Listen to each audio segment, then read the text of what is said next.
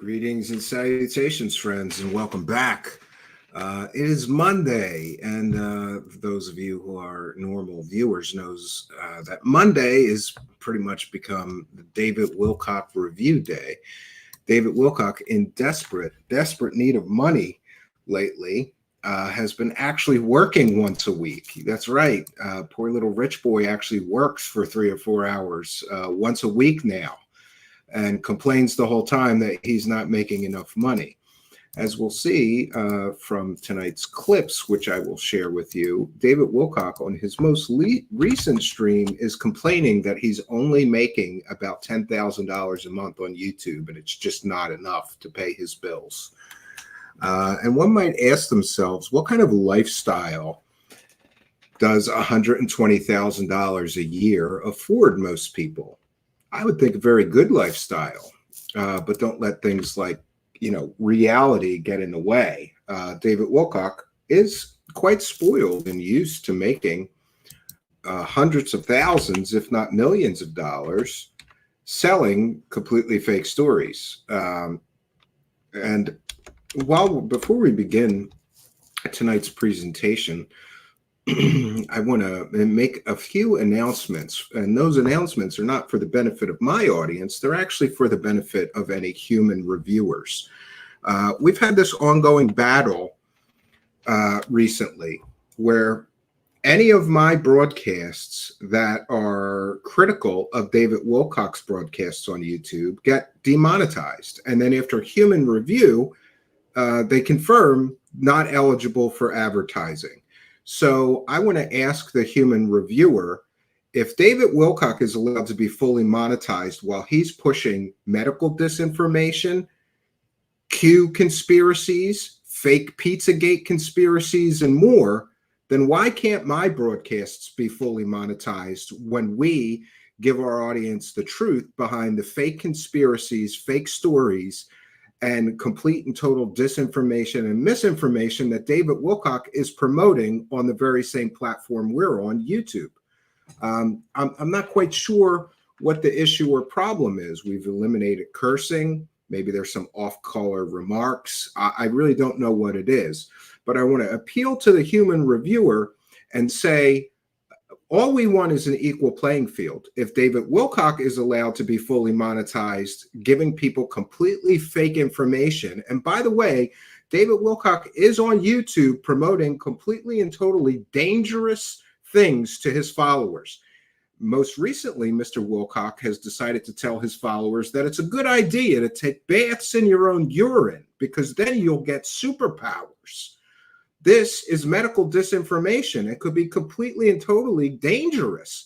Yet YouTube is allowing him to fully monetize his streams. And by the way, human reviewer, that's one example. I could give 100 more examples of the dangerous misinformation and disinformation that David Wilcock on an almost weekly basis is pushing out to tens of thousands of people.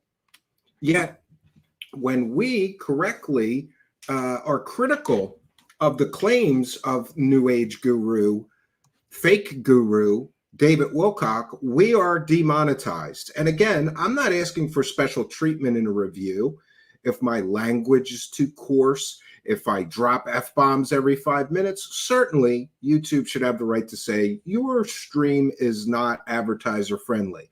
But I'm going to refrain from cursing for this entire broadcast. And I'm also going to try to refrain from anything that would be objectionable to advertiser guidelines. What we do here is actually a public service and is in the public benefit. David Wilcock is promoting dangerous conspiracy theories on YouTube and making $10,000 a month by his own admission doing so. Meanwhile, the human reviewer is free to look at our financial income here, which is a percentage, 1% of what he's making, to tell people the truth and to dispel these dangerous conspiracy theories. And again, I'm not asking for special treatment. I'm asking for a level playing field. If you as a platform are going to allow David Wilcock to actively promote Q conspiracies, Pizzagate conspiracies, medical disinformation, problematic medical advice, he's telling people he's giving people nutrition and diet advice. He's not a qualified nutritionist or medical doctor. Everything he's doing on his channel is completely against the terms of service of YouTube as I read them. However, YouTube has turned a blind eye to David Wilcock's promotion of this dangerous information, while simultaneously demonetizing people that are pointing out these dangerous conspiracy theories he's pushing, and simultaneously demonetizing people like me who are correctly correcting the record of the dangerous fake information that he is actively promoting for profit on YouTube. And right now, I'll get off my soapbox. Also, just want to mention that we're going to try to make things a bit more professional and studious, especially at the beginning of our broadcast. So I will ask for my audience's indulgence, as perhaps some of these things which I'm about to go over will be considered old news to you, my audience. So on the subject of David Wilcock, we'll be talking tonight about unmasking some of his pseudoscience and fabrications. And by the way, human reviewer, the latest fake story that he's promoting for profit on YouTube is that he saved Donald Trump's life with his telekinetic superpowers in dreamland. That's right. He's telling people on YouTube that the reason Donald Trump was not assassinated is because he used his telekinetic superpowers, which he previously claimed he got from taking baths in his own urine because the Archangel Michael told him to do that. So, you know, hey, human reviewer, have a heart. I'm just here saying this is ridiculous. And first of all, I don't think he should be allowed on YouTube saying any of this stuff, but he's doing it for profit. I make a video critical of this and we get instantly demonetized. So I suppose the message from YouTube is you can promote dangerous conspiracy theories and be fully monetized, but if with facts and evidence and logic you rip apart those fake conspiracy theories, we will demonetize your video.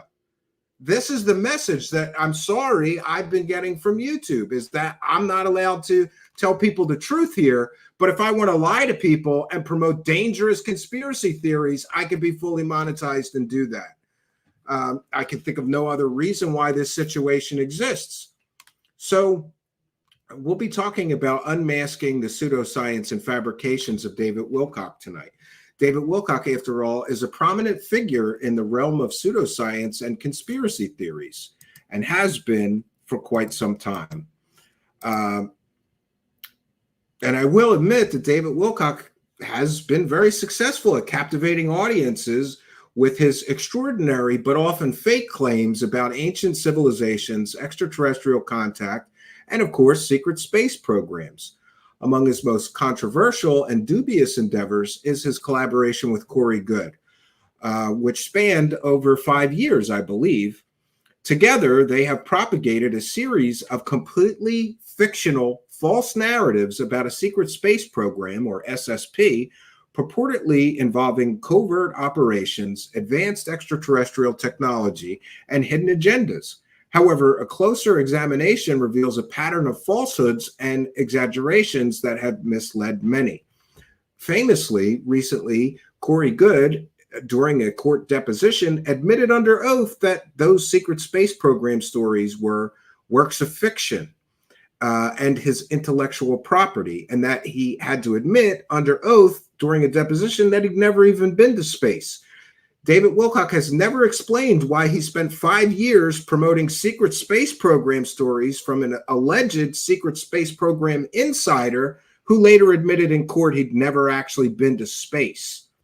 So the secret space programs that Mr. Wilcock and Mr. Goode promoted, are they fact or fiction?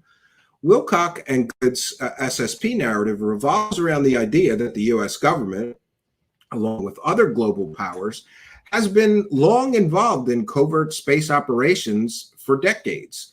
They claim that these programs have resulted in the development of advanced spacecraft, time travel technology, alliances with various extraterrestrial species, and even off-world colonies. Despite the elaborate and enticing nature of these sensational stories, they lack credible evidence.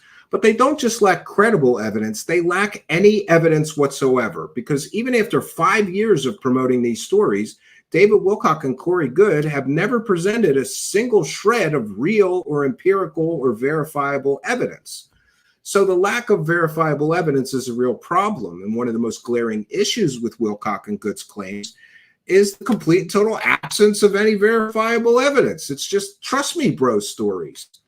Their assertions rely heavily on anecdotal accounts, hearsay, and supposed insider testimonies that cannot be independently corroborated. And in some cases, David Wilcock has used completely and totally fake government insiders, claiming that these people were government insiders, but a little bit of investigation and fact-checking reveals that the people he's using and calling government insiders, like Pete Peterson, never actually worked anywhere in the government, and their entire biography is fictitious, made up, and fabrications. Unlike legitimate whistleblowers who often provide concrete evidence or documentation, Wilcock and Goode sources remain shadowy, often anonymous, and completely and totally unverifiable. Then, of course, there are shifting narratives and complete and total contradictions presented by Wilcock. The narratives presented by Wilcock and Goode have also been marked by inconsistencies and contradictions. But over time, their stories have evolved and shifted and become more grandiose, often to align with current events or to maintain audience interest. This fluidity undermines the credibility of their claims, suggesting they are more concerned with maintaining a captivating storyline than in actually presenting factual information. And let's not forget, I'm very fond of saying that these people are not out there just telling stories. If they were, I wouldn't have very much of a problem. The problem that I have is these people aren't just telling people stories, they're selling the story. And there are huge financial motivations behind the SSP stories. Wilcock and Goode have not merely shared their SSP stories out of a sense of altruism or a desire to inform the public. Their involvement in this narrative has proven to be highly lucrative, with each reportedly making millions of dollars doing so. They have monetized their claims through books, paid speaking engagements, online courses, and exclusive memberships to their websites. Next, we need to really recognize that what Corey Goode and David Wilcock were doing that entire 5 years was exploiting belief and hope, because many followers of Wilcock and Goode are individuals searching for meaning and hope in an increasingly strange and complex world. Wilcock and Goode, by offering tantalizing stories of advanced technologies and benevolent extraterrestrials, they exploit these desires, providing a sense of belonging to those listening and purpose. This manipulation is not only ethically questionable, but it also preys on the vulnerability of their audience. Then, of course, there is the commercialization of the SSP narrative. Corey Goode is right now has made video games, speaking engagements, courses, members-only videos, and more. And now he's trying to make video games around his SSP narratives. So the commercialization of their secret space program narrative is evident in the various products and services that they offer. From expensive online courses promising to reveal hidden or classified truths, to exclusive memberships granting access to supposed insider information, Wilcock and Goode have created a profitable business model based on completely and totally unsubstantiated claims. The commercial aspect of what they do raises questions about their true motivations and the authenticity of their revelations. Then, of course, there is the broader impact on the conspiracy theory landscape. Wilcock and Goode's propagation of false SSP stories has broader implications for the landscape of conspiracy theories and the public's understanding of science and history. First of all, they, because of their success, have created hundreds and hundreds of others making similar claims. And the internet, for quite some time, and I believe is still, being flooded with supposed secret space program insiders. Many copycats have popped up. They're speaking at UFO conferences, telling their fantastic secret space program stories and more. And then, of course, there's the erosion of critical thinking. By promoting completely evidence-free stories and unverified and fantastical claims, Wilcock and Good contribute to the erosion of critical thinking in society. Their followers, often drawn in by the allure of secret knowledge, may become less inclined to question or critically evaluate information. This trend is particularly concerning in an era where misinformation can spread rapidly and influence public opinion. And of course, they are distracting people from legitimate issues. The focus on these outlandish conspiracy theories can distract people from real pressing issues that require people's attention and action. By diverting attention to their fantastical narratives, Wilcock and Good potentially undermine efforts to address tangible problems such as climate change, social inequality, and government transparency. David Wilcock and Corey Good's promotion of their secret space program narrative is a case study in the dangers of pseudoscience and accepting evidence-free stories, and also the exploitation of belief for financial gain. Their stories, which some find captivating, honestly, I find childish and nonsensical, but some people find them captivating. Their stories lack credible evidence or even any evidence at all, and have evolved inconsistently over time. By capitalizing on the hopes and desires of their audience, they have created a profitable enterprise that undermines critical thinking and distracts from legitimate issues. It's crucial for individuals to approach such claims with skepticism and to prioritize evidence-based understanding over sensationalism. So we're going to get to the many, many clips. For those unaware, we used to go through the entire, 3 or 4 hour stream that Wilcock would put together, but things are made much easier now by a kind and generous person on Twitter who makes all of the relevant clips now, and that is at Macario Mend on Twitter. So we're going to get into it. 1 second here. I'm going to put my fair use banner up because we need to be sure to understand it's fair use. This is a transformative work, and we're educating the public. 1 moment, let me get that up. And while I do that, let me welcome in the live chat. And also, apologize for the wonky start today. Apparently, thanks Elon Musk, X has decided that you can't stream on Twitter or X, whatever I'll call it Twitter forever. You can't stream on Twitter unless you're a premium account. So we have to pay now to be able to stream on Twitter, which is pretty concerning. We've been able to stream up until now. So that's a market change in, I suppose, this strategy. But one thing I do want to point out is that we've never made a dime. We have never made a dime on Twitter. And I provide those streams sort of as a public service to people who prefer to watch on Twitter, I suppose. So I'm going to have to evaluate whether we're going to pay. I have no problem with somebody making money, but come on, Elon Musk. We're a struggling media producer and content creator here. Do you really need my $20 a month to let me stream on Twitter?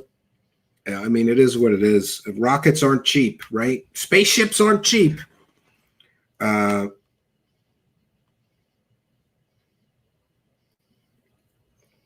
So we're going to get into the clips.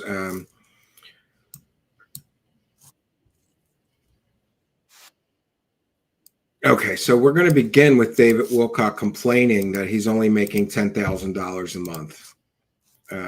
You got to love it. David Wilcock is living in a multi-million-dollar mansion, lying to his followers, claiming that he was trying to make it through the winter in an uninsulated cabin. It's a multi-million-dollar log cabin style mansion that he lives in. It's worth $2 million last I checked from a real estate estimator website.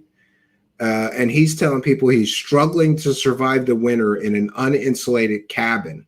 Now he's complaining that he's not making enough money. I gotta love it. Spoiled rich boy. Rotina's already donated, I guess 500 ARS is like $1. But thank you to Rotina. So, you know, I do make about maybe 10 grand a month on this, but that includes all the super chats and all the ads and everything. So it's not really enough, but it is sustainable. And I do thank you guys for participating in that.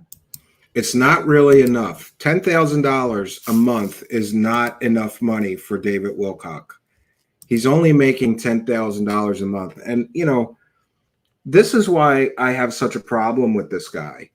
And also, attention human reviewer, he just said he's making $10,000 a month. And what is he doing on YouTube? He's telling people that the Archangel Michael said that you should take baths in your own urine in order to get superpowers. That's what he's doing, and he's making $10,000 a month on your platform. Meanwhile, I can't make $12 on my stream, you know, giving people the reality behind his pseudoscience fake claims. Does that seem like a fair way to run a distribution platform or a streaming platform or video sharing platform? Does it seem fair that David Wilcock can make $10,000 a month telling people to take baths in their own piss in order to get superpowers? But I'm here telling people, first of all, that's medically dangerous and you should consult your doctor. You shouldn't do something like that without consulting a doctor. And here this guy is complaining that he's not making enough money telling people to take baths in their own urine. You gotta love it. You gotta love it. And meanwhile, YouTube is taking my lousy $12 or whatever we get in ad revenue per stream, maybe 20 if we're lucky, right? It's certainly not big money as far as I'm concerned. My mortgage is well over half that amount. Again, he mentions his mortgage, but we have previously showed you that he doesn't own his home anymore. So he doesn't have a mortgage anymore because he transferred ownership of his home to a shell corporation that is connected to his one-time attack lawyer, Liz Laurie, somehow. And he's in the midst of, I believe, some sort of negotiations with the IRS. So that's very problematic that he would be transferring multi-million-dollar assets while negotiating with the IRS over, what was it, $1.5 million in unpaid income taxes. You know, food and everything else costs a lot. So routine. Yeah, things cost a lot, and 10 grand a month is not enough for David Wilcock. I spent this past weekend doing many things, but one of the things I've done is trying to return to a meditation practice. And I was listening to some tapes about Buddhist meditation. And one of the things that struck me is loving kindness, right? You're supposed to really focus on being a more loving and kind person. And I'm trying my best. But when I see a guy like this who's living in a multi-million-dollar home, telling people to take baths in their own urine, and making $10,000 a month on YouTube, and then complaining that $10,000 a month isn't enough for him, it's very hard to love this man and to be kind to him. But I will try my very best. And we're going to continue. We're going to try to get through these clips fast and furious today. So David Wilcock is telling people not only that he predicted Donald Trump's attempted assassination, but that he prevented it with his telekinetic superpowers, which we covered previously. He said he got telekinetic superpowers by taking baths in his own urine, and the Archangel Michael told him to take those baths in his own urine in order to get the superpowers. You just can't even make this stuff up, friends, but let's try to get through it. The attempted taking down of 4547. It's quite a story, you guys. I was very, I was in a lot of pain, actually. I guess I'll show you the scar later, but I've been going through massage, and I had some very, very intense work done on my neck. My body worker told me that she never was able to get in there like this before. I have 2 huge black and blue marks right here. I'll show you that a little later.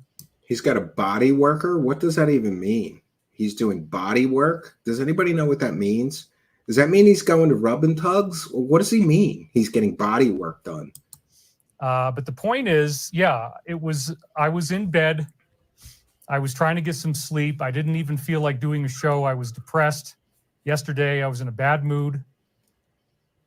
And then I wake up, and the first thing I saw was on TG, and it was from Ezra.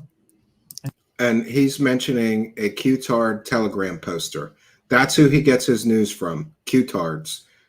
Q conspiracy. Let me be kinder and have more loving kindness.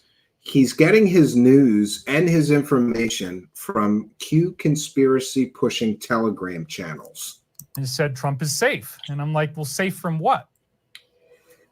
And then I started to read other things on TG, and I realized, oh my God, there's a video of this. And I start hearing what sounds like, you know, crack, crack, crack, crack, crack. It's like, oh my gosh. Obviously, this is something we talked about, that the threat existed. And here he's claiming that he talked about or predicted that Donald Trump would face an assassination attempt.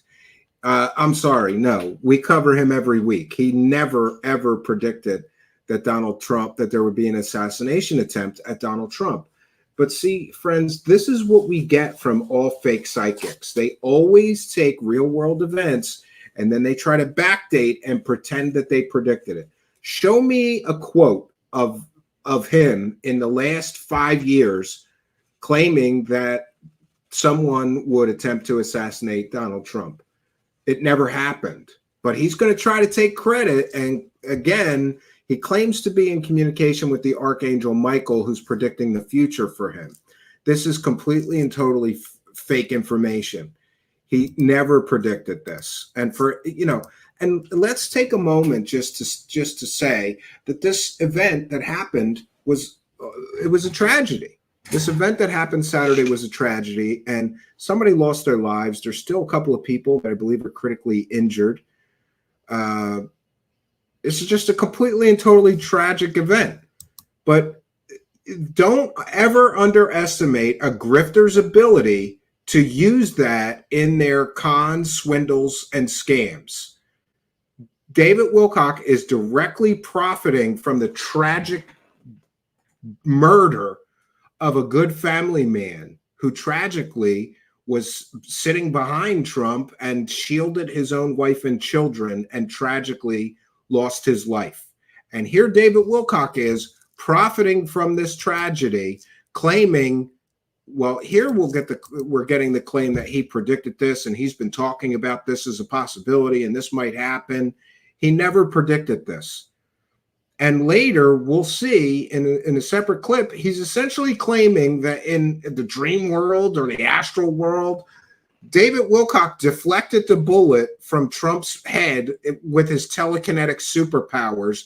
And remember, where did he claim to get telekinetic superpowers from? From taking baths in his own urine, because the Archangel Michael told him to do that.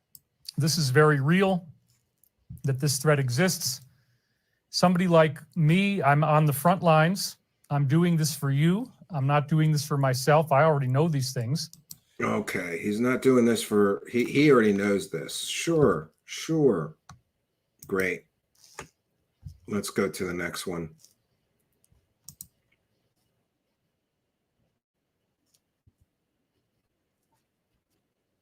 Again, he's talking about psychopaths again, but a lot of more critically minded viewers of his think that he's talking about himself. Here he goes. And that what they will do is tell you exactly what you want to hear. They'll hit off all your talking points. They'll make you feel amazing. They will shamelessly dump on what they call your enemy, and they will stroke your ego day after day if you watch their stuff or read their stuff, make you think that you're the cool ones and the opponent is the loser. And that what they... Yeah, a lot of people think... Macario says, again, this guy doesn't see that he's talking about himself. You gotta love it. And he's obsessed with psychopaths. He talks about psychopaths in every one of his streams. Every single stream, he's talking about psychopaths. I don't really understand why, or why he's so completely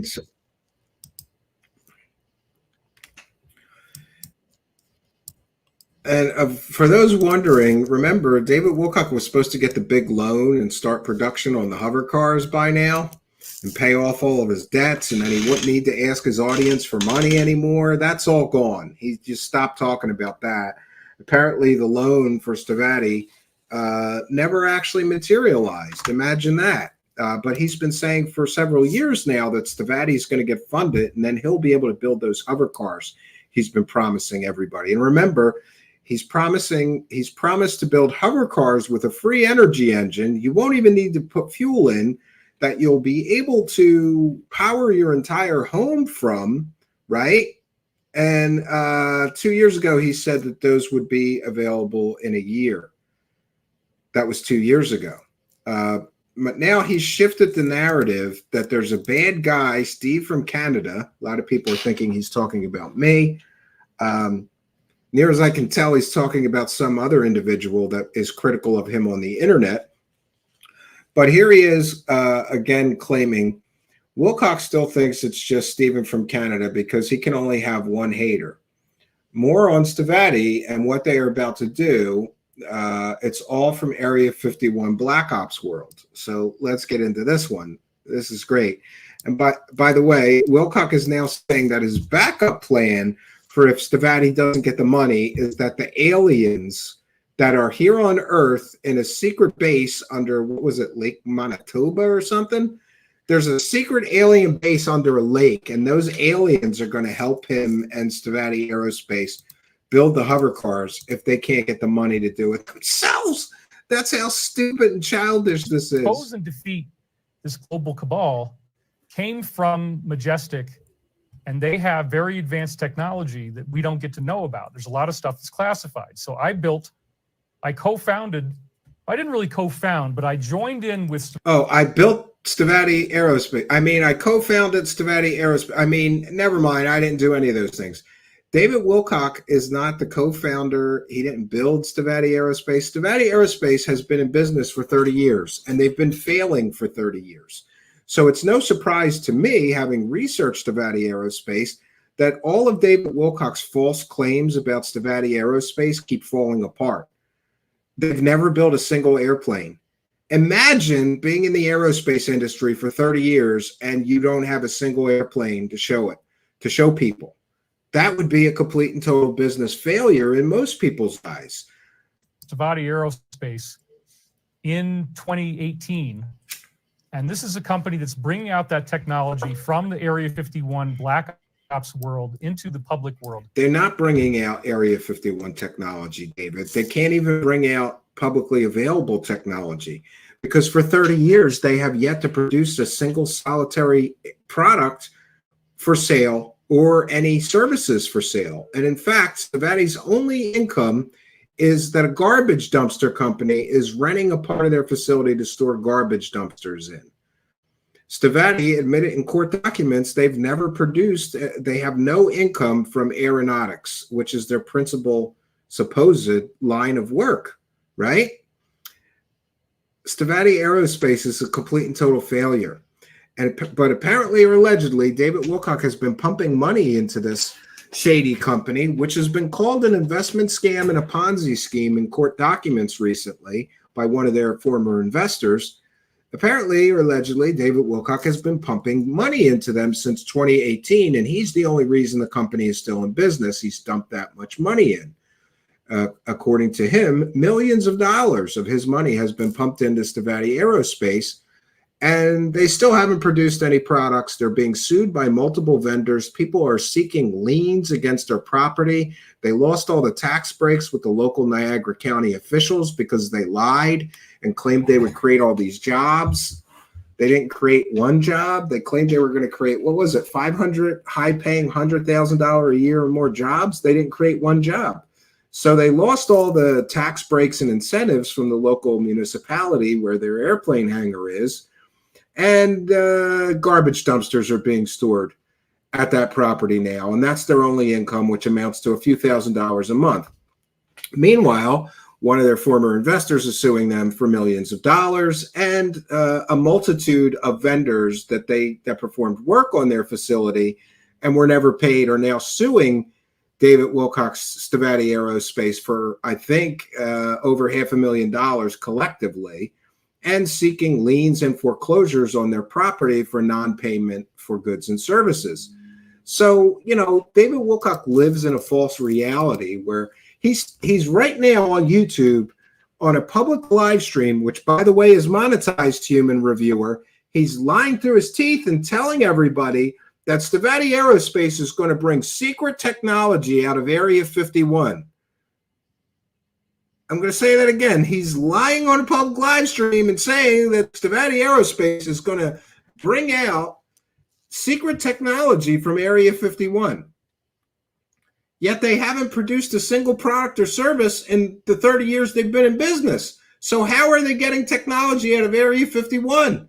Nobody that works at Stavatti ever worked at Area 51. Technology at Area 51 would be top secret, and I think it would be illegal for them to just put it out there. But welcome to the wacky world of Wilcock, where make-believe is real. And these are the kind of false claims that we correct here and then get demonetized for. We can't be monetized telling people correctly that it's absolutely ridiculous for David Wilcock to lie to people and say that Stavatti Aerospace is going to bring secret technology out of Area 51 when they've been in business for 30 years and have never produced a single aircraft product or service in the 30 years they've been in business. But they have collected an awful lot of investor money, and they're currently trying to get more investors to put money in. David Wilcock reportedly put millions of dollars in, and they're being sued and being called an investment scam and a Ponzi scheme, and they're not paying any of the people that they owe money to. But hey, sure, Stavatti Aerospace and David Wilcock, who claims to be, according to the company website, the director of advanced technology at Stavatti, are going to bring Area 51 top secret technology to the public. Sure. So we're beginning with more conventional aircraft like this. This, of course, as I've said before, is our SM-39 Razor. It's a next generation air defense. It's going to be the fastest plane ever built at Mach 4. Ridiculous statement.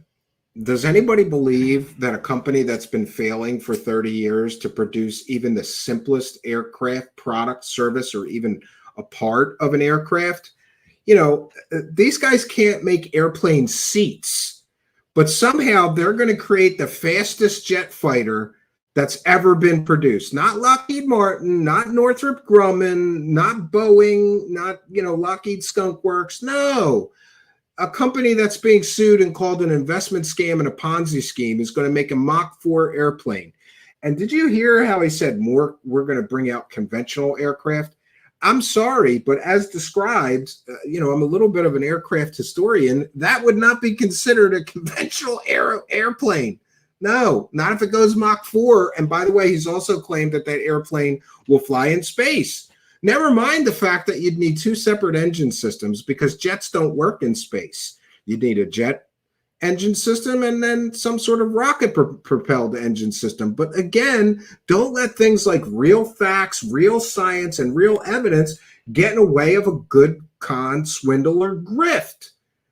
And so far, the only proof that they're going to produce this plane that David Wilcock has produced is this 3D printed toys that he made on a 3D printer. That's not a prototype. That's a 3D printed model, David Wilcock. It's a plastic toy. Jeez, I don't even know. All right, let's see what else he has to say.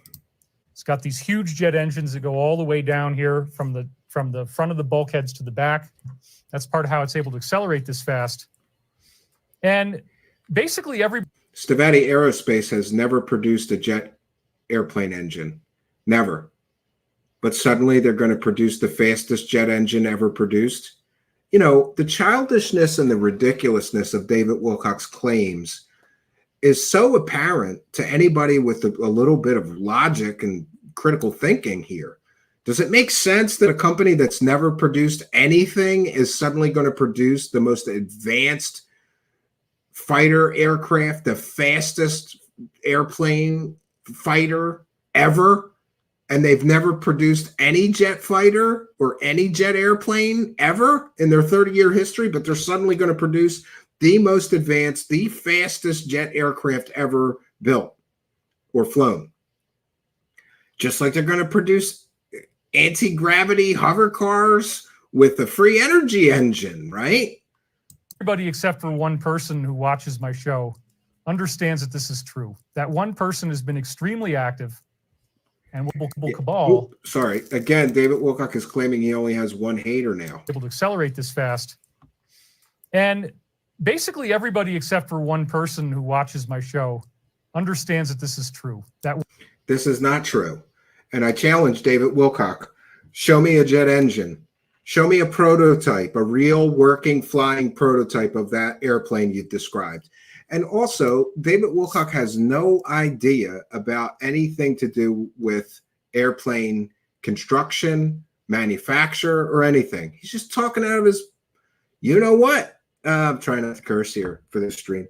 So, David Wilcock, you're saying that this is true, that you're going to produce this airplane. Show us the airplane. Show us, hey, why don't you show us you flying it? That would be great, right? That's a way to shut up that one hater. And Wilcock is claiming he only has one hater on the entire internet that is saying that his claims aren't true. That's not true. There's a whole group of people on Twitter that rip him apart every time he has a live stream and talk about all the lies that he tells and all the half-truths and the ridiculousness of this and how none of this makes any sense. But, you know, David Wilcock lives in a delusional fantasy world where he's Earth's greatest prophet. Remember, he's called himself the liberator of Earth before. He's also previously claimed to be the father of the white race somehow.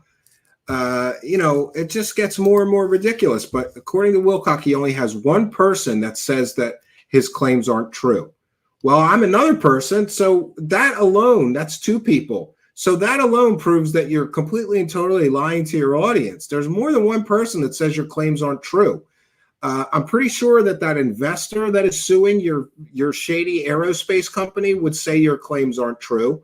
I'm pretty sure that the vendors that are suing your shady aerospace company know that your claims aren't true, or you'd have some money to pay the vendors and pay back the investors. One person has been extremely active, and we'll talk more about that later. But I really get hardly any hate at all, which is nice. So you guys understand that what we're trying to do here. He hardly gets, now listen, this is important. Here in this clip, Wilcock says he hardly gets any hate at all. In a clip that I will play for you later in this broadcast, David Wilcock claims that he hired a 4-person team to delete all the hateful comments so that he doesn't have to see any of the hate. Well, which one is it? You get hardly any hate, or you need a 3 or 4 person full-time staff to delete all the hateful comments, Mr. Wilcock? Which one is it? This makes no sense. Is create disruptive change in the industry. And we're going to do that by selling more conventional aircraft like the one that you just saw, but then the proceeds of that money that we're going to earn are going to be rolled over into advanced technology, and that includes hover cars, which use actual anti-gravity. We have another plane called the SM-36. We have some countries that are very interested in that. It's a vertical takeoff and landing without jets, fans, propeller blades. It actually uses an electrogravitic system. Okay, so here he's claiming that his aerospace company, which has never produced any regular conventional aircraft, is suddenly going to crack the code of electrogravitic propulsion. So, you know, think about the out of this world claims. His company is going to produce the world's fastest jet fighter ever produced that'll do Mach 4 and also fly in space if you want to. You can go Mach 4 in Earth's atmosphere, then you can just fly in space if you want to. His shady aerospace company is going to produce anti-gravity driven hover cars with a free energy engine, so you don't even need to put fuel in them, And also, they're going to create a vertical takeoff and landing aircraft that uses electrogravitic propulsion system, which is an extremely advanced, exotic form of propulsion that no other major aircraft manufacturer, even ones that have been in business for 75 or 100 years, have been able to get to work. But David Wilcock's shady aerospace company, which is being sued and called an investment scam and a Ponzi scheme, and they can't even afford lawyers to fight some of these lawsuits, they're going to create all of this exotic advanced technology. And it's for these reasons that I say, and I say this with some degree of confidence, that David Wilcock is literally a pathological liar. And you'll notice that pathological liars make grandiose claims like this that make no sense when you pick apart the claims from a logical perspective. Does it make any sense that an aircraft company that's been failing for 30 years is suddenly going to create all of this world-changing advanced technology, including releasing from Area 51 classified technology to the world? No, this man is a pathological liar, in my opinion. But this is a well-informed opinion based on knowing about aircraft technology, based on knowing about the history of the aerospace industry and the big players in it. All the big players in the aerospace industry have been completely and totally unable to do any of these things that David Wilcock claims that his shady aerospace company that's never produced even a bolt for an airplane or a seat for an airplane, his company's going to do all these things that all of the big players, Boeing and Northrop Grumman and Lockheed Martin and Lockheed Skunk Works, all those companies have been completely and totally unable to produce any of the technology that he describes. But his company's going to do it. And you notice that he said, well, first we're going to produce these conventional aircraft, and then we're going to roll the money into making hover cars. Well, that's not what he said 2 years ago. 2 years ago, he said they'd have a working prototype in a year.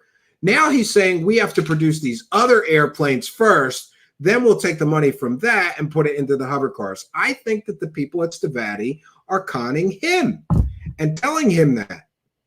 But does Wilcock have any idea? Let's go out on a limb here and say they really did start producing an aircraft, a conventional aircraft, and then they have to manufacture it, and then they have to sell it, and then they have to advertise it. They have to find clients and customers to buy it. Then there's a world of restrictions that they will face from the FAA, testing, all kinds of safety things. It could be 10 years to get a working aircraft from the prototype stage to the manufacturing and sales stage. So what are you saying? He mentioned 2 different airplanes they have to produce before we get to the hover cars. Is he saying that we're going to have to wait 20 years? Does he know that each of those aircraft he's talking about producing and manufacturing will probably take at least 10 years to come to fruition before you get to the hover cars? So that would mean that we're all waiting for 20 years. 2 years ago, he promised us working hover car prototypes in a year. Do you see the changing narrative? This is really, really problematic. But, you know, this is what happens when you attack David Wilcock's completely pie-in-the-sky false claims with things like logic and reason and real reality. To take off the ground and then the jet engines kick in. This is absolutely true. I did a whole movie about it called Spaceship, which is on Vimeo. You can access it through Michael Prophecies. The first one they blocked, so you have to use. Yes, he stole so many movie clips from commercial movies like Close Encounters and Star Wars that they copyright strike his crappy movie off of Vimeo. That's why it was taken off of Vimeo, for copyright violations. It's the direct link, or you can't find it, but part 2 is still up on Vimeo. And I may put it up on Twitter pretty soon as well. So this is about as dangerous as anything can get. They don't want you to know that you don't have to pay for your energy. They don't. And here, he's going to use Stephen Greer's free energy talking points. There is the same talking points all of these people use. Oh, they don't want you to know this energy, free energy technology is being suppressed and you shouldn't have to pay a power bill.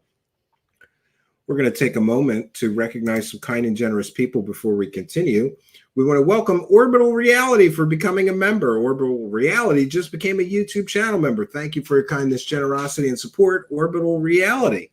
For those unaware, if you become a YouTube channel member during a live broadcast, we give you thank you and a shout out. So there you are. Shout out to Orbital Reality and thank you for your kindness, generosity, and support. Then we have Rotary Motion, who's also a member with a longtime show supporter with a kind and generous £2 super chat. Says, check out Ashton Forbes has gone full wackadoo. Yes, we may cover that this week, Rotary Motion. And thank you for sending me the link. I appreciate that. Thank you for your kindness. AZ with a kind and generous $1.99 super chat. Thank you, AZ, for your kindness, generosity, and support. And then we've got longtime show supporter Legal Eagle, who's also a member. Thank you for being a member. Is here with a kind and generous $10 super chat. Says, a little donation towards the hibachi to cook the bison steak on. I forget every time. Eventually, I will remember. But we thank you all for your kindness, generosity, and support of the show. It is much, much appreciated. Thank you all for helping us to praise the cash. Praise the cash, praise the cash, praise the cash. All right, we're going to continue with our journey here. A lot more clips to get through. They want you to know that we already could build spaceships. They don't want you to know that there are Yeah, we could already build spaceships, but he can't show you one. You know, this is so childish. He's like a kid in a playground. Like, I got a laser gun. Show us the laser gun. Oh, I can't. It's top secret, or some other excuse. It's so childish. overt elements that already have a massive amount of these different types of spaceships. Some of them are cylindrical. There's different types that already exist out there. There's all these spaceships, secret spaceships that exist. Is this like the Corey Good nonsense? Is that what you're repeating? Stuff from Corey Good, the proven space grifter who never been to space? Is that where you got this nugget of information that there's all these spaceships out there, David Wilcock? And it's been a secret that's been kept secret by this global criminal element. Because once the technology comes out, you've got anti-gravity, you've got free energy. People don't need to pay money for their energy. And about 80% of all the bills that you have to do with energy. Yeah, these are free energy grifter talking points. And the history of people making these promises, remember, David Wilcock taught a course in free energy and told everybody, if you give him $333, you'll be able to do it too.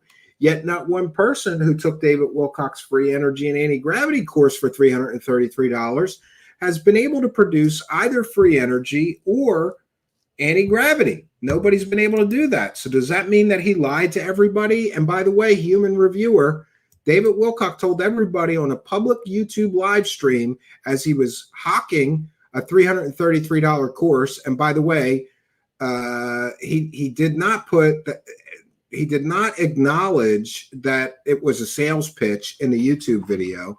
But anyway, he's telling people on YouTube videos that if you buy my $333 course, I'm going to teach you how to do free energy and anti-gravity, and you'll be able to do it too. Nobody that took his course was able to do it. Does that mean that David Wilcock is actively defrauding people on YouTube and using YouTube as a platform to find victims for his fake free energy and fake anti-gravity courses that don't work and nobody was able to reproduce a device that worked? Could be, right? I think so, maybe. Gas for your car, heating and cooling your home. And these kinds of things are actually what are called capital in basic Keynesian economics. These things are called But when you get beyond the need fiction. for capital to be something you pay for, you end up in a situation where people can now go off and be free-spirited. You could have a hover car with anti-gravity that powers you to be able to go into a remote area that nobody's ever lived in before, set up your own cabin out there. You have all the energy you need. You can start growing your own food, gardening, hunting, whatever you want to do.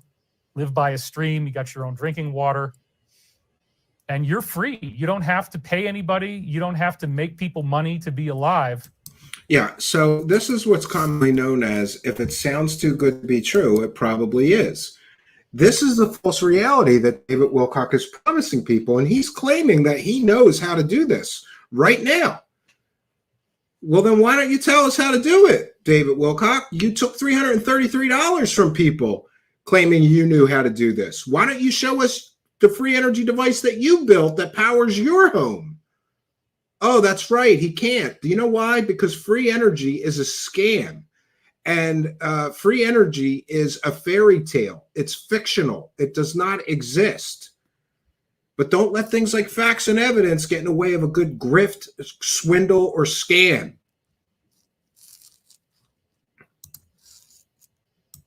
And that terrifies them because they really want your money. And so what they want your money, not Wilcock. The they faction they want your that money. Was part of the alliance has now been able to get into office as of 2016, and they passed a whole bunch of executive orders that are real military laws. All right, here's where it gets ridiculous. He just said that alliance members got elected in 2016 and passed executive orders. Only let's break this down. This is how ridiculous and nonsensical and childish David Wilcock's claims are. Only the president can pass an executive order, not any other elected official.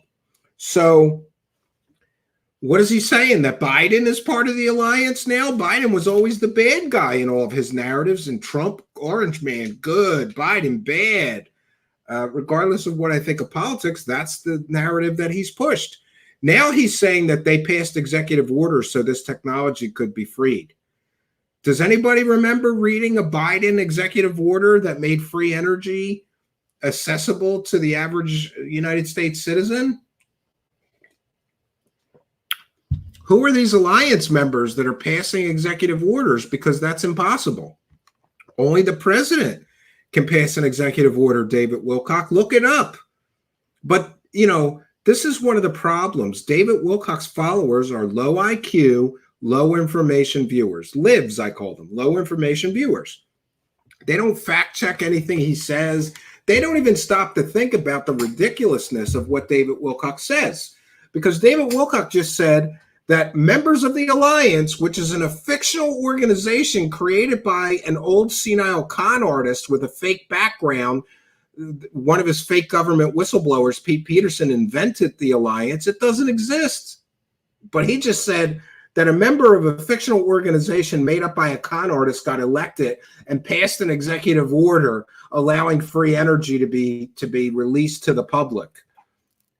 Every executive order that a president passes is on record. Go find me an executive order from Joe Biden that releases free energy technology to United States citizens. You can't find it because it doesn't exist. He's really literally talking out of his butt here. It's absolutely ridiculous that he's allowed to lie to people on YouTube like this. And by the way, human reviewer, you know I'm correct. Only the president can pass an executive order. And here, David Wilcock on a monetized YouTube live stream is telling his followers that there's an executive order that's been passed that's freeing free energy technology to the public. Let's hear it again so that I'm correct. Gravity that powers you to be able to go into a remote area that nobody's ever lived in before, set up your own cabin out there. You have all the energy you need. You can start growing your own food, gardening, hunting, whatever you want to do. Live by a stream. You got your own drinking water. And you're free. You don't have to pay anybody. You don't have to make people money to be alive. And that terrifies them because they really want your money. Yeah, they want your money, not David Wilcock. The evil cabal want your money, not him. And so what's happened is that the faction that was part of the alliance has now been able to get into office as of 2016. And they passed a whole bunch of executive orders that are real military laws. They passed a bunch of executive orders that are real military laws that are going to enable free energy technology for all of us. No, this is a work of fiction, David Wilcock. Thanks, some kind and generous people. Penn Taxenstein, again with the kind and generous $10 super chat, says, does he have an anti-property tax machine? Well, I don't know, but thanks for putting a smile on my face. Penn Taxenstein, thank you for your kindness, generosity, and support. Thanks also for being a member. We appreciate you. Thanks for appreciating us. Penn Taxenstein, who's a member, longtime show supporter, and a wonderful super chatter. Thank you, buddy. Praise the cash, praise the cash, praise the cash. Praising the cash. We got a little more cash to praise here from Thomas Robinson. Praise the cash. Thank God Almighty. Praise the cash. Protecting aliens since 1947. And Thomas Robinson is also a YouTube channel member and just threw in a kind and generous £3.99. We thank you for your kindness, generosity, and support as well. Thomas Robinson, thank you for helping us to praise the cash like a pro. Praise the cash, praise the cash, praise the cash. All right, we're going to go on to the next bit of nonsense from Mr. Wilcock. Oh, you gotta love it. It just gets dumber and dumber as we go. All right. David Wilcock is telling everybody that he's the truth teller here. Oh, you gotta love it. You gotta love it, friends. David Wilcock is the truth teller. That's what he's saying. He's telling people that he's telling everybody the truth. And by the way, if you have to stop and tell people, no, really, I'm telling you the truth, it's probably because you're a liar.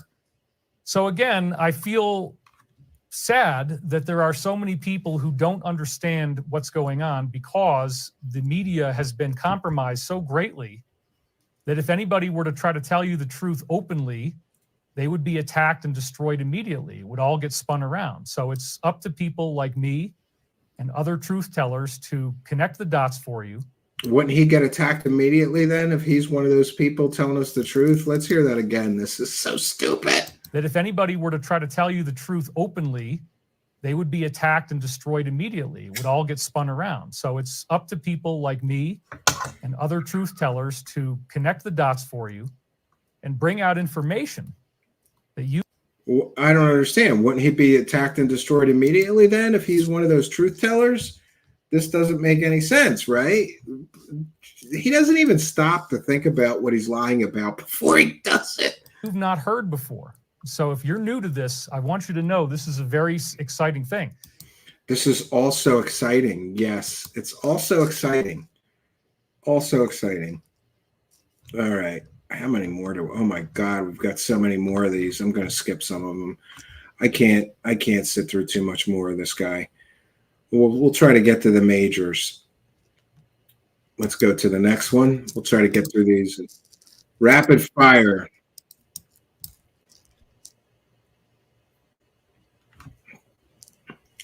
Here, David Wilcock is claiming that both he and Ezra knew that the Trump assassination attempt was going to take place. And yet,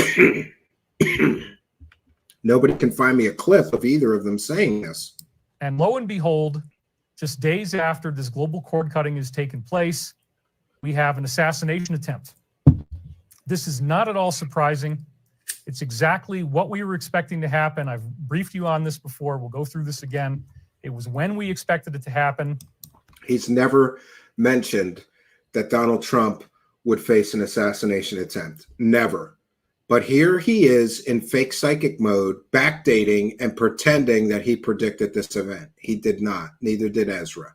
Let's just set the record straight. David Wilcock never predicted an assassination attempt on Donald Trump. Never. We knew there's a high threat profile. We've been talking about the fact you're not going to be waiting until November. And anybody who tells you that you are, I can't even listen to it. I'm not going to listen to it. There's so many communications I've been giving you week after week from the Alliance through Shadow of Ezra, which is... There is no alliance, and Shadow of Ezra is a Q conspiracy pusher on Telegram. That's what he's calling intel and communications. They don't come from anybody in the government. They come from a Q-tard Telegram poster. Where it appears on X. That we now know for a fact that there's been just this absolute total redundancy on warnings that something is going to happen, something very big that will lead to arrests, that will lead to an unprecedented event, probably bigger than 9/11 in terms of its magnitude, but actually much more positive. This event includes the use of the emergency messaging system. Oh, again, with the mass arrest and the emergency messaging system and the 3 days of darkness. He's already predicted this multiple times. And now he's repeating the prediction that never happened the first 10 times he predicted it. Where you might not have internet, you might not have power, but your phone will start broadcasting apparently 7 different movies that the Alliance created that will explain to you what's going on. You're going to hear that people are being arrested. You're going to hear about what they were really up to. Some of these movies are going to be extremely upsetting. He's already said 2 years ago that the arrests already happened and that there was cargo ships full of prisoners on their way to Guantanamo Bay. Now it's going to happen again, or still? Like, David Wilcock is pathetic. He is absolutely pathetic. He can't even remember. You know, that's one way to spot a liar. They have trouble remembering the lies that they told in the past. David Wilcock predicted these mass arrests and everything before. And 2 years ago, he said the mass arrests started, and they're unsealing all these sealed indictments. And there's cargo ships full of prisoners on their way to Guantanamo Bay. And wouldn't you know it, none of that happened. And here he is again, predicting the same things he predicted before he said it happened when it didn't happen. And there's no turning back. At that point, I will never be called a conspiracy theorist again. There's still going to be people who don't like it. They're going to really freak out. They don't want the truth. But what we just saw was the fulfillment of prophecy. We knew there was going to be this type of an attempt made. We knew it, but we didn't tell anybody. If you knew there was going to be an attempt on the president's life, shouldn't you have called the Secret Service or the local police in Pennsylvania where that event was taking place? Can he show us the records that he tried to warn the authorities? Can he show us clips of him on YouTube publicly saying that there would be an attempt on President Trump's life? Of course not. He's just claiming that this is a prophecy that he predicted.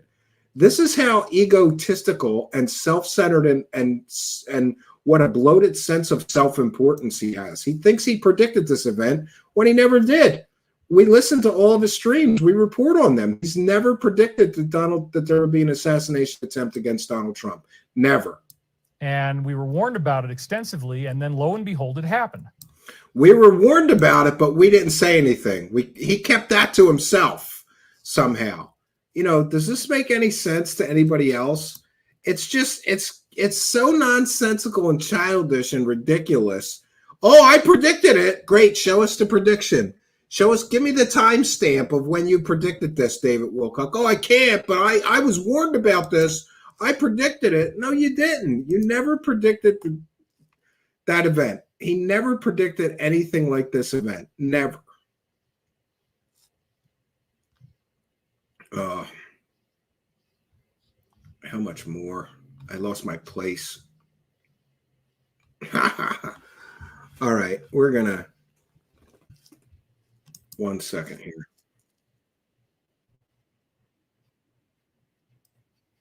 Oh, David Wilcock is saying he doesn't want to be worshipped. So that's good to know. He doesn't want to be worshipped. Don't worship him. So a lot of times we worship the sources of inspiration that we get, and that's inappropriate. I don't want people worshiping me.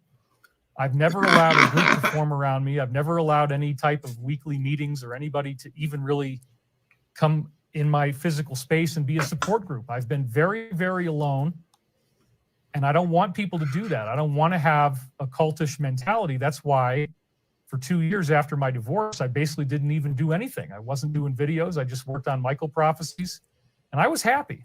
Yeah, he was hiding because the Corey Good revelations came out, proving that he had lied to people for 5 years straight.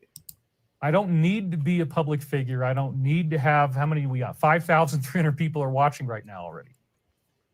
I mean, that's great. And I thank you for being here. But the point is, you don't want that to control you. You don't want Mr. Reluctant Hero all of a sudden. To be attached. Yeah, he doesn't want to be worshipped. He just wants everybody to send him tens of thousands or hundreds of thousands of dollars a month so that he can live a millionaire's lifestyle while everybody else in the United States and in the world largely is struggling just to make ends meet. To being a public figure, to your fame, to your success, you want to be able, as a spiritual seeker, to be just as happy by yourself as you are with the adulation from others.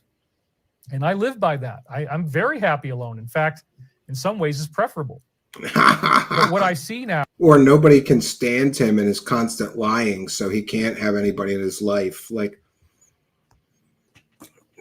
could you imagine him being a family man with children? Like, well, dad's got to go lie on the internet today. No.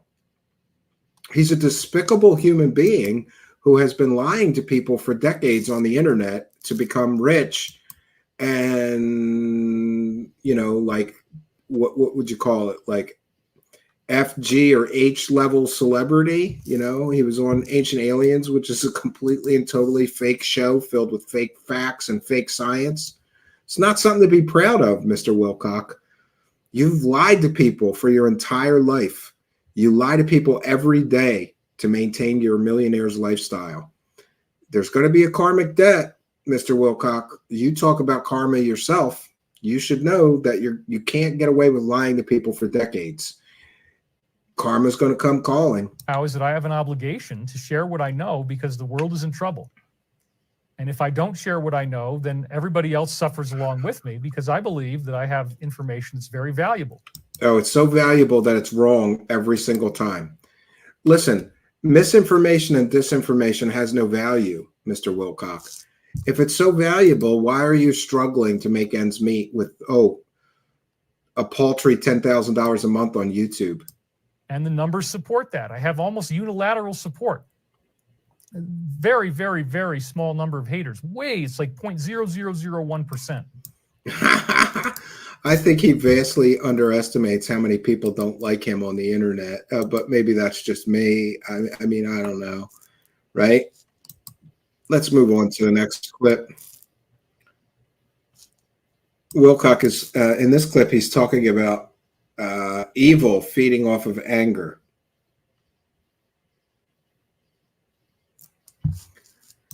Meanwhile, he was so angry that he was threatening to sue all of his critics 2 weeks ago, right? Now, there is an energetic component to this. It's very fascinating. The negative extraterrestrials actually feed on your fear, your anger, your sadness, your depression. If you're feeling bad, they are sucking energy from you. And of course, he can't even prove that these negative extraterrestrials exist, but he'll tell you all about how it works, right? And so we hear from many different insiders. Oh, you mean your fake government insiders like Corey Good? Your fake government insiders like Pete Peterson or Bill Brockbrader? Remember him? He was a court-martialed child molester that you used for a source with Kerry Cassidy. That fake, right? His fake government insiders are telling him this stuff, and he's just repeating it. That this is called loosh. And so one of the sayings is give Lucius his loosh. And so loosh represents, just like if you have ants, right? Ants will go out there and they will eat feces. If your dog poops, you'll get bugs on it, and the bugs just think that stuff is delicious. Oh, great. Well, in Bugs the eating energetic crap worlds, now. we have positive and negative beings. Negative beings feed on this negative energy. And what will happen is that people who are psychopathic, especially when they disassociate into that rage child personality, there is a very direct telepathic link that they have with negative entities. So when you start arguing with somebody who goes into a rage tantrum, you're arguing with them and you're arguing with demonic entities that telepathically couple with them. And those demonic entities feed them when they attack you. And typically what it feels like is kind of this rush in the chest. It's this sort of high that you get. And it actually does create a secretion of serotonin, endorphins. It has a morphine opiate-like effect on the brain. Isn't it great that it could give you all these details about a race of aliens he can't prove exists? So this is partly biological, but there's also an energetic component where the negative entity will take most of the energy, but then it will kick some back to you, and you will get high off of bringing another person into a state of severe distress. And again, you can kind of feel it as this rush in your chest, this kind of feeling of high, this power dominance thing. You get this invigorating rush. You feel very alive. Oh, it's our fault. We're feeding the negative ETs. While you're being angry and while you're dominating someone. Dominating someone. Okay. If he says so, I mean, I guess. Let's go to the next clip. But before we do, Spooky, it correctly points out, thanks for the super chat, £1.99 says, he predicted mass arrests in 2012. No, he predicted mass arrests first in 1998. And I think I have the source for that, which was his original website, ascension2000.com. He was predicting mass arrests in 1998, Spooky. But I'm sure that he's predicted mass arrests many, many times. One of them, you're likely correct, being in 2012. But thank you for that. Raise the cash, raise the cash. We're praising the cash pretty good. Get those super chats in. For those unaware, we read every single super chat. So if you're feeling generous, and I hope you are,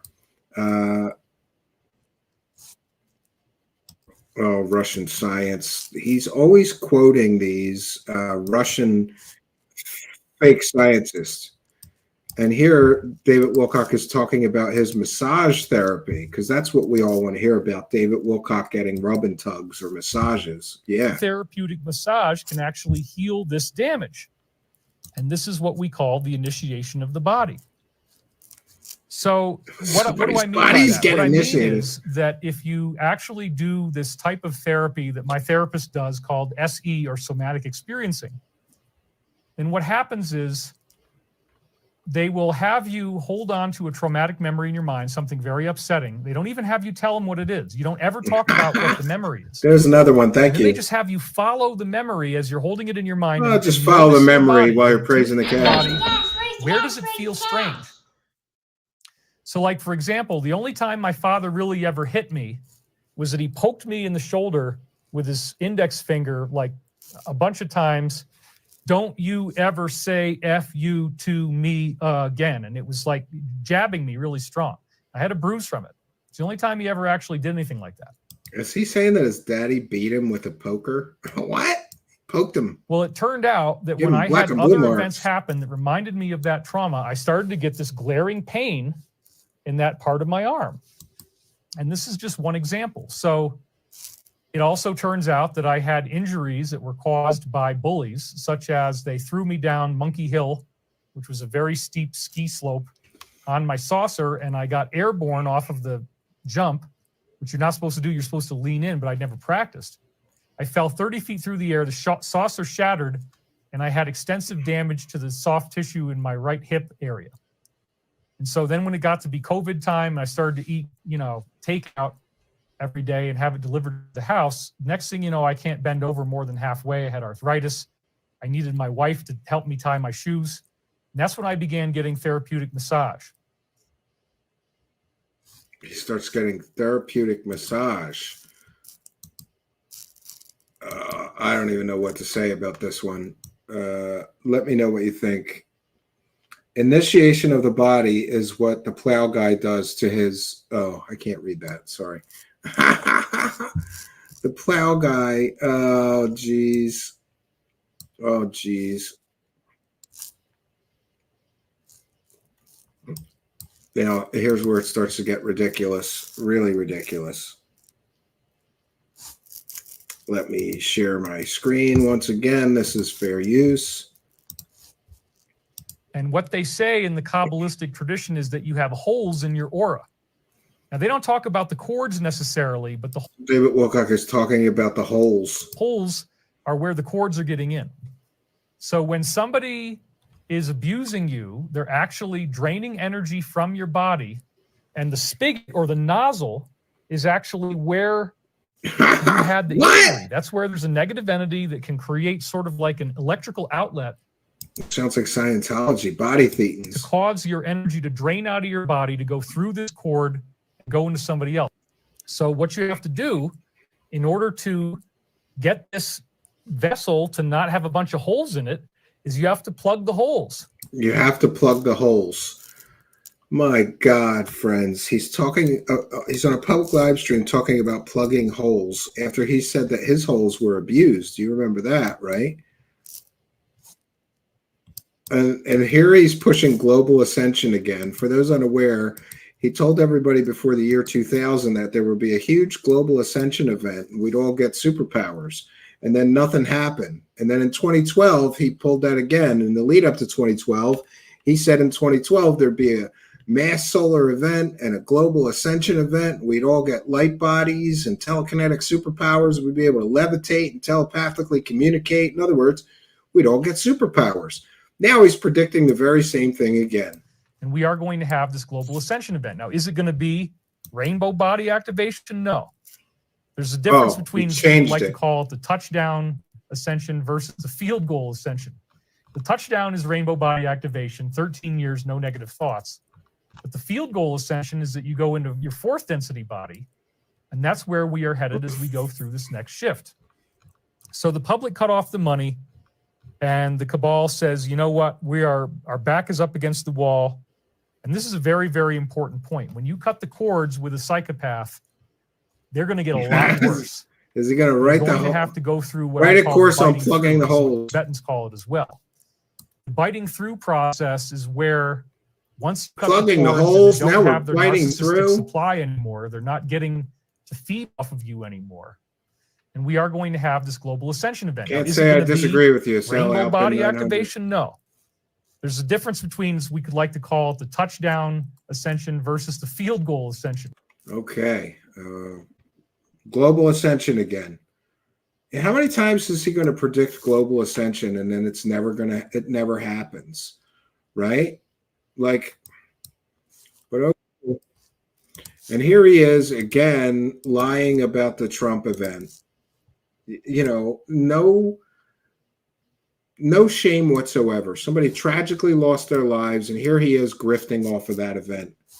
You know, and despite what you think of President Trump, I'm neither a supporter or a detractor of President Trump, but as a tragic event, the man's got, you know, what does he have? 5 children and 5 grandchildren. He could have been killed if that bullet was 1 centimeter to the right or whatever.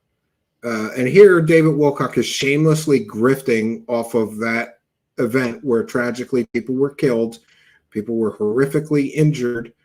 And let's also remember that if you're ever in a situation where there's gunfire and all that chaos, think about all the psychological trauma that everybody that did survive. A lot of people are going to need counseling. I mean, it's just a horrifically tragic event, what happened, and here he is shamelessly grifting off of it. The day after is when they lash out, and now you have this headline on the New York Post. Trump shot. And this amazing photograph that was created. He survived the assassination bid.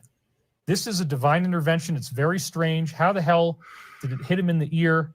Clearly the person who did it was real. They really wanted to hurt him. This was on TG. It's the first thing I saw when I woke up, and it said Trump is safe. I'm like, well, safe from what? What the heck is going on here? Why are they showing his son? What is this? And then I had to go and look, and this was the next thing I saw, where it says shots fired at the Trump rally. I watched this video. I could not even believe it. And he was covered in blood after an attempt, but he was okay. And this is where I'm like, oh my gosh, he got hit in the ear in almost the exact same way that I got hit in the ear right over here. You know, this is something I've lived with my whole life, ever since 8th grade, a round hole in my ear. And it's like almost exactly the same size, the same round hole. It's very, very peculiar because my body was built for this. You know? Oh, so David Wilcock got hit in the ear in 8th grade, and somehow that's significant and just like Donald Trump getting his ear literally almost shot off. Oh, it's the same thing. Jesus Christ. Now I got this injury way back in 8th grade. So then this was the headline on Zero Hedge. He's bleeding and rushed off the stage after an assassination attempt, touched his neck as the shots rang out. So now I'm going to show you the pictures I was looking at as this happened. And they are a little bit, you know, unpleasant, but we've all seen them by now. It's not that bad. I mean, gosh, everything on TV looks worse. So this is the close-up where you can see the actual bullet hole, and that there's one hole, and it's so close to his head, it's unbelievable. And again, you know, it's very, very similar to what I have here. So once more, you know, here's his image, okay? And then here's where mine is. You can see right along the edge here, it's kind of wider in the middle, and there's this ring right here. See if I make that look right. So somebody probably socked David Wilcock in the ear for saying stupid shit in 8th grade, but somehow this is relevant to Trump's assassination. Notice how he always makes everything about him. Everything is about him. The former president almost gets shot and killed and shot in the head, almost has his head, blown off on national television. David Wilcock's going to make it about him, though. Right. So it's pretty phenomenal, because it's like there's some type of karmic connection between the two of us. And, you can heal this pretty well. I mean, they'll probably end up doing a skin graft. People are saying, why is it so small? Well, that's because the skin stretched as the bullet went through. So the hole is actually small. Notice that David Wilcock is a ballistics and forensics expert all of a sudden. You ever notice that? He's like an expert on everything that happens. Smaller because there was a stretching effect that happened from the velocity of the impact. Yeah, he's a ballistic but again, expert. It really tripped me out that, like, okay, I'm asleep, and then this happens while I'm asleep, and I'm all depressed, and I've had this terrible, terrible pain in my head caused by this crazy massage that I just had, where on both sides, I've got these huge, huge black and blue marks, okay? Jesus Christ, what the hell kind of massage is he getting? What the hell kind of massage is he getting? Look at them. Those look like big bruises. Like, what was the bitch punching him out while she was... Jesus Christ, what the hell? What the hell are we looking at here? Caused by getting my cords cut and getting the massage done so that I have no more problems. He's getting his cords cut, so he has no more problems. What does that even mean? I don't know. Does anybody ever have a massage where they get bruised like that? I mean, I don't know. Now he's going to be now he's calling this shooter a nerd, which I think is just hysterical. David talking about the Trump shooter. Does it sound like he's describing himself? Big forehead and nasty hair. Yeah. So, you can tell this guy's got a lot of he's got mottled on his face. He looks very unhealthy. His hair hasn't been washed. He looks very sickly. And, this is a nerd. This is a guy who doesn't fit in. And maybe some group gave him purpose, and he decided to channel all of his own self-hatred onto this political figure who has everything that he felt like he didn't have. He's got the money, he's got the fame, he's got all this kind of stuff. David Wilcock calling somebody else a nerd. That really makes a lot of sense, right? Jeez. And of course, he's a photo analyst expert as well. Great. Let's look at this one. You've got Trump with his fist in the air. You've got the soldiers with their fists in the air. You've got the American flag. It's flapping in the wind. He took this straight from Telegram Q-Tard post. And of course, Trump, as we believe, is the reincarnation of General Patton from World War II. And here's these guys in uniforms that are similar to what Patton used to wear. So this is... I just want to say there's no evidence or proof that Donald Trump is anybody reincarnated. This is just a delusional fantasy. Extremely fascinating. And I do not dismiss this as just a coincidence. I think this is actually something real. I think that this whole event was staged on a higher level so that he wouldn't get hit and killed, but it would only graze him in the ear. It's fascinating that my ear had the very similar looking injury when I was in 8th grade, back when I was only, like 13 years old, 12 years old, something like that. Oh, so David Wilcock is directly connected to Trump somehow. They have similar injuries. And it has such a neat comparison with Iwo Jima, this image of Iwo Jima. It's like, wow. I mean, you can't dispute this stuff, folks. There's too many similarities. It's very, very interesting. Wow. I don't even know what to say about him grifting off of this. It's just absolutely ridiculous.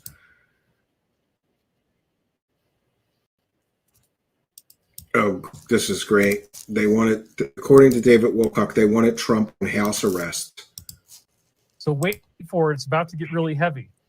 What's next? The house arrest. Well, the DS blocked that from happening. The Supremes actually said, nope, he has immunity as president, so there was no arrest, and they probably just wanted to make sure this prophecy didn't come true. So wait for.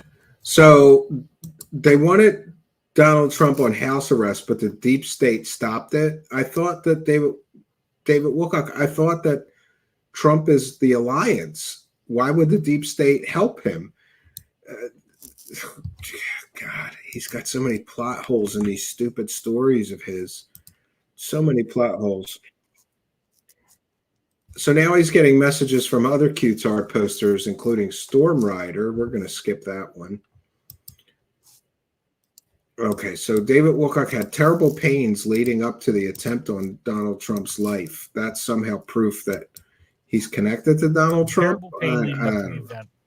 And now that prophetic dream from June 14th comes into focus, where there was an attempt on Trump's life. I had a dream about this.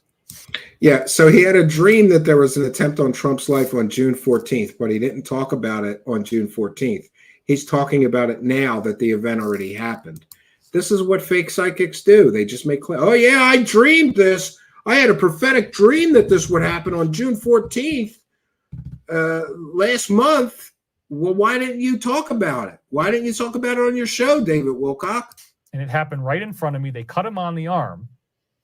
And this is another weird thing. I have I don't know if you can really see this, but there's a scar on my arm right here. Let's see if I can get it in focus. That's not a scar. I have a little white scar right here. I don't know if you can see that.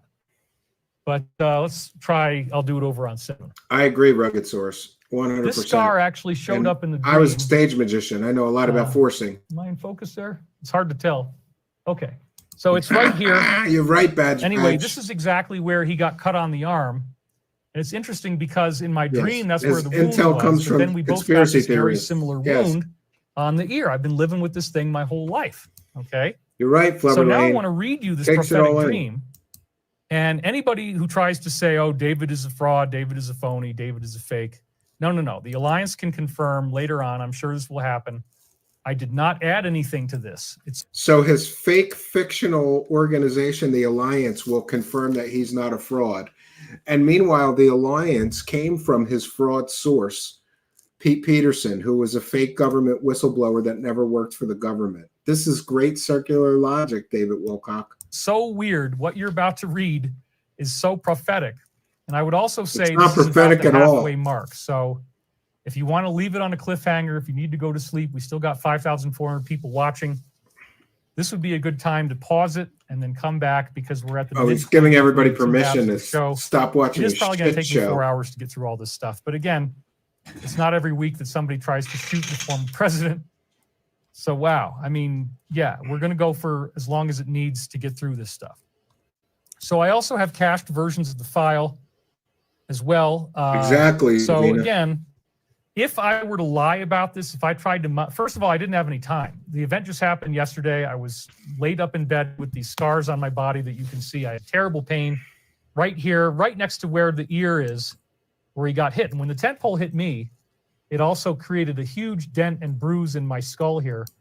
So this is the same thing. I had the same kind of pain on the other side of my skull, right next to where the bullet hit him. I had this terrible pain. I'm lying in bed. I wanted to. I love how he's making this national crisis-like tragedy and event all about him and all connected to him because he's so important, right? sleep during the day. I didn't even know if I wanted to do a show. I was thinking about canceling it.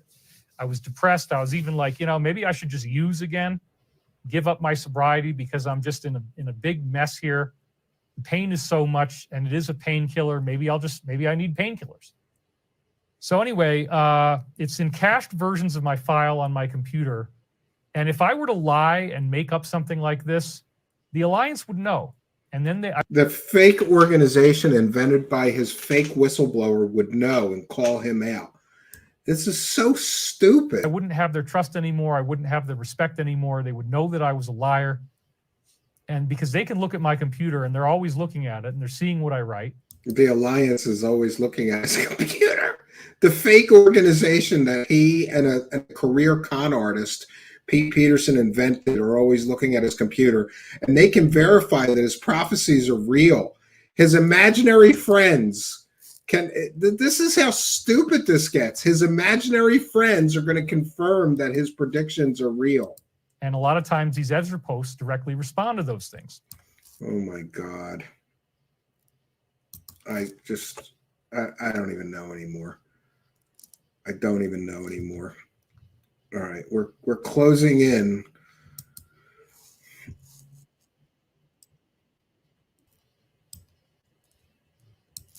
He believes, David Wilcock believes that Trump is going to give him a job once he wins the presidency. And here's a clip about that. I was definitely working in some governmental capacity with the alliance, which I think is going to happen after the arrests. I'm quite confident that they're going to have me doing something. And after the mass arrests, David Wilcock is going to be hired by the government. Sure. I've already said I'll take whatever job they want me to have. They want me to serve, I'm going to serve, okay? Because I've earned this. I've been working really hard. I've put my life on the line just like he has. And he just said he put his life on the line, just like he has. Somebody just tried to blow Donald Trump's brains out on national television. Oh, by the way, I just now realizing new headphones and they're backwards. That's better. Now that'll hang the right way. So I apologize. Isn't it wonderful that he's telling people that he's risking his life and comparing himself to a man who just almost had his brains blown out on national television by an assassin? I mean, come on, David Wilcock. You sell people fake stories on YouTube for money. There's no compare. Like, despite every criticism I have for Donald Trump, he is risking his life at those rallies. That is apparent now. And you sell people fake stories on the internet, but you're going to say that you're risking your life? put my life on the line just like he has. I put my life on the line. And I have equal risks in every possible way. So this is a very real threat profile. He has equal risks to Donald Trump. Donald Trump is the most threatened man in the United States right now, probably, if not the world. And it's just nonsensical that David Wilcock would compare this, I'm putting my life on the line just like Donald Trump. No, you're not. How are you risking your life selling fake stories? Selling fake stories on the internet is not risking your life. Sorry, not sorry, Okay, sorry, lost my place, got it back. All right, let's see this next part. Oh, here's where we get where David Wilcock claims that he moved the bullet. When Donald Trump was almost assassinated, David Wilcock somehow moved the bullet with his telekinetic superpowers. And remember, how did he get those telekinetic superpowers? He got those telekinetic superpowers by taking baths in his own urine, because the Archangel Michael told him to take baths in his own urine. So I guess the Archangel Michael wanted to save Donald Trump, and the only way to do it was to have Donald Trump take multiple baths in his own urine to get telekinetic superpowers so that David Wilcock could use those telekinetic superpowers to move the bullet away from Donald Trump's head. And at some parts of this dream, when I got involved with this military group, they were training me in martial arts and military warfare techniques. I had a long part of the dream I couldn't remember when I woke up, which pissed me off. But I discovered in the course of their training that I now had incredible telekinetic ability. It almost seemed as if we stumbled over it. I wasn't being trained in this particular thing, but then we all discovered that I actually could do this. Check this out, guys. I somehow had gained the ability to stop or bend a bullet. I didn't mention that part, but it was in the dream. To stop or bend a bullet as it was going through the air. So now is where we get to the ridiculousness. David Wilcock is claiming that because he had a dream where he could stop bullets, that it must have been him that stopped the bullet from killing Trump. I'm going to say that again. He's claiming because he had a dream where he had telekinetic superpowers and could stop bullets, it must have been him that stopped the bullet from harming President Trump. I now knew that I could always do this because of the distinct way that it felt. Now, this is very strange because 2 different times I tried to type distinct and instead it auto-corrected to distance. So I put that in parentheses as distance, distance. And isn't it interesting that Trump was shot at from a distance? And then there was another sniper who got the guy from the Secret Service, and that was shot at a distance. So this again was a weird synchronicity, a typing synchronicity, showing that it would be a shot from a distance. And I would stop this bullet going through the air that was shot from a distance. Very, very interesting. I noticed there was a certain pull that the bullet had once it was airborne. I was able to feel this telekinetically. I could just feel it in motion, and then I could immediately drain the pull out of the bullet and change its trajectory. In the dream, this was an absolute certainty. I had a direct knowing. This is so fascinating. It's so prophetic. It's so prophetic. Look, I stopped the bullet with my telekinetic superpowers because I dreamed about it. Of course, he was shot at, and it looks like something, some divine force bent the bullet. Well, that's exactly what my dream was about. Pete Peterson had talked about... Pete Peterson, the fake government whistleblower who invented the alliance. Pete Peterson, who lied and said he worked for Ronald Reagan, lied and said he worked for the Russian equivalent of NASA, lied and said he won the Russian Order of Lenin Award. Anybody can check the list. Pete Peterson never won it. Pete Peterson, who lied and said he was an early digital pioneer and created the first alphanumeric computer, beating Apple and Commodore and Tandy and to market and Apple to market. He's a complete and total liar, and he's citing him as a source here. Covert military practices where people trained in these psychic arts were taught to stop bullets. They would wear this thick glove on their hand, and you're out there and they shoot it next to you, and you learn to tune in, and your hand has to start moving before they pull the trigger. And these people apparently were able to actually grab the bullet with this very thick, it was like a welding glove. This is how his superpowers actually work. Grab the bullet as it went through the air, and they would train them to be able to do this. Now, I didn't know if I really believed it. I mean, it sounded very fanciful, sounded like the Matrix. But in my dream, I actually had this technique, and I was able to master this technique. I also set it up like a program, so the stopping of the bullet would happen automatically. I didn't even have to think about it. My body would just move. And again, this seems to reflect, as I wrote at the time, Michael's angelic protection and how I have not authorized. Oh my goodness. David Wilcock is claiming that he can stop bullets with his telekinetic superpowers. And I'm hesitant to even say it, but I'd sure like to see a demonstration of that, right? Show us. Like, you know, think about how ridiculous this is. Like, would David Wilcock ever prove that this is a real ability, or is this just something that he dreams about, right? It's so stupid. Oh my goodness. 1 second here. Let me just check on something here.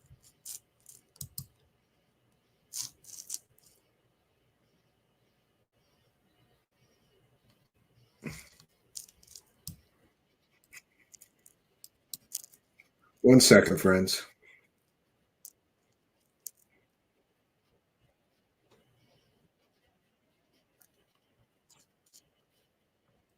Oh, gosh. All right, let's go through. We don't have too many more clips here.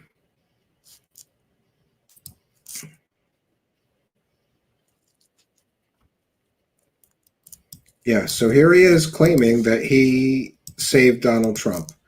He saved Donald Trump from being assassinated, and his viewers believe this too. As you see right here.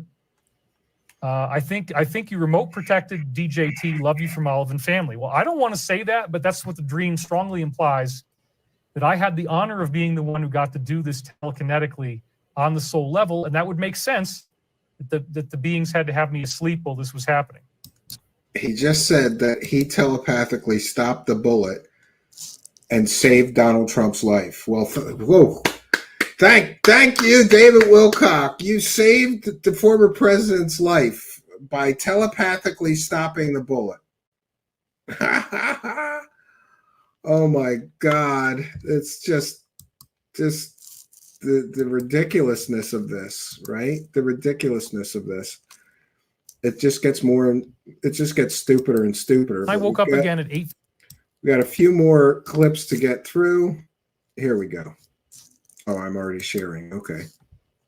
I woke up again at 8:36 a.m. This is a photograph from the same day in my journal. And again, if I lied, the alliance would know and they'd cut me off. And I don't want to get cut off. What a stupid prover maneuver. Like, I'm not lying because a fictional organization that my con artist source made up would call me out on my lies. Okay, but that organization doesn't exist, David Wilcock. It was made up by a con artist source of yours. Why in the world would I want to make this stuff up? I've got an amazing track record in micro-prophecies. It's accurate prophecies on almost... He's got an amazing track record of failure. 2020, failed predictions. 2000, failed predictions. Nothing he says ever happens. The global ascension event that he predicted in 2000 and 2012, that stuff never happened. But now he's claiming he's completely accurate as a prophet. No, he's not. The angel in his book said that Corey Good's information was completely and totally accurate. 1 week later, Corey Good was in court admitting that he'd never been to space and he made up all those stories. David Wilcock is about as accurate as a crackhead holding a gas can telling you he needs gas money to get home. Every page highlighted and read through all 7 of the books. I felt like I wasn't sleeping on this round and I got cheated out of another cycle. As a result, I had a type of slipstream dream come in, but I mostly ignored it. This means that I don't even notice that I slept, but then I kind of I'm lying there in bed and I'm like, oh, I think I just had a dream. Doesn't seem like I slept, but yeah, now I'm remembering this dream. That's what that means, slipstream. I didn't try hard enough to capture the data. However, I did bring back something. So now we're going to read the whole thing. And I already read you guys this stuff. So I didn't try hard enough to capture the data. However, I did. It just gets dumber and dumber. Now we're going to go on from here because I translated into slides. It gets and again, I did all this last night. I was up until 2:30 in the morning working on this stuff. In this case, it seemed as if the events in the previous dream, which is the Trump assassination attempt, were known to everyone. And then it inspired Mike Adams to become far more professional and cinematic as a filmmaker. He set up an entire film shoot on a beach area. Now, this is talking about how when this type of thing happens and there's divine intervention, it's very fascinating. People do get inspired. They do jump up and they want to do more. They want to get more involved. They want to have better production value. And in fact, Mike has done that. He's now got, he's doing his own movies and he's really... Yeah, Mike Adams is a garbage peddler like David Wilcock. He stepped up his game. Plus, he's been on the air with Alex, which is wonderful. So he set up an entire film shoot on a beach area. It seemed as if he was working with the same people or some of the same people who had supposedly done levitation. The film is now kind of in limbo. I got to find out what's going on. I don't really have a lot of information. Yeah, so David Wilcock was bragging about this levitation film. And remember, that's where he was going to spend $5,000 a night on, I think it was $5,000 a night on an Airbnb, but it smelled like cat piss and it was too loud. And he did a whole stream about that. It's on an M5 PowerPoint. It's all real, says Pete Berry. Yeah. Oh my God. It just gets dumber and dumber and dumber. All right. But we're almost through the stupidity. We've got 5 more clips to go. Oh, we're going to skip the Trojan horse. He doesn't know what a Trojan horse is, apparently. Guy with a 180 IQ. And he's had another prophetic dream. Another prophetic dream. Imagine that. Just when he needs material to share with to his stupid followers, he keeps having prophetic dreams. Now I had another dream. I was up in the middle of the night. Actually, my dog is probably very close to dying now. She gets these horrible necrotic farts in the middle of the night. So I was just about to go to sleep. It was like 1:30 in the morning. I was finally winding down. Horrible necrotic farts. You heard it here, friends. And the room just gets gassed out so bad. And I had to actually turn the fan on, open up the door, and literally just air out the room because it was so disgusting. I mean, I could have tried to come down here and sleep downstairs, but this bed tends to be a lot hotter. And this is one of the hottest nights of the year we had last night. It got up to like 85 here, which is about as hot as we ever get. Necrotic farts. He's talking about necrotic farts on his show. All right, friends, just a few more. Just a few more, and we will be finished with this nonsense for this week anyway. More dreams. And I'm here to tell you, I'm sorry, David Wilcock, dreams don't really mean anything. He thinks that everything he dreams is of utmost global importance, and he has to share it with the world. Behind the scenes. And this is like talking about the videos that we're going to get after the arrests take place. I think that's prophetic of what this is going to be. The mass arrests are going to happen, and then we're going to get videos from the Alliance, a fictional organization invented by his con artist source that wasn't who he said he was. At the same time, they were serving 3 different types of baked sweet goods and giving you the option to have them frosted if you wanted. Apparently, the baked goods were done with good quality sugar, so it wasn't that bad. They were gluten-free. I ended up getting the last good cupcake news. they had, and the frosting was chocolate, so it looked like poop. Okay, and my dog keeps pooping. Like she leaves skid marks on the carpet. Another baked good was more like a mini loaf of bread. So this was cake eaters and BS because of the color of the chocolate frosting. What the hell is he Cake eaters talking think? about? Well, I've been watching episodes of SEAL Team. I'm learning a lot about the military from it. It seems to be helpful for my company. He's learning about the military from watching a TV show called SEAL Team. And I just like the show. And so when they are talking about high-ranking politicians and military officials, they call them cake eaters.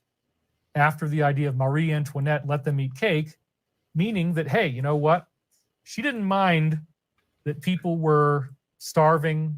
If they don't have any bread, just let them eat cake. Wow. Another history lesson from David Wilcock. Very, very, very important. All right. Just a few more. Just a few more, and we can end this nightmare. I feel like I'm taking crazy pills every time I listen to this guy. That they were holding. This was in Western New York is what it appeared like, but it could have been Pennsylvania too. So that's why this is very related to what happened. He's having dreams and getting information from Navy SEALs. Soon he's going to say he is a Navy SEAL. There's another guy who seemed to be a representative of Stavatti there. There was a woman who had been at the event and was similar to the newbie Clay Spencer's ideal military girlfriend, Stella, from the SEAL Team show. Now, I did add in the name Stella because at this point I didn't remember what her name was, so I just typed it in after the fact. That is an addition I made.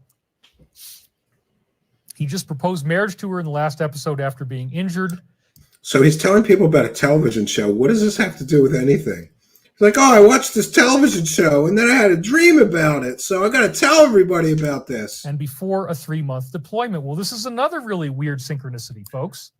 Oh my God. Because Stella was in the dream and Clay had just been shot, but the chest plate blocked the shot from killing him. He had this big bruise on his chest. And then right after he got shot, he said, will you marry me? And he held up this little piece of string. He ended up probably true the watcher. Proposal because he popped it on her at a bad time. But this again Urine master is prophetic of Trump nearly being killed. He was shot.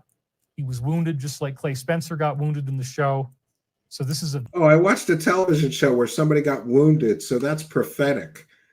I mean, talk about stretching things to, pretend that you're a prophet. Very direct tie-in once again with the assassination attempt. I probably should have put some yellow in there, but I'm only seeing this now.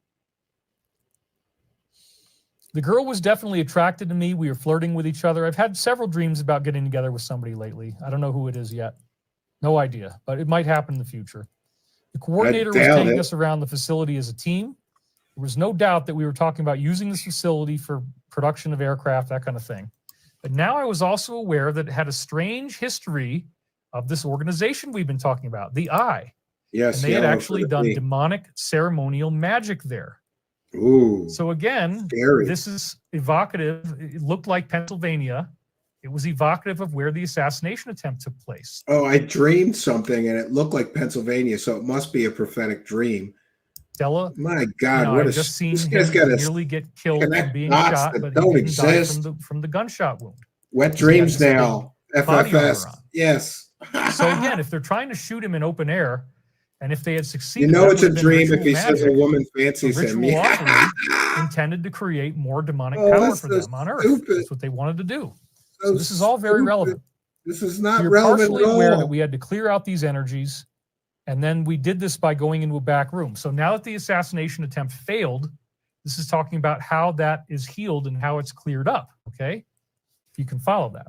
So he took me into a back room, and they were training military SEAL-type teams to invade buildings and take down enemies, and it all still had this rustic Northeast farmhouse feel to it. The various events. Oh my goodness, God gracious! One more. All right. And Macario says, I had to skip the Ezra garbage and everything he repeated from past weeks. Too long a day to waste on that. Here is the last clip of Wilcock talking about the same scars as Trump and saving his life. I'd almost rather David and Stavatti sue me than have to have him repeat the same garbage in another live stream. And thanks to Macario for making these clips so we don't have to sit through 4 hours of David Wilcock nonsense. So we've seen something that people can't imagine. I got this thing on my left ear. It's this weird circular scar. The tent pole cut a nice perfect hole, like a cookie cutter in a perfect ring. It's exactly like a bullet hole. It's a very, very strange thing, isn't it? He's comparing somebody that got shot and got their ear blown off to a tent pole hit him in the ear when he was in 8th grade. It's the same thing, guys. So stupid. That I ended up with this injury in 8th grade when I was like, what, 12 or 13 years old. And now at this point in my life, I have these prophetic dreams that are astoundingly accurate. They're not at all accurate. Why didn't he tell us about the Trump being assassinated or an attempt on the president's life on June 14th when he claims that he predicted it? I mean, this is just so stupid. It's like me reading the newspaper tomorrow and then telling you, oh, I dreamed that last month. Trust me, bro. I dreamed this headline last month. Why didn't he talk about an attempt on Trump's life before the event happened? He never did. This is just more garbage peddled nonsense for his dumb as rocks followers.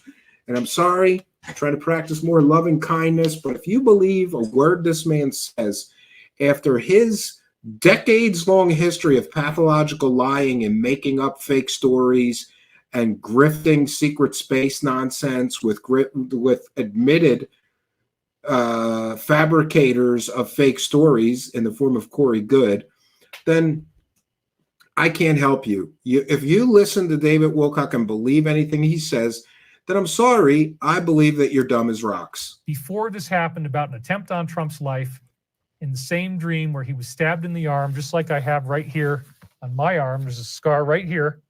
So what does him having a dream about Trump being stabbed in the arm have to do with an assassination attempt? Okay, you can maybe see it. And what does him having a scar on his arm have anything to do with this? This guy is really grasping for straws for material to convince his dumb as rocks followers, who, by the way, believe all this. That's how you know his followers are dumb as rocks, is because they believe this man.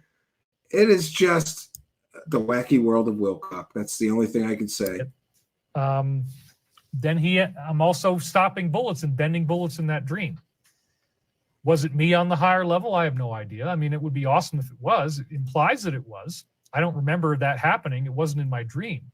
I don't remember me stopping the assassination of Trump, but earlier in my broadcast, I basically said that, yes, I bent the bullet and I changed the trajectory of the bullet with my telekinetic superpowers, which, by the way, I got those telekinetic superpowers from taking baths in my own urine. I have said that previously.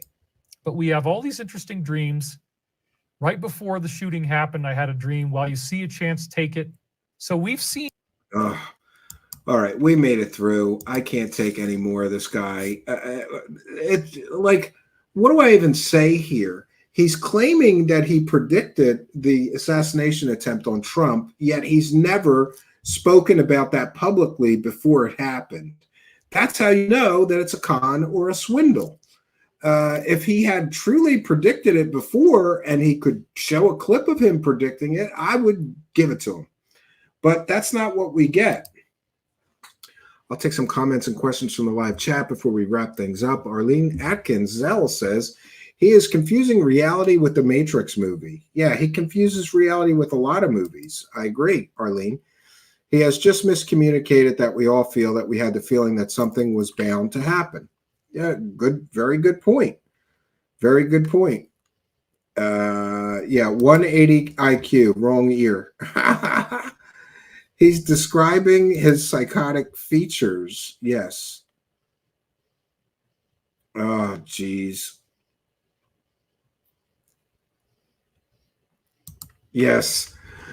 Above the Clouds, thanks for being a member, says he's not the only grifter, but definitely the funniest unintentionally. Yes, and Trolley Troll says Wilcock said so himself. The idea of having sex with a woman makes him physically ill. Yeah, what does that mean? Wilcock is Jagger's child from his drug years, rolling urine. Yes, Mama's Dope Boy says, wouldn't surprise me if he was being sued by multiple people right now. Well, I believe he is, or is going to be. Stavatti for sure is being sued, and I think he's being pulled into litigation with Gaia TV with Corey Good for slander and defamation. Stormcrow says, consider me very healed. Yes, and Pete Berry is here and says, the level of wackadoo in this man is definitely getting worse. Wow, just wow. You know, every time I think it can't possibly get worse, it gets worse, Pete Berry. But I thank you for your comment. Any more comments or questions for me, please put them in all capital letters. I want to mention that we're doing something a little differently tomorrow. I have a guest that I believe is in Australia. So it's very difficult for somebody in Australia to do I gotta love this. You know, I love it when trolls on Twitter attack my appearance. I'm being called, what is it? Dollar Store Depeche Mode. Stevie Dollar Store Depeche Mode Cambian. Hey, Mr. Marley, you're a piece of trash, right?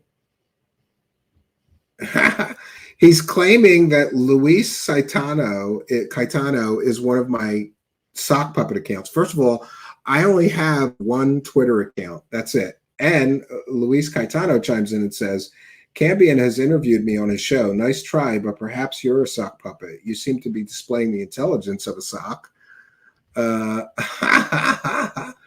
You're pretending you're also not Cambian. Oh, God. Mr. Marley on Twitter, who loves to lick. Oh, I'm supposed to not curse during this broadcast, so I'm going to hold my comments for another time. So we're doing something new tomorrow, 1 p.m. Eastern Standard Time. We're going to do a live stream at 1 p.m. in the afternoon. This is against my better judgment. And we're interviewing Bruce Fenton tomorrow, who has some very interesting work about looking for proof of alien visitation on Earth. He's got a very interesting website about alien technology. It's an alien technology technosignatures research group. And I interviewed him once before, many, many years ago, for our audio podcast, Midnight Hour, which preceded Truth Seekers. So expanding the search for signatures of alien technologies into new scientific domains. If we don't search for alien technosignatures in the terrestrial environment, then who else will? So he's got some interesting work on this stuff. Our mission is to expand the search for signatures of alien technologies into new scientific domains. Oh, he's in the UK. I don't know why, but I thought he was in Australia. We are a UK-based nonprofit research organization. So he runs this nonprofit, and they're looking for alien technosignatures, which would be proof of alien life. And he's interesting character. I think you're going to enjoy it. So that'll be 1 p.m. Eastern tomorrow. I'll try to get that stream up before closing down my brain for this evening. Yeah, weak this. Well, here's the thing. They cannot attack my track record. You know, I've got an 8-year track record of accurate reporting. So all they have is, let's attack his appearance. And meanwhile, like, I could show you a picture of that guy. There's listen, I'm not even going to go after his appearance, but there's plenty of material there, believe me. And isn't it childish? What are we in high school? You're like, oh, you're ugly. You look like this guy or that guy. It's so stupid. Perondo Divination says, thank you for the show. You made my evening. Well, thank you, Perondo Divination. I appreciate that. Thomas Robinson, great show. Yeah, well, we thank you all for your wonderful attendance. And please, if you're not busy tomorrow, I would sincerely appreciate everybody's attendance. 1 p.m. Eastern Standard Time tomorrow. We don't usually do afternoon shows, and people are always asking me to do it. And you know what? I'm going to do it, but if nobody shows up for the live stream, I can't do that anymore. We have to stick to our normal time. The Militant Nerd said, came in late. Did we talk about how Shadows of Ezra doesn't know who Wilcock is? And once he said that Wilcock is nuts. Yeah, we didn't really talk about it because we've mentioned it on previous shows. But for those unaware, David Wilcock keeps sharing Shadows of Ezra posts saying that he's the Alliance Communications Director. And again, the Alliance doesn't exist. And Shadows of Ezra doesn't even know who David Wilcock is. So that's great. Yeah, Skibidi Wilcock is reminding me about the bison steak that I forget during every Wilcock show, but someday I'll remember. It's still in my freezer. It's not going anywhere. Attacking looks is beneath the intelligence level. Yeah, if that's all they got, I missed the day streams. I have a lunchtime stream. I might miss the day stream, you said. Okay, well, look, we got to do it when we got to do it so the guests can do it. Brilliant tonight with the fast track through the clips. Yeah, I agree. It's much better. 6 p.m. UK time. Don't forget us. Yeah, well, be here. I'll make sure that be sure to follow me on Twitter at Steven Cambian or on Facebook, just my name, Steven Cambian. I post all the shows there before they happen. Love you, Muppet Baby, says AZ. Have a good night. Okay, and King Bull says, I'll have to rewatch this, and shame on Wacky Dave for lying about using superpowers to save Trump from that horrible incident. Yeah, and by the way, there's so many conspiracy theories around that, and people are asking me about them. We're going to do a separate show this week just on the conspiracy theories around that event. Thank you, Bunker Buster, with a kind and generous $4.99 super chat. For those unaware, we're a viewer-supported show. We thank every single person that sends a super chat, so get them in before the show's over. We're wrapping things up here. Thank you, Bunker Buster, for two things, being a member and a kind and generous $4.99 super chat, saying another great show. Well, thank you for saying so, and thank you for helping us, too. Praise the cash, praise the cash, praise the cash. We are praising the cash, friends. Thank you all for your kindness, generosity, and support. It is much, much appreciated. Also, I want to thank Mike Larry. I still have not put the link in for Buy Me a Coffee. We're going to go back to that. But Mike Larry bought 40 coffees, which totals about $200 US, I think. So Mike Larry is changing from giving all of you moochers free YouTube memberships to just buying me coffees, and I'll keep a hell of a lot more money with the Buy Me a Coffee. For those unaware, YouTube takes 30%, whether it's a super chat, your membership, your $5 a month membership, a super thanks, a super sticker. They take 30% of that. But Buy Me a Coffee, it's only like 1 or 2%. So if you're going to send a huge amount, please do it through PayPal or Buy Me a Coffee. I will add the Buy Me a Coffee link. So there's several $100s in there already in the Buy Me a Coffee. Somehow that kind of went dormant and we just stopped using it because they weren't letting me, they stopped letting people just send it to PayPal. And you got to put your bank information. It's this whole big thing, but there's a couple $100 in there. So I'm going to do that. We're going to wrap things up here. For those unaware, my son had a very minor surgery today. So I want to go and check on him. He's doing well. He's fully recovered. And the minor surgery involved, this is one of the strange parts about being a parent. He got something stuck in his eye. And remember, I'm speaking about my son, Zachary, who's nonverbal autistic. So he can't speak and explain what's going on. We noticed that he had a little speck of something in his eye. We tried to wash it out several times. We took him to several doctors who tried to wash it out, and they were unable to just wash it out. So the doctor's advice is, does he like to swim? Maybe if he goes swimming, it'll just, the water, chlorine, whatever, will wash it out. We took him swimming in a pool, swimming in a lake. My wife took him to Sesame Place where they have those water jets that go right on him. And we tried everything. Couldn't wash whatever the speck was. So today, my wife and him unfortunately spent the entire day at Children's Hospital of Philadelphia. They did have to, because of his other conditions, being autistic, you know, an autistic child, well, they said they probably would do it with a non-autistic child as well, because when you're talking about peeling something out of somebody's eye, it's very delicate sort of operation. So they administer general anesthesia to knock him out, and then, then he would sit still. They kind of strap him in, and then whatever they did, they got the foreign object out of his eye, which I'm very thankful for. These are just some of the weird things that come along as a parent, I mean, that, and my kids get pink eye once in a while. Just weird stuff that you have to deal with as a parent. But luckily, I have a wonderful, patient, and loving wife who really is the best mother of children I've ever seen. She cares more about those children than anything in the world. So she took them to all the doctor visits. She took them to the minor surgery today. And you know how hospitals are. My wife said that they waited all morning from 8:30 till like 4:30. And then they took him back, and then she went to get a soda. And before she got back with the soda, they were already done. And he was in the post-op recovery room. He's fine. He was a little groggy when he got back, but because of the anesthesia, I guess. But he seems to be recovering fine. But I'm going to go check on him and the rest of my family. Like I said, I'm not sure what we're going to do tomorrow. We may double up on shows. I know we have the 1 p.m. interview with Bruce Fenton tomorrow at 1 p.m. I'd appreciate your attendance. And I've got half a show. I got to do a little bit more research. I'm researching all these Trump assassination attempt conspiracies, and we're going to see if we can dispel or confirm some of them. There's an awful lot out there, and we'll see.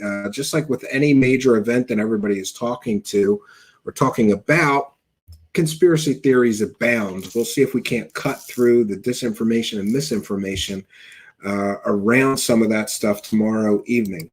So I'm going to bounce on out of here. But like I said, I will be back tomorrow. Be sure to visit our website, truthseekershow.com. And if you need to send me a message or you're a potential guest, you can contact me at truthseekershow@gmail.com.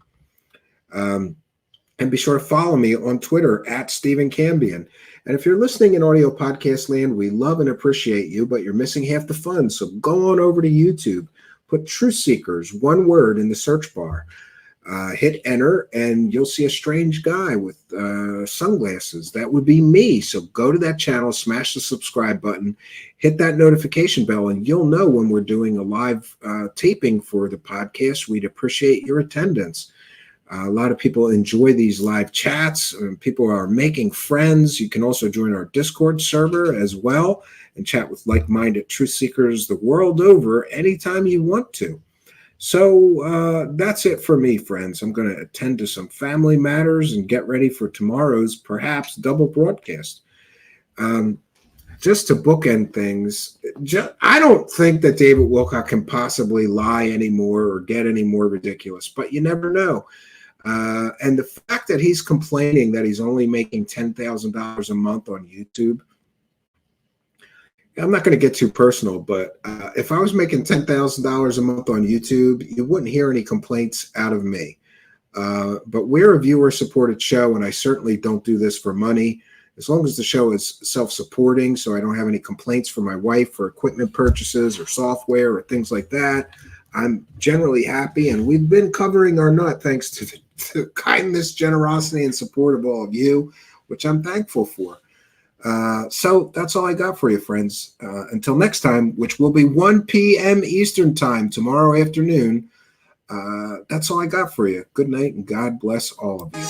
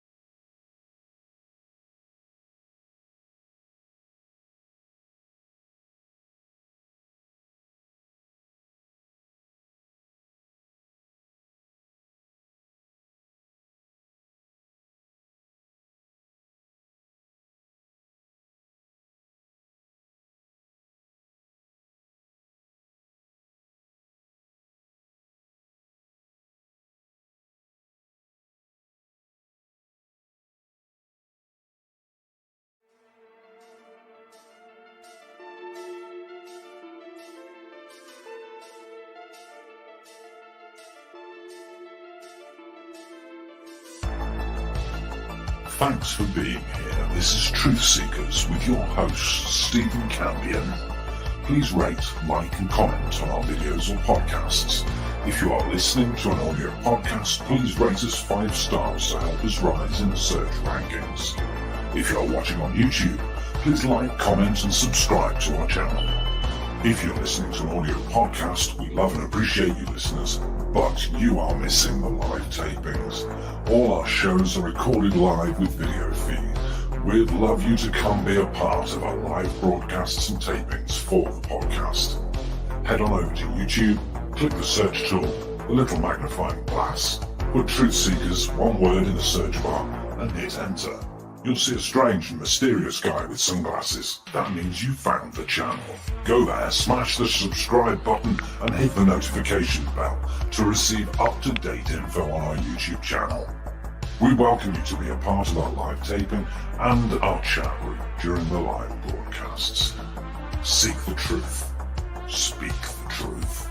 This is Truth Seekers. Truth Seekers. Truth Seekers.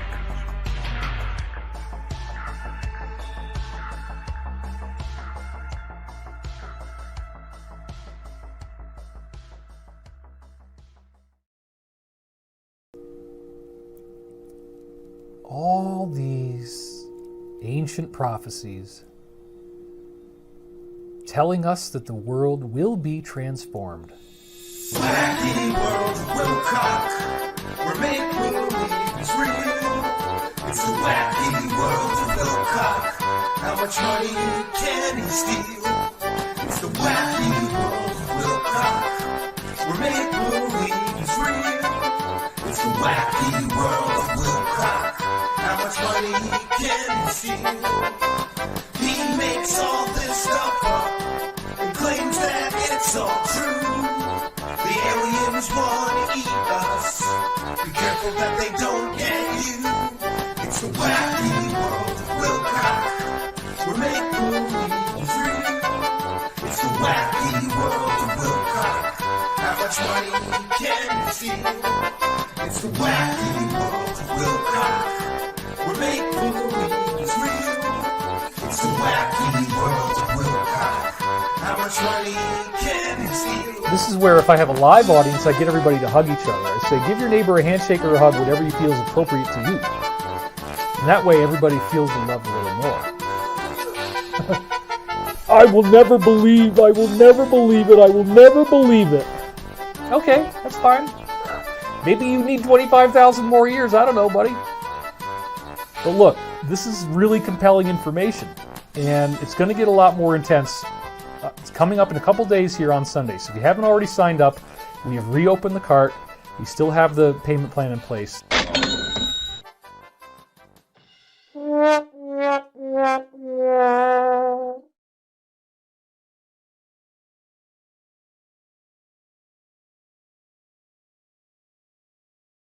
Is there anything really major that you're going to drop here that you can kind of give people a little taste for?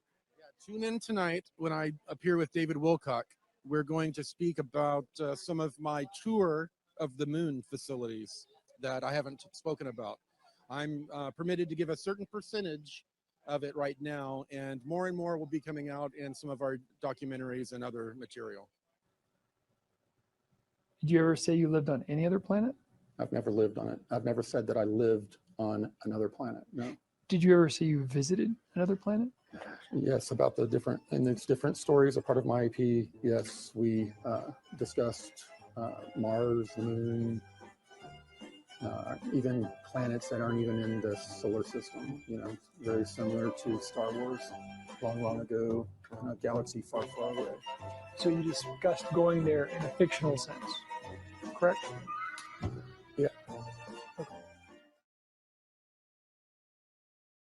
Never lived on Mars. No, never said that. You never said that you lived on Mars? No. They would ship, everything was prefabricated. Everything had been put together on Earth, designed to go together like a puzzle, puzzle by numbers. And I helped actually to build out an outpost on Mars. And we used a lot of the local materials on the surface after they had built below ground, and it was very much like this. It was much lower tech than you would expect. Never lived on Mars. No, never said that.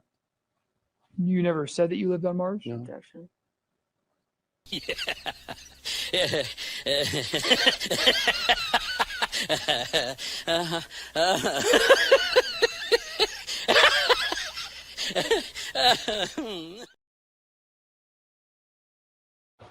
Didn't you claim that you were speaking with Anshar at some point in time? Yeah, that's when I meditate. Those are my guides. Okay. And that's a future species living inside the Earth? Yes. And you communicate with them on a regular basis? Yeah, and it's also a part of my IP and creative arts that we're making movies and video games out of. So you're saying that no one else can communicate with them but you? Well, yeah. Well, they're my spirit guides. They came from me. And so you're saying Anshar is unique to you. No one else can communicate to them but through you. Let's see, Anshar. Just answer my question. It's in my franchise Bible. It is my creation. I'm a content creator. My IP, trademarks IP, my IP, my IP, and my IP was my IP, my IP, my IP, my IP as my IP, on my IP.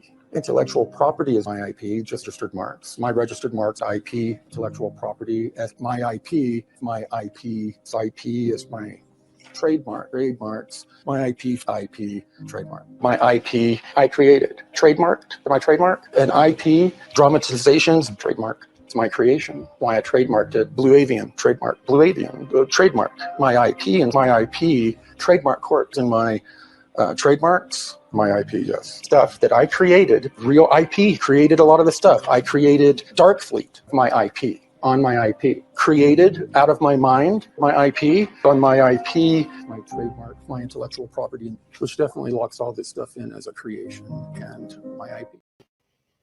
Greetings and salutations, friends, and welcome back. What we have just witnessed is the stunning downfall of Corey Goode, one-time secret space grifter, who spent many years with David Wilcock, pushing his supposedly true stories of his Buck Rogers-like science fiction fantasy stories where he time traveled and interacted with aliens. And we heard that clip where he claimed that he was living on Mars to build a to build a Mars base. And then stunningly, during a courtroom deposition, had to admit that he'd never even been to space, and claimed that he never said that he'd been to another planet, or never said that he'd been to Mars. And this, my friends, is what happens when we peel back the layers of deception used by these grifters in order to sell false narratives.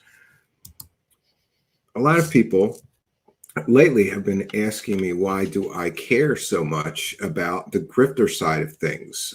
Several people have told me I should just ignore those and go to the good sources of information. But the problem is that almost all of these people out there are terrible sources of information. And what you get from them is falsified stories, fake stories, disinformation, misinformation. And there is a virtual flood of these type of people out there on the internet promoting their agenda, which is usually connected to a profit-driven motive. And certainly David Wilcock is no different. I wanted to show this one example of one of David Wilcock's supposed government whistleblowers or government insiders. The truth is, Corey Goode did work for the government. I think he was in the reserves in a technical component. So it's not like he saw any kind of combat or anything like that. He was a weekend warrior in the Army Reserves, I believe it was, in a technical job, something like IT. This is the quality of the people that people like David Wilcock will promote as a supposed government insider. And what we often see is that these people are not honest people. These are people who are here to make money, and they're here to sell you a narrative. So, I think that it's perfectly acceptable for someone like me to advise people that you have to be incredibly careful when consuming any stories from these people, because we've shown time and time again, these are not good people. These are what I have called UFO profiteering scumbags. And by the way, I know, I have a reputation for being so harsh about these things, but I'm going to put on the record and say I have no obligation to be kind to people lying to people. And, quite honestly, think about it in the context of your own life or existence. It takes energy to be kind to people. I go out of my way in my daily life to be kind to people. Somebody rings me up at the supermarket, I'm kind to that person. Whatever my daily interactions are. I had to visit the cleaners to get a suit cleaned. I was very kind to the person at the counter. But let's realize and understand that it takes a little bit of energy to be kind to people. And I'm sorry, but I'm very busy working father, husband, content creator. I don't have time or energy to be kind to these galactic grifters, to coin a term that I heard recently.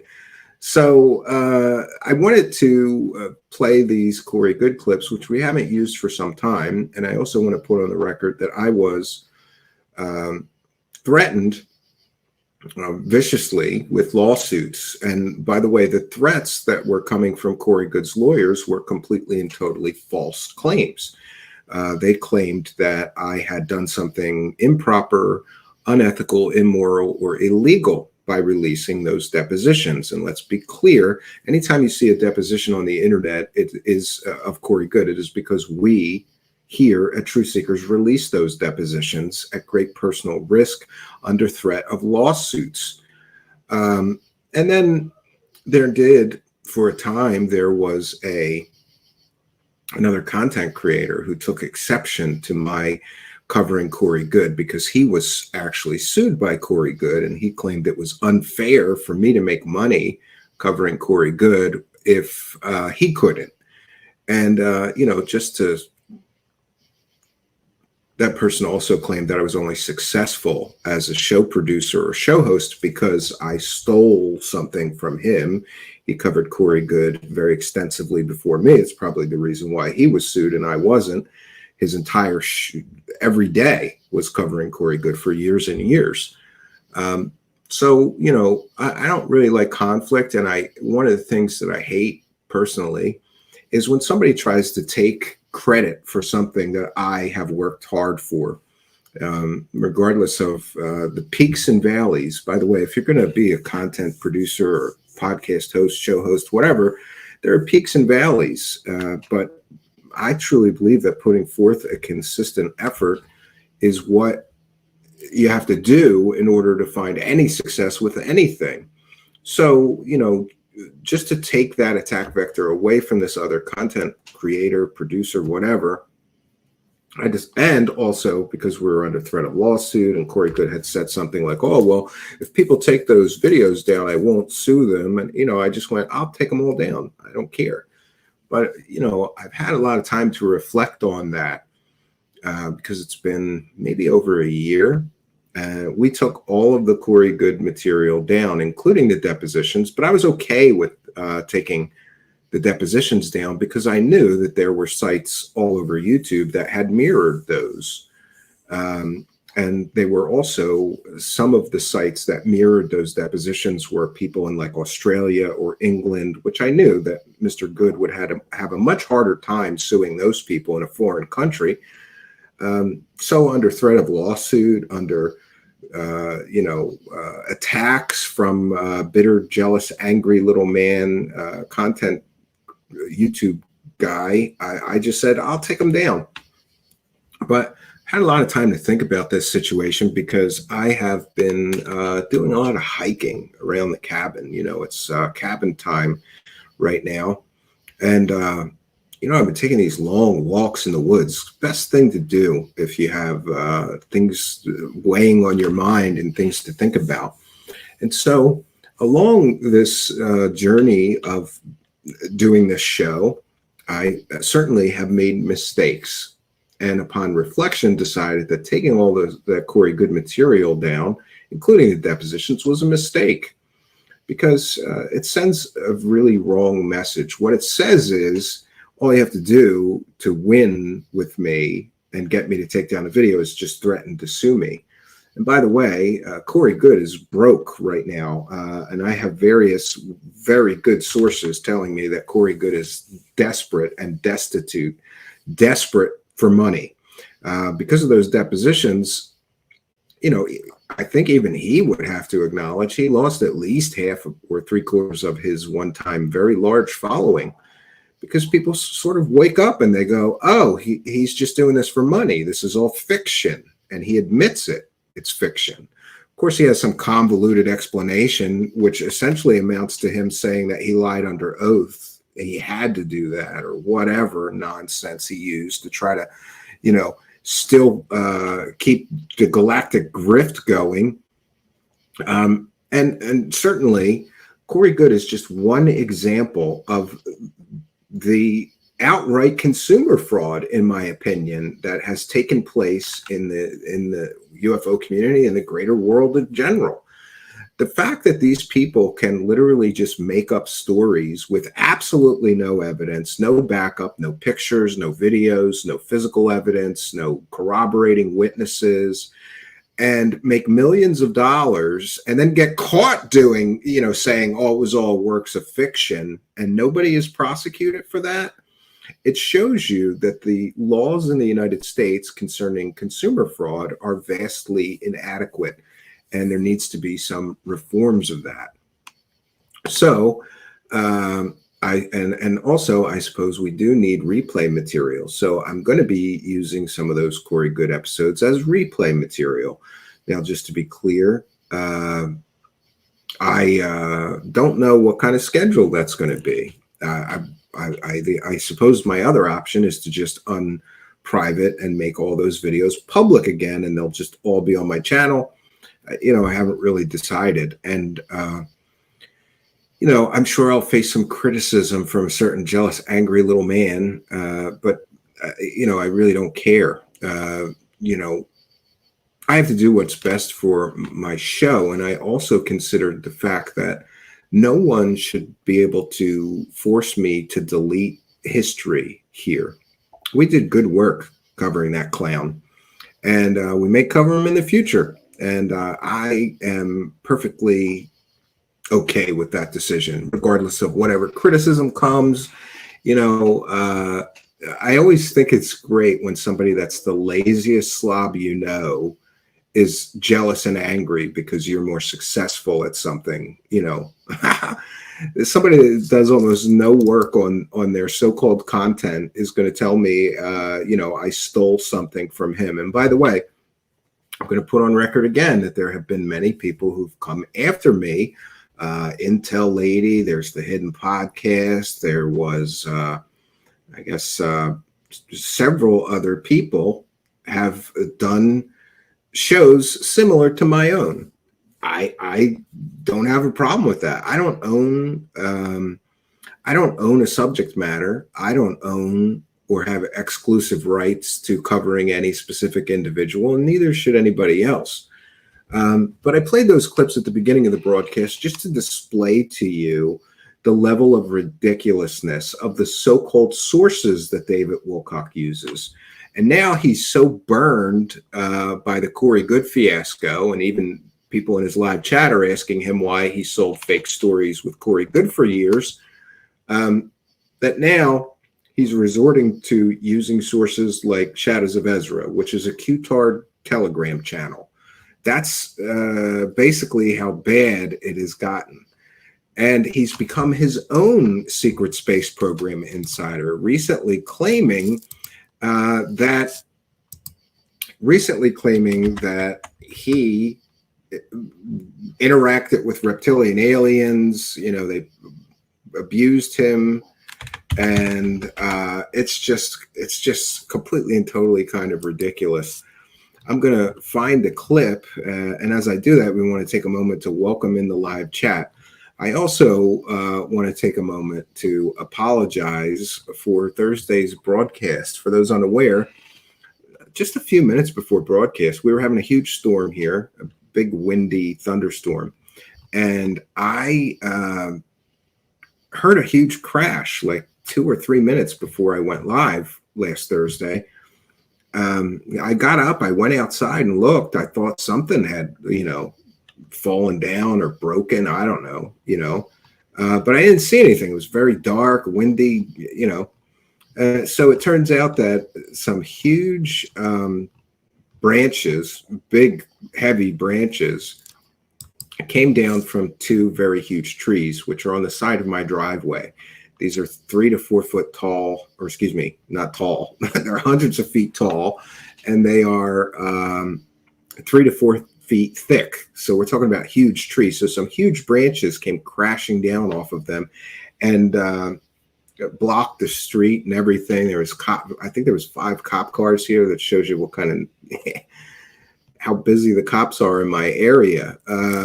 So in any case, my wife came in and I knew something was wrong. I didn't see this fiasco outside. I just went back here and I started the show. And then it turned out my wife came in and interrupted me during the live broadcast. She never does that. So I knew something was wrong.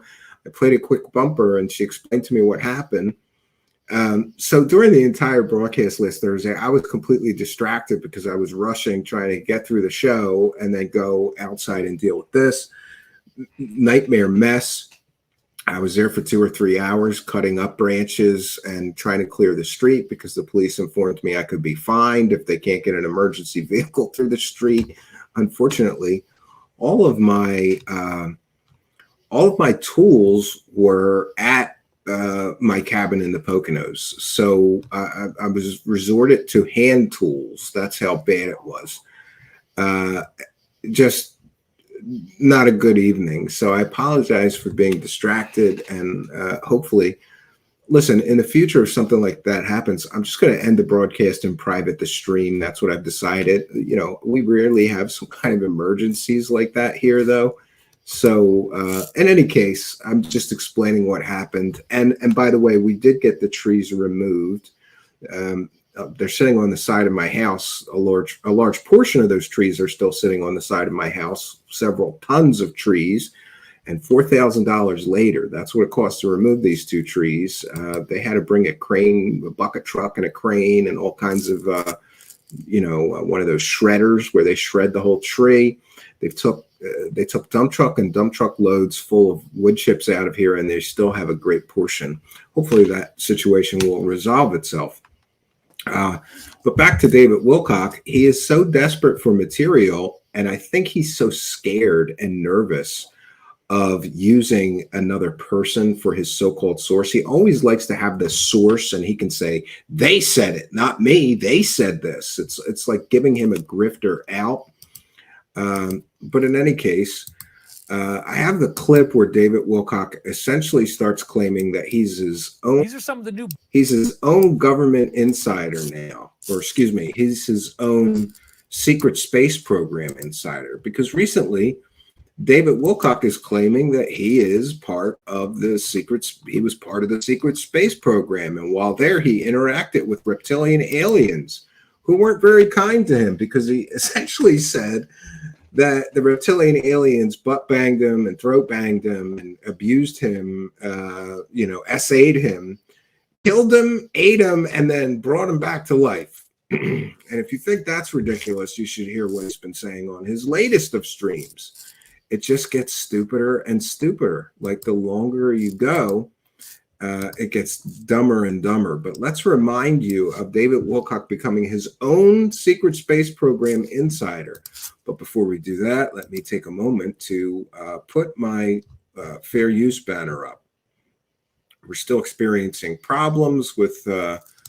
Wilcock using a copyright vulture to copyright claim anybody using any clips from his show, which therefore will demonetize our show. But we also want to remind you that we're a viewer-supported show. So to make up for the $20 or $30 in advertising dollars we may lose, I'm not backing down off of this clown out there on the internet saying this stuff. We're going to cover it, whether he gets our streams demonetized or not. And by the way, those are false copyright claims, which may be illegal to do. But it is what it is. These are some of the new briefings I'm getting. So David Wilcock used to always say, oh, Corey Good got a new briefing and we'll be talking about it at our next disclosure event or whatever. First of all, there's two terms that drive me crazy in the UFO community when I hear them. One is, well, really three. Whistleblower, because that term is used completely and totally inappropriately. Listen, you're not a whistleblower if you're telling stories on the internet for money. You're a bullshitter. So get it straight, right? Intel. I'm getting new intel. That's another one that drives me crazy. Sorry, not sorry. None of the idiots on the internet are getting secret classified intel and then going on YouTube and talking about it. They'd all be arrested. It's a completely and ridiculous concept. And the third one is when people like David Wilcock claim they're getting briefings, always implying that the briefings are coming from high-ranking military officials or people in the intelligence community are briefing them. And, you know, it's just so childish and stupid and ridiculous. They never prove who they're getting a briefing from. It's just a plot device. Like, oh, I need some new BS to talk about. I'll just say I got a briefing. And David Wilcock is an expert at that. Here he is claiming he's getting a briefing about reptilian aliens that want to butt bang people, kill them and eat them, and then bring them back to life. It is so stupid and ridiculous, but here we are. This is where we find ourselves. These are some of the new briefings I'm getting. Hypnosis is a lot scarier than I thought, and it's been used a lot more than I thought. And so many victims are not aware that anything ever even happened to them. Oh, so they hypnotize you before they butt bang you and kill you? That makes sense. And by the way, this is a transformative work. We're educating the public. We're critiquing the video that we are sharing, and we're discussing it with our live audience who is also chiming in. Charlie Ward Insider Club. Oh my God. Didn't that guy die? Charlie Ward? I thought he died. No? I get my news. Chuck Bam says I get my news from the Charlie Ward Insider Club. Oh no, it was the other guy that died, not Charlie Ward. He's still grifting. I guess Charlie Ward's still alive and still grifting. I can't remember. Robert Steele, maybe. There was three guys that were always grifting together. Charlie Ward, Simon Parks, and the third guy is the guy who died. He was American. And I don't mean to alarm you. But it appears that this crap happened to me. So here he is. He becomes his own secret space program insider. And isn't it a little bit convenient that right when the Corey Good fiasco comes crashing down and everybody starts going, oh, him and Corey Good were lying to everybody for 5 years, that suddenly he's recovering memories from his own time in a secret space program? Not at all convenient, right? It appears that I was in a dialed-in satanic community, and it appears that I was abused. And that's one of the main things I've had to deal with over the last few months is the torture that I was put through. Yeah, and I just want to say that grifting off of your following while you're claiming that you were tortured or SA'd is despicable. It's deplorable. It is the lowest form of low. Like, hey, feel sorry for me. I was SA'd by reptilian aliens. They butt banged me. Like, come on, man. And you're collecting money while you're telling people these stories? Not at all suspicious, right? The things that I was forced to witness, the Draco's eating human beings. And Draco's eating my own body. Okay, one of the things I discovered. Here's where it gets ridiculous. They could just kill you, eat you, and then they could bring you right back to life. Not at all ridiculous, right? Not at all stupid. How does that even make sense? But welcome to the wacky world of Wilcock. Which is very weird, is that some of the technology they got in UFO disclosure, they could literally chop your head off and then zip it right back together and bring you back to life like nothing even happened. Oh, wow. That's awesome. So they could just kill you ritually in a satanic ritual abuse ceremony, and then when they're done, they just bring you back to life. So it's like nothing ever happened. So there are some sickos who had children get eaten alive and then resuscitate their body from the dead. And that's what apparently was done to me, among other things. So David Wilcock is now claiming that he was killed and came back to life like the Jesus resurrection, or is like a zombie? I'm confused here because this is so stupid. And, you know, every once in a while, I think maybe I'm being too harsh on this guy's followers. But listen, if you're this dumb that you're willing to believe this, and if you're even this dumb that you're willing to give him money while he's telling these kind of stories, I feel sorry for you. You are dumb as rocks, but that's not being very kind of rocks because, oh my God, Wilcock's followers are dumb as shit.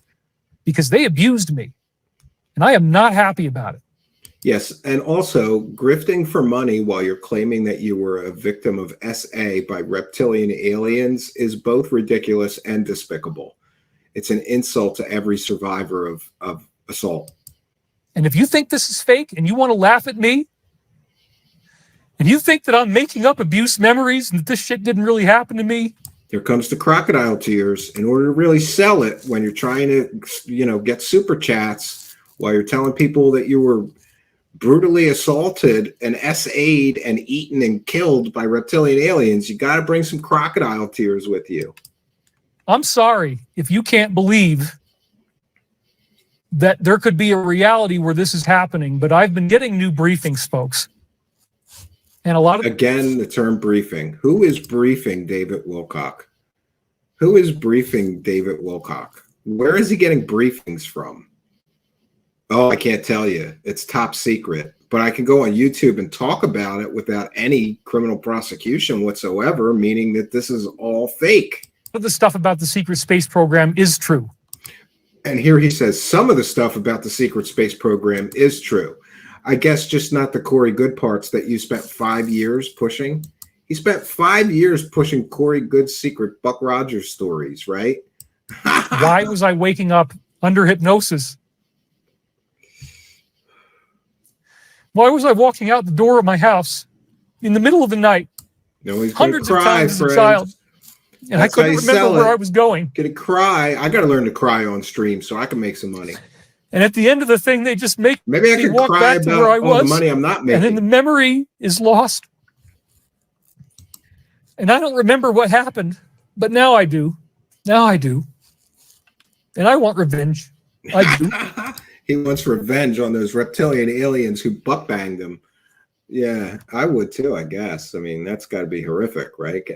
I mean, I can imagine that getting banged by a human, if you're a man, is bad enough, but getting banged by a big, greasy, slimy reptilian, it's got to be even worse. And then they ate him, remember?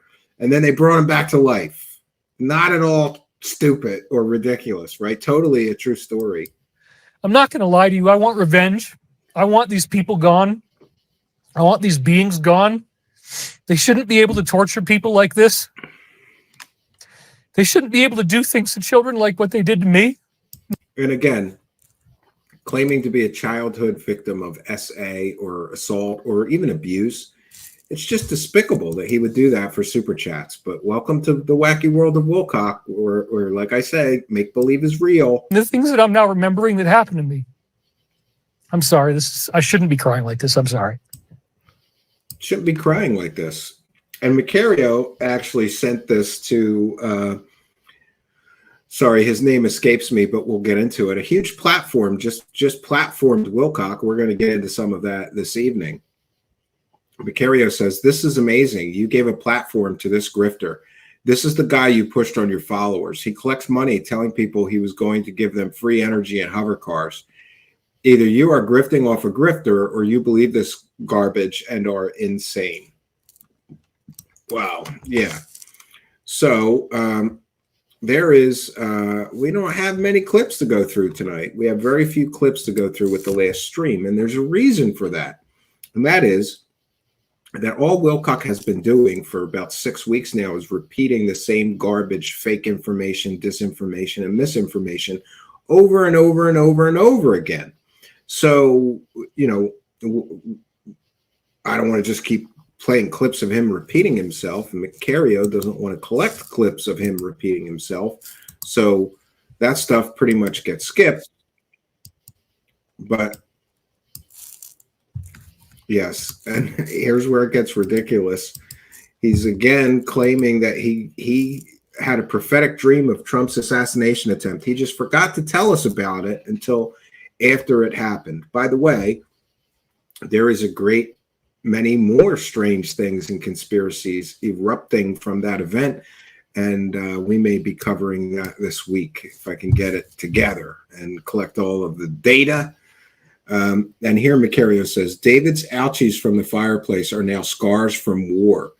Does Ezra agree that Wilcock saved Trump because he claims it again? Again, fair use. This is a transformative work. We're discussing the ridiculous claims made by secret space grifter. Now he's a secret space grifter. And Archangel Michael contactee. Remember, the Archangel Michael is in direct communication with David Wilcock, telling him to take baths in his own piss. So we are going to read a little bit of that dream again because it was fascinating. I had mentioned part of the dream that in my dream in June, a month before this happened, that Trump had gotten cut on the arm, and I actually do have scars on both of my arms. There's one right here that goes across here that was in, and this was what was in the dream. There's another one right here.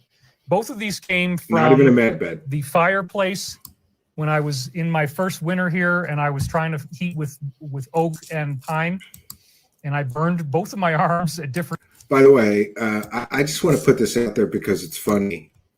I certainly don't consider myself an expert on things like how to survive a grid down event or prepping or, wilderness survival. But I'm certainly worlds ahead of David Wilcock. Here, he just mentioned that he was burning pine in his fireplace. Now, anybody that has a fireplace should be smart enough to know you don't burn pine in a fireplace or a wood-burning stove. Pine has a great deal of tar and creates an incredible amount of creosote when burned. So if you want a chimney fire, you burn pine in your fireplace or wood-burning stove. And I just mention this because David Wilcock has, he did a stream where he was like teaching people how to survive a grid down event. And meanwhile, he doesn't know that you don't burn pine in a fireplace because it's extremely dangerous. You could cause a chimney fire. He doesn't know that, but he's teaching other people how to survive. The negligence. He could be having people burn their houses down burning pine. It's just, and by the way, this is the man who claims he has a 180 IQ, which would make him smarter than Einstein, but he doesn't know that you do not burn pine in a fireplace. But here he is making the ridiculous statements that because he burned his arm on a fireplace, those are like scars of war.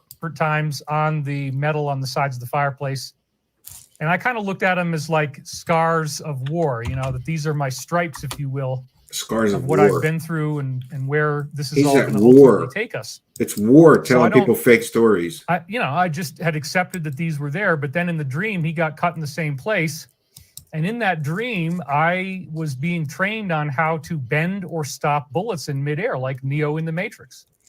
And lo and behold, he's like Neo. It's a dream in which I'm bending bullets in the air, and then he's bending bullets. Nearly assassinated, but it stops, and I helped to stop it. So, does this mean that I was responsible personally for those bullets changing trajectory? It kind of sounds like it.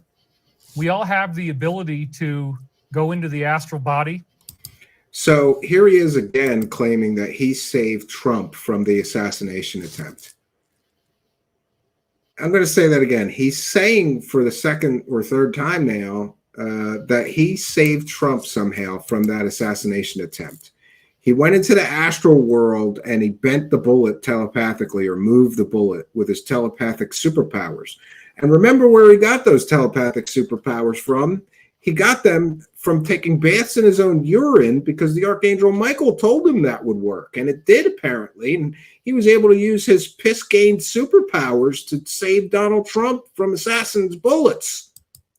But apparently because of all the lifetimes I've had, which we'll get into a little bit today, I'm a little bit ahead of the game of everybody else in terms of spiritual Yeah, ability, Trump is lucky telekinesis. Wilcock was there. I was Yes. asleep when this happened, when the shooting occurred. And so it's a pretty interesting thing that this all kind of converged like this. I don't really know what it means. I mean, it could have I been didn't somebody get that else, but clip. the implication from the dream was that I somehow, on an astral level, in my higher aspect, was or at least partially responsible for making sure that the bullet didn't hit him. So there we have it. David Wilcock saved Donald Trump from assassins' bullets with his telekinetic superpowers that he got from taking baths in his own urine. Okay, David Wilcock. And remember, we've talked about this pretty much ad nauseum. David Wilcock has such a bloated sense of self-importance that anytime anything happens in the world, he connects it to him. Everything going on in the world, it's all about him, friends. Now, David Wilcock has essentially admitted to his audience that his dog is dying, but he hasn't sought any, veterinary care for his dog. So people are very upset with this latest clip, which is kind of ridiculous. Listen, if you have a dog that's that sick, you take it to the vet. There are even calls on Twitter for people to report David Wilcock to the local authorities for animal cruelty. And I've seen those Twitter posts on some of these threads critical of David Wilcock. But let's see what he says. Makes my dog nervous. She's pacing around upstairs. They don't like thunder in general. And actually, I had a really nasty accident with her 2 nights ago. She left black diarrhea all over the carpet, about 35 different spots. Yeah, that means the dog is sick and it needs veterinary care, David Wilcock. You take it to a veterinarian if it's doing things like that. And by the way, black stool and a very dark black stool in a dog, I'm told, in what he's talking about, could be a sign that the dog has cancer. I don't know if that's true. I'm not a veterinarian. I'm just repeating what people are saying on Twitter. A huge 12-foot area of this stuff. It was just horrific. And black stool usually means there's blood. So she might have internal hemorrhaging. I think she's very close to dying is my point. I don't even know if she's going to be here by next week. Yeah, so he thinks that the dog has blood in its stool. What responsible pet owner would think their dog has blood in its stool and not take it to an animal hospital or a veterinary person? I know I would, but welcome to the wacky world of Wilcock, where you just repeat this stuff while you're grifting for super chats so people feel sorry for you because your dog is dying now. But I've accepted it because, she's a soul and she's going to reincarnate. In the spiritual teachings I use, the law of one, it says that souls that are animals are mind, body, spirits. And then if they become, first of all, animals are normally just called mind bodies.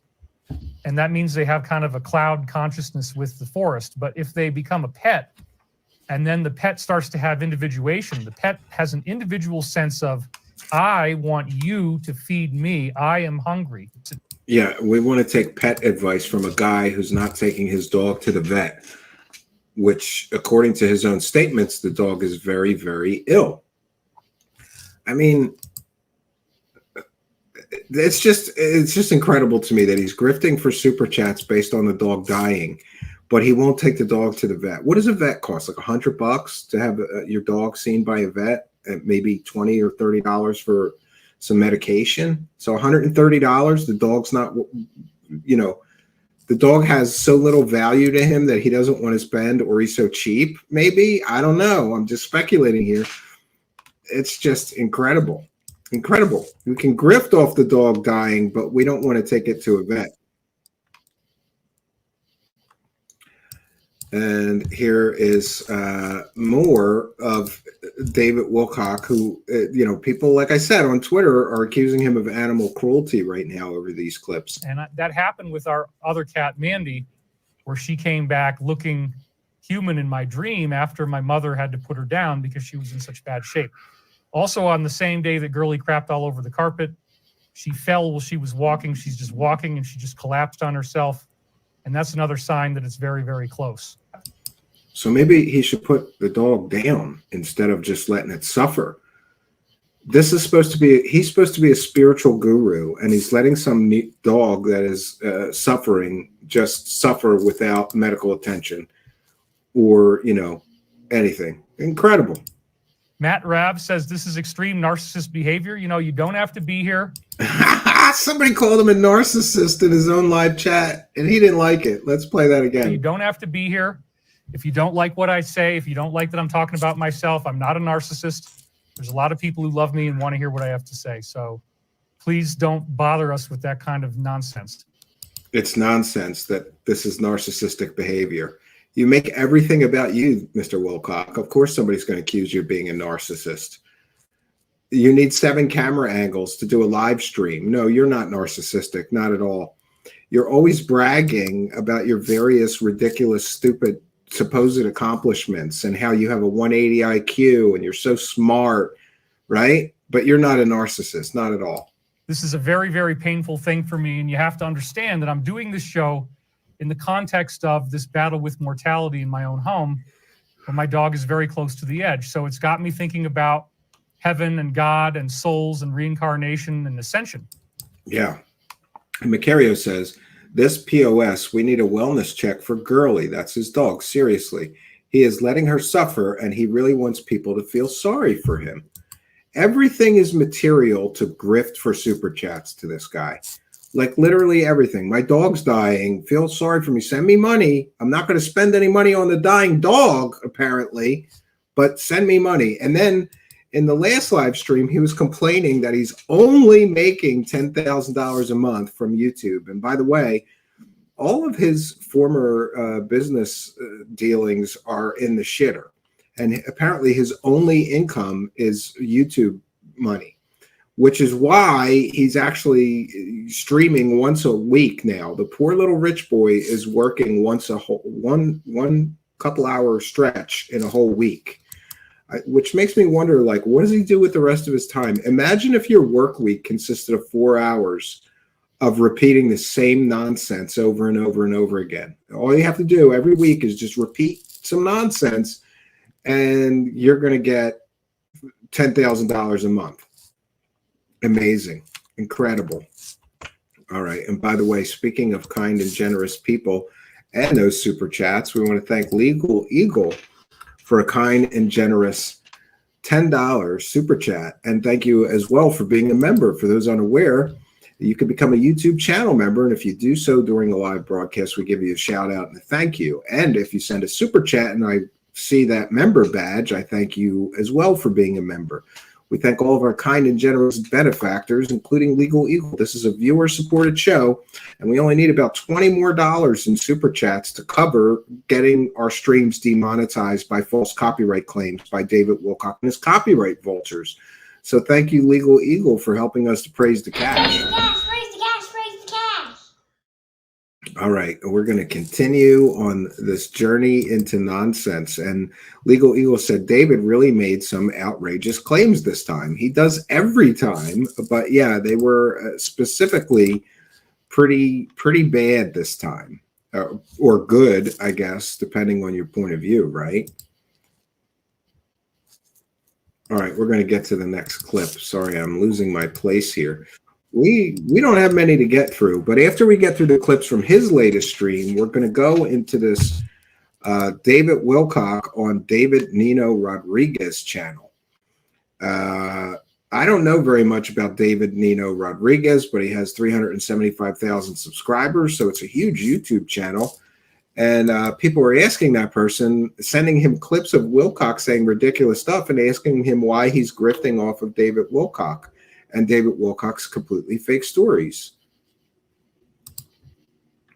Foxy's Friends is here. Thanks for being a member. Says he checks all the grift boxes: Prophet, Insider, Briefings, Free Energy Grift, Hover Card Grift, Angel, Satanist Grift, Qtard Grift, MAGA Grift.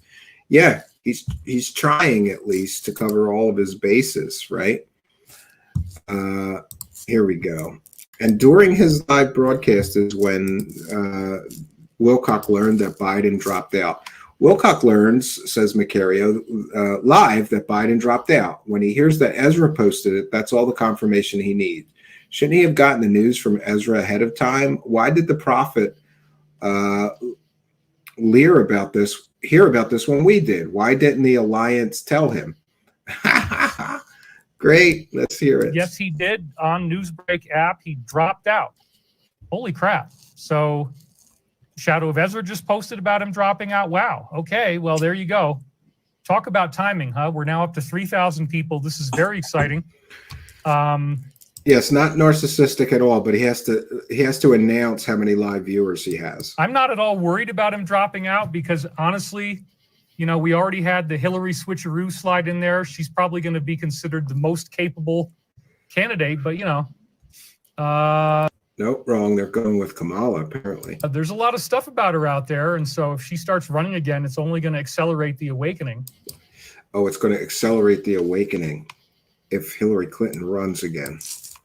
Hillary Clinton is not running, as evidenced by her endorsement of Kamala Harris. Yeah, and I'm getting a lot of people saying I should cover this political stuff, and you know, I'm doing my best to stay neutral. What people need to understand is if I come out and I'm very critical of Trump or very critical of Kamala, I lose half my audience. So we tend to avoid politics here.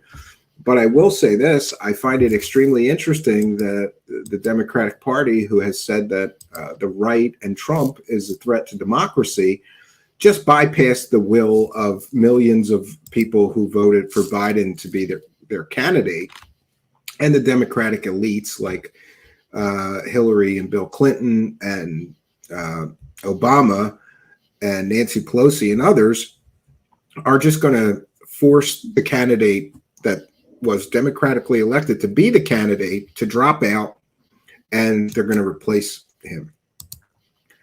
Carmen Burgess with a kind and generous $10 super sticker. Thank you for your kindness, generosity, and support, and also thank you for being a member. Now we need just about another $10, and we don't have to worry about the money being stolen from me by a man who lives in a multi-million-dollar mansion and only works 4 hours a week.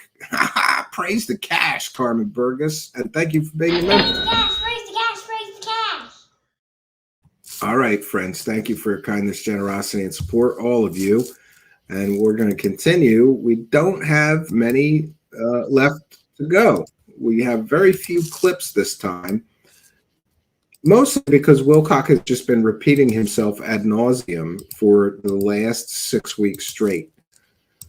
And here's another clip. Wilcock always says he's not a racist, but listen, you know that old saying, if you got to tell people I'm not a racist, you're probably racist, right? If you got to tell people about how you have black friends, you know, or I love people who are like, I'm not anti-Semitic, I have Jewish friends, which is kind of funny.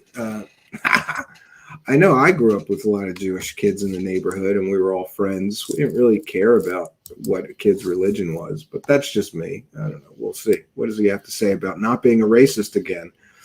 And here's another wonderful screenshot. Created a worldwide civilization that lasted from 55,000 to 5,000 or 50,000 BC. So between that 5,000 year period of 55,000 to 50,000 BC, they became dominant all over the planet. They were, you know, they had global civilization. And then there was another war, apparently with the Draco reptilians, that wiped them out, created the Sahara Desert. If you dig under the sand, you can still find all of their civilization down there between 40 to 400 feet below the surface. And that includes, believe it or not, statues that are very impressive that look like black people, where they have... Oh, black people. Yeah. Then why haven't archaeologists found these incredible artifacts under the Sahara Desert if they're only 40 feet down, Mr. Wilcock? You know, the fake science only goes so far, Wilcock. You need some evidence of this. He says things like they're facts with no facts and evidence to support those facts. Black features. And so, you know, the broad nose and the larger lips and everything looks like a black person. So, as I said before, I chilled with black guys from Harlem. I smoked cannabis with them, 420, blunts, White Owl, Philly blunt. Yeah. I learned raps, okay? I learned KRS-One, Guru. Oh, I have to stop it there because we'll get a copyright claim from the music that's added. Somebody added the raps because he starts rapping during this. to prove that he's not a racist, right? I'm not a racist. I love rap, right? All right, next clip. He's back to the crop circle nonsense and claiming that the crop circles are coming from the Archangel Michael, I think, right? Again, fair use. This is a transformative work. Wilcock thinks the aliens made a crop circle, repel bullets and Trump's ear. And of course, he has to let us know that he is linked to Trump through their ears. I skipped much of the garbage again. I might have even missed something, but 99.9% of his stream was repeated garbage. I agree. By God, doesn't it look like stylized Archangel Michael trumpets? Yes, it does. They very much look like trumpets. We've had other trumpet formations. I talk about them in the Sacred Science. Or it's a random geometric pattern that has nothing to do with trumpets. Notice how he always pigeonholes whatever he uses to go along with his Archangel Michael nonsense. Of course, I talk about them in the books. And notice also that they look like ears, okay? Each of the horns of the trumpet. Oh, this has something to do. This crop circle predicted the Trump assassination, but he didn't find the crop circle till after the assassination. So that's not suspicious at all. Look like stylized human ears. You've got the outer part of the ear as the outside edge of the trumpet. You've got the triangles inside the mouth of the trumpet that look like the area in the middle of the ear that you get right here, okay? And then... Does that look like an ear to anybody else? It doesn't look like an ear to me. I don't know. Does it look like it? Do we really think this is an ear? And he just got done saying that this is trumpets from the Archangel Michael, but now it's an ear? Well, which is it, Mr. Prophet? Notice, Prophet with an F. In addition to it looking like vibrations, you've got the same exact bullet formation. Bullets going towards the ears. No, bullets have a flat end. Those don't look like bullets. They look like ellipses. What is he saying looks like bullets? My God. This just showed up again on the 19th. This just showed up. So it has to have a direct correlation with the nonsense bullshit that I'm telling people for weeks now. It's got to be connected. A couple days ago. Talk about connecting the dots. Archangel Michael, it's the ear, it's the bullet. And this is obviously talking about the ascension. And so how this event... How is this obviously talking about the ascension? It's a random geometric pattern, it looks like. A repeating geometric pattern. But that has something to do with ascension, Trump's assassination, and also the Archangel Michael. Conveniently, all things that David Wilcock is telling his stupid, dumb as rocks followers. And I'm sorry, but if you're listening to David Wilcock and believe in any of this, you're dumb as rocks. Divine intervention is changing reality. They just showed us the crosshairs with the bullet. The bullet had this kind of football shape. You got the same football shape in the neck of each of these Archangel Michael trumpets. This is really mind-blowing. It's not mind-blowing to anybody but David Wilcock. It's stupid. It's childish. It's nonsensical garbage information, David Wilcock, based on your assumptions, your supposition, your fake other nonsense. I mean, it really shows American independence is right around the corner. The crosshairs, the bullet, and then we had, again, the most recent one, the trumpets, would also look like the ear. I have the same scar on my ear. As I've said, it's a weird round circle here that I got in 8th grade from a pole. Yeah, somebody clocked David Wilcock with a tent pole when he was 10 years old, and that means that he's directly connected to Trump. I'm going to say that again. Somebody clocked David Wilcock with a tent pole, and he got a scar on his ear, so therefore he's directly connected to Donald Trump because they have the same scar. It's so stupid, so wacky. Wacky world of Wilcock. Come on. For a tent, it was a round little ring on the end of the pole. Hit me in this freakish way. It happened to hit my ear just right. It left this horrible blood all over my shirt. And now it seems like it's some type of karmic linkage. Probably saved that shirt too. Between 45. Remember, he was saving his pajamas from when he was a kid and he got, the reptilians came for him. Creepy. And myself, which makes sense. My life I was marked on my body for this event in the future that Michael already knew was going to happen.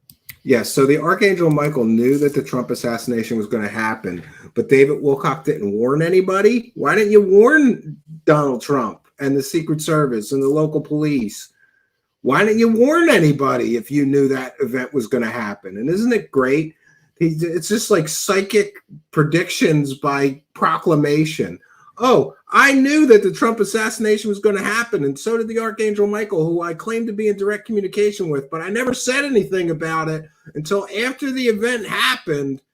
A little convenient, right? Just a little bit convenient. I mean, this stuff really, really trips me out, and I know you guys are with me because your comments are amazing. This trips me out because you're stupid, I guess. It would only trip out a stupid person, Mr. Wilcock. So just a few more to get through, and then we'll move on to his wonderful appearance where, what is he talking about again? The solar flash event that's coming. That's what he's talking about on this huge platform. Great. Listening to you, I've listened to you since Ancient Aliens started. What is Tranma? Tranma is a character I did last time. Yeah, and here is a spiritual guru making fun of trans people. Wonderful. He's even got like costume pieces for it now. I wore these pink glasses, and I talk like an Italian grandmother. I talk like this. I even have, if I ever really needed it, I've got the. Wow, you see that shot of his head? I'm trying to get it better.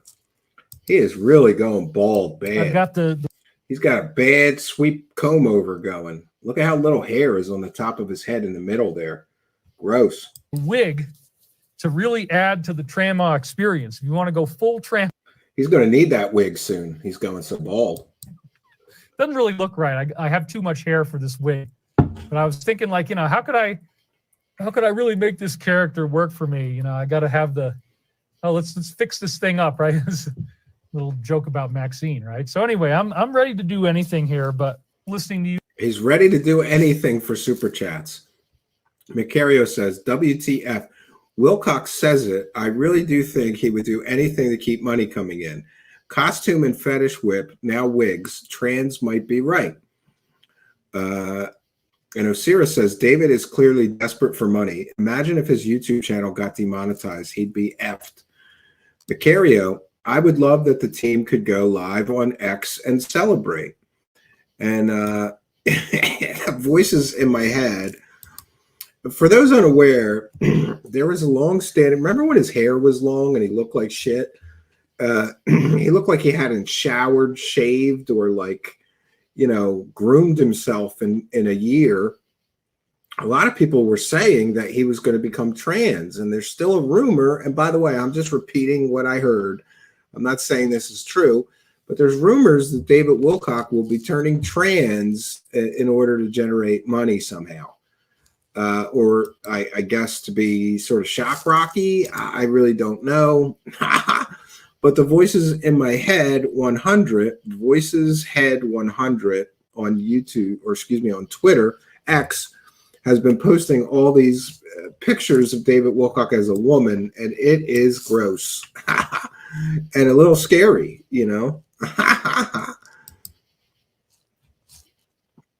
And of course, David Wilcock's going to talk. He's a big Trumper fan. He's going to talk about talk about Donald Trump picking J.D. Vance as his vice president. T selects Vance as his VP. He took a trip to I in 2002. He does not represent America first. He says incredible. Yeah, apparently the Q-tards don't like Donald Trump's vice presidential pick. I'm really not up to speed into why that is. If anybody knows in the live chat, let me know. But the Q-tards don't like the VP pick. Walk around Jerusalem, the eternal capital, and trace the footsteps of Christ. Maybe he saw the actual footsteps, like I showed you, burned into the rock. And they have a picture of him wearing a yarmulke, putting his hand on this wall. So again, the basic bottom line here is they said he's not America first. Oh, he's not America first. So the Q-tards don't like the VP pick at all. All right, next clip, we'll get to that. I've got just a few more. More Q-tard nonsense. So Wilcock is pushing the Q-tard Telegram channel garbage again. This was the next thing that was weird. It's at the convention on the 15th, Novus Ordo Seclorum. And I had just explained to you guys on the video last week what this actually translates as. And then lo and behold, it shows up at the convention. So this is another example of dramatic signaling. There's every evidence week after week that the Alliance loves that I'm risking my life to do this. The Alliance is a fictional organization invented by a con artist, Pete Peterson. It doesn't exist. And here David Wilcock is claiming he's risking his life for a fictional fake organization created by a career con artist and fake government whistleblower. Remember, at the beginning of the broadcast, we played you David Wilcock's latest so-called government whistleblower insider, Corey Good. Before that, he used a senile old man who also happened to be a con artist who ran pump and dump stock schemes illegally with a fake background and a fake biography. And he's the guy who invented the Alliance that Wilcock is so proud of that doesn't exist. That the Alliance loves that I'm risking my life to do this with all the crazy stuff going on. Now it's beautifully sunny outside, but we had a horrible storm when I got started. My dog is on the brink of extinction. She just left all this stuff on the carpet last night. 2 nights ago, this black diarrhea. It's been very hard. He's really obsessed with this black diarrhea, isn't he? But I'm still fighting. I'm still out there. I'm still going to keep going. I had mentioned to you.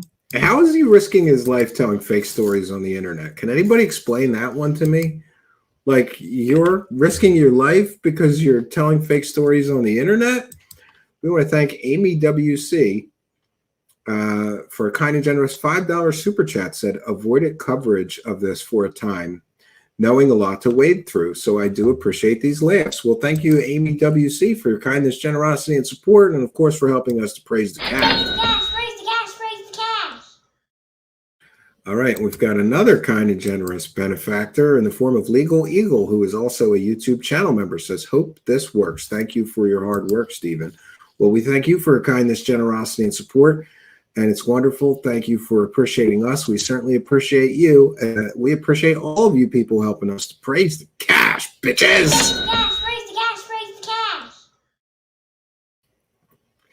Yes, my son is now asking me, by the way, Legal Eagle, if he can praise the cash or do some new work for me, because he's got to praise the cash enough to buy a VR Quest.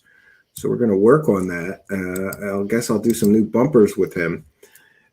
It's so funny being a father sometimes because I have anxiety about certain things. Like, I had a great deal of anxiety about the fact that my son kept asking for a gaming PC. And I know he wanted something decent to play the latest and greatest games, so I couldn't just give him an old beater. I finally got that together for him, gave it to him for his birthday. And immediately after starting to play the games on PC, now he wants a VR Quest to link to the PC so he can play VR games. It never ends, friends. Let's see what else is nonsensical prophet of nonsense is talking about. That Novus Ordo Seclorum was this prophecy that means a mighty order of ages is born anew. And I had just explained that, and then they put it on the screen at the convention. I'm like, wow, you guys, thank you. Thank you for the endorsement. They're not going to say it directly because they don't want to hurt me. If I got endorsed directly, it would probably cause a lot of unwanted problems for me right now. But so now David Wilcock, not only has he claimed that he saved Donald Trump from an assassin's bullet with his telekinetic superpowers he got from taking baths in his own piss, right? Try to keep up.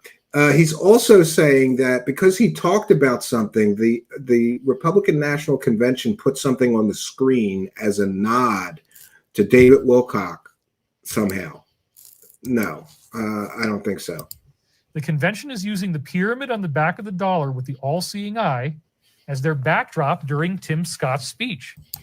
Yeah, that's an often used symbol. I really don't think that we can connect any hidden meanings to that, but what do we know? Let me share the next clip. We've got just 3 more, and then we're going to move on to David Wilcock's appearance on this huge podcast. This was the next thing that was weird. It's at the convention on the 15th, Novus Ordo Seclorum, and I had just explained to you guys on the video last week what this actually translates as. And then lo and behold, it shows up at the convention. So this is another example of dramatic signaling. There's it's every dramatic evidence, week after signaling. week, that the Alliance loves that I'm risking my life to do this. Macario says, I have listened to Wilcock spew his lies and BS for years, but he's really starting to annoy me.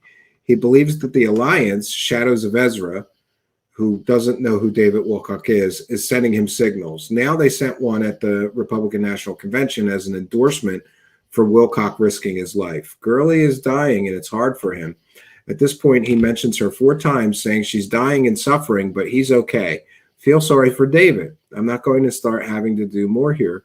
Steven from Canada, who's in Holland, this idiot needs to lose everything. Wow. Yeah, people aren't happy with him. With all the crazy stuff going on now, it's beautifully sunny outside, but we had a horrible storm when I got started. My dog is on the brink of extinction. She just left all this stuff on the carpet last night. 2 nights ago, this black diarrhea. It's been very hard. Oh, but it's I'm still still hard. fighting. I'm still out there. I'm still going to keep going. He's still fighting by telling people fake stories on the internet. How are you fighting anything telling people fake stories on the internet, Wilcock?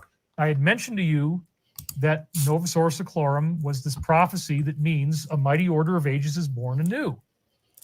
And I had just explained that, and then they put it on the screen at the convention. Like, oh, yeah, they put it on the screen. Yeah. Thank you for the endorsement. Oh, yes. The RNC are I'm not endorsing going to say it David directly Wilcock. because they don't want to hurt me. If I got endorsed directly, it would probably cause a lot of unwanted problems for me right now. But the convention is using the pyramid on the back of the dollar with. Oh, my God. It's just so stupid. It's just so stupid. Okay. Actually, last clip. And here's where we get into some interesting things. And by the way, oh no, I'll play the clip first and then I'll talk about it. I called Stavatti Aerospace today and I spoke with Christopher Beskar, and I have some new information to report about Stavatti Aerospace and various claims made by David Wilcock. Here we go. Elmo Bullseye says, congrats on the loans for Stavatti. Does that mean your finances are now sorted? Well, we're very close. We're expecting it to close. We've got all the final due diligence going on. It'll probably happen in just a couple days. Remember, for 6 weeks now, he's been saying a loan is coming through to Stavatti that's going to solve all their problems and allow them to finally start producing hover cars any day now. Any day now. And he's been saying this over and over every week for 6 weeks. Still no loan, apparently. So somebody was asking, how can we invest in Stavatti? We haven't actually ever done that. So anybody who's trying to call me a con artist, well, who am I conning? I'm not. By the way, he's lying through his teeth here. He just said that we've never taken investment in Stavatti. They are right now being sued by one of their investors who invested $1 million. Stavatti said that they would give him back $5 million. They haven't given him his initial $1 million back yet. So he sued them in state court. And in that lawsuit, he called David Wilcock's shady aerospace company a Ponzi scheme and an investment scam in the court documents. And here he's going to try to convince everybody he's not a con artist because they don't take investments. Why then are they being sued by a previous investor, David Wilcock? How can we invest in Stavatti? We haven't actually ever done that. So anybody who's trying to call me a con artist, well, who am I conning? I'm not. We haven't even made it possible for people to invest in our company. They are being sued right now by a previous investor in state court. We covered that extensively here. How is he going to say we don't allow people to invest in our company? Maybe you don't now after being accused of being a Ponzi scheme and an investment scam, but you did before. And how is a business that hasn't produced any products for 30 years staying in business if it's not running on investors? I'm confused. And most of our investors are actually governments. We're talking to a number of governments. I'm not at liberty to disclose. Yeah. Oh, we're talking to all these governments, but I can't tell you about them. And by the way, he makes several completely and totally false statements here. And I called Stavatti Aerospace to fact check these false statements, and I'll let you know what the outcome of that is after we hear the rest of this clip. But these are very, very major players. NATO allies. We're not going to go with anybody who's not a NATO ally. We have to follow the rules of the State Department. But the point is, we have people on our board we have a naval admiral, we have an army general, and we have actually 2 naval admirals now I'm thinking of it. So yes. So David Wilcock's claim here is that Stavatti has 2 Navy admirals and an Army general on their board of directors. So I wanted to fact check him. So I called Stavatti and spoke to Christopher Beskar today and said, I'm calling to fact check some statements made by David Wilcock. Do you have 2 Navy admirals and a general on your board of directors? And Christopher Beskar said, well, we have 1 Navy admiral. And I was even surprised at that. But remember that nobody in Stavatti is being paid. It's important to point out that nobody at Stavatti Aerospace, this is our leaders, they're not being paid. But apparently they have a vice admiral, which is not a full admiral. It's like an assistant admiral, I guess, right? Vice Admiral Charles William Willie Moore Jr. retired as a director for Stavatti, joining the company in December 2022. Vice Admiral Moore is a native Texan, having been born in Midland. After graduating from the United States Naval Academy in Annapolis, Maryland, he completed a distinguished 36-year Navy career as a Navy aviator and rose to the rank of Vice Admiral. So, but David Wilcock claimed that they had 2 Navy admirals and a general on their board of directors. It turns out that's not true. They have 1 vice admiral. So what we know about David Wilcock is he always exaggerates, right? And by the way, this is an unpaid advisor, I guess, because they don't have any profits to pay anybody with. So is he a volunteer? And does Charles Moore Jr. know that Christopher Beskar is claiming that he invented the Star Wars armor of the Mandalorian? They named it after him. Does Charles Moore know that David Wilcock and Christopher Beskar are telling people that he built thousands of spaceships for the secret space program and worked in Area 51 and all of this black budget projects? Does this Navy guy know that David Wilcock is telling people to take baths in his own urine to get superpowers, and he's their director of technology, advanced technology, or exotic technology, is it? I don't think this guy knows what he's gotten into. I'm going to try to get an interview with him. So Charles W. Moore Jr. will be getting a call from me. And by the way, I started asking more questions to Christopher Beskar, who quickly rushed me off the phone and said, I'm not at liberty to give you any information. Send me an email, which is just a typical deflection technique. You know, if Stavatti was not a shady, scammy company, would their advanced director of exotic technology be on YouTube lying about having generals and 2 admirals on their board when they have 1 vice admiral? I don't know.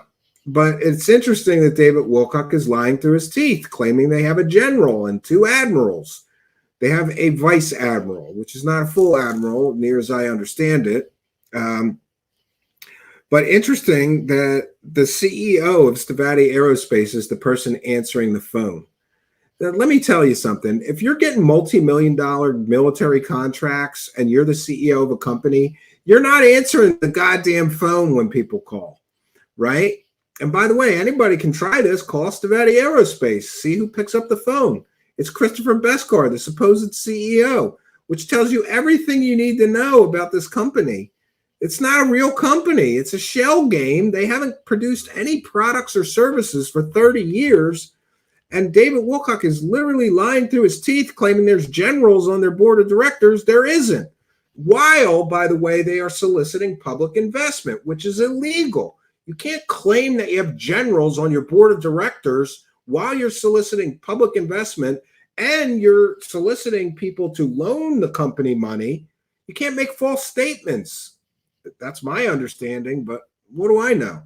I'm just a successful business owner, unlike Christopher Beskar, who's been running this shady shell game with something called Stavatti Aerospace for 30 years, and their only income is from a garbage dumpster company. They haven't been able to make 1 product or service for the aerospace industry.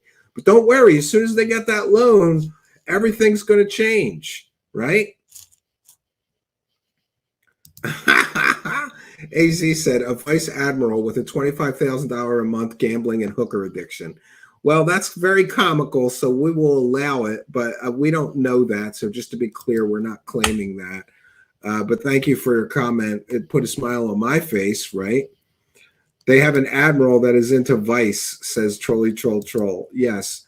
So we're done with the clips. We've gotten through them in record time for a yeah. And here's where there's some problems for Wilcock. Let me share my screen here. Apparently, David Wilcock said that they were trying to track all of the trolls that are saying nasty, mean tweets on Twitter. And Macario just says, Stavatti trying to track us all. They will never find us.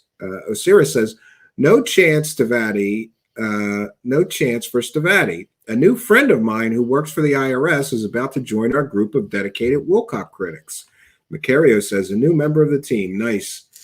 It seems to grow daily. So I don't know if that's true, if there's somebody that really works for the IRS that's going to be looking into Mr. Wilcock, but I think he's got enough problems with the IRS. Admiral Rascal says, Stavatti was around for 30 years. What did they do in all that time? Not like I'm going to get an answer. Exactly. What kind of company is in business for 30 years and it never produces any product or services for sale? How do you stay in business for 30 years? Well, according to court documents, you take $1 million in investment from somebody and then you spend it on whatever you want, and you never give the investor their money back, allegedly, right? Trolly Troll Troll says, before you know it, it will be time to let them go. Yeah. Above the Clouds, he looks like he's into that. Archaic Revival, you guys are cracking me up. All right, so we're going to move on to sampling a little bit of this stream. It's on the so-called David Nino Rodriguez podcast. Somebody let me know in the live chat. I didn't have time to really do a great deal of research into this person, but it's a huge platform on YouTube with 375,000 subscribers. And look at Wilcock, such a narcissist. Oh, I'm on a big podcast. Awesome. All right, folks, welcome to Nino's Corner. By the way, we'll be sharing some of this broadcast. This is a transformative work. We're educating the public and critiquing and discussing the video that we are sharing, which makes this fair use and allowable by law. TV, I am joined with one of the most brilliant minds of our time, David Wilcock. Dave, I got to say, I get a lot of guests on my show. Look at him smiling ear to ear. He called me smart. Man, and I got to say, you're probably one of the top 3 that I look forward to talking to. I've gotten your book, Source Field Investigations, just really impressed with your intellect. So I just want to put that out there first and foremost. Okay, so apparently the show host is an idiot. That's what it is. He's impressed by David Wilcock's nonsense. This guy must be a real winner. So thank you for coming on the show, brother. Well, I'm really happy to be here, Nino. I have certainly got respect for you as well. I like what you're doing. I like your content. And, you and I have a whole similar history, as we were discussing in our phone call, where you went through boxing and you had that whole celebrity thing. I've got the Ancient Aliens. It's on all day Friday and Saturday on History Channel all over the world on television. We have a similar background. You were a boxer, and I was fighting on the bullshit. street. People want to take my picture, that kind of thing. And another thing too. Folks, we're gonna have a jam-packed show in this podcast. There's so much that he's coming a off the top of Q-tard, my head right now that I Thank want you. to ask this guy. I'm sure a lot of you do too. I want to ask you: would you be the general in the general's tent for my audience to take questions from? So them? he's an idiot. Is that what it is? Not this month. I have L.A. Marzulli, but next month or the month after, would you be open to doing that? Absolutely, yeah. There you go, folks. But first, he's a Q-tard. Folks, let's get into easy summer cool. All right, folks. Recent forecasts predict that the summer of 2024 will be the hottest ever on record, with temperatures expected to soar into the triple digits in many areas. And 2025 should be even hotter, right? You if you can't stop believe in that smiling kind of like an thing. idiot. This is why I stay cool with this magical little device. All right, I that love, makes sense. That's why he's got that Wilcock. cools the Oh, look, air, and Wilcock's drinking costs, wine. It It gives looks me like savings and peace of mind. It brings me peace, folks. This device this guy is is not a very mini and portable bright. AC unit that fills my home, office, or even off the grid in my tent, which I never go camping, so I wouldn't know about that. With icy cold air, without traditional electricity. Look at that. He starts his whole show with an ad read, and Wilcock's just smiling while he's selling some bullshit product. Great. Let's start with we'll start with some ancient aliens, and then we'll go into the Mayan calendar. But I used to watch a lot of the ancient alien stuff. I kind of stopped. I haven't really Wine watched it mixed because I with kind of pee. figured out, Yeah. in my opinion, and I want your view on this, kind of where they're going with all this. I kind of feel like they're conditioning the The public snapping dog into will- this alien Sean Ryan wannabe. Yeah. play, A cute this tart alien idiot. card Yeah. that they're going to get ready to play. And I want your thoughts on that. What's your views on that? You were on the program yourself. You're very educated in this. What's your Well, thoughts I've on always the whole wondered, thing? you know, the main thing we talk about with ancient aliens is ancient monuments that are made of large stone, which they call megalithic, lith meaning stone, mega meaning large. And Look we how see smart I am. megalithic I know architecture the meaning all of over a the word. world. There are Great. pyramids in China. There's over 100 pyramids in the Xi'an province of China. There's pyramids like Lalakan Pyramid in Indonesia. There's some pretty obvious pyramids in Australia that most people haven't heard of. Yes, and humans built them all. Then you've got these So it has nothing to do with aliens or ancient aliens. standing stones and stone circles all over the place in Europe, as well as dolmens, which are kind of like stone mounds. Barrows is another example. Then in America, Good to know, Aaron. of course, in central Dumb as Mesoamerica, rocks, you've both got of the them, Mayan says pyramids, Michael which is over Orleans. 500 that are all amazing. But then in North America, we've got the mound builders. And so you can go to Ohio, you can see Serpent Mound. Cahokia, Illinois has a pyramid there. So we're looking at a worldwide pyramid building culture or cultures. And then it's also very interesting because if you go to Cambodia, He's pulling out his and you old see stupid some of the talking pyramids points. they have Yes. in Cambodia, there's certain examples like the Ta Prohm temple in Cambodia that looks exactly like the Mayan step pyramids. So we see a It doesn't worldwide look culture. exactly. And then we also see It looks similar. indications of flying saucer art in terms of, for example, in Egypt, you have the winged disc. Yeah, because and a that may be circle an indication common of a shape disc that that was somebody flying. They might just took carve disc on a shape and put stone in wings on it. ancient times, right? And It's then in got to mean Zoroastrianism, aliens. you see that their god Ahura Mazda also has a winged disc. So what I started to think about very profoundly was, could it be that the discs that we're seeing in modern times, starting, of course, with the Kenneth Arnold sightings in 1947, have been here all along? Oh, yeah, you got to tie in modern ufology with the ancient aliens' flawed, fake evidence. Sure.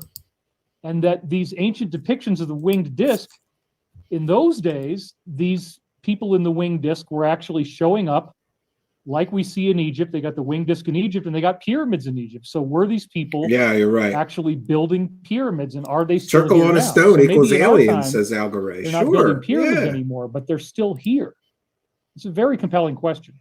Yeah, and you know, if you look at the Grand Canyon, I've heard there's a lot of things that have been found within the Grand Canyon. Am I correct in saying that? Yeah, those are all hoaxes. Nobody's ever proven. Some guy claimed that there was Egyptian artifacts in a cave, never proved it. But these Q-tards and other stupid people who don't require evidence, they just hear a story and they repeat it. So I guess this guy Nino is a former failed boxer. He seems like he got punched in the head a few too many times. If he believes anything Wilcock is saying, he must have got punched in the head a few times. A few too many times, I should say. Yeah, most of that stuff was told to me by insiders. I don't know how much of it is really public, but yes, we've heard about, for example, Oh, he's got a massive insiders. cache, Yeah, that stuff's all over the really internet. elaborate, He wonderful doesn't have gold insiders. treasure that was found in the Oh, Grand he was a Canyon champion that actually boxer? got I didn't know that. I'll hijacked have to look him by up. Thanks, Aaron. George Bush Sr., that he loaded it all up in a train and took it to an underground base. We also have, of course, the Smithsonian Hey, Institution you're right. Or was confiscating giant skeletons they were finding giant skeletons in these mounds Mountains are all over America. buildings. When Lewis and Clark went out and started to discover America, quote unquote, they would often find these, believe it or not, mounds as level they were going insider along. information. And when you would dig into the mounds, there would be giant skeletons inside. And then the Smithsonian just so happened to confiscate these giant skeletons. And you and I were talking about, I didn't even know. One of my insiders told me that he was at a military base and they'd gotten in a body, a fresh I know. dead body He of a selective. red-headed, I guess, 9 or 10 foot tall giant. He's very selective in the information he shares. And then He all of a doesn't sudden, wanna- you're telling me you had people on your show talking about that. I didn't he even doesn't know want to that bring stuff out the was woo too much. Dude, I'd love to have you on with L.A. Marzulli. Yeah, L.A. Marzulli did a Ah. documentary on it and talked to. Yeah, and by the way, L.A. Marzulli is a piece of shit and a coward. I'm just going to put that out there. L.A. Marzulli, you are a coward. L.A. Marzulli booked to come on my show twice. I was going to be very respectful to him, but I had a lot of questions about the fake information that he presents. So-called Christian ufologists. He talks about the Nephilim, and he makes a lot of completely and totally fake stories, fake documentaries. He makes a very good living selling fake information to Christians. And I'm a Christian, and I know a lot of the information that L.A. Marzulli is presenting is fake. So I booked him, and let's see, once he claimed that he got the time zones wrong because he was on California time, but I gave him I still have the emails. I told him that would be this time your time, this time my time. Then the next time he said that he got stuck on a plane. So he left me. L.A. Marzulli is a piece of shit because he left me for 2 hours.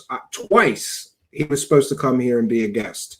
And he made me wait for over an hour before telling me he wasn't going to make it on the show both times. I was live for an hour both times. That is a nightmare for a live show host, to have to fill an hour's worth of time while you're waiting for a guest. He did that to me twice. And then, by the way, the very next day, he was on Christina Gomer's show, right? So he can do those easy ones, those easy layup, podcast appearances where nobody's going to question you or challenge you on the fake information that you're selling. Yeah, Wilcock and Marzulli are from the same cloth. One of the soldiers, I believe, that would actually witness this giant. He said it was agile, top funniest stunk. UFO clowns. It was actually yeah. it was very fast. Killed a whole unit of men with a Yeah, spear. That was came a out of a story. cave and was just the Afghan ballistic. giant. Look it up. Did it And, have two It was a fake story. rows of Yes. teeth? Yeah, there you go. Yep, that's exactly what. And That's then we hear about Nevada, the redheaded giants in Oh, Nevada you're that right. the Indians You're right. talk Well, about. we'll give him that they then. were He's in a good constant boxer, conflict but he's with. dumb as So shit. to me, this He took too many shots to the the whole head. He's dumb giant as shit. throws a monkey You can wrench tell into he's dumb the as shit. evolution Listen to him. equation for me. And now the only reason that is because these things were supposed to be 12, 15, 20 feet tall. These things were enormous. They looked at us as the size of grasshoppers, some of them. What's your thoughts on that? Like my I don't know. I'm just saying my mind goes in so many different directions with this. When you Christina add the Gomer. giants into Yeah. the equation, He's a goober. I ask myself, were they the Nephilim? Christina Gomer, Goober, Well, sure. whatever. The Nephilim is a reference to, in part, the Book of Enoch. She had to which take is a one of shot in the mouth redacted from books you-know-who the Old to get her Testament. It's career. around the same time as the Book Arlene of Genesis, Atkins. from around the time of Noah. Several shots in the mouth, I And think. when Ongoing. we see, She's taking shots in for the example, the original settlers who went to Easter Island in the 1700s, there was two different Allegedly races taking of shots people in the on mouth. that island. There was giant redheads, and in fact, the stone faces that you see used to have a little red cap on the top, made of red volcanic rock. And so those giant faces might have in part been as a tribute to those giants that were still living on the island in the 1700s. Might have been, could have been, all pure speculation. And I love how these guys just weave together a bunch of fake stories from the internet as if that makes it any better, right? And you're right, the Native American tribes were having a big problem with these giants all over the place, and they'd have to tip. You know, I'm starting to remember, I do remember this Q-Tard show host. He was one of those people saying that Trump was still in command of the military, the Q-Tard nonsense. And he was saying that Biden was on a set. This guy is a total Q-Tard idiot. There, I said it. Hopefully the guy won't find me and knock me out. Apparently he's good at knocking dudes out. Typically chase them into a cave, set a So fire. he's at the dumb as front, rocks, and then they would die of smoke. as evidenced by his guest choices. So this is a really weird L.A. Marzulli part and of our Wilcock, history. and he's And in excited fact, to talk with to these Ancient Aliens, grifters, we did a right? few episodes on it, but part of the problem they had, as they told me, is that it's been so Yep. little explored. Single that there source, isn't really no a whole lot of evidence. visual support. To And be I able think to that add guy into who the told show. that We don't original have a story lot was of largely images of these debunked. giants. And who were they? Where did they come from? What's this Yes. all about? Let's go to Well, weave Pocahontas in. the simple fact that they're Only giant correlated I see with is his forehead. giant monuments. They're not stone, but they're made out of adobe and clay. I in agree, America, Arlene. like Serpent Mound. Even Catalina Island, if you've ever been to LA, there's this beautiful island off the coast. They found over 3,400 giant skeletons just on this island. He's still Some saying were that Trump big is the enough president. that you could actually take the skull and slip it all the way Well, why over does he your have to head. run again Wow. if he's already the president? I've been to It makes Catalina no Island sense. many times. I had fun. Q-tarts, right? He Well, has nothing imagine but that at one wackadoos point on it his was show. literally just crawling with these giants. There were certain places that they really had a stronghold, and that was one of them. You know, I saw there's a lot of reports and articles done in the 1800s and early 1900s of them excavating these bones and actually putting it in the paper, like Yeah, those giant fake, bones mostly being fake found. pictures. There's actually photographs of these things. Mostly fake And now pictures. just radio silence. It seems like anybody who even begins to unearth these things, they're shut down immediately, correct? Oh, it's all a big cover Yeah, up. I mean there was Yes. there were museums that had the giant skeletons on display, and another thing is many of these mounds also included giant tools. They found giant battle axes. They found giant chalices. What is the source There's for a- this? an archaeological Where's dig the in the Middle proof of East this? where they found a bunch These people just love fake, unverifiable stories, right? Evidence-free, unverifiable stories, but it's all true. of severed giant hands. The hands were really large, all buried in a mass grave. So this was a worldwide phenomenon. Third term And at least in baby. the Americas, it's Says directly Storm Crow. associated with pyramids. We don't know that, Now, but he is a little soft in the head. so We'll give the him that. inside intel that I've heard on it, for Yeah, what brain it's trauma worth, can change a person's is that you personality. did for have sure. extraterrestrial humans who were coming here, Giant piles of and poop. they were Yeah. breeding these originally as sort of like a soldier He race read it in a giant to book. prevent anybody from being able to The invade giant where they were screwdrivers living. freaked me out, says Storm So you Crow. might have a race of extraterrestrial Tell us more, humans David. We around believe the pyramid, anything. Yes. and then the giants were something Cue the that they land of used make-believe advanced clip. genetic tinkering Yes. to produce, and that's why they have two sets of teeth. There's a certain haplotype that you get. It's a certain genetic profile, and when you begin mixing human DNA with DNA that isn't quite human, you get these genetic defects, and one of the defects that it can produce is the double sets of teeth. So let me So ask you this this: appears- is it outlandish to think that maybe they were created to build the pyramids, the giants? I Oh mean, my these God. structures are Point, so, man. you know, Oh, they're yeah, it could have been humans. Had to monolithic, be. they're so huge. Could they? I mean, you would need immense strength to move these 10-ton, even more than that size boulders or blocks of bricks or whatever that you want to call them. So wouldn't it, to me, common sense says, well, maybe they use the giants as the workers to build these. That's a brilliant idea, yeah. And You know what I'm saying? I wouldn't I be would surprised imagine. at all. If you go to Laos, which is a country right near Vietnam, there's another really amazing thing. And maybe you can pull up some of these images for post-production here. It's called the Plain, Plain, of jars. And it's in Laos, and people still go there now. You can climb on these things, but what you have are these massive, massive jars that maybe at one point they had corks on them, but they look big like they're built jars. to hold maybe oil Big or jars. food or water or something, but they're extremely large, and no regular person could pick them up because there's in some cases they're like 7-8 feet tall.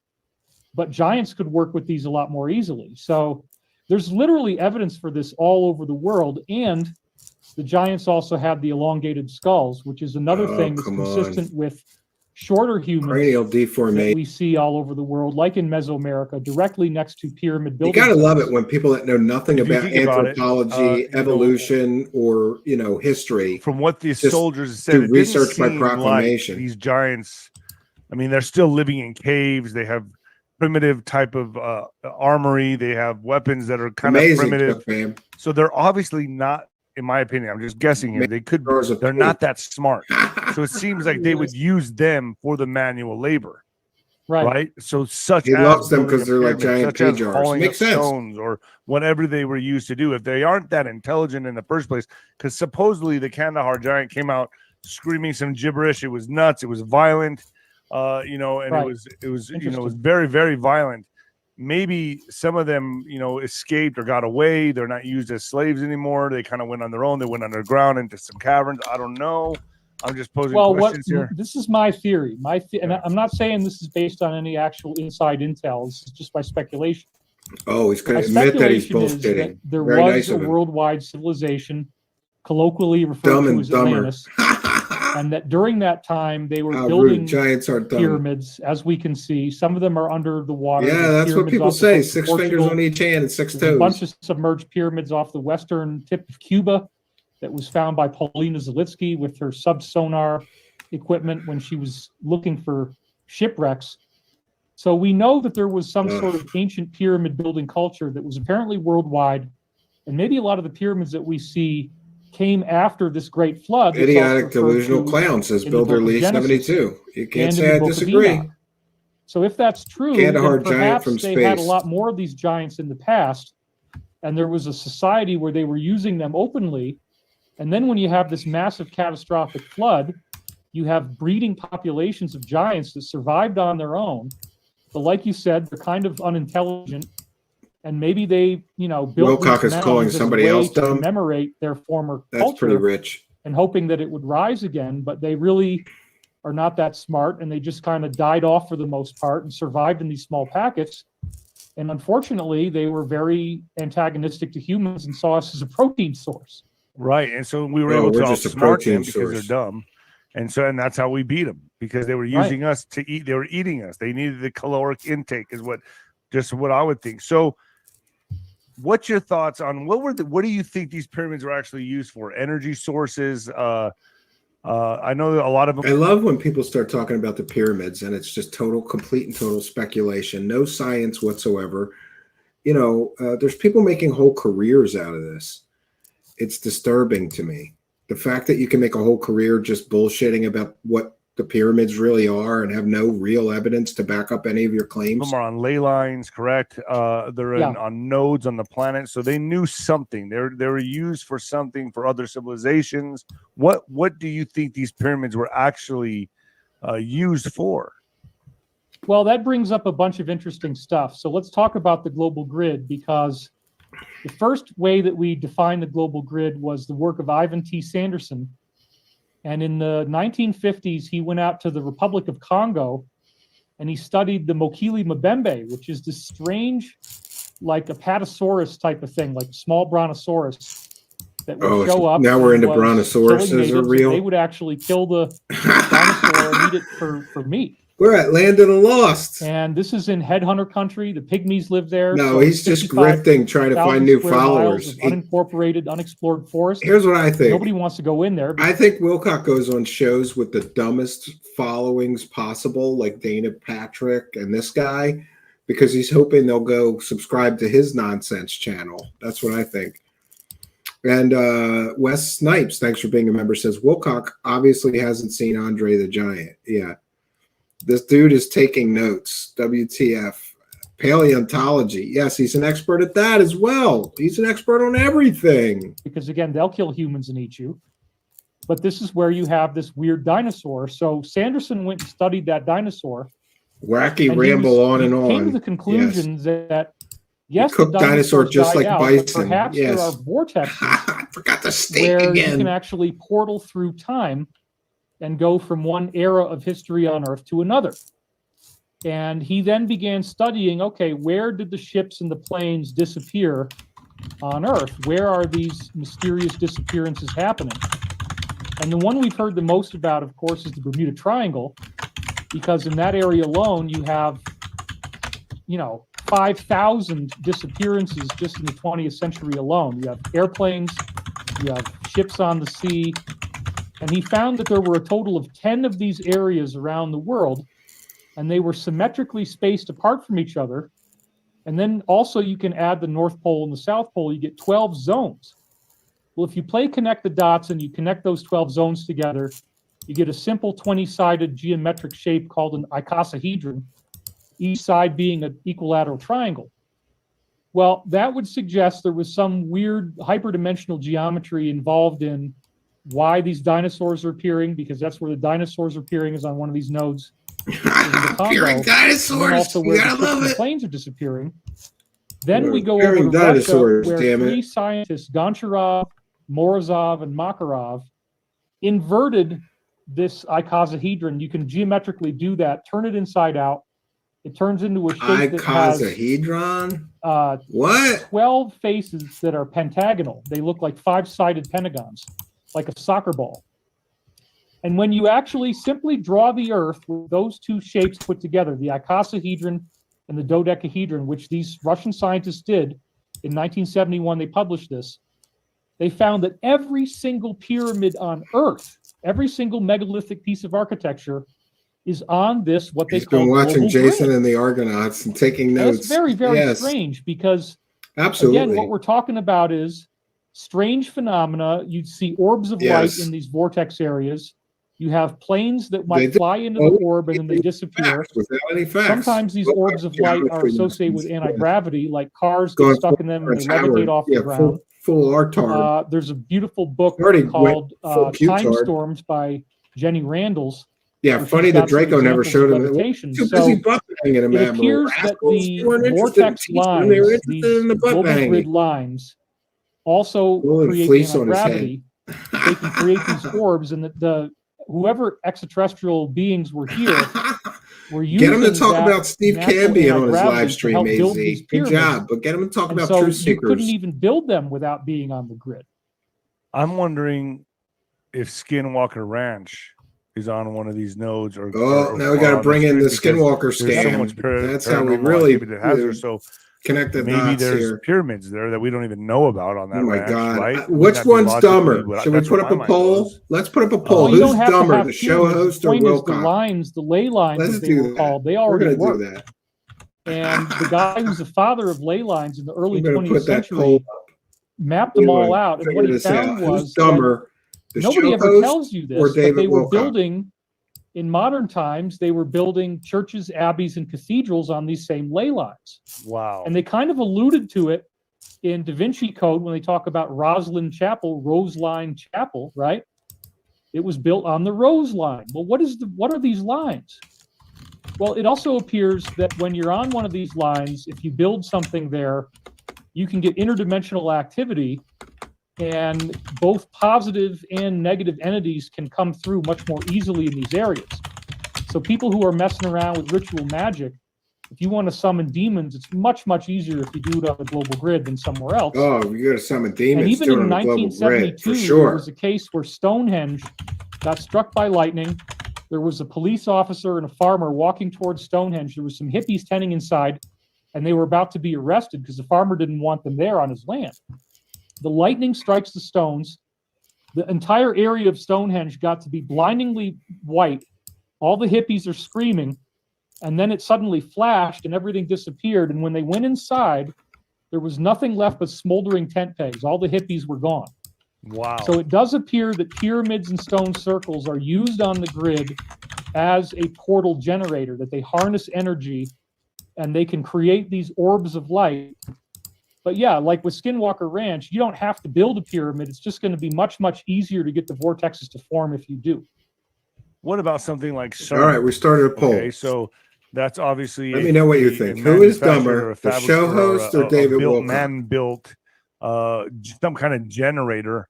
What's your thoughts on CERN? Is that Hippies on blinded by the light. a ley Yes. line or a node? Is that also in an important area on the planet, or is that just something? You're right, that's- Chuck Bam. am I just kinda Absolutely. thinking out of the box here, too outlandish? No, I haven't actually Wilcock checked on that, but from that would be now a on. great Yes. follow-up for research, would be to check where CERN is and look and say to yourself, okay, is it on one of these ley lines? And I'm You're right. sure it probably He's is. being because muted in this chat what they're because he's doing an there is intellectual it's a weak particle accelerator. They're He creating knows he sells a nonsense. very rapid He cannot acceleration of debate me. I would subatomic destroy material. him.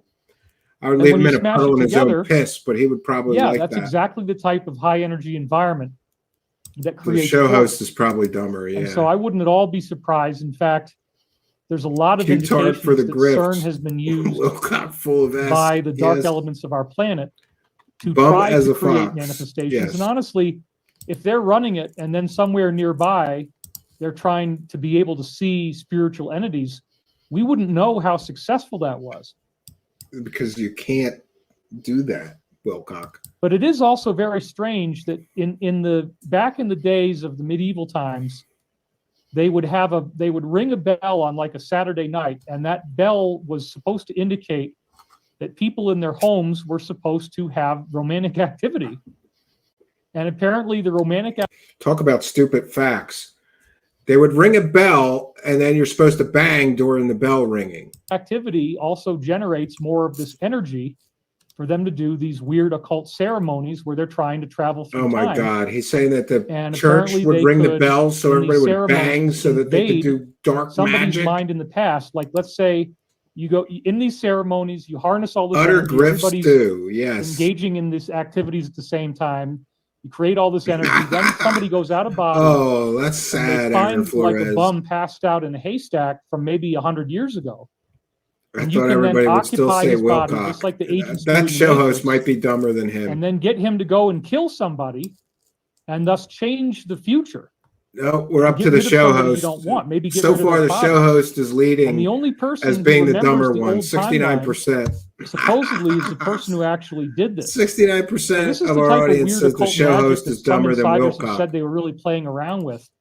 There's so many mysteries that we just And don't know. I just want to mention, like, how dumb do you have to be for people to think that you're dumber than David Wilcock? Apparently pretty goddamn dumb. Yes. The answers to, but it I'm sorry. You know, the guy's a child of God. He maybe got hit in the head too much. Aaron Flores said he admitted that he got hit in the head too much and it affected his brain. Then I feel bad for making fun of him his being this dumb then. all you know? does tie back to the grid and the summation of these vortexes and how they can be created, and the fact that you can travel. I love how the show host is taking notes from what David Wilcock is saying. Like, wow, this bullshit is so important. I better write this down.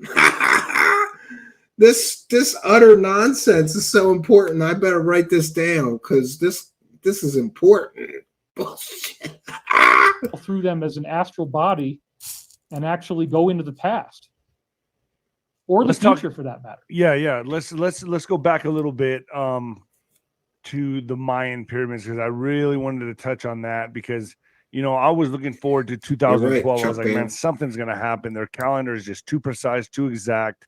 Oh, he was dumb enough to believe Wilcock's 2012 prediction. Before, when I had a fight down in Cancun, I went to the Chichen Itza pyramid, and oh, nice. I hiked it in the middle of the night, and I smoked a big bowl up there with an Indian that I met on top of it. Thank you for sharing. Yeah, it's cool.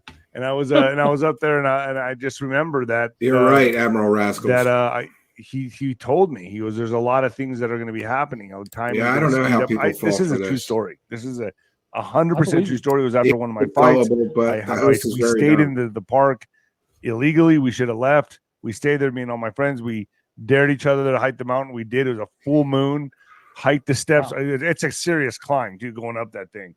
Yes, he has a 180. There's so he's Indian guy smart. You should take that. We hung out with him. Me and all my friends hung out with him, and we sat and talked to them. We smoked a big fat bowl, and we looked at the jungle, the mist, everything. It was amazing. Sounds incredible. Yeah, it was. And I kept thinking to myself, what's going to happen in 2012? I think around when this happened, it was 2004, 2006. But he gave us a lot of, I felt like he really gave us, he was a wealth of knowledge. He dropped a lot of truth bombs, educational bombs on us that we were just like blown away. I always goes along with it for views. Yes. 2012. I feel like it's happened. loadable. I feel like there was a shift. I feel like there was a universal consciousness shift that happened, that maybe time and space sped up. What's your thoughts? I mean, a lot of people, the world's going to end, this is going to happen, that is. But in a way, it was like, to me, it felt like 2012 was like the marker of the timeline that just kind of went click, and we are now in this new paradigm. Yeah, I wonder if the show host knows that David Wilcock predicted that we'd all get superpowers in 2012 and rainbow light bodies, and would be able to telepathically communicate with each other and we'd be able to levitate. David Wilcock made an insane amount of stupid predictions, none of which happens. And now the host is asking him about 2012. Let's see what he has to say. It was only a month or two after the Mayan calendar end date that we had all the Snowden revelations about mass surveillance. Boom. And up until then, nobody really believed in. So the Mayans were predicting the Snowden revelations with their calendar? Sure. Some type of greater surveillance state. It was considered a conspiracy theory. You'd be laughed at. Whereas now it's just common knowledge. Oh, yeah, you know, they're watching you through your laptop. That's good to know, they're Craig watching you through William. the camera on your cell phone. You got to personalize it, make it about you. Data capture. They transcribe everything to something like Siri that you're saying. Two more all these files on everybody. Beings. That's a very fundamental shift in the way that everybody sees life on Earth. And it happened within that's why the 2 world months, didn't end, really, Ty Bleedy. Yes. of the Mayan calendar end date. So to me, that was a very He knows major what he's shift. doing while being dumb at the same time. Now, let me ask you this. I can't remember maybe the stupid like a professor's fox. name, but there was a guy, I believe he was. And look at Wilcock is drinking wine, apparently. Or at least he's drinking something from a wine glass. It looks like wine. Steps on it. So he was saying that each step, or Didn't he say on his own streams he doesn't drink or do any drugs, but then he always talks about smoking some cannabis, falling off the wagon? But here he appears to be drinking wine. That's interesting to me. level of the pyramid represented pouring himself another glass. Like, I got to get drunk if I'm going to talk to this dumb show host, right? Consciousness Probably what it shift, is. or an evolution in consciousness, or a spontaneous jump in consciousness. He said the last step, the very last step, would be universal consciousness. That's when we reach universal consciousness. But the first step Sophisticated was looks, like he thinks, yes. the 4 billion. Sounds like he smoked a rainbow 3 light billion bulb. years of whatever of consciousness. Yes. Then it jumps to 180 million years. I got the numbers wrong, by the way. 180 million years. And the next step is there are leaps of consciousness in the human psyche. So every step was a representation of human consciousness to the very top. He said that's what he believed the Mayan calendars represented. And at the very top was universal consciousness, which was 2012. I found that to be 105 very IQ interesting, at very most. intriguing. I don't know that to be fact. It's just, I'm just asking you what's your thoughts on that. Do you think each level of every, I think, are they 9 levels or 13 levels? I can't remember. Are you talking about the Chichen Itza pyramid? How Yeah, many the levels it pyramids has? themselves. The pyramids themselves. Each one is a level of human consciousness and a spontaneous jump in each consciousness. Well, sure. It is interesting. What kind of that the nonsense is Great this Seal show of the United host? States What is he has the smoking? pyramid Give me in the some of it. LCNI, of course, on every dollar bill. Does have 13 courses, and the basic Mayan calendar. Jimmy Church has was abducted 13 by aliens Baktuns, now? He must which need are material approximately too. 398 years.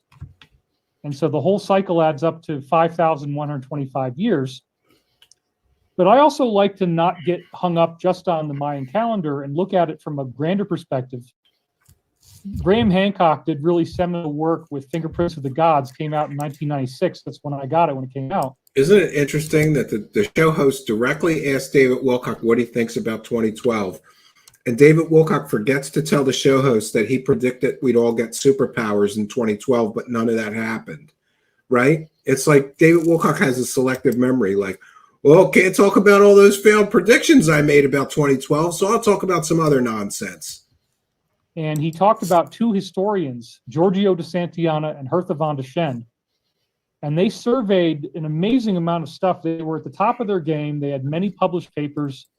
They're credible academics. And they wrote a book called Hamlet's Mill, which was their grand unified theory of history. And what they found was that 35 different cultures all over the earth had the same legends about some type of transformation of humankind that takes place at the end of this age that we're in. And they all of these 35 different traditions had very strange, mathematically encoded references to a very little known cycle in the earth called the precession of the equinoxes. And this is the cycle. And here we go with Wilcock connecting dots that don't exist. Cycle that causes the stars to drift by 1 degree every 72 years. So that if you're trying to build a pyramid, if you align it to a certain star, 72 years later, it's going to be He's one just going to degree change off. the date of the superpowers in 2025. He already has done that above the clouds. Thanks for being a member. So then when you look 2030, at if it doesn't this work like the work of rapture. Santillana and Von de Schend that Graham Hancock talked about, Yes, they found that every absolutely. single culture had been given so-called mythologies that talk about this same phenomenon. They talk about the 25,000-year cycle. Yeah, there's no way that legends can, go across cultures. I'm sorry. Both of these guys are just so dumb, and the nonsense coming out of both their mouths is so ridiculous that I can't. I'm just bowing out. And if we check into our poll, let me check.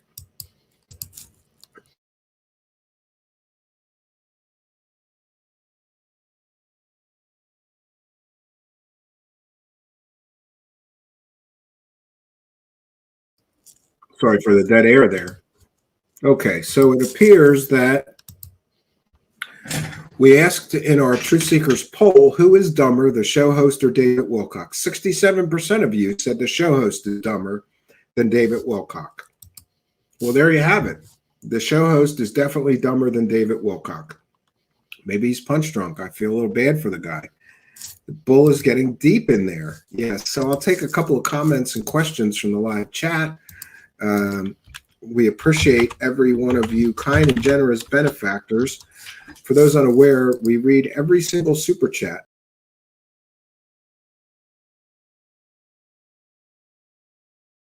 Truth seekers, seeking the truth. A truth so bold it's hard to hold. Truth seekers, yeah. Place the cash, place the cash.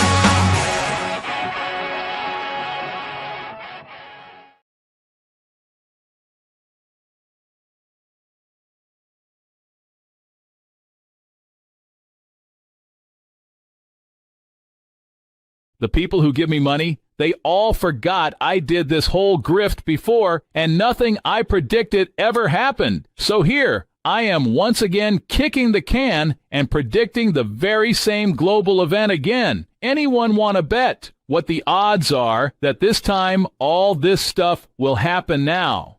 Mass arrests. It's a massive global event, and I've been predicting it since the early 2000s. Now everyone will know I am Earth's greatest prophet and psychic medium. It's about time. 3 days of darkness. Your internet may go out. Phones and cable television channels will all play emergency announcements about the Dark Alliance finally being defeated. Everything I have been saying will happen in the next couple days. It will all happen in the next couple days, if not by next week. If not next week, by next month for sure. And hey, if it doesn't happen next month, then by next year for sure. And you know what? If it doesn't happen next year, I'll just play kick the can and predict this again in a couple years. What a great grift I have. Free money for making false predictions and promoting fake conspiracy theories. Nothing is too nutty for me to promote. Pizzagate, the global cabal, mass arrests, military tribunals. And hey, never forget I told everyone I took baths in my own piss and got superpowers. So there's something called an emergency injunction. And believe it or not, he might actually get arrested right away once I file that injunction. That's how serious this is. You can't lie to the police. Can't do this kind of stuff.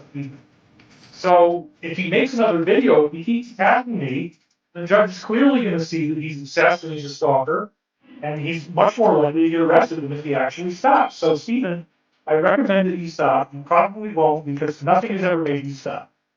But anyway, now I'm going to show you guys the evidence on Steven that I'm going to be sharing in my lawsuit. I'm not going to give his name out, but I'm going to go through some of the things originally that we put together in 2019, because he was demanding in 2019 that I sue him, and I'm going to show you those texts. Greetings and salutations, friends, and welcome back. I'm here to first assure you that I was not arrested by Colorado police today, as David Wilcock claimed he was having me arrested, essentially for making YouTube videos. Well, actually, he's claiming he's going to have me arrested for a multitude of false claims. We're going to cover every one of the false claims. And just so everybody is aware, we're up to speed. On David Wilcock's latest live stream, he essentially invented a supervillain But then he put my name and face to the supervillain. Essentially, what he is doing is he is claiming that every one of his online trolls, every one of his haters, every one of his detractors, everybody who sends him a mean tweet, everybody who called apparently, or I'm sorry, emailed the Boulder County Animal Rescue, or excuse me, Animal Protection in Colorado, people who claim they are suing him with fake lawsuits. He claims all of those people are me. And I assure you, I am not all of those people. And while David Wilcock is now claiming that he is going to sue me in court, all of his claims about me are completely and totally, easily, provably fake. And we're going to get into all of that. And I just also want to take a moment before we begin in the major presentation to recognize that there is a history of con artists and scammers suing journalists, which is a threat to free speech and public discourse. Despite how we joke around here so much, I consider one part of my job here, being an investigative journalist, to be the serious part of what I do.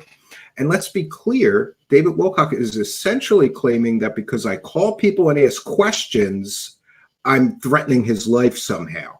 That is not the case. The purposes of my investigation is, of all the investigations, by the way, David Wilcock is so stupid, he should look up the Streisand effect, because of putting my face, and well, he put my face behind a mask, but still, a quick Google search of UFO Lucifer, which he shared on his show, a character from our show here. By the way, it's a comedic parody. And also, by the way, that's David Wilcock's proof that I am a Satan worshiper, that I once wore a devil mask in order to do a comedic parody called UFO Lucifer here. That's a completely and totally false claim, provably false claim. But we'll get into all of that. First, I wanted to take a moment, however, to talk about the relationship between journalism and litigation. After all, we have seen that Corey Goode used these exact tactics. To be clear, Mr. Wilcock implied or basically said that I'm a Satan worshiper. He also said that I am I'm trying to think of the right way to say it. The YouTube does not like the P word. Yeah, he called me a child predator, essentially. And what Mr. Wilcock should be aware of while he's throwing around words like slander and defamation is that I happen to volunteer for children's charities. And because of that, I get background checks every so often, whatever is required. But I volunteer for children's charities. So for David Wilcock to do something so despicable, so disgusting, and so dangerous on a public live stream as to call somebody who works for children's charities a child predator, and you think you have a lawsuit, Mr. Wilcock? Is that really the way you're going to go here? And by the way, Mr. Wilcock, it is against YouTube's what you did is against YouTube's terms of service and community guidelines. So my advice to you is to take that video down. I have not yet reported your video or taken any action. I'm still consulting with my own attorney about what steps we are going to take, because you called me a Satan worshiper in a public live stream, and your only proof for that is I wore a devil mask in a comedic parody.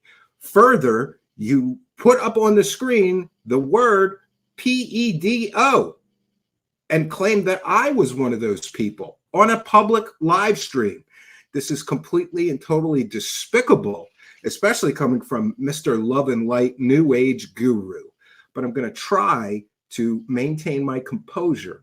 I don't want to get angry and start yelling and screaming at this clown, because what happened, let's be clear, what happened on his live stream were very, very incredibly serious, reputation damaging and destroying allegations were made against me with absolutely no proof or evidence that those claims are true.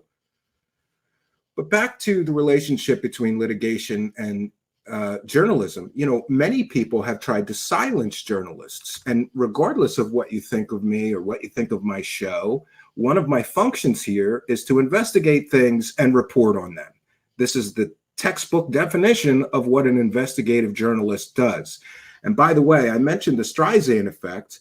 Anybody who really wants to know the truth about David Wilcock and all of his shady business dealings, and why so many people on Twitter and all over the internet are calling him a con artist, I believe that it does have something to do with our investigations here. So in the description of this video or podcast are, I believe, 5 separate investigations that I did into Mr. Wilcock's various business dealings.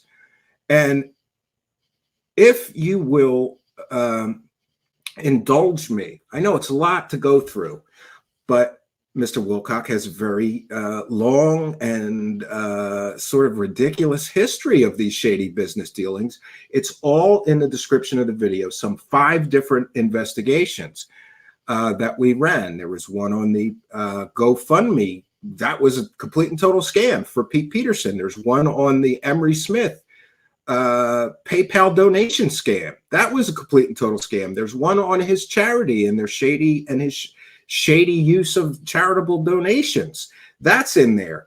There's one on his shady aerospace company, which details that in court records, Mr. Wilcock's Stavatti Aerospace was called an investment scam and a Ponzi scheme.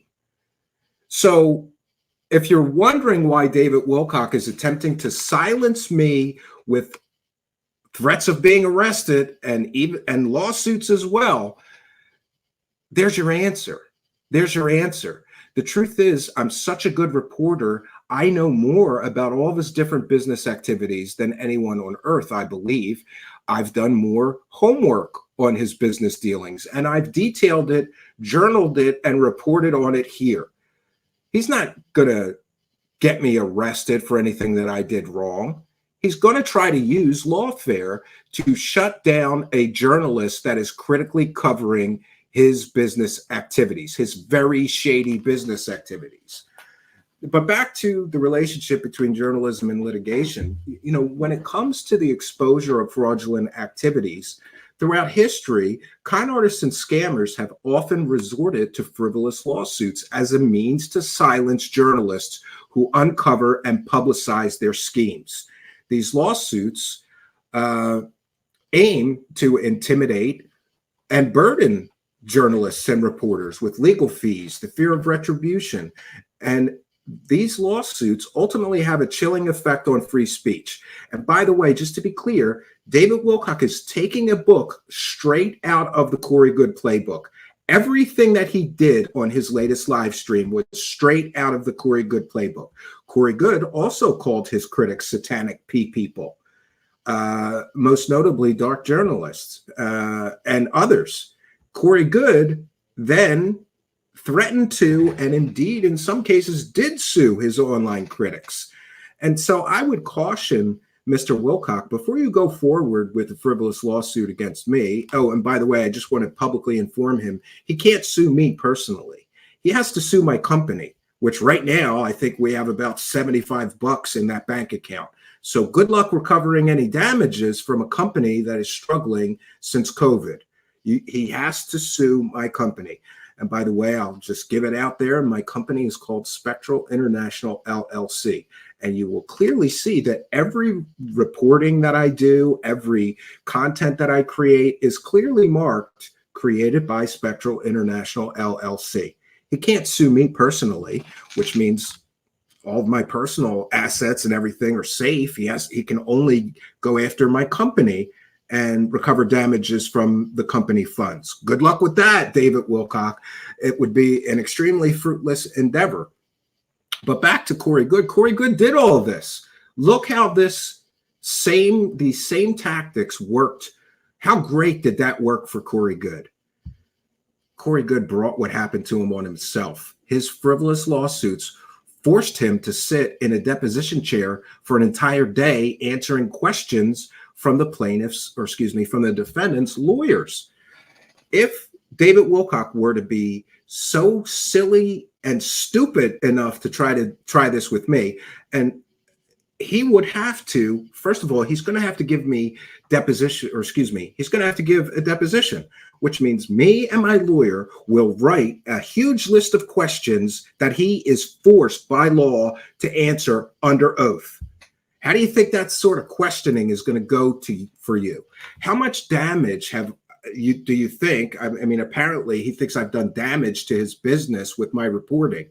How much damage will I do when I get to ask you questions for an entire 8-hour day and you're forced to answer those questions, Mr. Wilcock?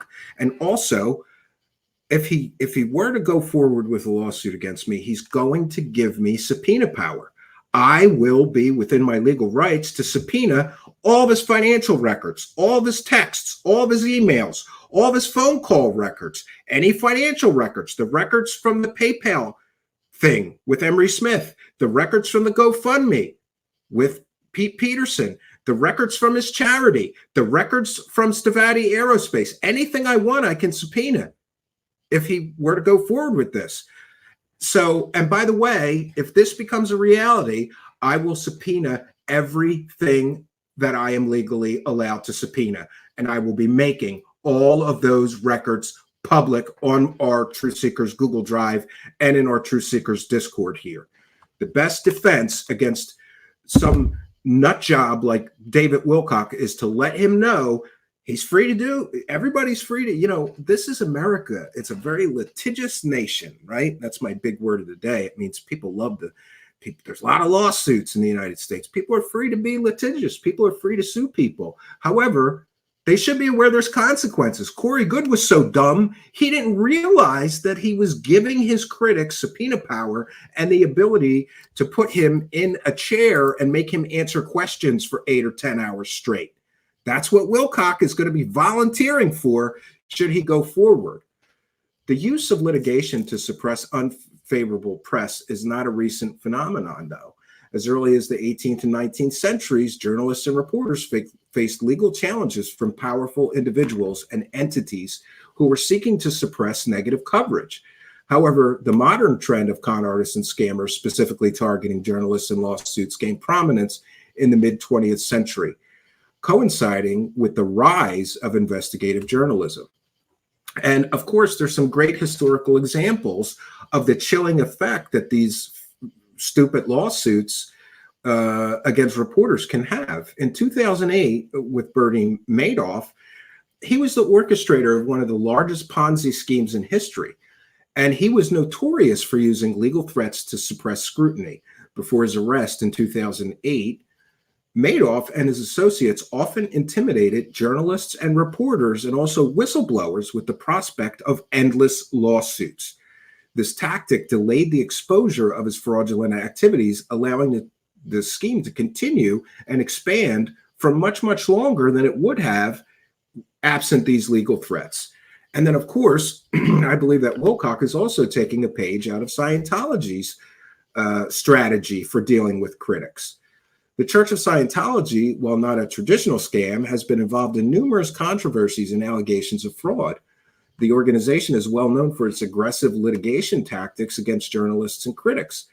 The church's use of lawsuits to silence dissent has been documented extensively, highlighting the chilling effect that these things can have on investigative reporting and free speech.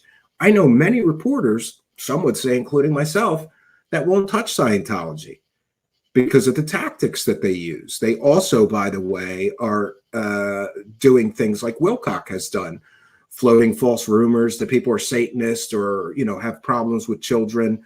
This is all out of Scientology's playbook, and there's been a long history of that. Frivolous lawsuits against journalists like me serve as a powerful tool for con artists and scammers to deter good investigative reporting, like we've done here on David Wilcock. These lawsuits are often lacking substantial legal merit. They aim to exhaust the financial and emotional resources of the journalists and media organizations. The implications of such legal actions are profound, and we see a great deal of these lawsuits and the effect that they can have on information and on good journalism. First, self-censorship. The threat of costly legal battles can lead journalists and reporters like me to self-censor, avoiding stories that could expose them to litigation and frivolous lawsuits. This self-censorship, it serves to undermine the media's role as a watchdog and compromises the public's right to know. Then, of course, there's the financial strain. Remember when Corey Goode did this? He was telling Jay Weidner, I'm going to take everything you own. You're going to waste hundreds of thousands of dollars on lawyers. That's Corey Goode's intention. And I believe, should David Wilcock be stupid and foolish enough to go forward with his threats, that's what he wants. He wants to put financial strain on me to shut me up. Even when journalists successfully defend against frivolous lawsuits, the financial strain can be immense. Legal fees and the diversion of resources from journalistic endeavors to legal defenses can weaken media organizations, particularly smaller independent media organizations like mine, Spectral International. We're a tiny media company. And if Mr. Wilcock goes forward with this, I'm going to be forced to divert all of our resources to pay a lawyer to fight this instead of equipment, travel expenses, things that I can, software, things that we can use to produce more content here. So certainly it would put a financial strain. Then, of course, there's the erosion of public trust, because when con artists and scammers successfully use lawsuits to silence journalists, it erodes public trust in the media. The perception that journalists can be easily intimidated or silenced just by the threat of a lawsuit diminishes their credibility and the perceived reliability of their reporting.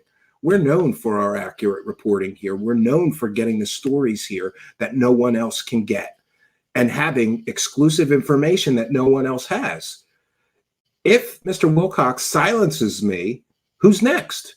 Is the message just sue him and he'll stop making videos? And let's be clear, Mr. Wilcock specifically stated in his video making threats directly at me that if I just stop making videos about him, he won't go forward and sue me.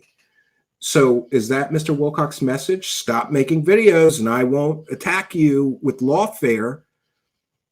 Then, of course, there's the deterrence of future investigations. High-profile cases of journalists being sued for exposing scams can deter others from pursuing similar investigations. The fear of litigation creates an environment where fraudulent activities can continue unchecked, ultimately harming public interest.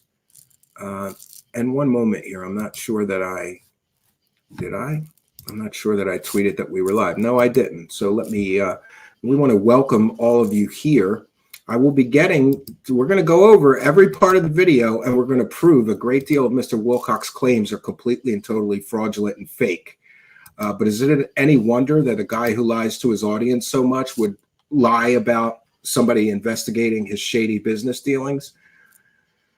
Now, of course, there's anti-SLAPP legislation. Many jurisdictions have enacted anti-SLAPP laws designed to protect journalists and other public participants from frivolous lawsuits. I believe there's a very powerful journalist shield law in my home state of Pennsylvania.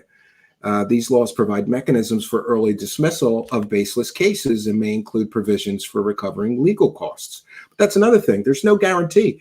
I'm aware of a certain content creator that was sued by Corey Goode that I think spent something like $40,000 on legal fees. He may not get that money back.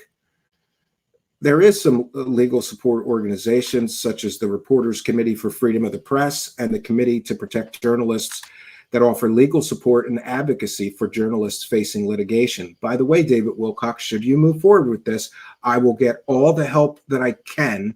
I've already contacted the Committee to Protect Journalists. I've already contacted the Reporters Committee for Freedom of the Press. They will be assisting me if any litigation comes my way besides my own personal lawyer. So I'll have a team. Best of luck to you, buddy. Of course, there's some public awareness campaigns. Raising public awareness about the use of lawsuits to silence journalists is essential. Advocacy and education can help build public support for stronger legal protections and highlight the importance of investigative journalism in maintaining a healthy democracy. So really, the history of con artists and scammers suing journalists, it underscores the ongoing battle between truth-telling and suppression. These frivolous lawsuits, like the one Mr. Wilcock is claiming he will wage against me, pose a significant threat to free speech and public discourse. This, of course, creates a chilling effect on free speech that undermines the fundamental role of the press in a democratic society. Legal protections, advocacy, and public awareness are critical in safeguarding the rights of journalists and ensuring the pursuit of truth remains unimpeded by those seeking to conceal their shady activities. So we're going to get into, we want to take a moment. Oh, by the way, you really want to be sure to get those super chats in tonight, because I have good news for my audience, but probably bad news for David Wilcock, and that is that we got a new cash clown. You know, AI is doing incredible things. Unfortunately, it's putting a lot of people out of work, may put my little cash clown son out of work. For those unaware, he helps with the bumpers, which we use to thank people.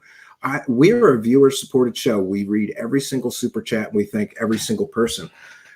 Village Floral House is here with a kind and generous $9.99 super chat and says he can't handle being made fun of or questioned and only likes to be worshipped. He's actually ruining it for the real conspiracy theorists who do real research instead of report their daydreams. Yeah, I mean, I can't say that I disagree. We want to thank you for your kindness, generosity, and support. It is much, much appreciated. We're a viewer-supported show, and we appreciate all of you. Thank you, Village Floral House, for helping us to praise the cash. Praise the cash. Praise the cash. Praise the cash. Thank you for your kindness.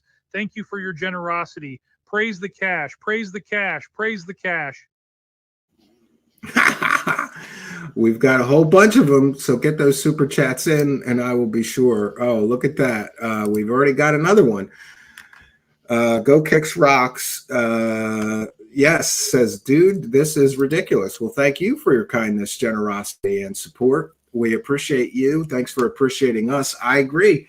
For those unaware, I was at my cabin on Sunday, and my phone blew up, and I'm trying to pack my car and get out of there. But of course, I had to stop what I was doing and listen in. And I was just blown away by the stupidity of David Wilcock. He literally, on a public live stream, accused me of being a Satanist and a child predator. And then he claimed I did all of these things that we're going to prove tonight. I didn't do any of them. Thank you, Go Kicks Rocks, for your kindness, generosity, and support, and for helping us to praise the cash. Praise the cash. Praise the cash. Thank Ra Almighty. Praise the cash. Praise the cash. Praise the cash. Thank Ra Almighty. Praise the cash.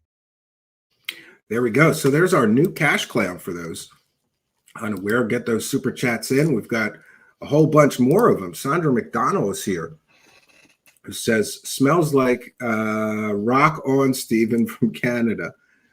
Smalls the like. I'm not sure what that means, Sandra McDonald. Smalls the like. But thank you for being a member, and thank you for your kindness, generosity, and support. We appreciate you. Sandra McDonald is a YouTube channel member. By the way, if you become a member of our channel during the live broadcast, we give you a big shout out and a praise to cash thank you as well. So hit that join button, and you get some extra exclusives. Thank you, Sandra McDonald, for your kindness, generosity, and support, and of course for helping us to praise the cash. Ra commands you to bow down and praise the cash. I think I like this new cash clown better. And by the way, a great deal of what we do here is comedic parody. And by the way, David Wilcock, last I checked, doing comedic parodies is still legal in the United States. So your claims that you're going to get me arrested, that's right, he's getting me arrested, are absolutely ridiculous. And we want to thank Stormcrow, who's also a longtime show supporter and a YouTube channel member, who says, go back to the old cash clown, please. Oh, come on. You don't like this one? All right, maybe you like the next one, Stormcrow. Here we go. Praise the cash, Stormcrow. Thank you. Praise the cash. Praise the cash. Praise the cash. Thank you for your kindness. Thank you for your generosity. Praise the cash. Praise the cash. Praise the cash, Stormcrow. So, along with the new, and by the way, I just want to put also on record that this isn't the first time that somebody tried to sue me into silence. The first was Corey Good. And, people have been very critical. I decided to take those videos down, but most of me took those videos down because another content creator was saying, now, in other words, I didn't really do it. Most of me did it because another content creator was claiming that I was only successful here with my show because I covered Corey good and he did it first. So I said, okay, I'll take them all down and then I'll get more subscribers and I'll cover other topics and be more successful, and that's what I did. And there was also the threat of lawsuits there. But that it sets a bad precedent. So I'm here to tell you, and only one case in our entire history did I get a fact really wrong and agreed to take a video down. If I make an egregious factual error, I may take a video down. But going forward, I don't care what threats I get. I'm not taking videos down. People are going to do what they're going to do, and I'm going to defend myself. And they should know that I am going to defend myself incredibly aggressively. And by the way, Wilcock, the gloves will come off. I haven't contacted any law enforcement agencies about your shady business dealings or about your charity. I haven't contacted the IRS. I haven't, been very aggressive. But if you do this, the gloves are coming off, buddy. And by the way, I want to take a moment to thank, I told a bunch of other content creators and journalists and reporters what had happened with Wilcock doing this. We had a tremendous outpouring of support. And I'm also here to tell you that many of the journalists, reporters, and content creators that I talked to said that if Wilcock goes forward with this and tries to step all over my free speech as a journalist, they're going to start covering him. So the Streisand effect, and by the way, I'm thankful for those people and their support. And a few of them, by the way, have huge platforms, huge platforms. So Wilcock, you need to rethink your strategy here because I think you're dumb as rocks to go through with this, but it is what it is. And, one of the things that I think is pretty funny is that, Wilcock wants to make completely and totally fake claims about me. And by the way, Wilcock, first of all, you should apologize to me for all your fake claims, especially after you see the evidence I'm going to show you that all of your claims are completely and totally easily proven false. You will be laughed out of court. One of the other issues is he keeps saying I'm doing things with no proof. Somebody tweeted at him something mean. That's Steve Cambian. Somebody called animal control because they felt like he was neglecting or abusing his dog. That's Steve Cambian did that.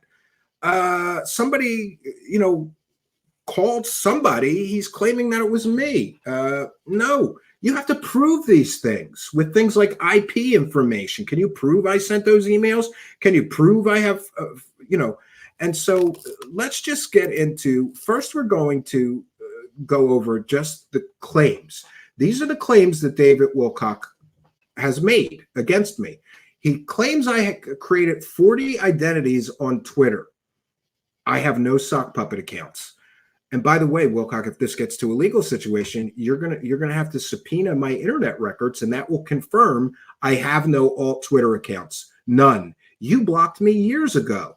I can't respond to anything you tweet or any of your Twitter threads because I don't have any sock or fake accounts. I do know who does, and they've admitted so on Twitter. So you blamed me for having all these identities. It's somebody else. I'm not going to throw them under the bus. I have no obligation to help David Wilcock track down his trolls and sue them too.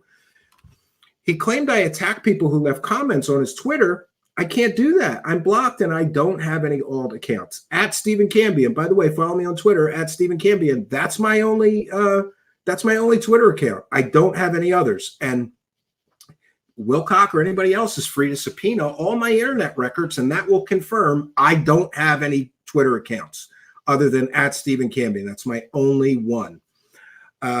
He claims I sent 2 emails to animal control in his city. That's completely and totally false. We tracked down who sent those emails. We're going to share with you the evidence. Got you. If you like gotcha moments, we're going to have a lot of them against Wilcock tonight because he's so piss poor, stupid, and dumb. It's easy to catch him lying. Usually it's when his lips are moving. He claimed that was a problem with him for 10 years, but I didn't start my show, my original audio podcast show, for something like 7 years ago. So he's completely and totally wrong in that claim. He claims I went to his house. I didn't go to his house. I know who did, and we're going to share the evidence with all of you tonight that will prove that is a false claim. He says I am subject to be arrested for having him swatted. Anybody's free to call the Colorado police in his local jurisdiction. David Wilcock lied through his fake teeth. He was not swatted. An animal control officer left a card at his door saying, please call me. That's the reality of what happened. He wasn't swatted. Why are you claiming you were swatted on a public live stream? Do you think nobody's going to call the police and check if they swatted you, David Wilcock? You dumb as rocks idiot. All right, I'm getting upset. I apologize for calling him dumb as rocks, and I apologize for calling him an idiot. I don't want this to get personal. Let's try to keep this business-like, because this may be part of courtroom, evidence. He claims I took full credit for the swatting attack with 4 new aliases. No, I didn't, but we know who did, and we're going to show you, and that is a completely and totally false claim. He claims I filed fake lawsuits against him from Holland and another country. Completely and totally false, and we have proof of that as well. He says I am knowingly trying to destroy him. Well, Mr. Wilcock, no, I am accurately reporting on your shady business dealings. And if somebody pulling the rug back and showing all the dirt you've been hiding is enough to destroy you, I don't know what to tell you, but it's never my intention. My intention is to seek truth, to bring people the truth behind your various claims over the years.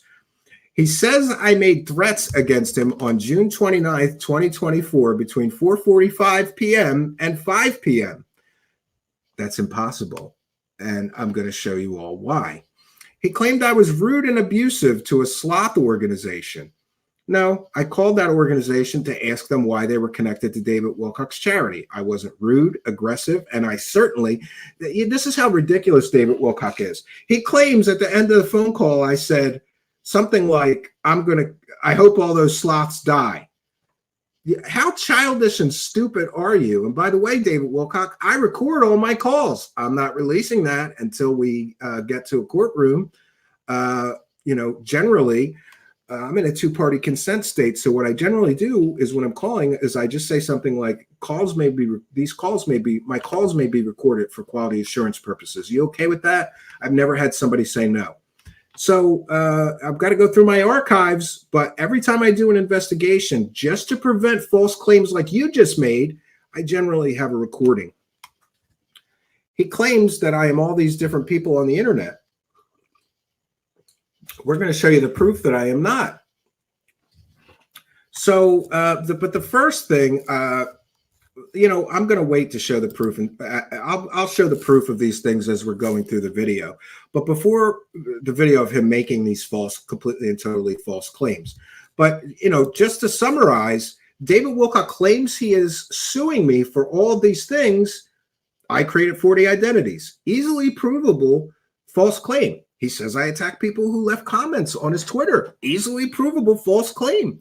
He says I sent 2 emails to animal control in his city. I have on the record statements from the people that sent those 2 emails to animal control in his city. That's a false claim. He claimed I was been a problem for him for 10 years. The math doesn't add up. That's a false claim. He claims I went to his house. I'm going to show you who went to his house. It was a filmmaker and Spooky, who, by the way, happens to do graphics here. And by the way, I want to thank all those people who stepped up and said, we can't let David Wilcock make these false claims about Steve Cambian. He's claiming Steve Cambian is doing things that I did or saying things that I said. He claims I'm subject to being arrested for having him swatted. Anybody can call the local police. He wasn't swatted. That's a completely and totally false claim. He says I took full credit for a swatting attack on 4 new aliases. Didn't do that. Provably false claim. He says I filed fake lawsuits against him from Holland and another country. Prove it. Prove it. Prove my IP on an alt account or whatever. Subpoena my internet records. I did not file any fake lawsuits or real lawsuits or anything. I've never been to Holland. Don't know much about Holland except for the wooden shoes. That's a completely and totally false claim. I am knowingly lying, trying to destroy him. No, I've never knowingly lied. I guess you'll have to take my word for that. we generally show evidence of our claims. He says I made death threats against him on June 29th, 2024, between 4:45 p.m. and 5 p.m. When you see the evidence I have to prove that that's a complete, you're going to laugh. Claims I was rude and abusive to a sloth organization. Well, I got to dig out the recording, but I can prove that is a completely and totally false claim. He claims I'm all these different people on the internet. Those people are standing up and saying, Steve Cambian didn't do that. I did that. He's not all these people. So essentially, Wilcock is saying he's going to sue me and get me arrested for all these things that are completely and totally easily provable false claims. Wilcock, you are not smart enough to do this with me. My advice to you is to take down that video and issue a public apology. I haven't decided what I'm going to do. I'm well within my rights to contact YouTube and demand that they give you a community guideline strike for associating my name, a man who volunteers for children's charities, multiple children's charities, by the way, Wilcock.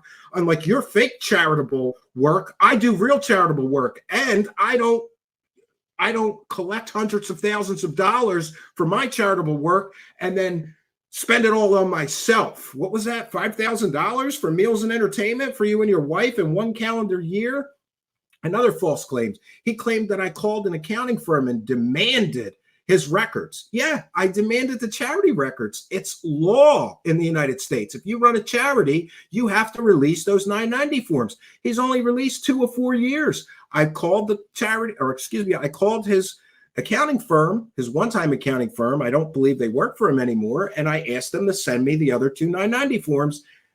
Crickets. They refused, which means David Wilcock is in violation of federal charity law, to the best of my understanding, but I'm not a lawyer. All I know is that a charity is required by law to give their 990 forms. For those unaware, the 990 forms show how much money a charity took in and what they spent it for. They got to file it every year, and it's public information. If any member of the public asks a charity for that 990 form, they're required by law to give it to them.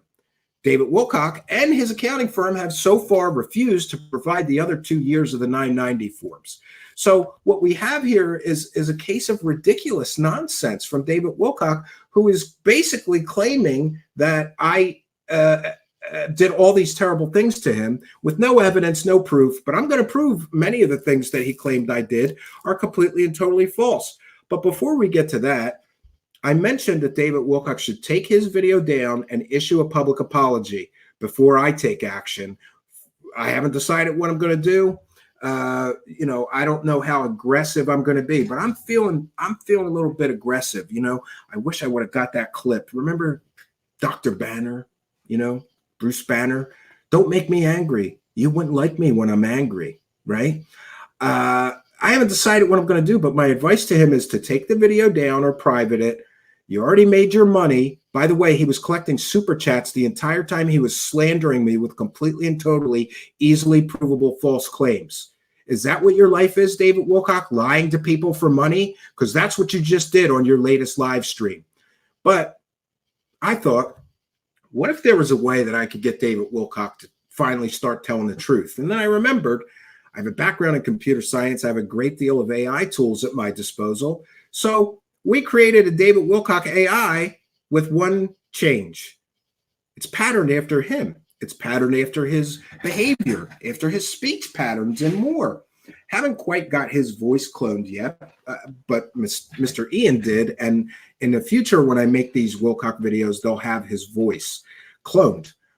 So I wanted to see, wouldn't it be great if David Wilcock start telling the truth? Like in this situation where he slandered me on a public live stream and made all these false accusations. What if he had to admit that he got it all wrong? Wouldn't that be great? I think so. So take a listen as David Wilcock finally tells the truth, friends.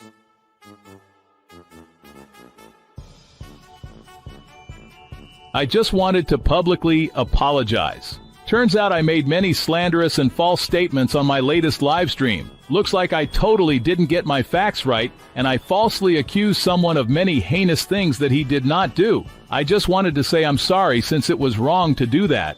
I said I was going to get Steven Cambian arrested. The truth is that he is an honest and well-respected investigative journalist. By making phone calls and fact-checking the things I say on my show, he is just doing his job, which is covering New Age, UFO, and conspiracy land topics on his show. I was wrong when I said he told Christopher Besker he was working for the Washington Post. The truth is, Steven Cambian has a written agreement with a Washington, D.C.-based news organization, but not the Washington Post. When he called Christopher Besker, he gave his correct press credentials. If I sue him, Steven can show everyone in court his written agreement with the Washington, D.C.-based news organization he has a written contract to produce written articles for. Then everyone will see his genuine press credentials and know he'd have no reason to lie about his press credentials. If I sue Steven, I'd be proving that I am attempting to silence an investigative journalist who is writing a story about me and Stavatti Aerospace. That's right. If reporters call and ask questions or try and fact-check me or Stavatti Aerospace, I'm just going to sue them into silence or die trying. I claimed Steven sent me multiple death threats on June 29th between 4 and 5 p.m. It turns out Steven could not have sent anything to me during that time. He was at a pond at his cabin teaching his son to fish. His public X post confirmed that. He sent no messages other than those tweets all day. His phone log shows on that date he sent no text messages, had no voice calls, and sent no emails. His only activity was to post to X of his sons and him fishing at the pond next to his cabin. His phone was in airplane mode most of the weekend. He unplugs from the web at the cabin as much as he can. I also accused Steven of calling animal control on me, but it turns out neither of the people who contacted animal control was Steven. He was able to track down who sent those messages to animal control, proving, once again, I was completely and totally wrong to accuse Steven of sending those messages. Now you may be wondering, how many times can I get my facts wrong in one live stream? It turns out I got everything about Steven wrong. I collected super chats while I was telling my audience complete and total lies about Steven Cambian of truth seekers. I profited from fake facts and misinformation. So every threat of lawsuits I make, you have to keep in mind, I'm threatening to sue a reporter who has been asking questions about my business dealings. All his reports have been factual and accurate. I can't attack his facts, so I'll just call him a satanic pedophile. That worked great for Corey.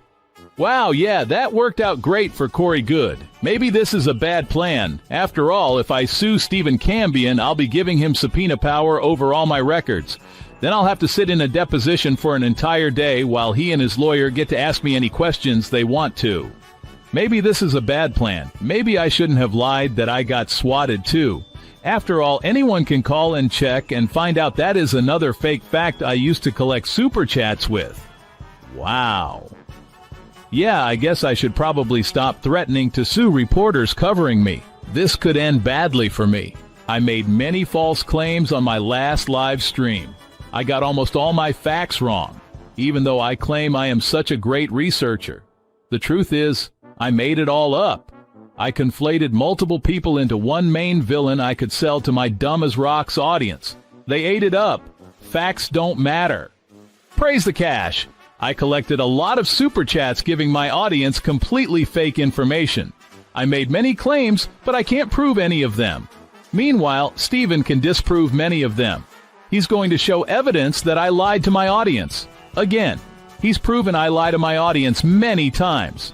Steven Cambian is a great reporter. He reported on the Emery Smith PayPal thing, the Pete Peterson GoFundMe thing, my charity, my shady aerospace company, and more. In fact, this reporter is so good, I'm going to have to hire lawyers to shut him down. His fact-based reporting is affecting my grift. So like I said, I'm going to have to apologize in advance for what happens next, but I just can't let a reporter this good keep reporting on me. I'm sorry I lied about him, but the grift has to go on. Nothing can stop the grift. Praise the cash and praise the grift, bitches. I got to take Steven down.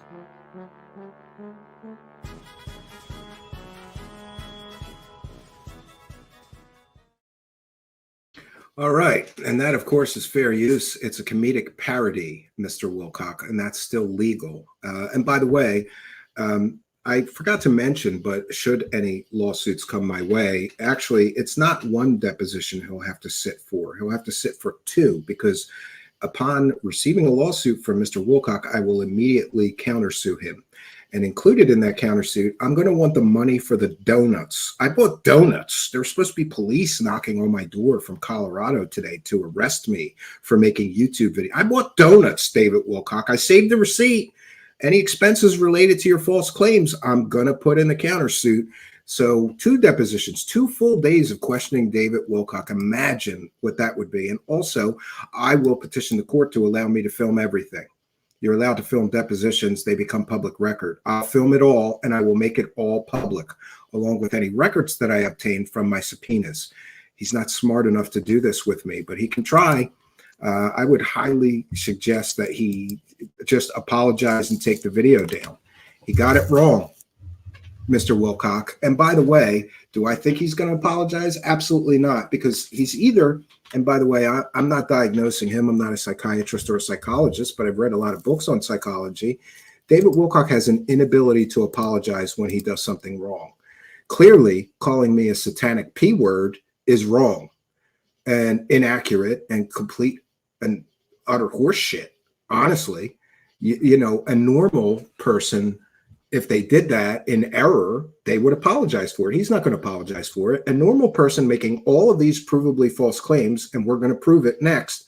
I've got a lot of receipts here. We're going to share them all.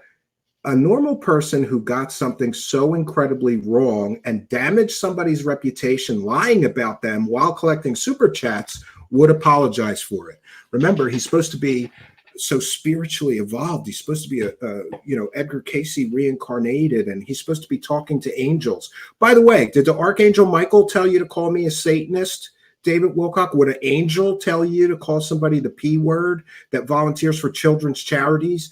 And let's be clear, do you have any idea how damaging somebody making that accusation, even an accusation of that, against somebody who volunteers for multiple children's charities? You want to talk about emotional distress, right? You want to talk about slander and how you're going to sue me? I think you better rethink things because I certainly have an actionable case based on your latest video, Mr. Wilcock. And just the amount of false claims he made against me, besides the Satanist and other stuff, the provably false claims, we're going to go through them all. We're gonna go through his video. And by the way, this is fair use. This is a transformative work. We're educating the public. I'll put my banner up. And I'm responding to completely and totally false claims. So this is definitely covered under fair use. We're going to be discussing the video. I'm going to be critiquing the things he's saying. I'm going to be showing you proof that his claims are completely and totally false.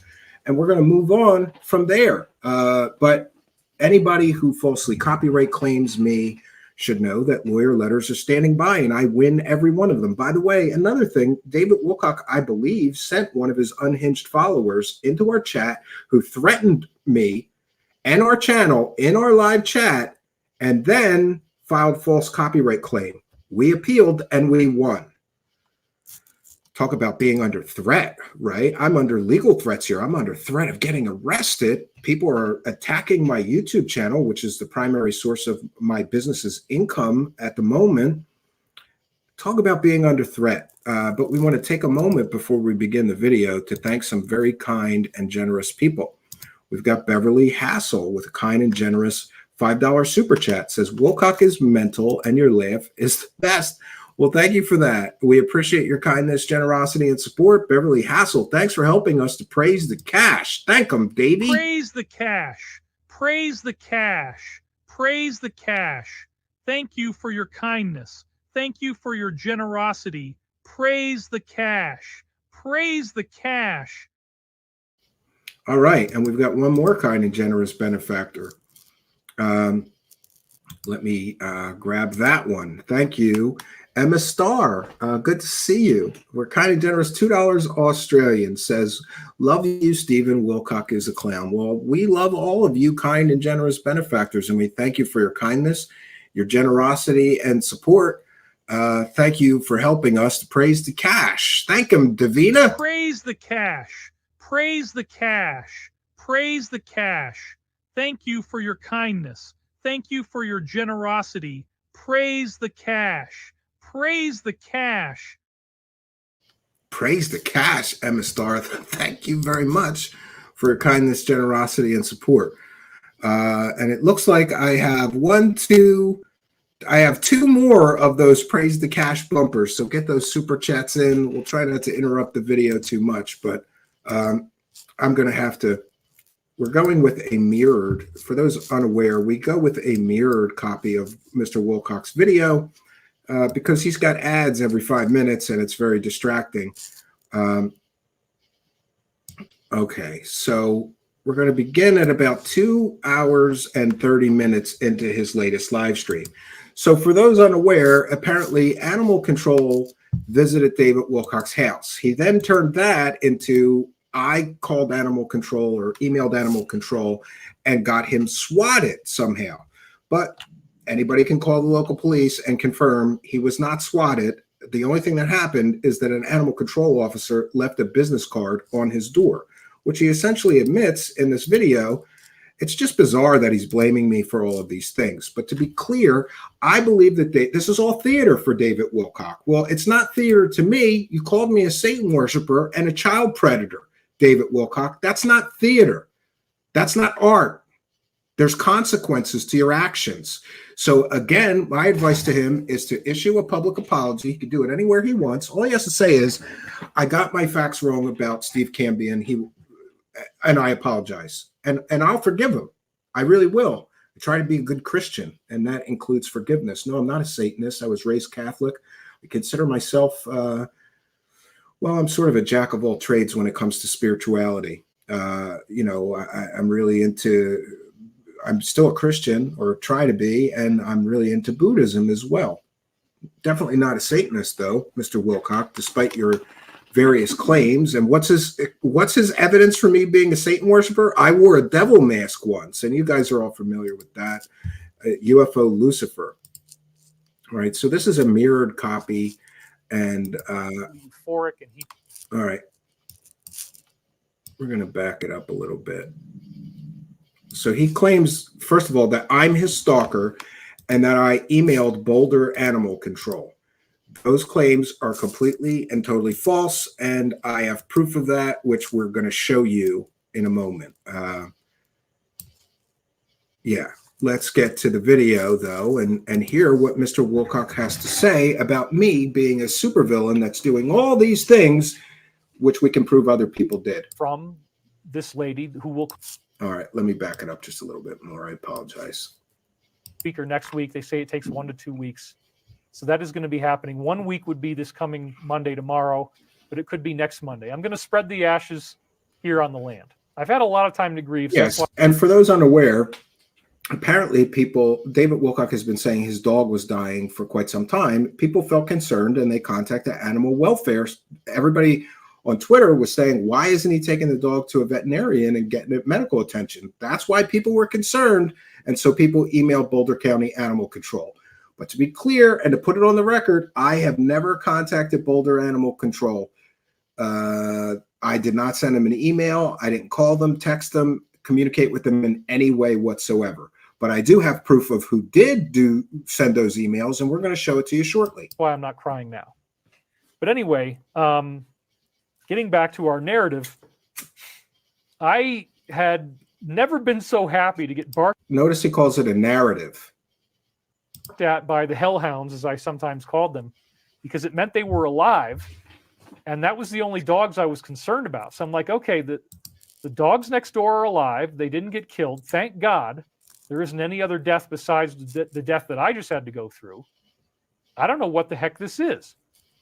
So I came back to the house, and now... Yeah, he's confused over why Animal Control left a card on his door saying, call me.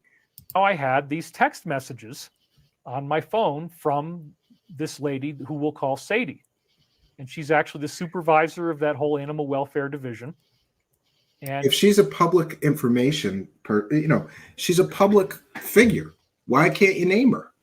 Is it because you maybe don't want people to call her and fact check the lies that are spewing out of your mouth right now? And she's a military veteran.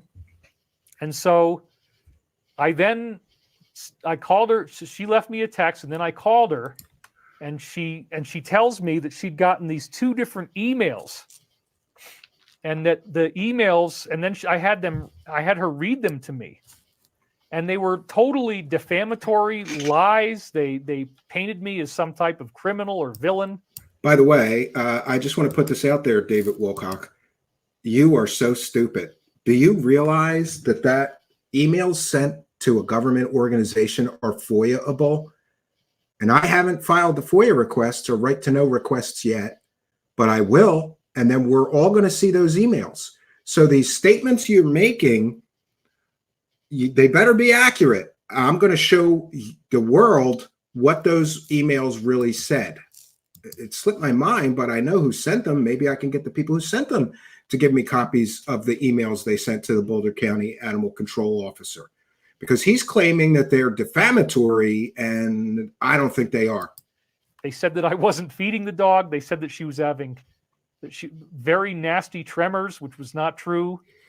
That I hadn't fed her, that I was starving her. That they were concerned about the dog. I said, look, I know who this is. It's this guy, Steven. I've got an enormous amount of evidence. Let me send you the evidence, just a little. Yes, his evidence is out of context 5-year-old tweets. That's his evidence. He has no evidence that I sent those emails, but I have evidence that I did not.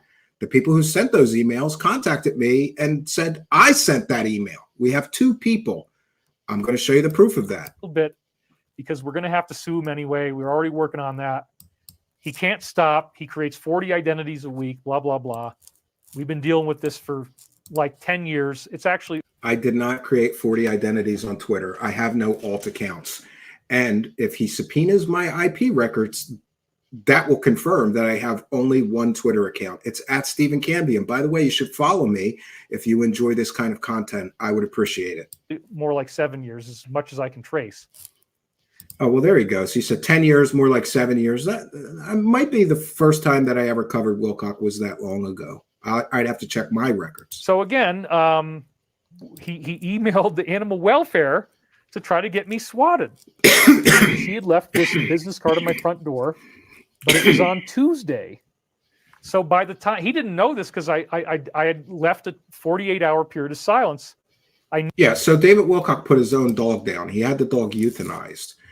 And he's going to take a big victory lap, like, oh, he called animal control after I already put the dog down. You know, I don't know the exact sequence of events, but what I do know is that I was not the person who sent the emails to animal control. So 1 second here. Here, I'm going to share my tab.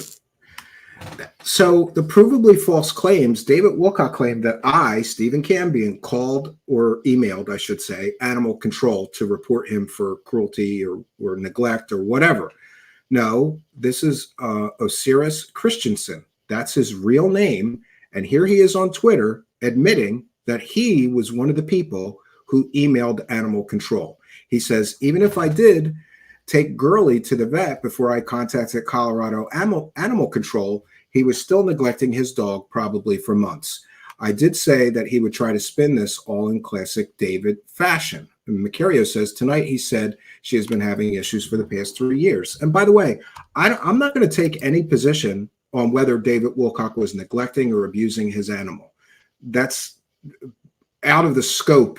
You know, honestly, I don't care, but I do care that Mr. Wilcock is making provably false claims. Here he just said that I emailed animal control under 2 pseudonyms. These are not pseudonyms. These are these people's real name. Osiris Christensen admitting on Twitter and admitted to me in DMs, he is one of the people who emailed Colorado Animal Control. There's the proof that your claim is false, David Wilcock. Are you going to apologize for falsely claiming on a public live stream that I emailed animal control? I did not email anybody. I did not email anybody at animal control.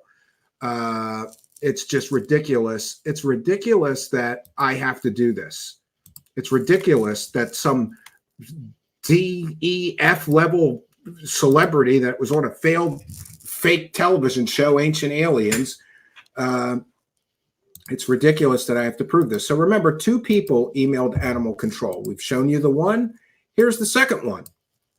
This is Macario, who got doxxed by David Wilcock with his real name and information on a previous live stream.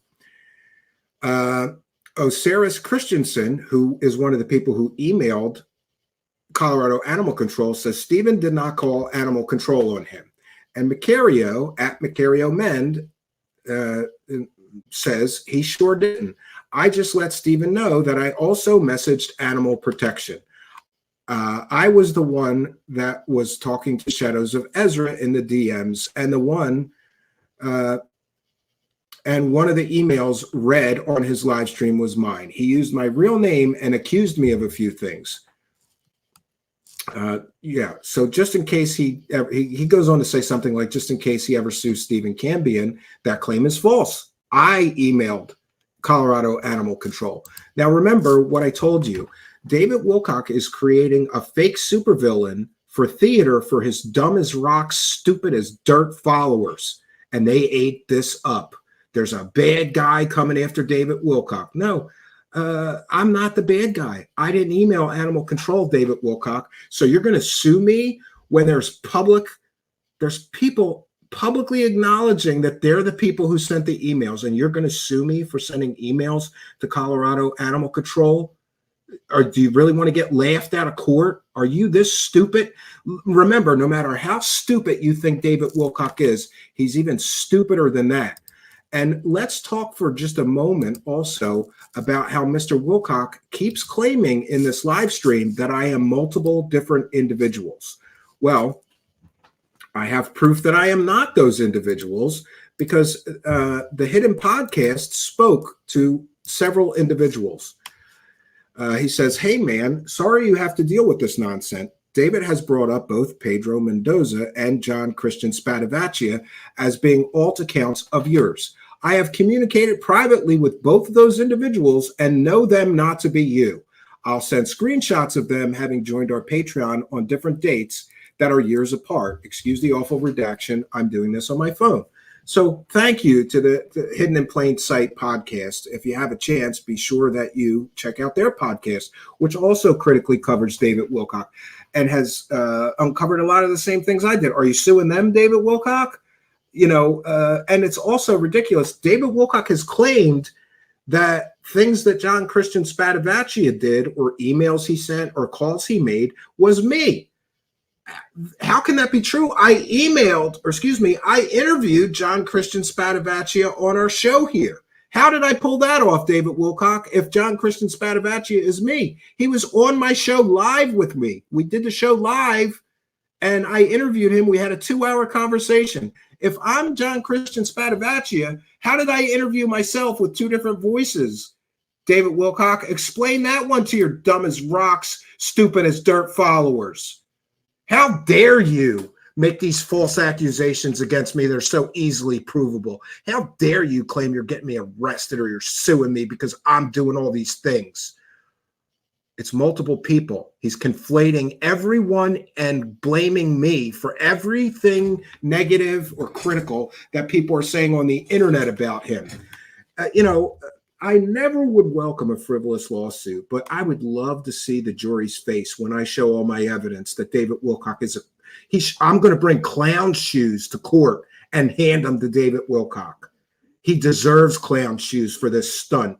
And he's so desperate for money that he has to make up this false narrative. Notice at the beginning of his spiel, he said it was a narrative and collect money while damaging my reputation. By the way, David Wilcock, you dummy. All right, I don't want to keep getting personal. I apologize for calling him a dummy. I have a wife and children, and you called me a child predator on a public live stream. I volunteer for children's charities, and you called me a child predator on a public live stream. Are you going to apologize? Are you going to do the right thing and apologize and take that video down? Or are you going to double down on your nonsense? The choice is yours. Make your choice carefully, though. So we'll go back to the video. We're just getting started. There's so many false claims here, and I have evidence that proves a great deal of it is completely and totally false. Knew this guy was going to try to do something because he's been very, very aggressive. I mean, he is constantly hitting my page. So I said, when I'm not hitting his page. I think he means his Twitter page. Just to be clear, I am hidden from David Wilcock's YouTube channel, which means if I were to leave a comment on one of his videos, nobody would see it. I am blocked by David Wilcock on Twitter, which means I cannot hit his page, reply to any of his threads or any of his posts. And I do not, once again, I'm putting it on the record, I do not have any alt Twitter accounts. So it would be impossible for me to do these things that he's claiming. When the Trump shooting happened, he was like practically euphoric, and he just attacked every single person who wrote a comment on that page. Just bang, bang, bang, right down the list. Boom, boom. I mean, every single one. It's like, wow. No, that wasn't me. I know who it was, but it wasn't me. Wow, this guy's nuts. What is going on here? He's so excited about the idea that I would feel nervous because what if what happened to T could happen to me? So he's just going crazy with all this hatred. So of course the emails are him. And I'm like, yeah, this is what he does. We've got like, it's too much evidence. So how do you condense it down into a written document? He said, of course the emails are me. He's been doing this. He said, of course the emails are me, Steven Cambian. But we just showed you that the people who emailed Colorado Animal Welfare admitted that they did it. We have the two people who sent the emails, and neither of them is me. So you're completely and totally wrong, David Wilcock, just like you're wrong about Ascension, Corey Good, the fake Pete Peterson, fake government whistleblower. Oh, and he's calling me the P word. I want to put that on the record. This is important. He called me the P word on his public live stream. And what people need to know is that while he was working for Project Camelot, David Wilcock worked with and profited from Bill Bruckbrader, who was a court-martialed child predator, proven, and is to this day, I believe, a fugitive from justice for not registering in the state that he lives as a child predator. David Wilcock, dumb as rocks as he is, interviewed a convicted child predator and pretended he was a secret space program insider. You remember that, David? So maybe you shouldn't be making P-word accusations at me. Then he's also very proud of hanging out with Steven Tyler at some charity event. Hey, David Wilcock, did you know that Steven Tyler once adopted a 14-year-old girl so he could fuck her, right? But I'm the P-word. I don't think you want to go there with me, Mr. Wilcock. I don't hang out with P people, but apparently you do. You work with them, you hang out with them, right? And you're gonna cast aspersions. Boy, talk about glass houses. I've never hung out with somebody that adopted a 14-year-old girl so he could bang her. I've never hung out with, worked with, or profited from a court-martialed child molester, but you did that, Mr. Wilcock, didn't you? That's the truth. How dare you accuse me of that? I have a wife. I have children of my own. How dare you go on a public live stream? Take that video down, Mr. Wilcock, or deal with the consequences. Let's continue. For so long. Like, I don't even know where to begin. He does a new video every week. He's been doing it for like... Yeah, we cover, when you do a live stream, we do a live stream covering it. When you weren't doing videos, I didn't cover you at all. And here he's going to say most of my videos are about him. No, maybe 2% of our total video output is about him. We cover all topics in conspiracy land, not just him. Like 7 years. We have so many pieces of evidence. What do you even start with? So here's the thing. The business card was arrived on Tuesday. I didn't let people know that she was dead because I figured, you know, Steven's probably going to do something with this. So let me just keep it quiet, and I'm going to keep it to myself, and I'm not going to announce it until Wednesday. And by the way, I just also want to put on record that I once had to put a dog down. It was the worst, one of the worst things that ever happened to me. My father had this beautiful Malamute husky named Casey. Actually, his name was Sir Casey of Rockmount. He was like had this whole pedigree. He won all these dog shows. He was the most beautiful dog and kindest dog that I've ever known in my life. And my father died. I took the dog in, but by that time he was like 15 years old and he was getting really sick. He had hip dysplasia and many other things. He had incontinence, a lot of the things that Wilcock is describing his dog. You know, they have similar problems. I think his was a, German Shepherd. They have similar problems to Malamute Huskies. But anyway, I would never, ever make light of somebody having to put their dog down, because I had a tremendously horrible experience with that myself. I felt so bad because I felt like that dog was like the only thing that I had left from my father, who had passed away. And it was so terrible. I couldn't take him. I couldn't do it. My brother had to take him. I spent my last day with that dog in the park, his favorite park by our house. And I cried my eyes out like a child. I cried my eyes out apologizing to him, but he was in such pain and suffering. He used to wake up screaming. He couldn't get up sometimes because his hips were so bad. I would never make light of anybody having to do that to their dog. For him to act like I'm taking joy in this, or I'm going to use this as an opportunity to attack him, is completely and totally false. Would never do that. So by the time the officer had arrived, she had already been euthanized. So then this card was this is an up close version of it, and I had to, block out some things. So again, Steven doesn't stalk her.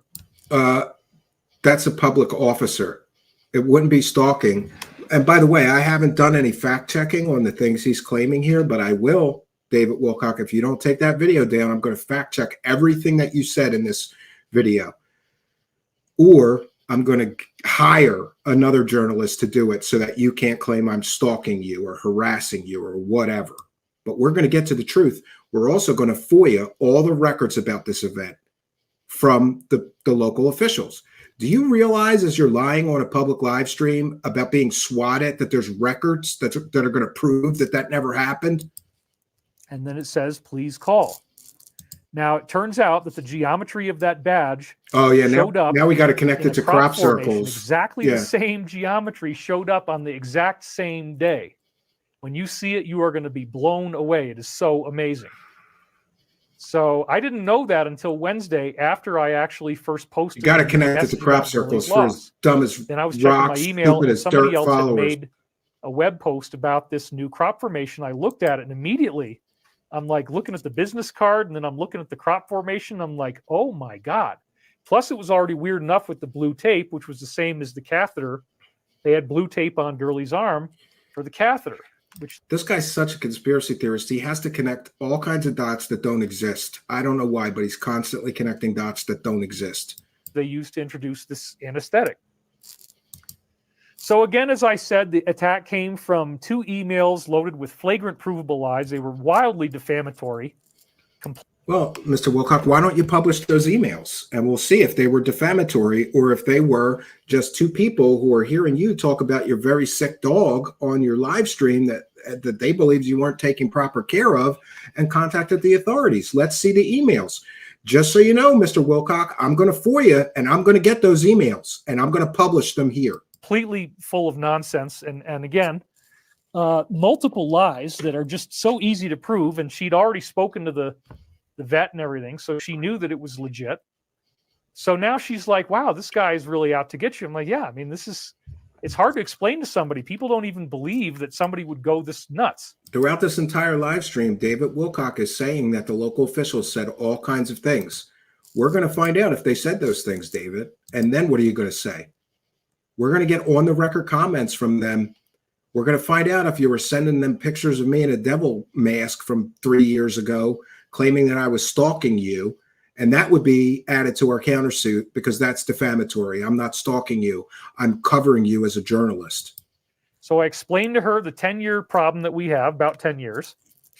And then I ended up talking to her later Haven't been on. covering She them ended that up long. telling everybody Completely in the false office claim. about this, that this is what this guy's doing. So now it's like everybody in the whole Boulder Police Department knows about Steven, because we're expecting that if he keeps doing what he's already doing, it's just going to escalate more and more. What's he going to do next? He's going to try to get a whole SWAT team out here, or he might come out here in person, which he's now subject to immediate arrest if he does. And by the way, Mr. Wilcock also claims in this video that I was at his house. I've never been to Colorado. I may have driven through Colorado on the way to California, but I've never stopped anywhere near Mr. Wilcock's home. You know, it's just completely and totally ridiculous. These are false claims. He's subject to immediate arrest if he calls a SWAT in. He's actually taken public credit for doing all this stuff. You can believe that. So Yeah, and here we go again. He says this is a completely and totally provably false claim. David Wilcock right here says, I publicly took credit for writing those emails to Boulder County Animal Control. Show the screenshots. Where are your receipts, David Wilcock? You are so bad at this. You are definitely not smart enough to do this with me. You're saying that I publicly admitted it. No, a Twitter sock puppet account admitted it. And I don't have Twitter sock puppet accounts. Those Twitter accounts are not mine. You know, in court, you're going to have to show IP information and track those accounts directly to me, or that's a false claim. All of your claims are false, Mr. Wilcock. Take your video down, apologize, and move on with your grifting. That's my advice. I don't know why. I feel really sorry for him. I mean, I think he's funny. He actually does make me laugh. I think he's kind of an amicable character in some ways. He does have some comedy in what he does.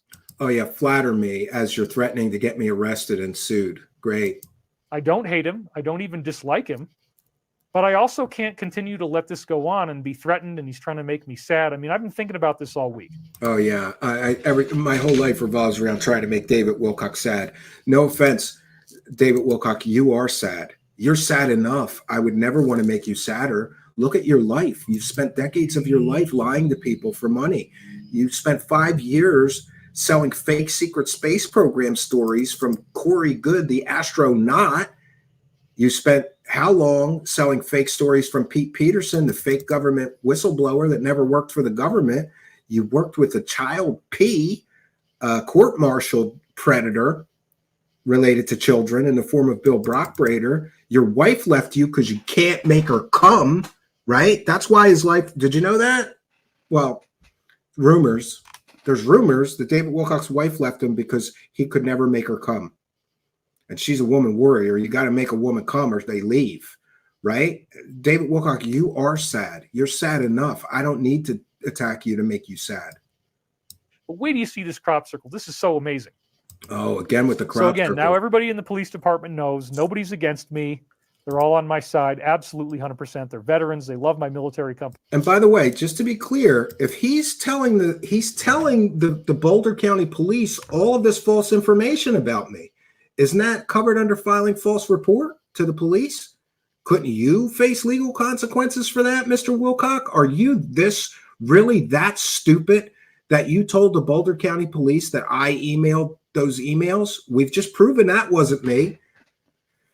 You told the Boulder County Police that I issued death threats at a time that I could not have, and I'm going to prove that as well.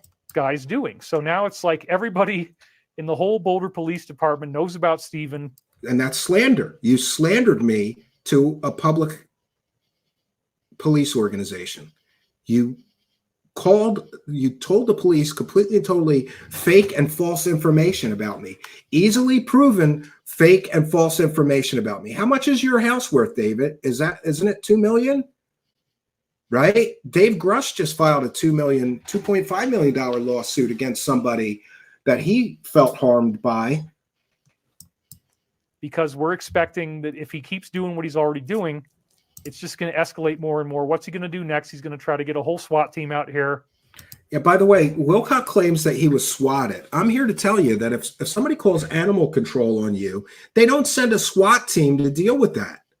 Or he might come out here in person, which he's now subject to immediate arrest if he does. I'm never He's going subject here to in immediate person. arrest if he calls a SWAT in.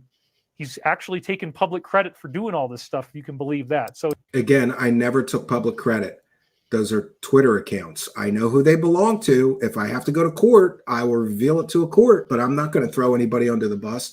And by the way, there's a reason that people create fake accounts to reply to Mr. Wilcock's threads. And that's because he's such an intellectual weakling and a coward. He can't withstand debate. He just blocks anybody who says anything critical of him. People get pissed off. They make another account and they keep posting. I've never done that, but I have observed this happening. Okay. Let's continue with the false claims. I don't know why. I feel really sorry for him. I mean, I think he's funny. He actually does make me laugh. I think he's kind of an amicable character in some ways. He does have some comedy in what he does. I don't hate him. I don't even dislike him. But I also can't continue to let this go on and be threatened, and he's trying to make me sad. I mean, I've been I've never threatened him. thinking about this all week. But wait till you see this crop circle. This is so amazing. Oh, again with the crop So circle. again, now everybody in the police department knows nobody's against me. They're all on my side, absolutely 100%. They're veterans. They love my military company. We're getting along great. I have everybody's cell phone number. Do the police know that your military company got called a Ponzi scheme and an investment scam in court documents? Do they know that your shady aerospace company has been taking public investment money from people for 30 years, but apparently have never produced a single airplane product or service? Do they know that your shady aerospace company is being sued by multiple vendors because you took hundreds of thousands of dollars of products and services from vendors and then never paid your bills? Do they know that, Mr. Wilcock? The exact same day that this card was left, Tuesday, July 23rd, we get the Roman Road crop circle. And it's even interesting, isn't it? Because oh boy, a circle, look at a that star, shape, and tell me and there was if a that looks star on the familiar. card. The Roman Road. Well, How I was just incredible. talking about that the deep state is from Rome. All roads lead to Rome, right? And the Romans came into Great Britain. And so Roman Road was one of the original roads that they built going back to probably around the time of Jesus, back when they started to create this as their financial I love center. how he has to mix in nonsense. So that's a with his weird narrative. DS connection. But it's the geometry of this thing that is so crazy. Take a look at it. And first of all, even before we get into the badge, notice that there are again grails. If you look at the internal 7-pointed star, the one that's the dark color, What nonsense. the 7 points are actually, they end in these grails that have, cups. We're going to skip It was that. pentagonal, and it was just like that, including the fact that it's a little bit stretched. But also, don't forget, just the week before, I did a whole elaborate show on Valiant Thor going to the Pentagon as a human extraterrestrial. He thinks Valiant Thor is real. He's dumb And as there's rocks. 5 pentagons in there that are all in this white color. Wow. So I have to say, looking at this, Such it's a like so synchronicity, amazing. right? I now consider this Such to a be the greatest synchronicity. miracle of my entire career. That crop circle showed up on the same day. This is a that it's this a business card miracle. was left on my door. And the geometry is so the same. You got the crazy. 7-pointed Yes. star inside the Astronaut. circle. I mean, I could not The believe crop circle it. What do you doesn't guys look like think? a Let's hear badge, your though. comments. Yeah. Somebody said, Miracle Hands may request that you lead a group prayer for many thousands of people affected by the Park Fire in Northern California. Over 350. I didn't even know about that. Wow. Yeah, we'll definitely do that. Mr. Floyd Channeling says, yep, I live in Boulder County. That looks familiar. A lot of people are saying, wow, wild, cool. Somebody said, let's go, Brandon. Could be vibrations, hopefully good vibrations. Yeah, I think it is. Oh, I can't Corinth says, say is that amazing. I disagree with you. You are still in Rome. What do you think the birth certificate is? And the county means parish. Cool can achieve. He probably envisioned. I don't care about his stupid followers. Mind blowing. The same day, you try. What are the statistical odds of having Of a this star stuff crop show up circle and you getting a the card same and you're exact geez, I think it's geometry pretty good odds on the Wilcock. same exact day? Again, it's called a I've never seen coincidence. anything like this. It's called a And coincidence. also, if you look on He the doesn't left, believe in a coincidence. they turn out to be Tesla turbines. We're going to get into that a little bit later. We've still got our full audience here, 4,600 people. Nobody's dropped me. And even just the synchronicity also of competence and communication and character. I mean, yeah, they were great. Everybody was really cool to me. And they've He been very blocked you from his supportive on chat, this. So huh? whatever Steven was trying to achieve, he probably envisioned that the dog was still alive, that the dog's in bad shape, that Boulder is going to tell me that I'm doing something wrong, that they're going to try to take the dog from me. But again, the dog was euthanized on Monday. There was no dog barking when she knocked on the door because Gurley was already gone. And it took a little. I love how he's doing like a victory celebration because he put his dog down before Boulder County Animal Welfare reached him, right? That's not something to be proud of. While I mean, she was a little suspicious at first, and I explained to her the whole thing in detail. She doesn't suspect me of anything, so they know who's responsible. And he really screwed up. I mean, now the police are going to cooperate. They're mad that he did this. He gave completely and totally false information claiming that I called animal control. By the way, Mr. Wilcock, I'm going to forward the evidence that I did not contact animal control to those proper authorities. And then I'm going to demand that I get all the records of everything that you said about me. because I may have to use that in a countersuit. We know where he lives. We know he lives in Pennsylvania. We know he lives in Philadelphia. Yeah, genius of the millennium. He got my state right, but I haven't lived in Philadelphia in 5 or more years. He doesn't even know where I live, but he's going to have Boulder County sheriffs get on a plane and come here and arrest me. He doesn't even know where I live. Great. Got his address. He's subject potentially to arrest right away because we're going to do an emergency injunction. Hear that? He's going to do an emergency injunction, and I'm getting arrested for making YouTube videos critical of his New Age claims. I'm not allowed to say it's ridiculous that this man is saying that the Archangel Michael told him to take baths in his own piss in order to get superpowers on the internet, or he's going to get me arrested. All of your claims are false, provably false. Do you think that a police in Boulder, Colorado, are going to get on a plane, come here in a place that they don't have jurisdiction and arrest me based on your piss poor fake evidence? So at this point, the main thing he needs to do is back off. And here's the threat. Back off and stop making videos about me and I won't sue you. That is what he wants. He wants me to back off and stop covering him. He's trying to scare me into silence. He's trying to shut me up, to shut me down. He's threatening me. This is a direct threat. I will sue you if you don't stop making videos about me. Well, here we are, Mr. Wilcock. I'm making another video about you and how ridiculous, pathological liar you are, and how you profited on a public live stream from telling people I'm a Satan worshiper and I did all these horrible things to you when I can prove that I did not. Stop attacking me. Don't make a follow-up video. Don't talk about this. But well, if here we are. Whatever you say in the video, we're going to use it in our investigation, okay? Yeah, I did the investigation for you, Mr. Wilcock. You can use my video. I didn't do any of these heinous things that you're accusing me of. And I've proven that. You're going to use my video in your investigation? I investigated for you. I was not the person who emailed Boulder County Animal Control. I was not the person on those Twitter sock accounts. I did not send you any written communication, to the best of my knowledge, for my entire life. So, great. I don't have any choice. And they were like, David, why in the world haven't you gone after this guy? I'm like, well, you know, I really hoped that if we just ignored him long enough that he would go away, but we've had to hire 3 different people. By the way, here's where it gets good. He's had to hire all these people to deal with attacks that he says came from me that I never made. Do you have receipts for all that? Because I'm going to subpoena them if this gets to a legal situation. And I don't think that he hired 3 people to deal with online critics. I really don't. One of them is not even a person, it's a whole team. We got like 10 people. Okay, so now he's hired. First, it was 3 people he's hired to deal with my harassing and cyber stalking, right? Now it's 10 people.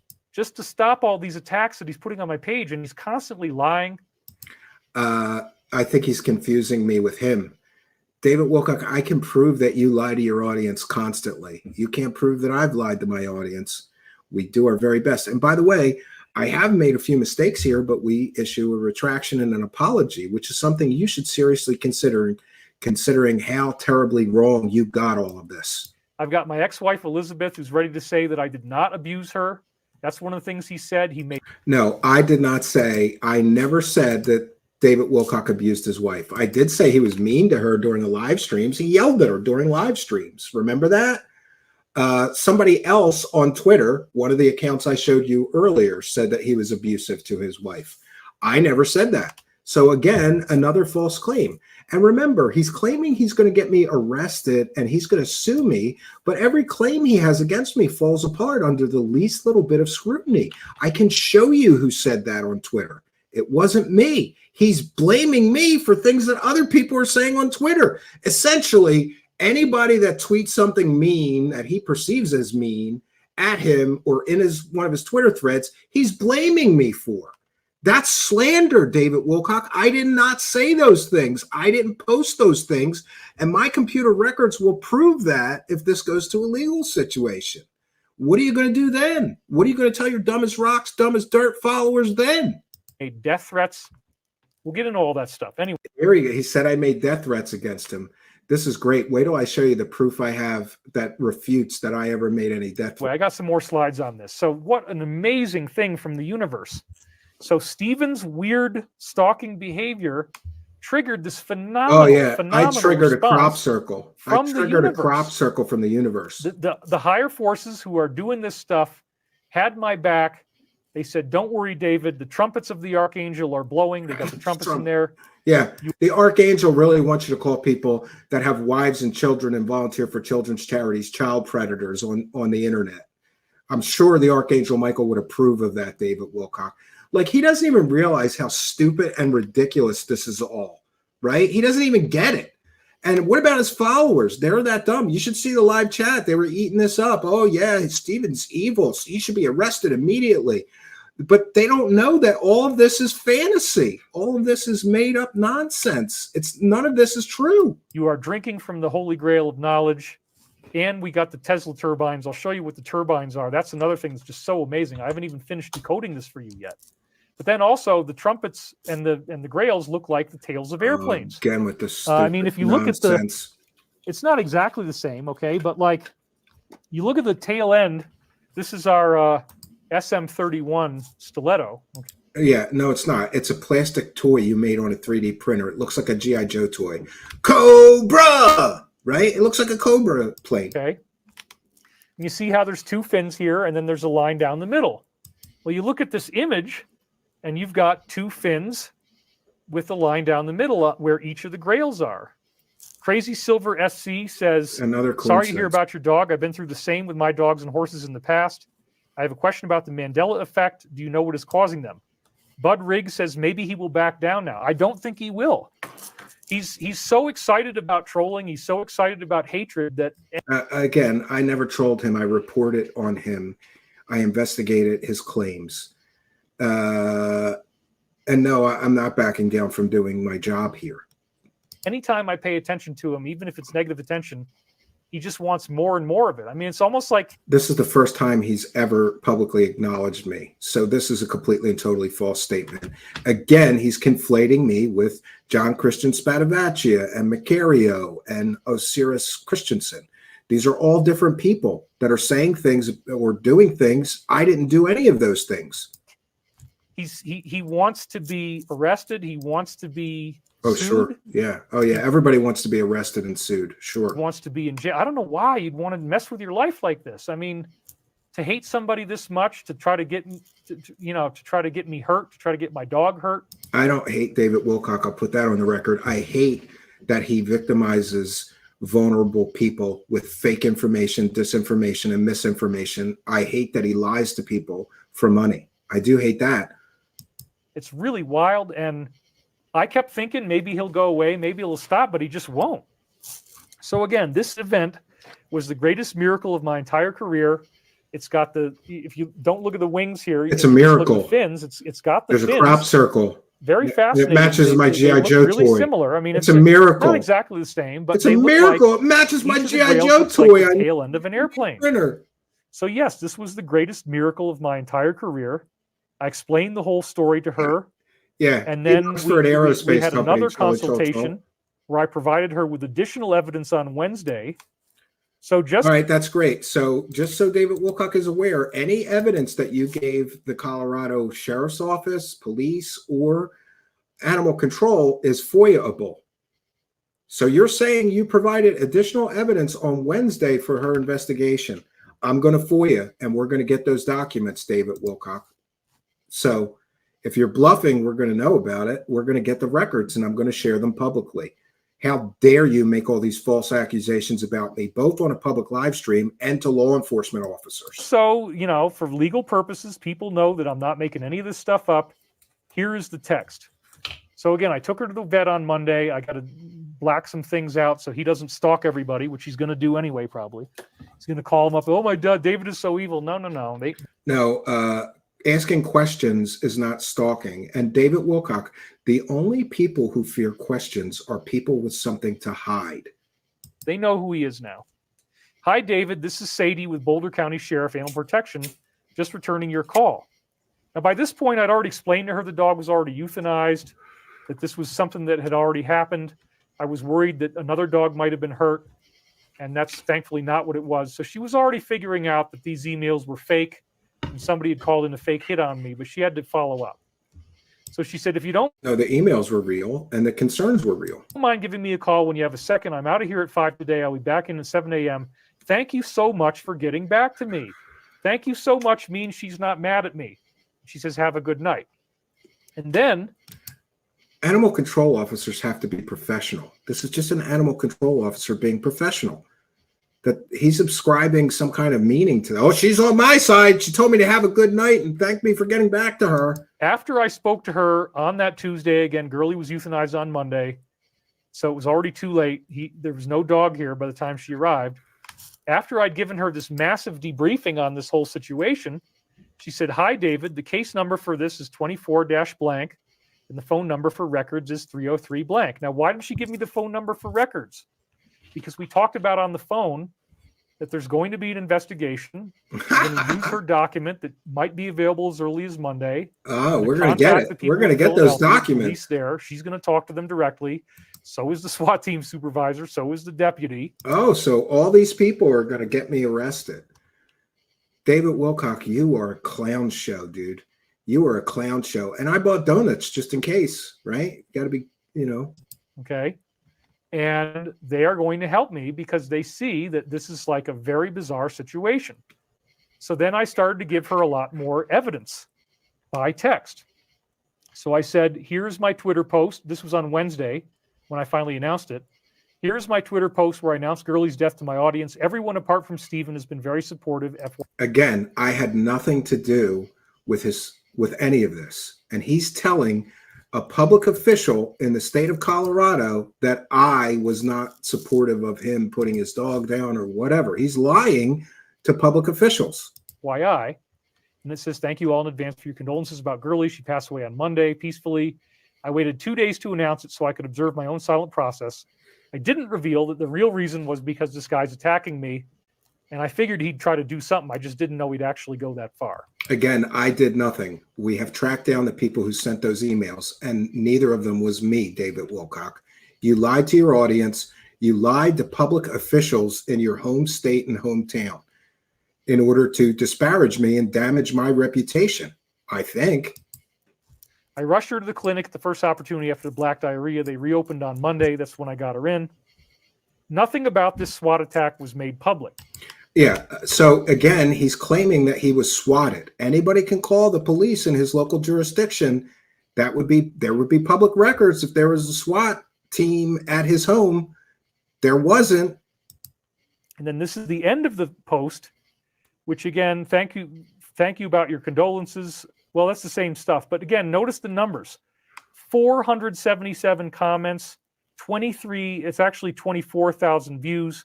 1,300 likes. This is the height of being a narcissist. Look how many views and likes my tweet about my dog dying got. And he attacks me further along in this video for lack of engagement on my Twitter posts, but he's sharing like jokes that I put online or whatever. We'll get to it. Not a single negative comment except for this one guy who would just, write the same stuff. And he admitted, this is the part that's so crazy, after he's under police investigation. Because if you do this and you're lying, then they're going to get mad at you, not at me. Again, I did not put anything on his Twitter. I'm blocked on his Twitter. We know who did that. And it wasn't me, David Wilcock. You lied to police officials. You lied to animal control officers. You have damaged my reputation. And you've slandered me to local public officials, and all of that information that you gave them, that failed fake information, is going to be public records, and I'm going to get it. And I may take action against you for that. After he already did this, he admitted publicly with his name. Check my Twitter. No, I didn't. I never admitted to anything. That would be public record as well. It would be on my Twitter feed. Does anybody want to go through my Twitter feed and see where I admitted to posting mean tweets to David Wilcock? And even if I did post mean tweets to David Wilcock, is that an arrestable offense, David Wilcock? Are you really this stupid? No matter how dumb you think David Wilcock is, he's even dumber than that, I think. That he was the one responsible for this because nobody knew about the Boulder Animal Control. Nobody knew this happened. This is the first time I've ever announced it, this Sunday, okay? Check this out. The people who sent the emails knew about it and talked about it on Twitter. Neither of the people who sent the emails was me. Story gets crazier and crazier. This is the end of the post now where it shows 23.7 thousand views. I love how he's got to point out how many views that his post about his dog dying got. Every animal owner ultimately has to go through this. It's a part of our sacred soul evolution. Thank you all for your kind wishes of condolence. We appreciate you, your love and prayers.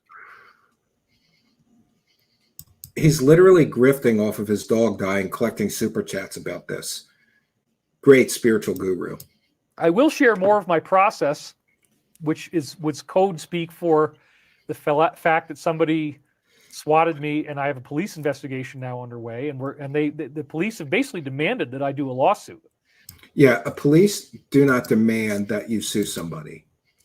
And again, David Wilcock, I'm going to get on the record statements from all these people that you're claiming said these things, and we're going to get to the truth. Or maybe you should take your video down and apologize for all these false accusations that you have leveled against me and severely damaged my reputation. And you know what, Mr. Wilcock, I'm suddenly feeling a great deal of emotional distress over being called a Satan worshiper and a child predator, and over the fact that somebody is making all these false accusations about me on public live streams and damaging my reputation, and the fact that somebody is lying to the police saying that I did all these heinous things, trying to get me arrested for doing these things that I had nothing to do with. I'm suddenly feeling a great deal of emotional distress. Maybe I should talk to a lawyer about that. So now we're going to have to do a Stavatti lawsuit and a David Wilcock lawsuit. They'll help me. But there's going to be two. Like, you need to do this immediately. We don't want you having this guy stalking you and he wants to destroy you. You got to do something. I'm all right, you guys. All right, I'll do it. I will share more of my process. That's the code. When we reconvene this Sunday on my next live stream, all is well. 23. So there's a huge number of views. So then the thing that I couldn't even believe is he took full credit for this swatting attack, created 4 new aliases. He clearly wanted you to see these statements. I did not make any of these posts, and my internet records will confirm that in court if necessary, David Wilcock. You have to prove that I am the person behind those accounts. You've offered no proof of that, but I have proof of who is making those posts, and it is not me. He wants people to know. And by the way, I did not create alt accounts. I have no alt accounts, more false statements from the Lord of Lies, David Wilcock. That he was the one responsible. So in this one case, we're going to give him what he wants. So my team deliberately left this stuff up. And these are all the alt accounts that he claims I created. You know, David Wilcock, that in court, you're going to have to show IP information and directly link me to the creation of those accounts and to these posts. Where is your evidence that I did that? You have none. This is a completely and totally false statement and defamatory. He's attempting to damage my reputation with completely and totally false information. This is one of the subheadings under the main post. One of the people I responded to was Teresa Sutton Sherrill. I recently lost 2 cats. One appeared back the next day, so full of joy. They are letting us know they are happy and okay. The other came in a dream. Then you got to click on, show probable spam, or, impolite content, whatever they say. Now notice that these are all 4 of them are exactly the same words. They hardly had any views. They had the biggest one had 12 views, Stephen of Holland. And they only had 2 likes, which is probably one. Stephen of Atlantis had 3. I think if you check them now, they have many more views. Probably his own personalities. He's liking himself. I think this is what these kind of people. And by the way, I never saw any of these posts. Not only did I not post these things, I didn't even see any of this stuff, let alone like it. Another false statement. People do.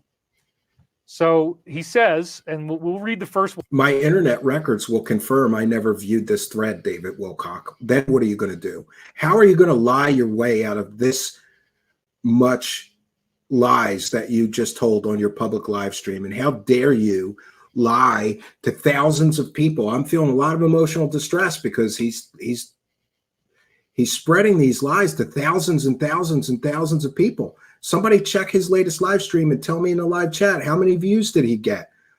Completely and totally lying through his fake teeth about all these heinous things he said I did that he has no proof for. But I have proof it wasn't me. One John of Norway. So, after being officially investigated by Boulder County Sheriff Animal Protection Unit, which again, nobody knew that, only the person who actually did it would know that, and notice that the second name is... Well, we know who sent the email, so you can connect the dots and figure out who these alt accounts are. Stephen of Holland. The third name is Stephen of Atlantis. Well, he gave us a fake lawsuit out of Holland.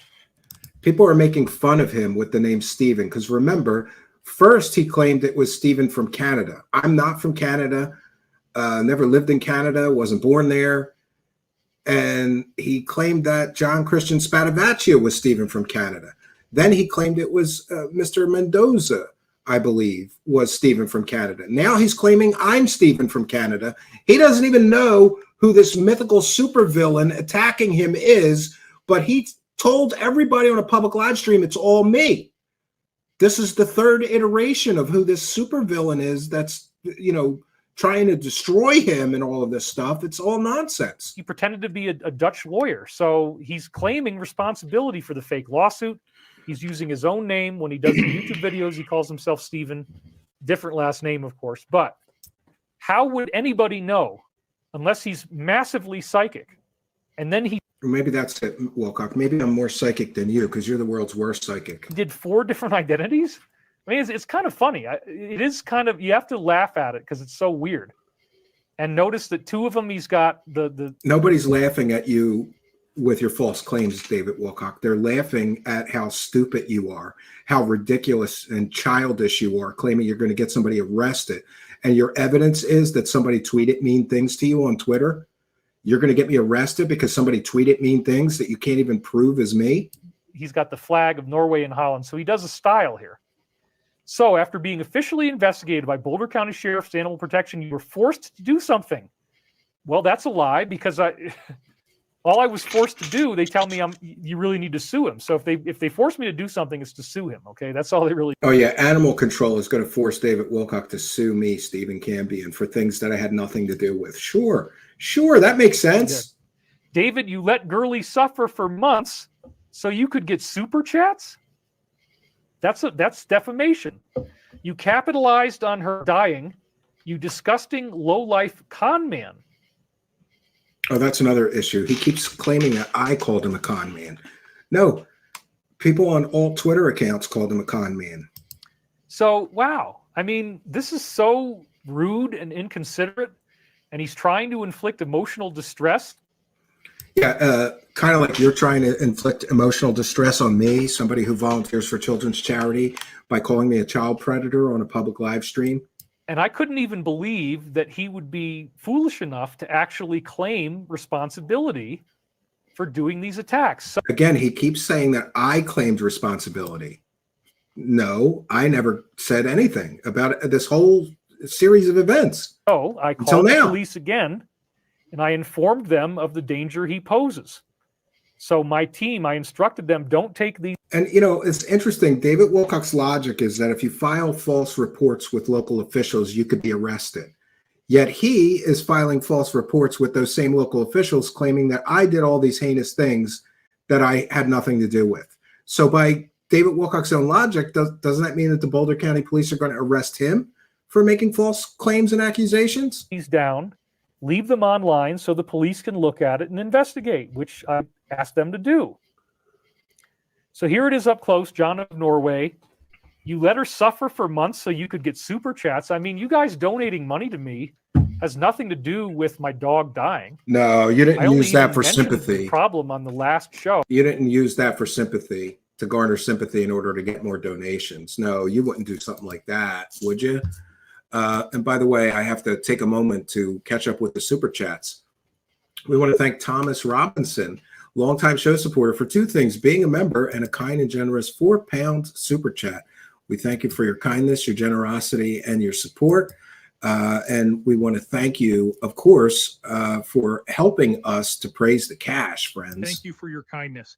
Thank you for your generosity. Praise the cash. Praise the cash. Praise the cash. All right, and we have a few more here. So we thank you, Thomas Robinson. We thank Self-Licking Ice Cream Cone for a kind and generous $27.99 Canadian. Very, very kind of you. He just bought David Wilcock clown shoes for me. So thank you for your kindness. Thank you for your generosity and your support. We appreciate you. Thanks for appreciating us. Praise the cash, Self-Licking Ice Cream Praise Cone. the cash. Praise the cash. Praise the cash. The blue chickens command you to praise the cash. Praise the cash. Praise the cash. Praise the cash. All right. Do we have, yeah, we have some more. We have Legal Eagle with a kind and generous $20 says David Wilcock is probably watching this while on the phone crying to Corey Good for legal advice. Dope. Yeah. It would not surprise me if he was doing that. But thank you, Legal Eagle, for two things: being a member and your kindness, generosity, and support. Very generous of you. Longtime show supporter. Thanks for helping us to praise the cash. Thank him, Davina. Praise the cash. Praise the cash. Praise the cash. Thank you for your kindness. Thank you for your generosity. Praise the cash. Praise the cash. Praise the cash. All right. And we've got Archaic Revival with a kind and generous. He's been a member for 7 months. So we thank him for his kindness, generosity, and support and helping us to praise the cash by being a member for 7 months. Thank you, Archaic Revival, longtime show supporter and member. Praise the cash. Praise the cash. Thank Ra Almighty. Praise the cash. Praise the cash. Praise the cash. Thank Ra Almighty. Praise the cash. Oh, man. Thank you, Archaic Revival. We have Village Floral House with a kind and generous $4.99 says, I admit publicly that was one of the dozens of commenters talking about his animal abuse on Twitter. So there you go. There's another person that was talking about this on Twitter, and he's probably blaming me for your posts, Village Floral House. I did not post anything about his dog. I didn't call animal control. I didn't post anything to any of his Twitter threads. My internet records will confirm that in court if necessary. But thanks for helping us to praise the cash. And thank you for being one of those people that has stood up to defend me, saying Steve Cambian didn't do those things. I did them. Ra commands you to bow down and praise the cash. All right. And just a couple of more, and we'll get back to this presentation.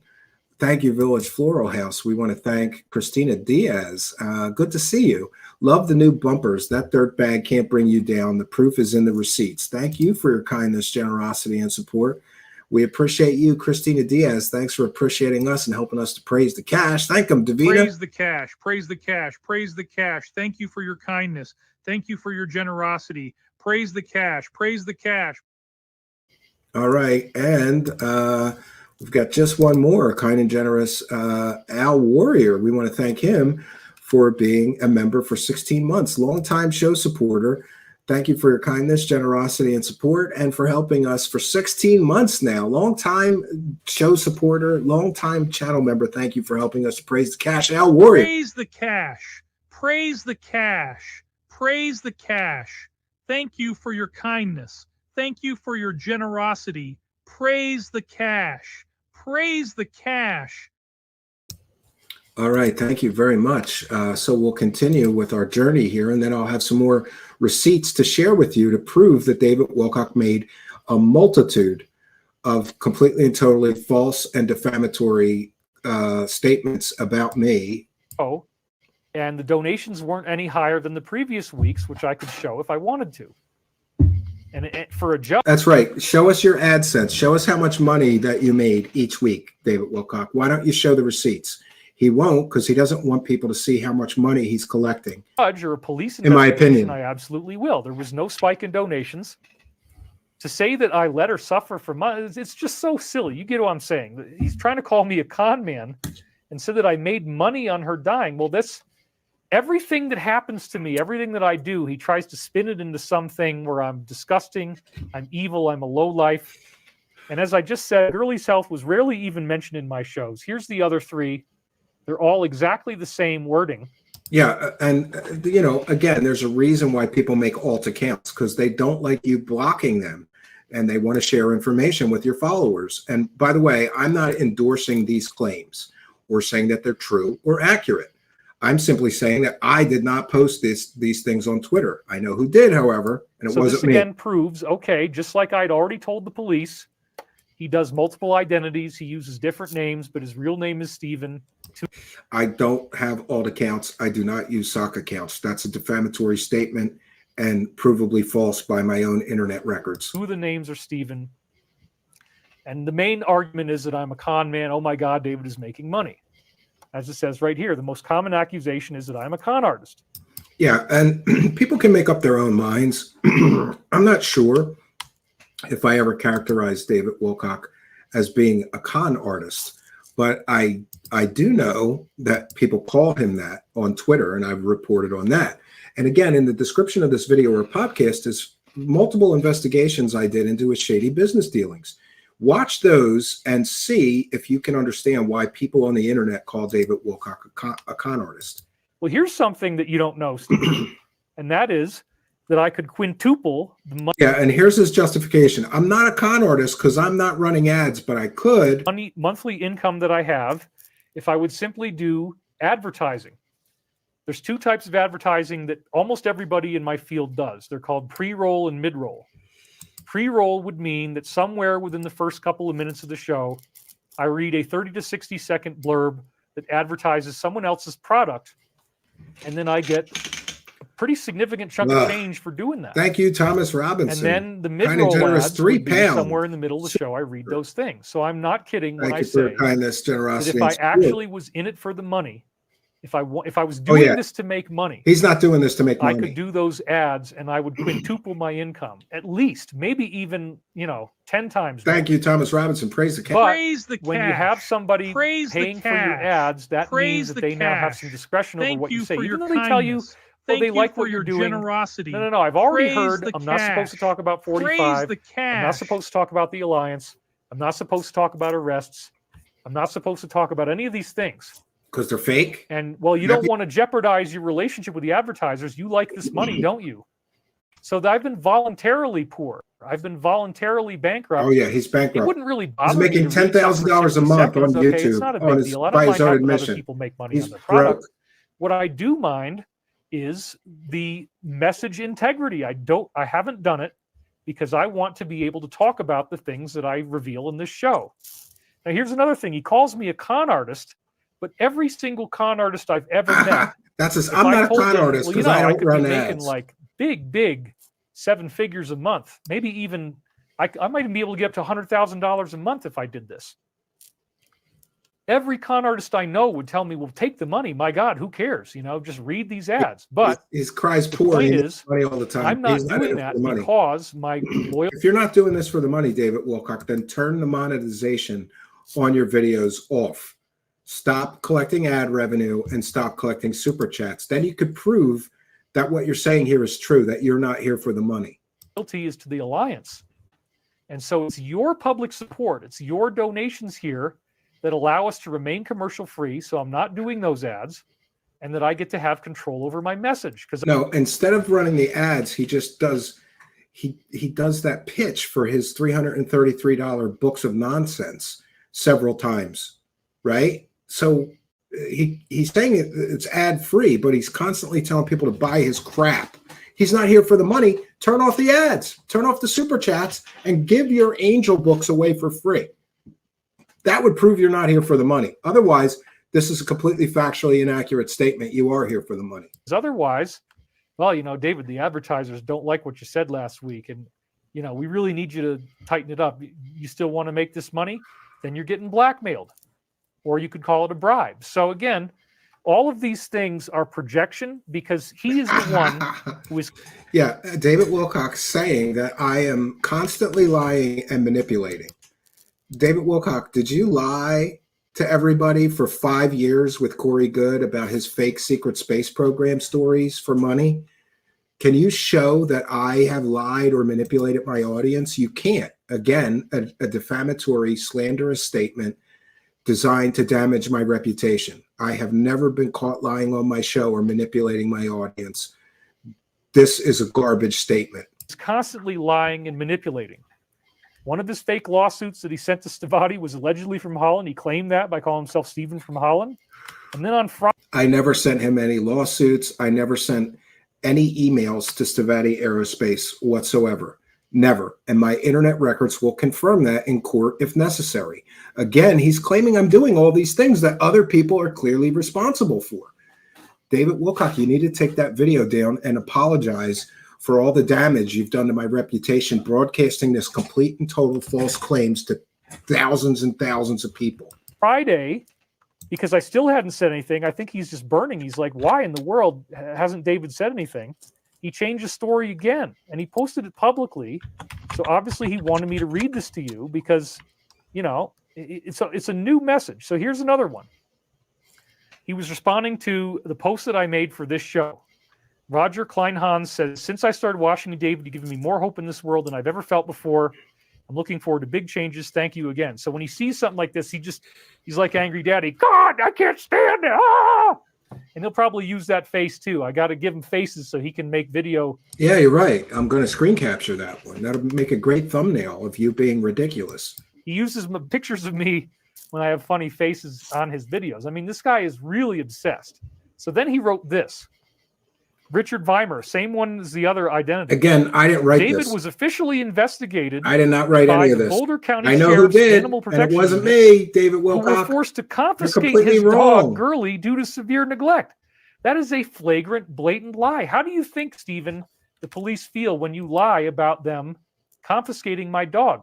How do you think the police feel when you lie and tell them that I'm doing all these things, David Wilcock? How do they feel, right? You talk about false reports. I didn't make any false reports to the Boulder County Sheriff's Office. I didn't make any false reports to Boulder County Animal Control, but you did. You admit to doing so in your own public live stream. Does it look good to have the police to tell everybody that, oh, this very famous person who everybody loves, we hate him, we the police hate him, and we confiscated his dog? No, you're defaming the police. They don't like that. Yeah, the police don't like to be lied to.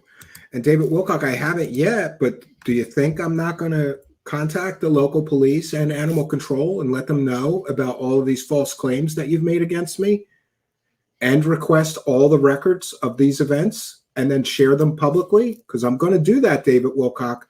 You better take that video down. It is completely and totally slanderous what you did. It is despicable. It is disgusting that you were willing to lie to these depths while collecting super chats, but which, by the way, is a form of fraud. You're collecting money telling all these people that this is true and accurate information you're giving them, and it's completely and totally provably false, all of it. Actually makes them mad. Imagine that they would get mad about this. The Boulder County Sheriff's Animal Protection Unit was forced to confiscate his dog. She was dead the day they arrived, same day the crop circle showed up, due to severe neglect. That's not true. Gurley was in such poor health that she had to be euthanized. Yeah, that part is true. Technically, that's true.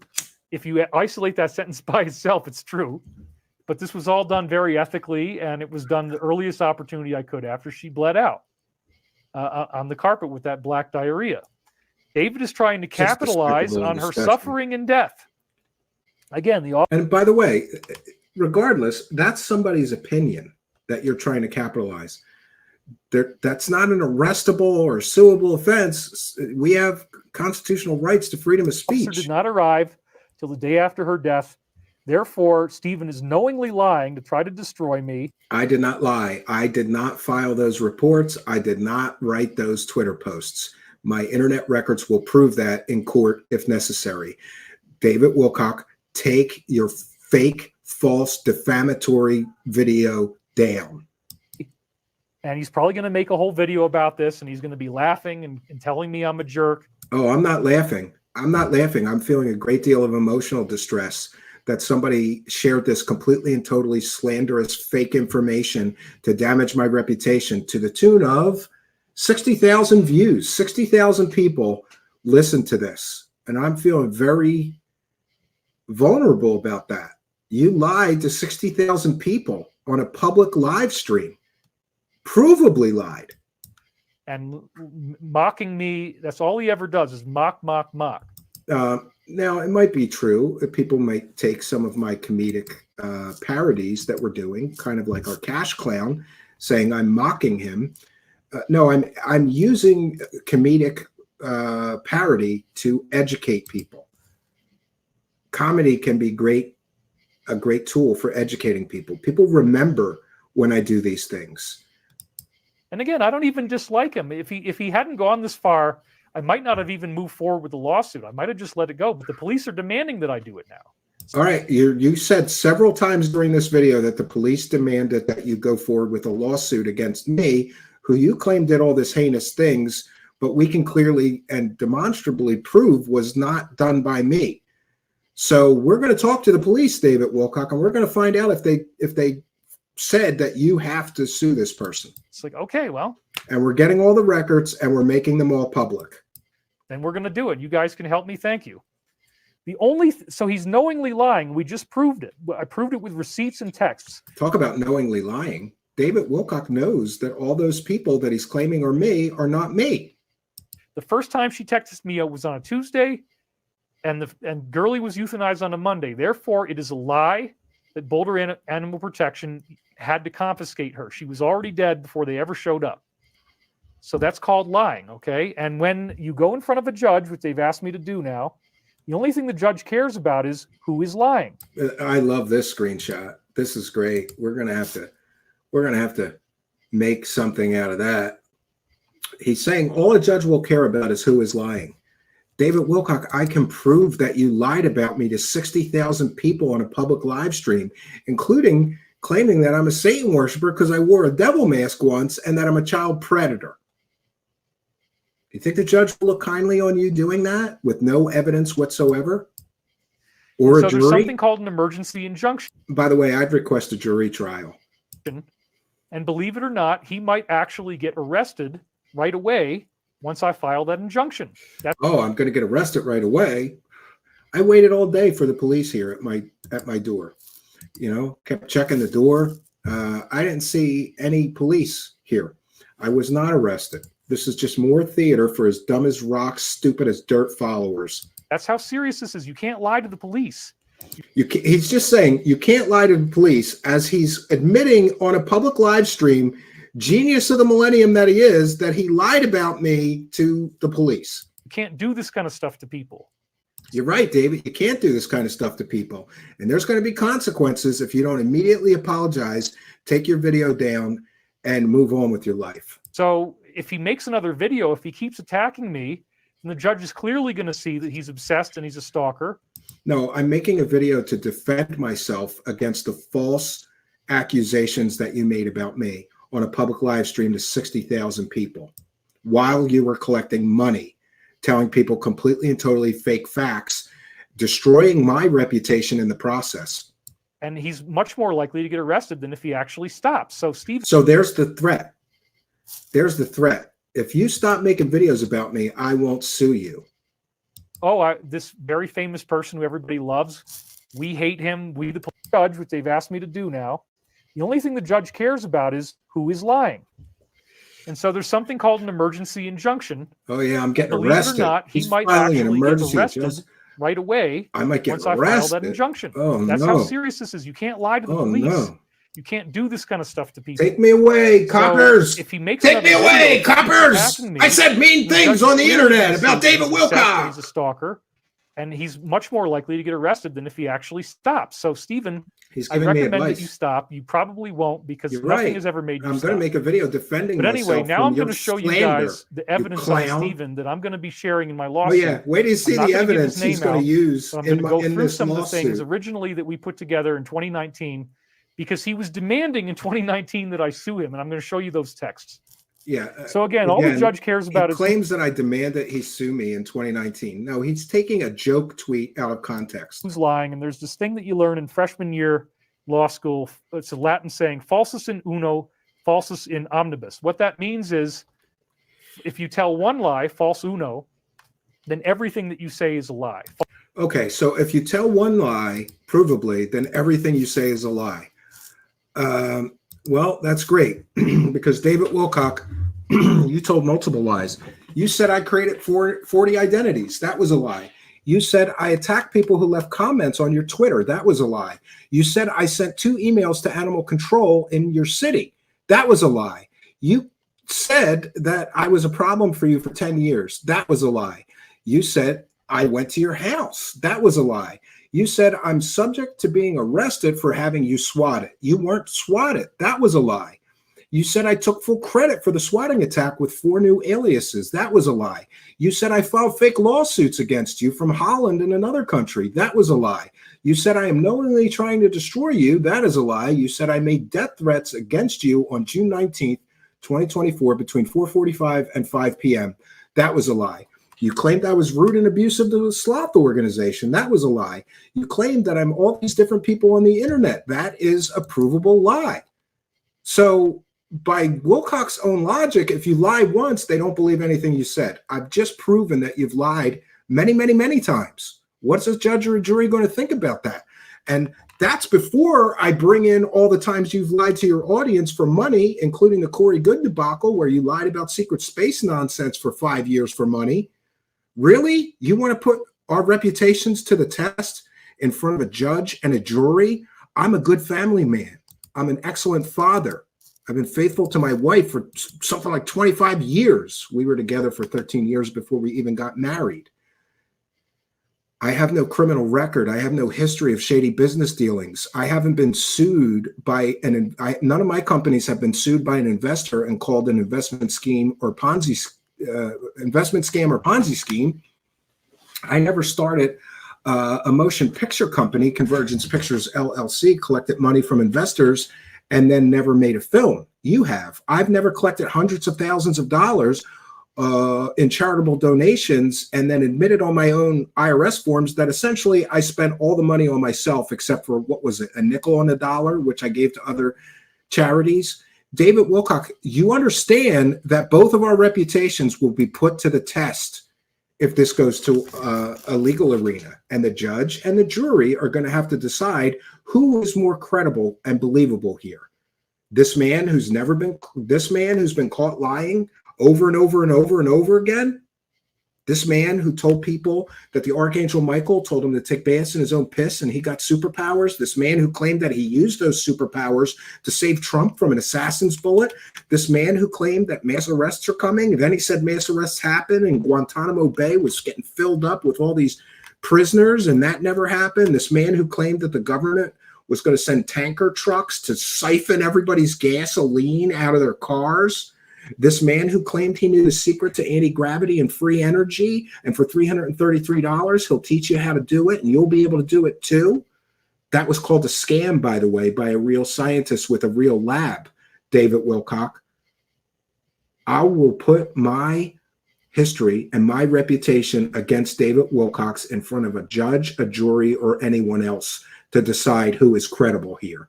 How dare you attack my reputation with your history, your sordid history of conning people, scamming people, lying to people for money, in my opinion. And by the way, this is America, and I'm entitled to that opinion based on thorough and adequate research, something that you are sorely and severely lacking in. Falsus in omnibus. So all the judge cares about is who's lying. And if they can prove that you have lied about one thing, then they don't believe anything you say. Okay, so I can prove you lied about all these things, David Wilcock. So I guess the judge and the jury isn't going to care about anything you say, so bringing a lawsuit would be a fruitless endeavor, especially considering the company that you're going to have to sue. My company has about $75 in my checking account, so good luck recovering damages. If by some miracle you should win, which won't happen, I will aggressively defend myself. I'm going to call in every favor that I can. I will, and by the way, that's another thing. If this goes to the situation, and I think it might, I am going to call in every favor I can from every great researcher that I know from the internet.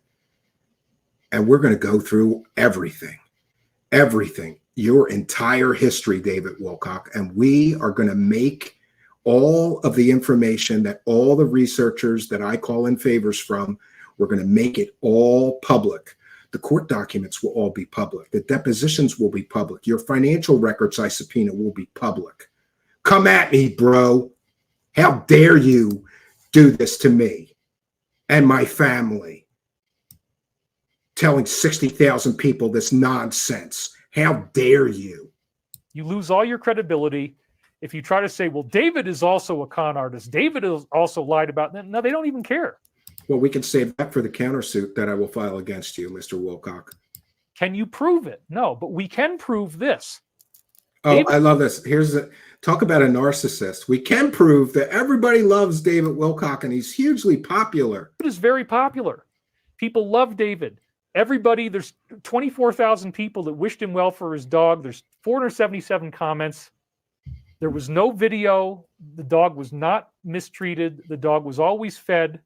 The dog was not confiscated by animal control. These are all. And by the way, just to be clear, I never made any accusations of animal abuse or neglect about him or his dog. Check my record. Check all my live streams. I've never said anything like that. Lies. And why is he doing this? To commit crimes such as tortious interference with business. Okay, I've never interfered with his business. I've called people and asked questions, and I've reported on his business dealings, but I've never tried to interfere with his business. Meanwhile, my reputation, David Wilcock, is of a truth seeker. So you are interfering with my business, telling people that I'm doing all these heinous things that you can't prove I did. Lying to the police, lying to the Boulder County Animal Welfare Office. That's interfering with my business because my business is based on my good ethics and morality. People are aware that I have good ethics and morality. That's why they trust my reporting. And you making all these false claims against me is damaging my business.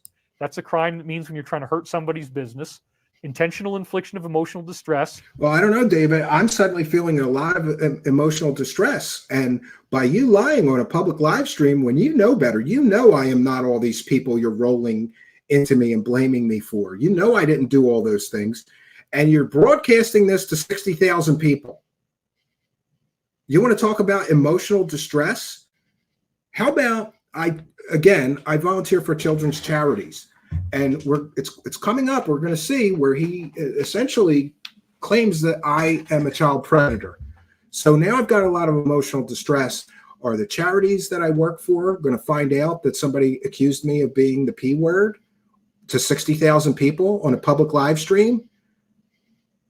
Am I going to face consequences or problems in doing my charitable work for those children's charities because of the despicable allegations that you levied against me with absolutely, positively zero proof or evidence of those things?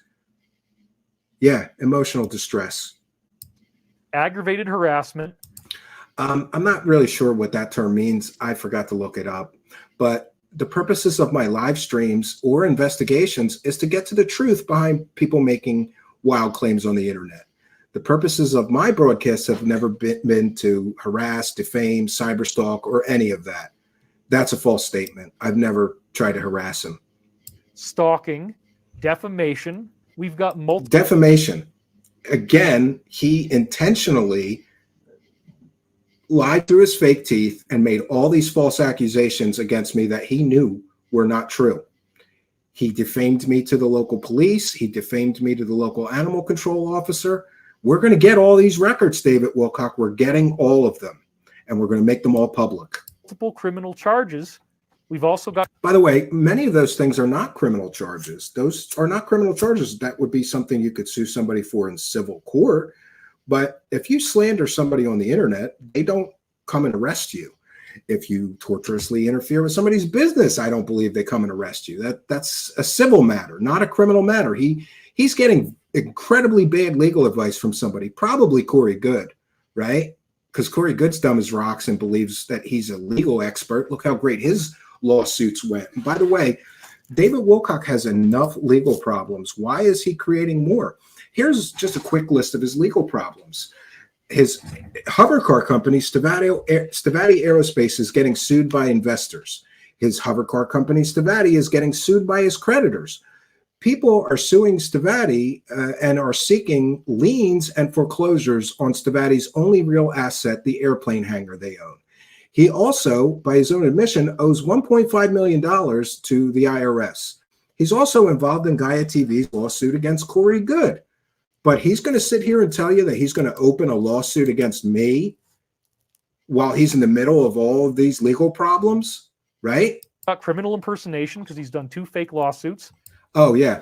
Criminal impersonation. This is where it gets good. He also, Wilcock is about to claim that I called Stavatti Aerospace and claimed I worked for the Washington Post. That is a completely and totally false statement. And Wilcock, here's another gotcha for you. I have a written agreement, and I'm not going to share it publicly on the stream, but I'll share it in court. I have a written agreement with a Washington, D.C. based news organization that I will be writing articles for. One of the articles is about you and Stavatti Aerospace. That's in the written agreement, I believe. And so he claims I said I was from the Washington Post. I'm not going to tell you what the news organization that I'll be working for is, because I don't want him to create problems for that relationship. I'm not sharing the paperwork that proves that, yes, I'm working for a Washington, D.C. based news organization. I'll be writing articles for them. I gave Christopher Beskar my correct press credentials. He said, "Who are you with?" And I said, "I'm writing an article for the Washington blank." You figure it out, David Wilcock. I can prove in court there's no reason for me to lie about my press credentials. There's no reason for me to lie and say I work for the Washington Post when I work for the Washington something else, and I have written documents that prove that. And by the way, I'm sure that I said the proper press credential when I called Christopher Beskar. He impersonated Washington Post. It's crazy. He was called up Chris Beskar on Monday of last week and said he was the Washington Post. By the way, I have witnesses as well to the agreement that I have with the Washington News Organization I'll be writing those articles for. And I'll just let David Wilcock sweat. It's not the Washington Post, but I have a written contract and agreement to write written articles for a very well-respected Washington, D.C. based news organization. When I called Christopher Beskar, I told him the name of that organization.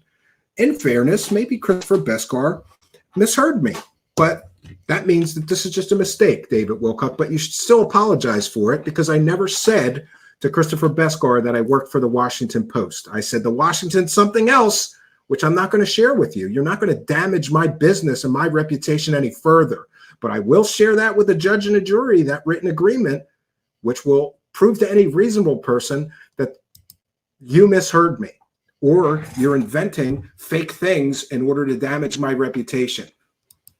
And I can't imagine he's not going to do another video, but yeah, I'm going to do a video defending myself while you're lying about me. Sure. The faster that he keeps attacking me, the faster. Here it is again. If you stop making videos, I won't get you arrested. If you stop making videos, I won't sue you. The injunction is going to come down, and the faster they're likely to arrest him with the cooperation of Boulder. Okay, that's what's going on. I've already spoken to the commander of the SWAT team. Okay, and these are statements that can be fact-checked, David Wilcock. I haven't done it yet, but maybe I'll speak to the commander of the SWAT team and the local deputy and see if they remember speaking to you. Local deputy. We're going to fact-check all of this, David Wilcock. Everything that you... How dare you let all these lies come out of your mouth about me? Do you think I'm not going to prove you wrong if I can? Do you think I'm not going to investigate these false claims as you're destroying my reputation, damaging my business, telling people I'm a Satan worshiper and a child predator, and I've done all these heinous things that I had nothing to do with? The head of animal welfare, none of them have ever heard anything like this. They don't know what the hell to make out of it. I gave them evidence that death threats had already been made. Okay, here's where it gets great. David Wilcock is now claiming that I made all these death threats against him. Wait till you see the evidence I have that I couldn't have done that. It's going to be a great gotcha moment, David Wilcock. You are dumb as rocks. And again, you're not smart enough to do this with me. I'm going to prove that I couldn't have made those death threats. I'm going to prove it, David Wilcock. You can't prove I did it, but I can prove I didn't do it. In a 15-minute period, on I think it was June 29th, from 4:43 to 4:58 p.m. So from about 4:45 p.m. to 5 p.m., he says I made all these death threats. In a 15-minute period, he attacked me like 30 times with 4 or 5 different identities. Again, those Twitter accounts are not my accounts. And in those 30 or 40 attacks were death threats. And Notice I'm he not doesn't even gonna say show what them. they are. They're not boldly. They're not, I have a gun, I'm going to come and kill you. They weren't death threats. They were mean tweets. I looked them up. Somebody tweeted mean things to him between 4:45 and 5 p.m. on his Twitter threads on July 29th. Or I have a knife, I'm going to come and stab you. But man, he walked so close to the edge. And I'm not going to, if I give them all to you, he's going to try to pick it apart and say da da da da. But they're death threats. And I think the judge is going to agree that they're death threats. The judge won't agree they're death threats. They're mean tweets. Mean tweets are not death threats, David Wilcock. Show the tweets. There's a reason he won't show the tweets, because there was no death threats, David Wilcock. And I certainly didn't send those tweets that he's referencing here, and I'm going to prove it to you. And it has significantly escalated this to a much higher level. So now I have to do a lawsuit. Now I have to get all this evidence together. So that's what I've been doing most of the week.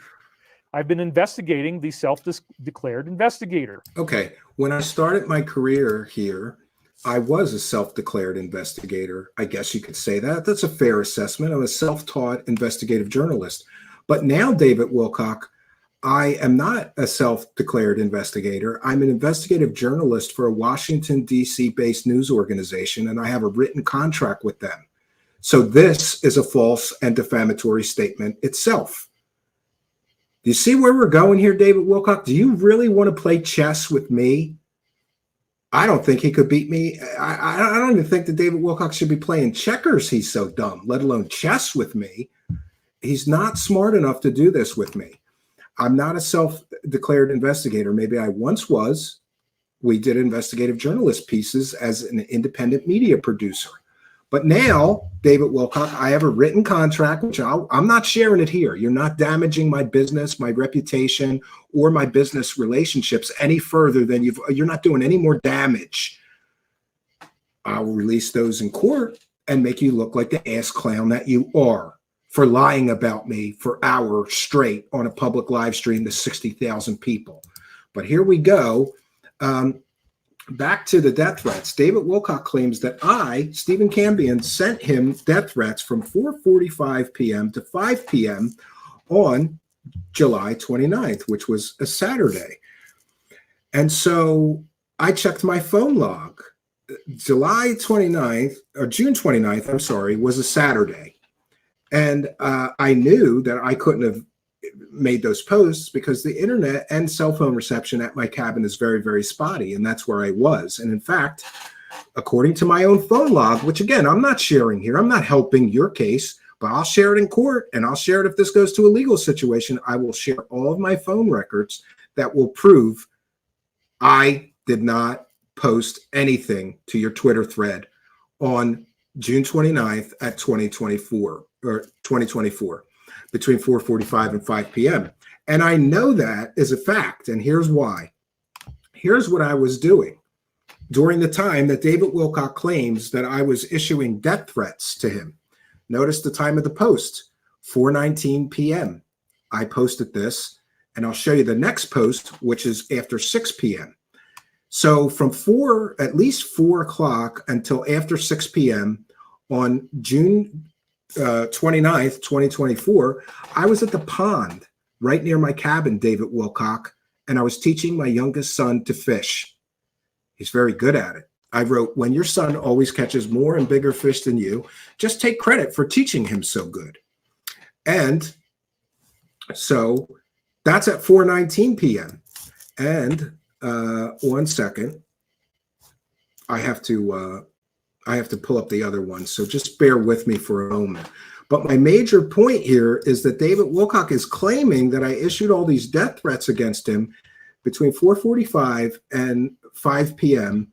on June 29th. And there's no way that I could have done that because I was at the cabin, which has incredibly spotty cell phone reception. I think it took 10 minutes just to upload that one photo. I checked my phone logs, and the only internet activity I had for the entire day of June 29th, and this is proven by my phone records, David Wilcock, the only activity I had whatsoever was to post that about me and my son fishing at the pond right near our cabin. And isn't it interesting that he's claiming I'm making death threats, but my phone log proves that the only internet activity I had for the entire day was to post those pictures that I shared with you of me and my son fishing at the cabin.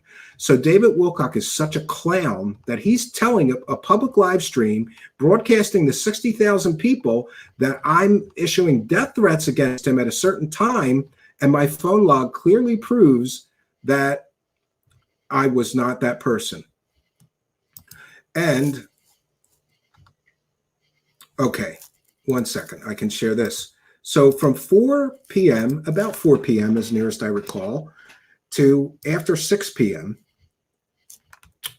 here's my second post of the day, and my only internet activity for the entire day, according to my phone logs, which I'll share in court, was the only internet activity. I sent no emails that day. I was not on any alt Twitter accounts because I don't have them. The only internet activity my phone shows for the entire day of June 29th is these two posts. Here's the second one. At the pond right near the cabin, he caught 6 fish today. This was his biggest catch today. I caught 0 so far. He's killing me. So, David Wilcock, you clown, while you are claiming that I was issuing death threats, my phone log clearly shows that these were my only 2 internet posts of the entire day. And just to be clear, my phone log clearly shows, and I'll share them in court, my phone log clearly shows that on June 29th, here was my total activity. 2 posts to Twitter, which I've shared with you. I also, later that night, logged into my Google Drive and I played a media file, rockalbum2.wave.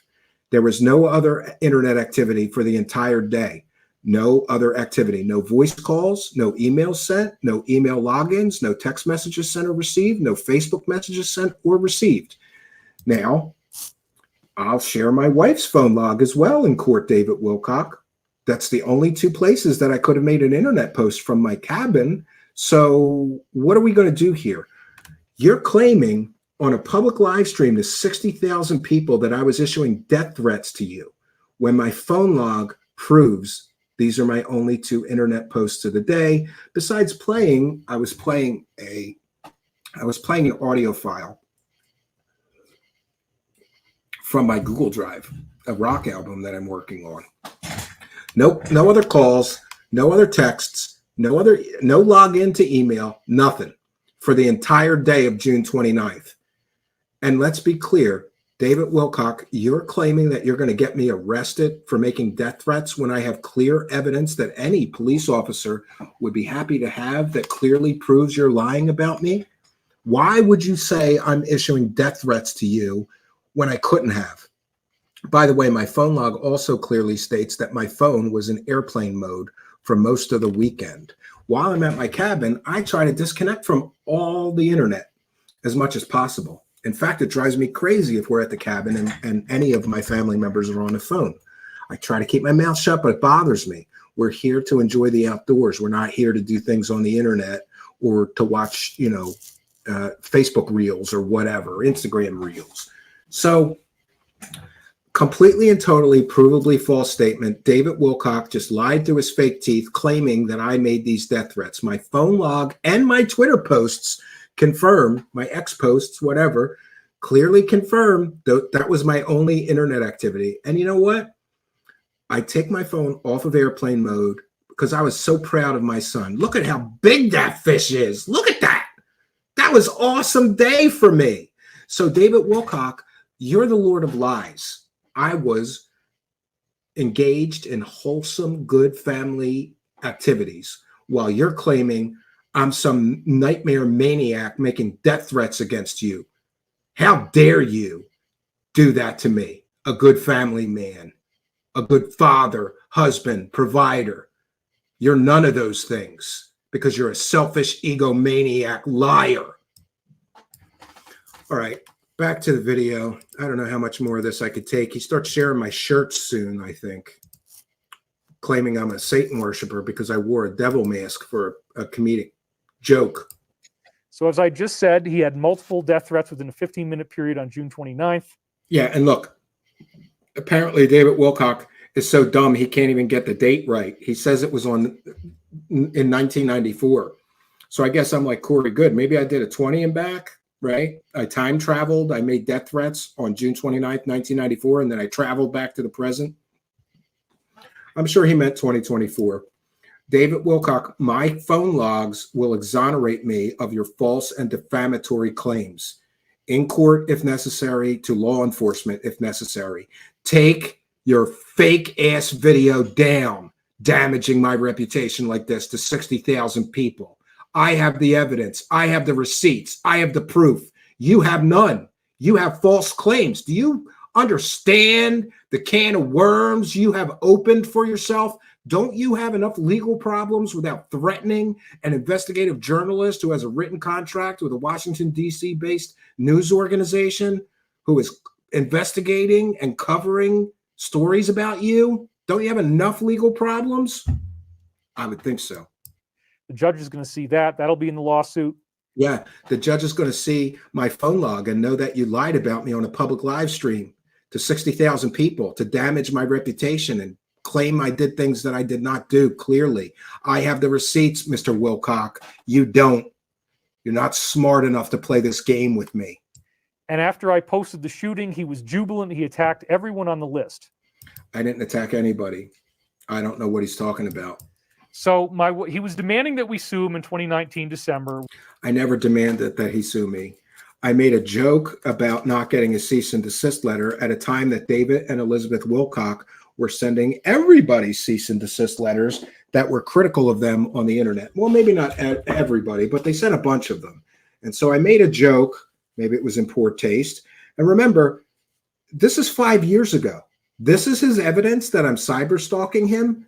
I made a joke about him 5 years ago on Twitter. This is his evidence, his piss poor evidence. He's got to go back 5 years and go through all my tweets to try to find something to make me look like a bad person here. I'm not the bad guy, David Wilcock. I'm not the person lying to people every time I press go live. That would be you.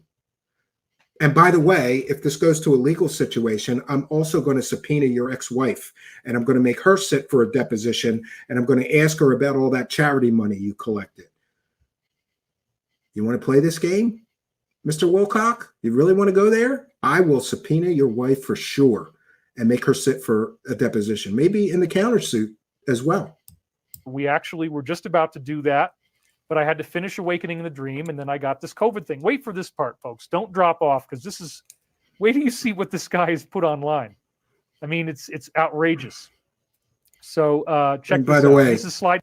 A comedic parody is sometimes intentionally outrageous. I fully admit that sometimes when I do things, I intend them to be intentionally outrageous to get the attention that, we live in an attention-based economy. I'm not going to apologize for anything I've done. I stand by. By the way, in the description of this video or podcast is 5 investigative journalist pieces that I've done on David Wilcock and his various false claims. So if you're a follower of David Wilcock and you're here wondering who's the bad guy, go watch all of them and come back and tell me I'm the bad guy. Number 7777, ironically. So my ex-wife put together some really brilliant research from that December period. If this hasn't already amazed you, wait till you see the... Now, again, these are statements that he's already made. He's already made these statements public, and he's been proud of what he said. So I did not make any of the statements that he has attributed to me. Those were other people on the internet. But there's no reason why he should be upset, because this is just stuff that he wanted you to read. This is who he is. And the evidence shows that he's openly and proudly satanic. There we go. David Wilcock called me a Satanist. He says that I am openly and proudly satanic. I'm a Christian, David Wilcock. And I take great personal offense, and it's causing me great emotional distress that you are claiming that I am a satanic child predator on a public live stream. And what is David Wilcock's evidence that I'm openly and proudly satanic? I wore a devil mask for a comedic parody on my show here. Now, there's nothing intrinsically wrong with that. However, this gives us an accurate character portrait of the man who's been making all these accusations against. I did not make the accusations, first of all. Against me. Now you're going to get to learn who he is. And let's just take a moment to remember, this is right out of Corey Good's playbook. Do you remember when dark journalists started going after Corey Good and calling him a fraud? Suddenly, there was all these memes all over Twitter calling dark journalists a Satan worshiper, a Luciferian Satanists. His doxing group, Corey Goods, went on a tear calling all of his critics Satan worshipers. This is a tactic designed to damage the critic's reputation so that you do not believe anything they say. Can't believe anything that guy says. After all, he's a Satan worshiper and a child predator. This is straight out of Corey Good's. Corey Good did this to all of his critics, including dark journalists, who has a huge platform. And now David Wilcock is doing it too. This is what he's proud of. This is what he wants to be. This is what he's saying. And this is the stuff that's going into the lawsuit. So yeah, I can't wait for a judge and jury to see me in a devil mask. And my first question from my lawyer will be, is this your only evidence that you've used to determine that my client is openly satanic, that he wore a devil mask? Because by that logic, that would mean that every child, every woman, every man who ever wore a devil costume for Halloween or anything else is openly satanic. That is certainly not the case. It is completely and totally ridiculous. the police, I've invited them to watch this video. And I'm going to. Yeah, so he's showing the police me in a devil mask saying, see this bad guy? This is the bad guy who's making all these false accusations. I didn't make any false accusations against you, David. I didn't send those letters. I didn't send those tweets. And I'm going to prove it in court. And you're going to pay for what you did to me in that video you made.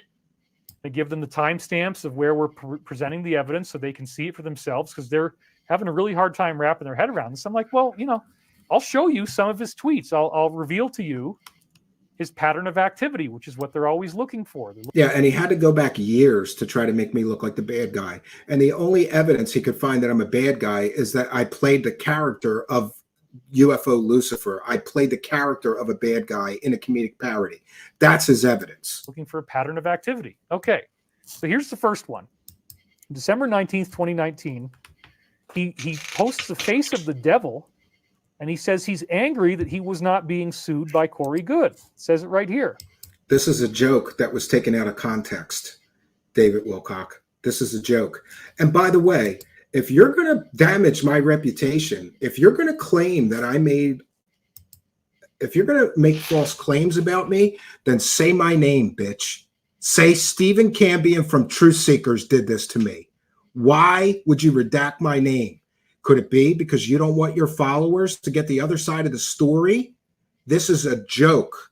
This was a joke because David Wilcock and Corey Good were calling anybody critical of them the Dark Alliance, and also claiming that they were Satan worshipers. Sound familiar? Sound familiar? This is exactly what he's doing. He's trying to paint me as the bad guy, as a Satan worshiping child predator, so that nobody believes my reports, which, by the way, I stand by. In the description of this video, I stand by every one of my investigative journalism pieces on David Wilcock, Corey Good, or anyone else. My research, unlike yours, David Wilcock, is impeccable. And we know that because anybody could go after me and find the same information and facts that I found that I present my stories with.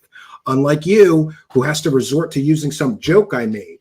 I wasn't even named as a co-conspirator. How dare they not realize I'm the head of the Dark Alliance? And for those unaware, at the time when Corey Good and David Wilcock were claiming everybody was a satanic, I don't want to keep saying the P word, and in the Dark Alliance, we were all joking about it because it's so ridiculous that these people would resort to that because people are saying that their Buck Rogers science fiction fantasy stories weren't true. And by the way, we know now that Corey Good made up all those stories. They lied to everybody for 5 years. My integrity is not in question. My morality and ethics is impeccable compared to yours, David Wilcock. How dare you try to damage my reputation with a history like yours? And this is how desperate he is. He has to go back to some tweet from 5 years ago. I wasn't even named as a co-conspirator because this is when he was talking about the law. By the way, he's ascribing things. He's upset that he wasn't part of the lawsuit. It's a joke, not a dick. Don't take it so hard, David Wilcock. Lawsuits. How dare they not realize that I am the head of the Dark Alliance? Then he's got this very creepy image of the devil. It's a gif. And people are saying Steven deserves to go to jail. Big Matt says he goes by Steven Black, but that's not his real name. Again, people in his live chat were saying what my name was. David Wilcock, what kind of a weasel are you that you're going to make all these false accusations about me, but then only use my first name? But don't worry, anybody can search UFO Lucifer, which he shares in a moment, and find out who he's speaking about. So the damage is just as bad. But I just think, you know, I grew up on the mean streets of Philadelphia. If you're going to talk shit on somebody, you use their name so people know who you're talking about. He's trying to be a weasel here. His YT channel is blank, and almost every video he makes is about... Say it. Say Steve Cambian from Truth Seekers. David, that's not really true. I mean, look, you can... Oh, at least he admits that all my videos aren't about him. Find him. It's really easy to find him. Some people went to bed. We're now around 4,100. But again, that's just... He's live broadcasting, trying to destroy my reputation to 4,000 people. And 60,000 people saw all of these false, completely and totally ridiculous fake claims that he's made to try to damage me and my family and my relationship with charities and my relationship with the Washington, D.C. based news organization that I'll be working for. Just because, you know, they're going to sleep. Tripp says, I am praying to keep David surrounded with light and physically protected from this hater and any negative force trying to come after him. The One Infinite Creator's love surrounds you, David. Galadriel Ray says he's wasting police resources as well. Cynthia Marie Brewer says Steven is intoxicated. We don't really know that. We only want to say things that we know. Oh, good. Yeah. Go after my history, right? And by the way, I've dealt with that demon. And I'm not going to get personal about that. Poor sad Steven. He has 0 life. Says, oh, yeah, I have 0 life. This clown is claiming that I'm making death threats against him while I'm fishing with my son at my cabin, but he's claiming I have no life. And as dumb as rocks, stupid as dirt followers are claiming I have no life. Great. Lenny Kenny. Well, Paul Can says he's an attention addict. Amy Smith says this is a crazy story. Much love.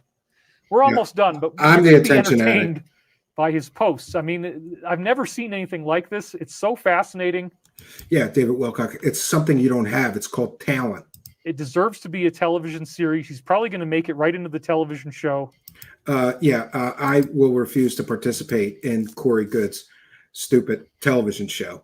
And by the way, Corey Good has been bragging that he's going to do a television show about all this. Somebody beat him to it. And there's a docu-series that's going to be airing shortly about David Wilcock and Corey Good. Somebody already did it. And you guys are not the good guys in their version of events. So look forward to that.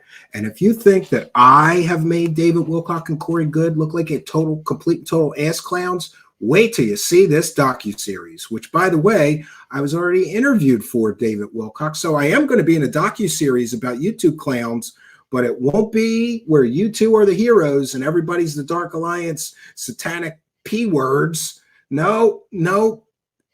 Couple of them, it's going to be released soon to streaming services. Corey Good's been bragging that he's going to do a television show about this for all this time. But Corey Good's a lazy slob and didn't do anything. I don't even believe they started filming. Somebody's already completed a whole docu-series with multiple episodes about these two. It'll air soon, and we'll be covering it here. Elmo Bullseye says, why are you doing your whole show on Steven? I'm not. This is a little segment, but it's important that you know this. It's important that the investigators know this. So let's it's go through it really important quickly that I here. slander him Sorry for an you hour lost your dog. straight. My condolences. Giant protective hug. So sorry you have to deal with this. So many people love you, says Angela. Stand firm. Sorry you're going through this, but look good to stay positive. Why do you trust the police, David? They can say they're on your side, but they might not be. How will this information help us learn about what's happening worldwide? Well, look, this is something that's real. You guys, I'm not just here to entertain you. I have to protect myself. And this guy wants to destroy me. He made death threats that were very serious. Yeah. I need to talk about this. And I made no death threats. So please don't heckle me for doing it. I did not make those posts he's claiming are death threats, which, by the way, are not death threats. And also, I can prove that I did not post those things, David Wilcock, by my own internet records. Can you prove I did? If not, you've got a real legal problem on your hands. And I think you have enough legal problems, Mr. Wilcock. Doing that, okay? And you're going to be fascinated when you read this stuff. So I think it's very entertaining. So again, he says he's the head of the Dark Alliance. He posts a picture of the devil. Okay, this is December 19th. Then he mocks my charity where I'm helping veterans and rescuing sloths. Yeah, I never mocked his charity. I said what I said in the report, which is in the description of this video. David Wilcock collected hundreds of thousands of dollars and spent most of the money on himself. As best I recall from recollection, he gave a nickel on the dollar out of those hundreds of thousands of dollars. Then he bought equipment, software, supplies, I guess cameras, spent money on meals and entertainment for him and his wife. That's what I said. And those are factually accurate statements. And says it's a religion. He says, I'm just putting this out there. If anyone will pay $400 for me to incorporate a 501c3 in Nevada like David Wilcock just did, I will test the limits and turn mind hack into a religion. What happens? Again, this is a joke. This is a joke about his charity being such a scam. There, I said it. It's a joke. And again, he has to go back to 2019 to try to find things to slag me with. You got to go back 5 years, David Wilcock, to try to make me the bad guy? Next will be worth far more than the cost of registration. Trust me. So that's another threat. I put a black mark over his face. Yeah, why don't you show my face, David Wilcock? You're going to make these accusations. Show my face. You have my permission to say my name and my show name. You know, at least give me a shout out so I can get a bump while you're slandering me and making all these fake accusations against me. Just because I don't want to give away his identity, even though it's very easy to figure out who he is. Yeah, you basically doxed me, David Wilcock. Just look up who's hating me on YouTube, and there it is. So then on the same day, he demands that we send him, that we sue him with our attorney. No, I didn't. This is again a joke. This is again a joke from 5 years ago. David Wilcock was sending cease and desist letters to everybody that covered him, and somehow I got left out. So I made a joke. Since I'm feeling left out, any cease and desist letters to me should be emailed to blank@gmail.com. If I don't get one before my next data dump coming next week, the data dump will proceed. What are these data dumps? They're doxing, where he wants you to know how to go after me. I've never doxed David Wilcock. Never. What's my address? I've never given out his address publicly or privately. Never. When he says data dump, these are illegal criminal actions, okay? I have never performed any illegal or criminal action against David Wilcock or anyone else for that matter for many, many years. I've never been criminally charged. I've never been arrested. I've never been convicted of any crimes. Again, this is all designed to make me the bad guy and damage my reputation and tell everybody. So essentially, he's telling everybody I'm satanic, I'm a child predator, and I'm also a criminal. None of those things are true, David Wilcock, and I can prove that. Can you prove what your claims are? You can't. Okay, so it's just outrageous. Somebody donated $20, says, sorry I missed most of the show. Sorry about your dog. Thank you for all you do. Carla Gibbler says, I'm glad you're talking about this. You are cared for. I'm only in it for the parking, says he's trying to make money off of David. LOL. I mean, isn't that ironic, right? He's trying to capitalize on my name and the fact that I get a lot of views. And so everything he accuses me of is actually what he's doing. No, we're a viewer-supported show. My content is now and will always be free. It's ad-supported. And David Wilcock, I'm not making $10,000 a month lying to people. I'm covering my show expenses and equipment and supplies that we need, telling people the truth. And I'm not going to apologize for that. You don't work for free, but you expect me to, right? His Twitter is verified. He didn't even try to hide it. I'm shaking my head, says Colt Browning. Chad, this is David's show. Shut it, says Sam Barton. Thank you. Manny Buds says, people can't see. This is why people don't understand why you're explaining. He will argue that he's got free speech. Well, yeah, you can't use free speech to do these crimes like tortious interference with business practices, intentional infliction of emotional distress, stalking, harassment. All of those things are things that he is openly doing on his public live stream. He's interfering with my business. He's, what if the Washington, D.C. based news organization that I'm contracted to write articles for hears that I'm lying and telling people I work for the New York Post and believes that, I will lose that gig. you're interfering with my business, David Wilcock, and you're certainly causing emotional distress, broadcasting all these false allegations to 60,000 people. This is projection on his part. But wait, it's going to get so much better. Wait till you see the stuff that he put online. This is crazy. Here's the next one. So he's demanding that I sue him. Email me the cease and desist letter. It's a joke because everybody was getting cease and desist letters. He says, okay, now the cops want me to do that. So then, you can see all these posts were deleted. The accounts have been blocked. Yeah, this is Daniel from the context that I was joking with. And I said, hey, we need to get our own cease and desist letters. How about you come on my show and we become true co-conspirators? I'm down for that. I want my goddamn letter. It's a joke because everybody was getting cease and desist letters. He says, and Daniel and I are the two people that were very critical of Wilcock who did not get a letter. So I was making light of that. I was making a joke of that. I often deal with uncomfortable situations with humor. And by the way, that works great in a marriage, Me and my wife joke around a lot about stuff like this. If there's something weird happening or uncomfortable, we make light of it. We make jokes of it. That's a very human thing to do. I'm not going to apologize for this. This was a joke. He's trying to use a joke to make me look like a bad person. F this, hey, dull, we need our own cease and desist letters, which is now what he's doing. He's pretending to sue me, which is a crime. You can't pretend to be a lawyer. I didn't pretend to be a lawyer. I didn't pretend to sue him. I sent David Wilcock no written communications. I once sent him a written communication to both him and his wife and that contact form on his website asking for the 990 forms for his charity. That's the only communications I've ever sent to David Wilcock in my entire life. And my internet records will prove that in court if necessary, David Wilcock. So you're slandering me again here, claiming that I'm doing all these things that I clearly did not do and had nothing to do with. And pretend to sue somebody, that's illegal. Why don't you come on my show and we'll become true co-conspirators? I'm down for that. I want my goddamn letter from David's lawyer. You'll get yours too after this, I think. So he's trying to drag other people into this. Okay, he's publicly saying he wants me to sue him. And by the way, I'm not even sure that this is about David Wilcock. I'd have to check. It might be about Corey Good, who was also sending a lot of cease and desist letters. All right. Then on December 21st, he gives out, it's going to get worse and worse, folks. Wait till you see where this goes. It's a great show. Hang in there. If there's a couple haters, you're going to... Again, five-year-old tweets. Get very fascinated as you watch where this is about to go. It's going to blow your mind. This guy is wild. I mean, I like him in some ways. It's kind of funny. He's so... You're not going to like me soon, David Wilcock, if you don't take this defamatory, slanderous video down and apologize. Outrageous. It's like a satanic clown or something. It's pretty wild.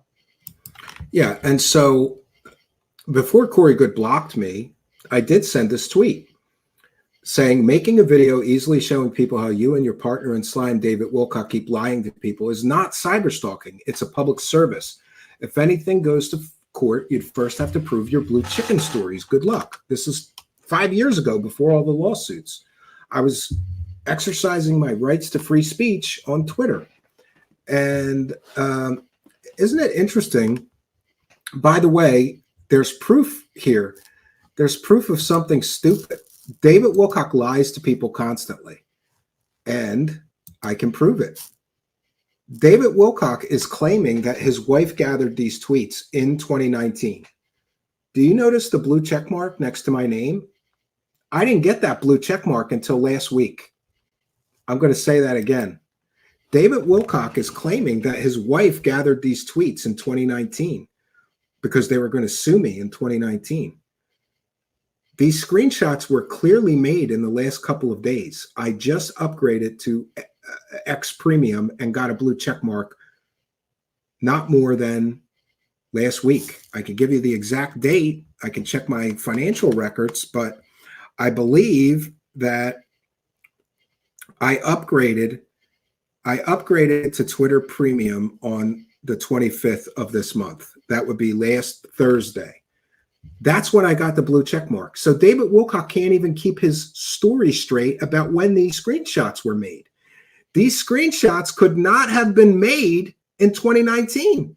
They couldn't have been because I had no blue check mark. That's something else I can easily prove in court that you lied about. And remember, David Wilcock, you said if you lie once, everything you say is a lie. He lied about when he made these screenshots. He just made them from the 25th forward, because notice the blue check marks. I didn't have a blue check mark before last week on the 25th. Just another lie that David Wilcock gets caught in. How many times am I going to catch you lying during one live stream, David Wilcock? Again, you're not smart enough to do this with me. Guy's dumb as rocks, lying through his teeth. Oh, we made these screenshots in 2019. I had no blue check mark in 2019. You had to make these screenshots in the last week, David Wilcock.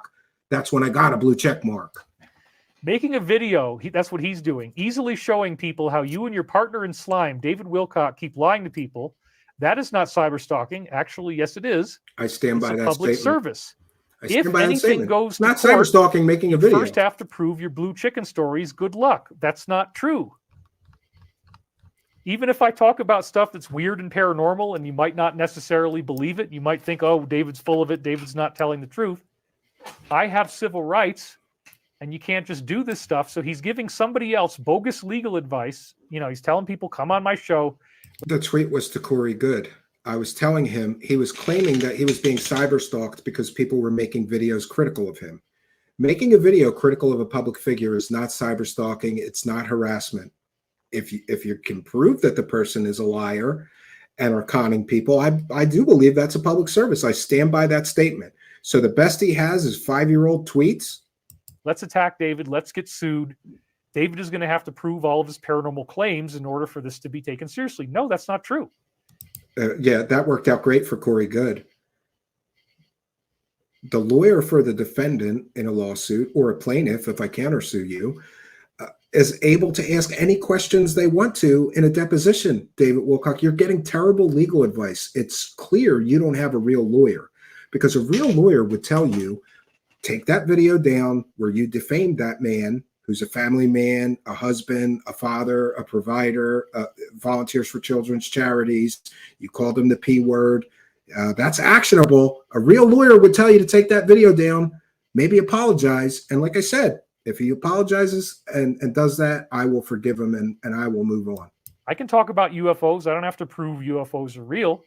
You get what I'm saying. Anyway, I'm going to move through this pretty quickly. It starts to get a lot darker from here on out. Wait till you see how wild this is about to get, folks. Hang in there. Yeah, and I don't want to get too personal here, but he's sharing a tweet while I was still in the throes of alcohol problems. Let's just leave it at that. And this tweet was a late night, probably alcohol assisted tweet. And I said, my demons are right here with me. I meant my demon alcohol. But he's going to try to turn this into something it's not. And by the way, for all who struggle with any form of addiction, I have such empathy and sympathy for you. There's help out there. Get it. Life can be so much better without those demons in your life. And the fact that he is, again, let's go back to emotional distress. He's causing me emotional distress. He's bringing up 5-year-old tweets from a very dark time in my life. I'll freely admit that. You know, sometimes people vent on the internet when they're having a tough time. That's all this is. This is all going to be worth it. Trust me. He says on December 22nd, my demons are right here with me. So here's the top of it. I'm showing you the whole thing right now. It's 2:56 a.m. Do you know where your demons are? Mine are right here with me. Now, yeah, and by the way, just to be clear, is that proof that I'm a Satan worshiper? Or maybe, David Wilcock, is that proof that I was having a very tough time late at night on a bender and I posted that? And I'm not going to apologize for that. I'm not going to explain it further. I was having a tough time at one point in my life, and you know, like a lot of people, I vented on the internet. You know what? That doesn't make me a Satan worshiper, David Wilcock. It makes me human. 6 a.m. Do you know where your demons are? Mine are right here with me. Now, is that anything bad? Well, not necessarily. I mean, he's just joking around. Okay. So why are you trying to turn it into something bad, David Wilcock? Why do you have to go back to 5-year-old tweets to try to make me look like a bad guy? Demons are associated with evil, so he likes to be associated with evil. Okay, that's what he's saying. That's an opinion, David Wilcock. That's not a fact, and there's no evidence that I like to be associated with evil. Then he says somebody responded to him and said, the demons in my head are waiting for someone to piss me off, which sounds like somebody that would go into an accelerated state of violence, right? And then this is where it gets even weirder. Look at the bottom. He says, having a bit of a Crowley moment, and then he responded, definitely. And then notice the John character has the two. Yeah, quite honestly, I don't even remember responding to that. And, you know, I'm certainly not into Aleister Crowley or ceremonial magic, but he's going to claim that I am in a moment. We'll see that completely and totally false claim. Ball cane symbol, very stylized number 7, the bar through the middle. That's the 2-ball cane symbol, which is again from the DS. So he's having a bit of a Crowley moment. Well, what is Crowley? This was in Beth's original write-up. Yeah. Again, he's claiming that Beth did all this research, but the screenshots clearly show that I have a check mark. And so it couldn't have been, these screenshots could not have been, they couldn't have been from 2019. Had capture algorithms where we're capturing all of the tweets, all of the posts, all of the videos. So anytime he deletes something, anytime he does a video and he takes it down, we still have a record of it. Because we knew we were going to have to sue him at some point. So we started doing that back, I guess, in 2019. And then we... Oh, yeah. He was doing this all in 2019.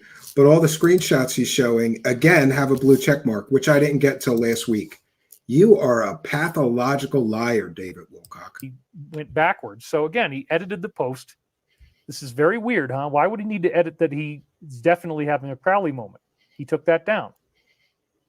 Then on Christmas Eve 2019, he did this crazy thing. Yeah, I retweeted a joke that somebody sent me, which is something I often do. Again, it doesn't make me a terrible person. It makes me somebody who shares jokes on Twitter or Facebook. I don't even want to read it to you. I rear-ended a car this morning to start. By the way, this is admittedly a bad joke. Part of a really bad day. The driver got out of the other car, and he was a, person who's small. He was a dwarf. It's a joke. He looked up at me and said, I am not happy. I replied, well, which one are you then? Snow White, the 7 dwarfs. I'm not happy. It's a bad joke. He looked up at me and said, I am not happy. I replied, which one are you? That's how the fight started. Happy holidays, everyone. So again, this is evidence to him. This is evidence that I've done all these heinous things and I'm a horrible person. I retweeted a joke, which, by the way, wasn't my joke, and I did copy and paste it from an email somebody sent me. And he's going to show that like I'm a plagiarist. Meanwhile, if you put any of his books through a plagiarism checker, they come back 50 to 60% plagiarized because he just copies and pastes everybody else's work. But I'm a terrible person because I copied and pasted a joke. Again, this is So Christmas Eve. Who would stupid, write this on childish. Christmas Eve? It's somebody that was joking about the Christmas spirit, maybe. I don't know. It's not true. It's merely a recycled joke. It's available on Reddit from the same time period. You can see it right here. Yeah, and somebody sent me this in my email, and I just copied and pasted it on Christmas Eve. But this makes me a terrible person. This is his evidence. How desperate are you to make me look bad, David Wilcock? How desperate are you to make me look like a terrible person to your dumb as rocks, stupid as dirt followers that believe that retweeting a joke makes me a terrible person? So, okay, that's a very insulting, demeaning thing to say about other people. And again, yeah, meanwhile, he's always making fun of gay people and say, trans people, right? But I'm a terrible person. And by the way, I do apologize for making a joke that, some people may find offensive. So I'm a man, David Wilcock, and if I do something wrong, I can apologize for it. Right? So I apologize for making an off-color bad joke or repeating an off-color bad joke. I apologize for that if anybody's offended.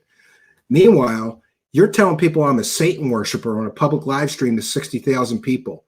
And we've proven that most of your claims are false. Are you going to apologize for that like a real man would? Say you're demanding that I come after you, then why would you post this a couple days later? This shows that you have a very derogatory view of other people. Oh, I have a derogatory view of other people. Sure.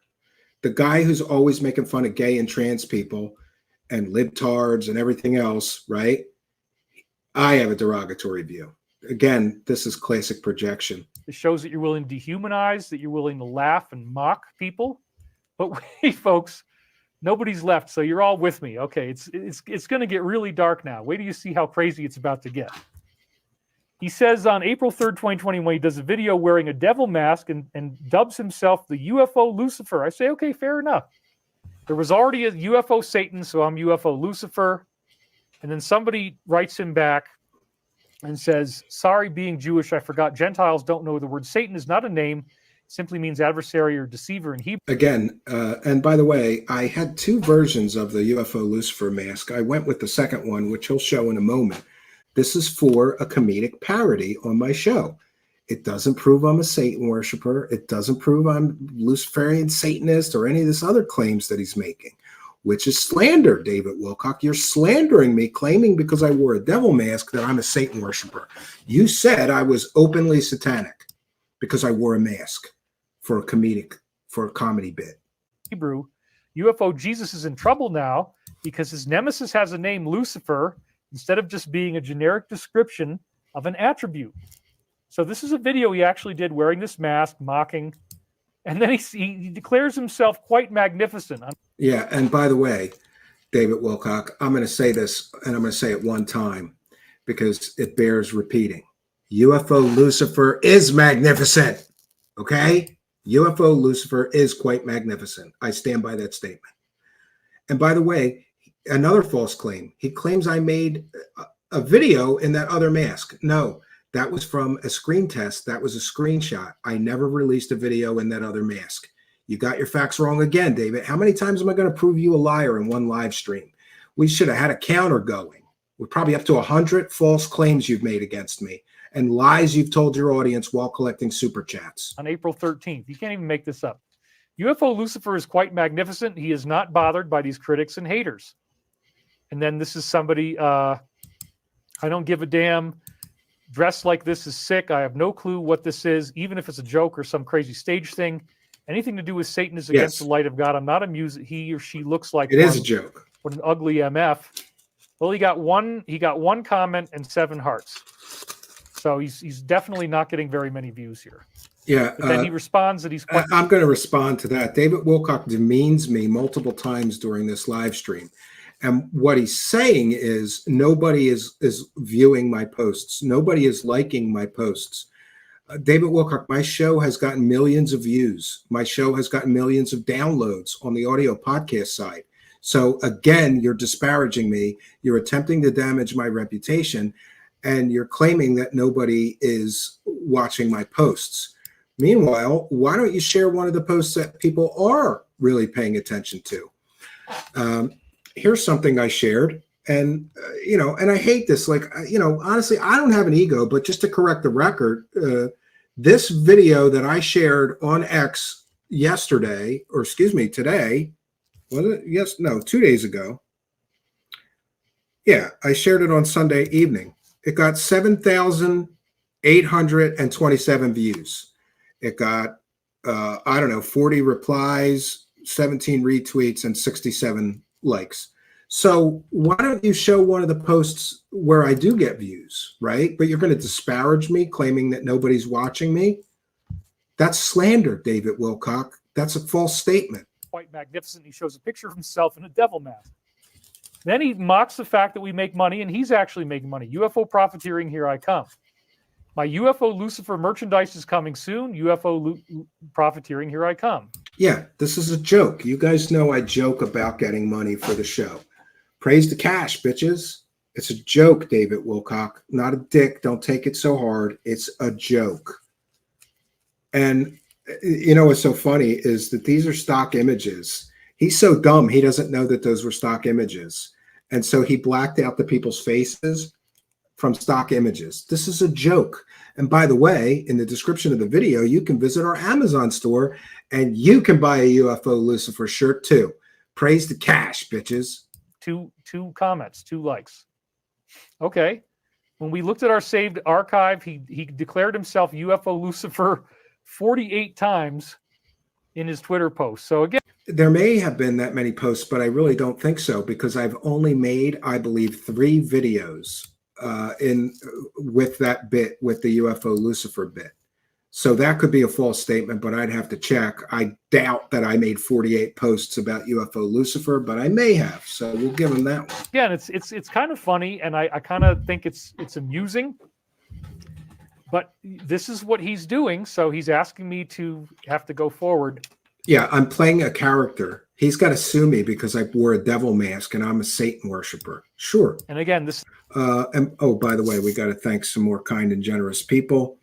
We did thank Archaic Revival. Let me see, where are we at? I'm just going to do them all together. So Al Warrior, kind and generous, $2, says, praise the cash. Thank you, Al Warrior. Thomas Robinson, kind and generous, £3 super sticker. Praise the cash, Thomas Robinson. Thank you. We have DM Andy with a kind and generous £5. I'm late, so only 30 minutes in so far. Unlike David, you don't have to scam people to raise legal fees. Praise the cash. Absolutely. Praise the cash, DM Andy. Thank you. Praise the cash. Praise the cash. Praise the cash. The blue chickens command you to praise the cash. Praise the cash. Praise the cash. Praise the cash. Yes, and Thomas Robinson, thank you for your kindness, generosity, and support. We appreciate you. Thanks for appreciating Thank you us. for your kindness. Thank you for your generosity. Praise the cash. Praise the cash. Praise the cash. Okay, and we've got a few more here. We want to thank High Speed Chase, who's been a member for 6 months, says this guy's definitely had a triple dose of bath salts. Laugh out loud. I cannot say that I disagree with you.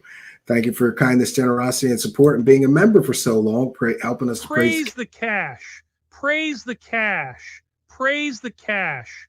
Thank you for your kindness. Thank you for your generosity. Praise the cash. Praise the cash.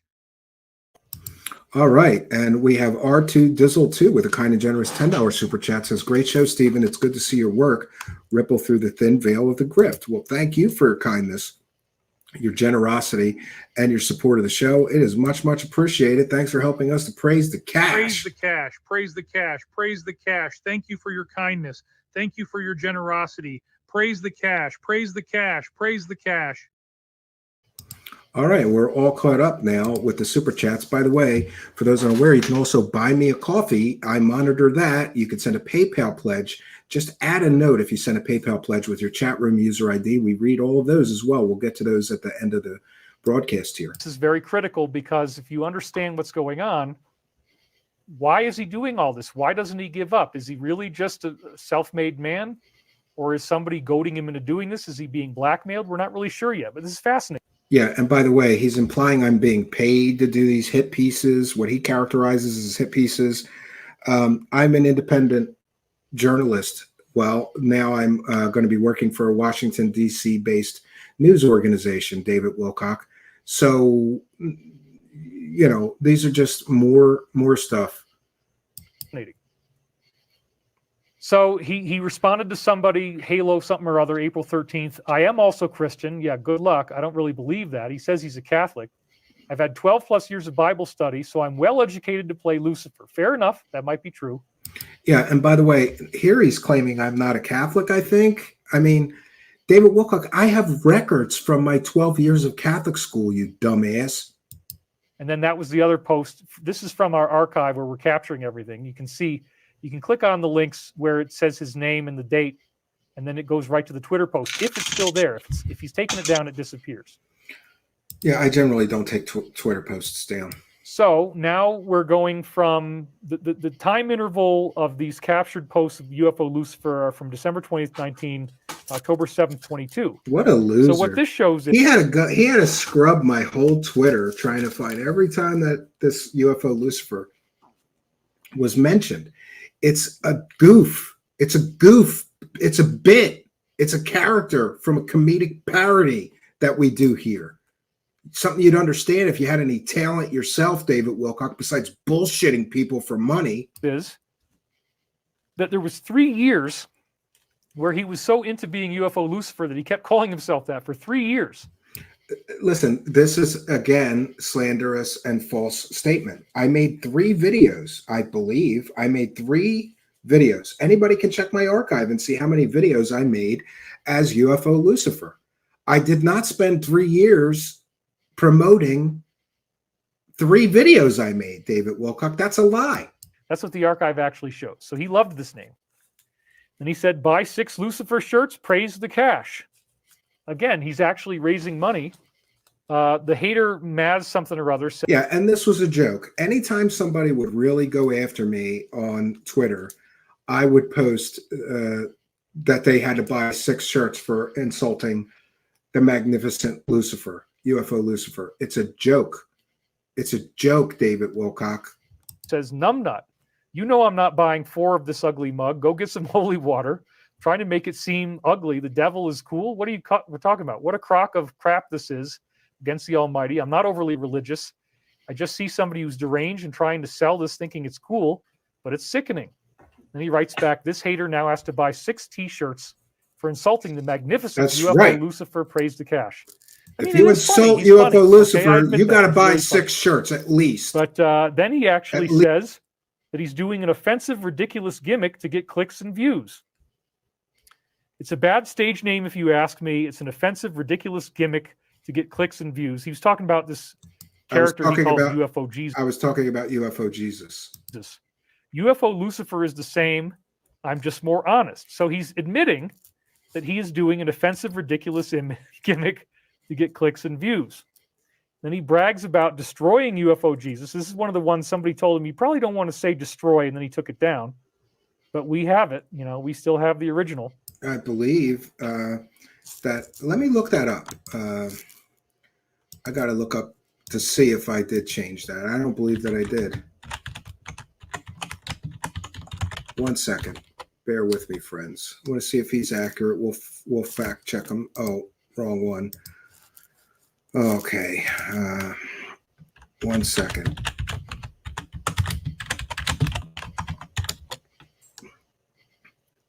Yeah, I did. I changed it. You know, listen, I take criticism. Somebody was like, oh, you shouldn't use the word destroys.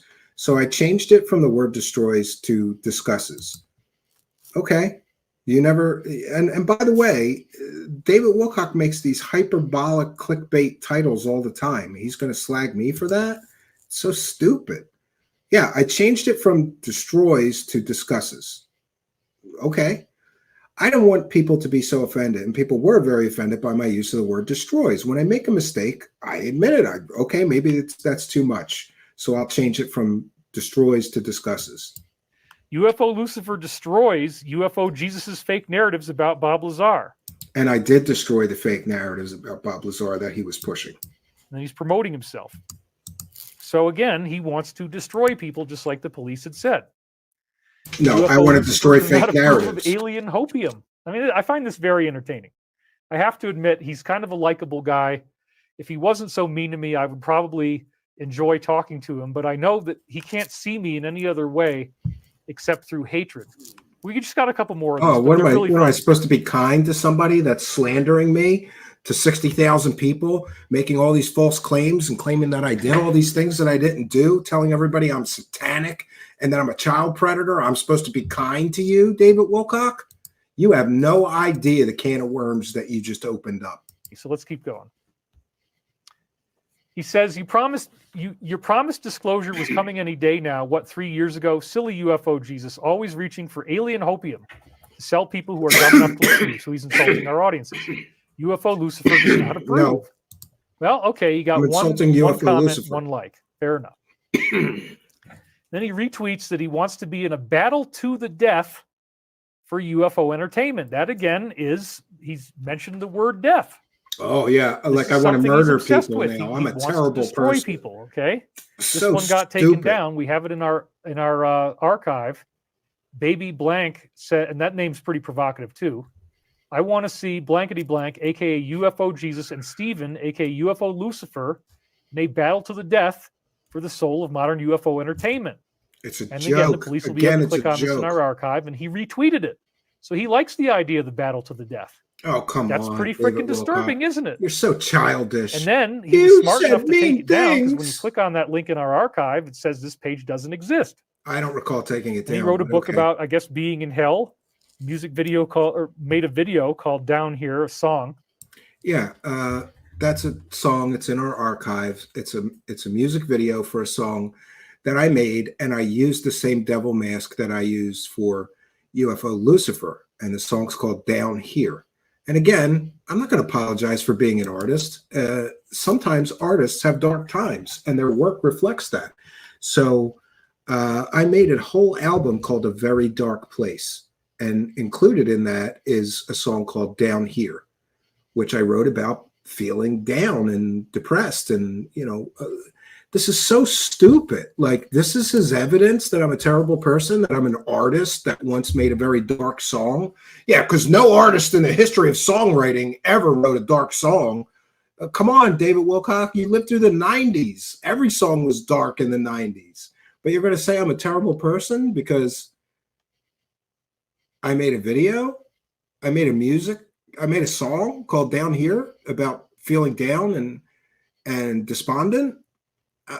Again, this doesn't prove I'm a Satanist. This just proves I'm human and I'm a great artist. And by the way, that's a great song. You should check it out. I love that song. If I can, I'll grab it and we'll play out tonight's broadcast with it. Down Here music video and a new song by Steven. There's only a couple more of these and we're going to get back to the content. If you're bored, hang in there. We're almost done. This one's pretty funny. We're almost done slandering me. October 7th, 2022, UFO Lucifer infiltrates the avian cult. This was his name for Corey. There he is, out there in the public wearing his devil mask. He actually got, what is it? Yeah, and again, this is a joke. This is a joke, David Wilcock. This was Halloween at Sesame Place with my children. I was at Sesame Place for Halloween with my two boys. For those unaware, Sesame Place is like Disneyland, but it's themed to Sesame. And they have all the characters. They have a parade with, you can go meet Big Bird, right? My kids love it. And I needed a costume, and my son wanted me to wear that mask. And so I did it for him. And then I saw Big Bird behind me, and we were standing there, and I thought, this is funny. I didn't find any blue chickens as UFO Lucifer, but I found a yellow one or something, and I made a joke about it and I tweeted it. Again, this is his proof that I'm a satanic child predator, that I'm at an amusement park with my children on Halloween wearing a mask. You are so pathetic, Wilcock. Is that 12 likes on this one? He's got Big Bird behind him. And again, everybody was saying, oh, Corey saw the blue avian, so it's the blue chicken cult. And they would make fun of him and say it's like Big Bird. So here he is out there in public rocking his UFO Lucifer mask in the black shirt. Yeah, because my son asked me to wear that. So I did it because that's the for those unaware, and why do I even have to talk about this? It's so stupid. My son Xavier, who's usually the cash clown, but tonight we have Wilcock as the cash clown, he picks everybody's costume. My older son is nonverbal autistic. He couldn't tell us what he wanted to be for Halloween if he wanted to. So his brother helps him and picks a costume for him. He tells my wife what costume she should wear, and he tells me what costume. This makes me a good father, David Wilcock. This doesn't make me a Satan worshiper, you asshole. And it says, UFO Lucifer infiltrates the secret space program avian alien cult. I admit, it's pretty funny, okay? It is funny. Kind of a funny guy. Yeah, real funny guy. Yeah. Yeah, kind of funny. And there he is, and it looks like he might have some hair on his back or something. I'm not sure what that is, but there's straw coming out of his back. No, you dumbass. Those are Halloween decorations behind me. But whatever. Pretty wild dude, right? I mean, still waiting to get to the proof that I'm a satanic child predator, David Wilcock. And you're going to have to prove those things to prove that those weren't defamatory statements and false statements that you made to damage my reputation. Wow. Okay. And he's got his 19 likes. That's probably about the best he's done on any of these so far. Yeah. I just showed you a video that 7,000 people watched on Twitter. Why don't you show people that, Wilcock? And he insults somebody, says it's a devil mask, you idiot. From a magic show I did for a long time, it's a prop. Anyone who knows me or my real religious beliefs is laughing at you idiots. You're all calling me a Satanist. Funny, no one ever called me a Satanist until I said Corey Good's a lying con man. Yeah. And that is a Corey Good Kool-Aid drinking cult member, right? Who is attacking me for wearing what he calls a satanic mask. Sure. But then right here, January 8th, 2020, he admits that in his childhood, he was obsessed with reading witchcraft and books on ceremony. I didn't admit I was obsessed. I said that I did. Again, false statements. Magic. I grew up Catholic. My father found tarot cards, books on witchcraft, and ceremonial magic in my room. Then he and our local... By the way, I talked about this on the show, and we cover esoteric topics. We've even done a few shows on magic and witchcraft and things like that, and the occult. It doesn't make me a Satan worshiper, David Wilcock. You have no proof. You have no evidence. You're desperate to make me a Satan worshiper here. Local priest went in the backyard and burned them. Next, I had to spend time in counseling with the priest. This, of course, only made me buy more books on ceremonial magic, like Aleister Crowley. I did not buy books on ceremonial magic. I said this, of course, only made me buy more books. And the point I was making is that when you try to stop somebody from gaining hidden or esoteric knowledge, it only makes them want it more. That's the point I was making. Try to stop somebody from gaining secret or esoteric knowledge, it makes them want it more, like the forbidden fruit. I don't even really remember the context of this. After all, he's got to go back 4 years to try to scrub my Twitter to find things to make me a bad person. I don't think this makes me a bad person. I've talked about this very story on the show before. It makes me human and a seeker of truth and esoteric knowledge. That's not something I should be disparaged for, Wilcock.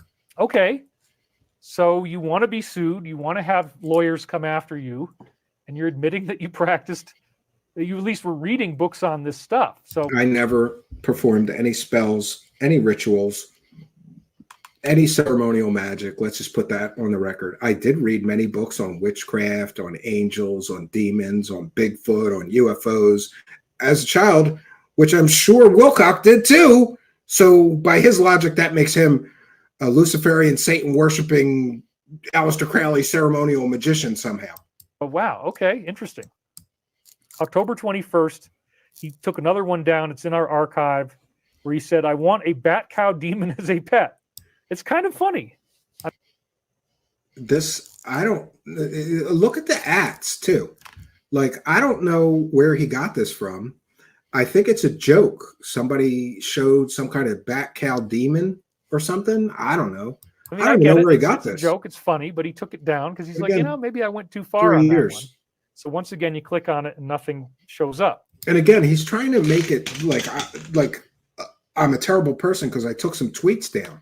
How many tweets has he taken down over his history of using Twitter? Maybe we'll do a show on that, Wilcock. So in summary, we're kind of through the whole thing now. Just a couple more things. Yeah, and this is what he says about me. He says, I am a very sick and twisted man who gets joy from causing others the maximum amount of suffering he can conjure. Notice he used the word conjure. This was what Elizabeth summarized it with in the original thing we were going to hand to a lawyer. This is a very sick and twisted man who gets joy from causing others the maximum amount of suffering he can conjure. And so, yeah, there's a lot of people writing here. They all know what his name is. Why is this the exact kind of person I would picture if I had to imagine David's number one hater? He's really playing the part well. I'm not his number one hater. There's many more people than me.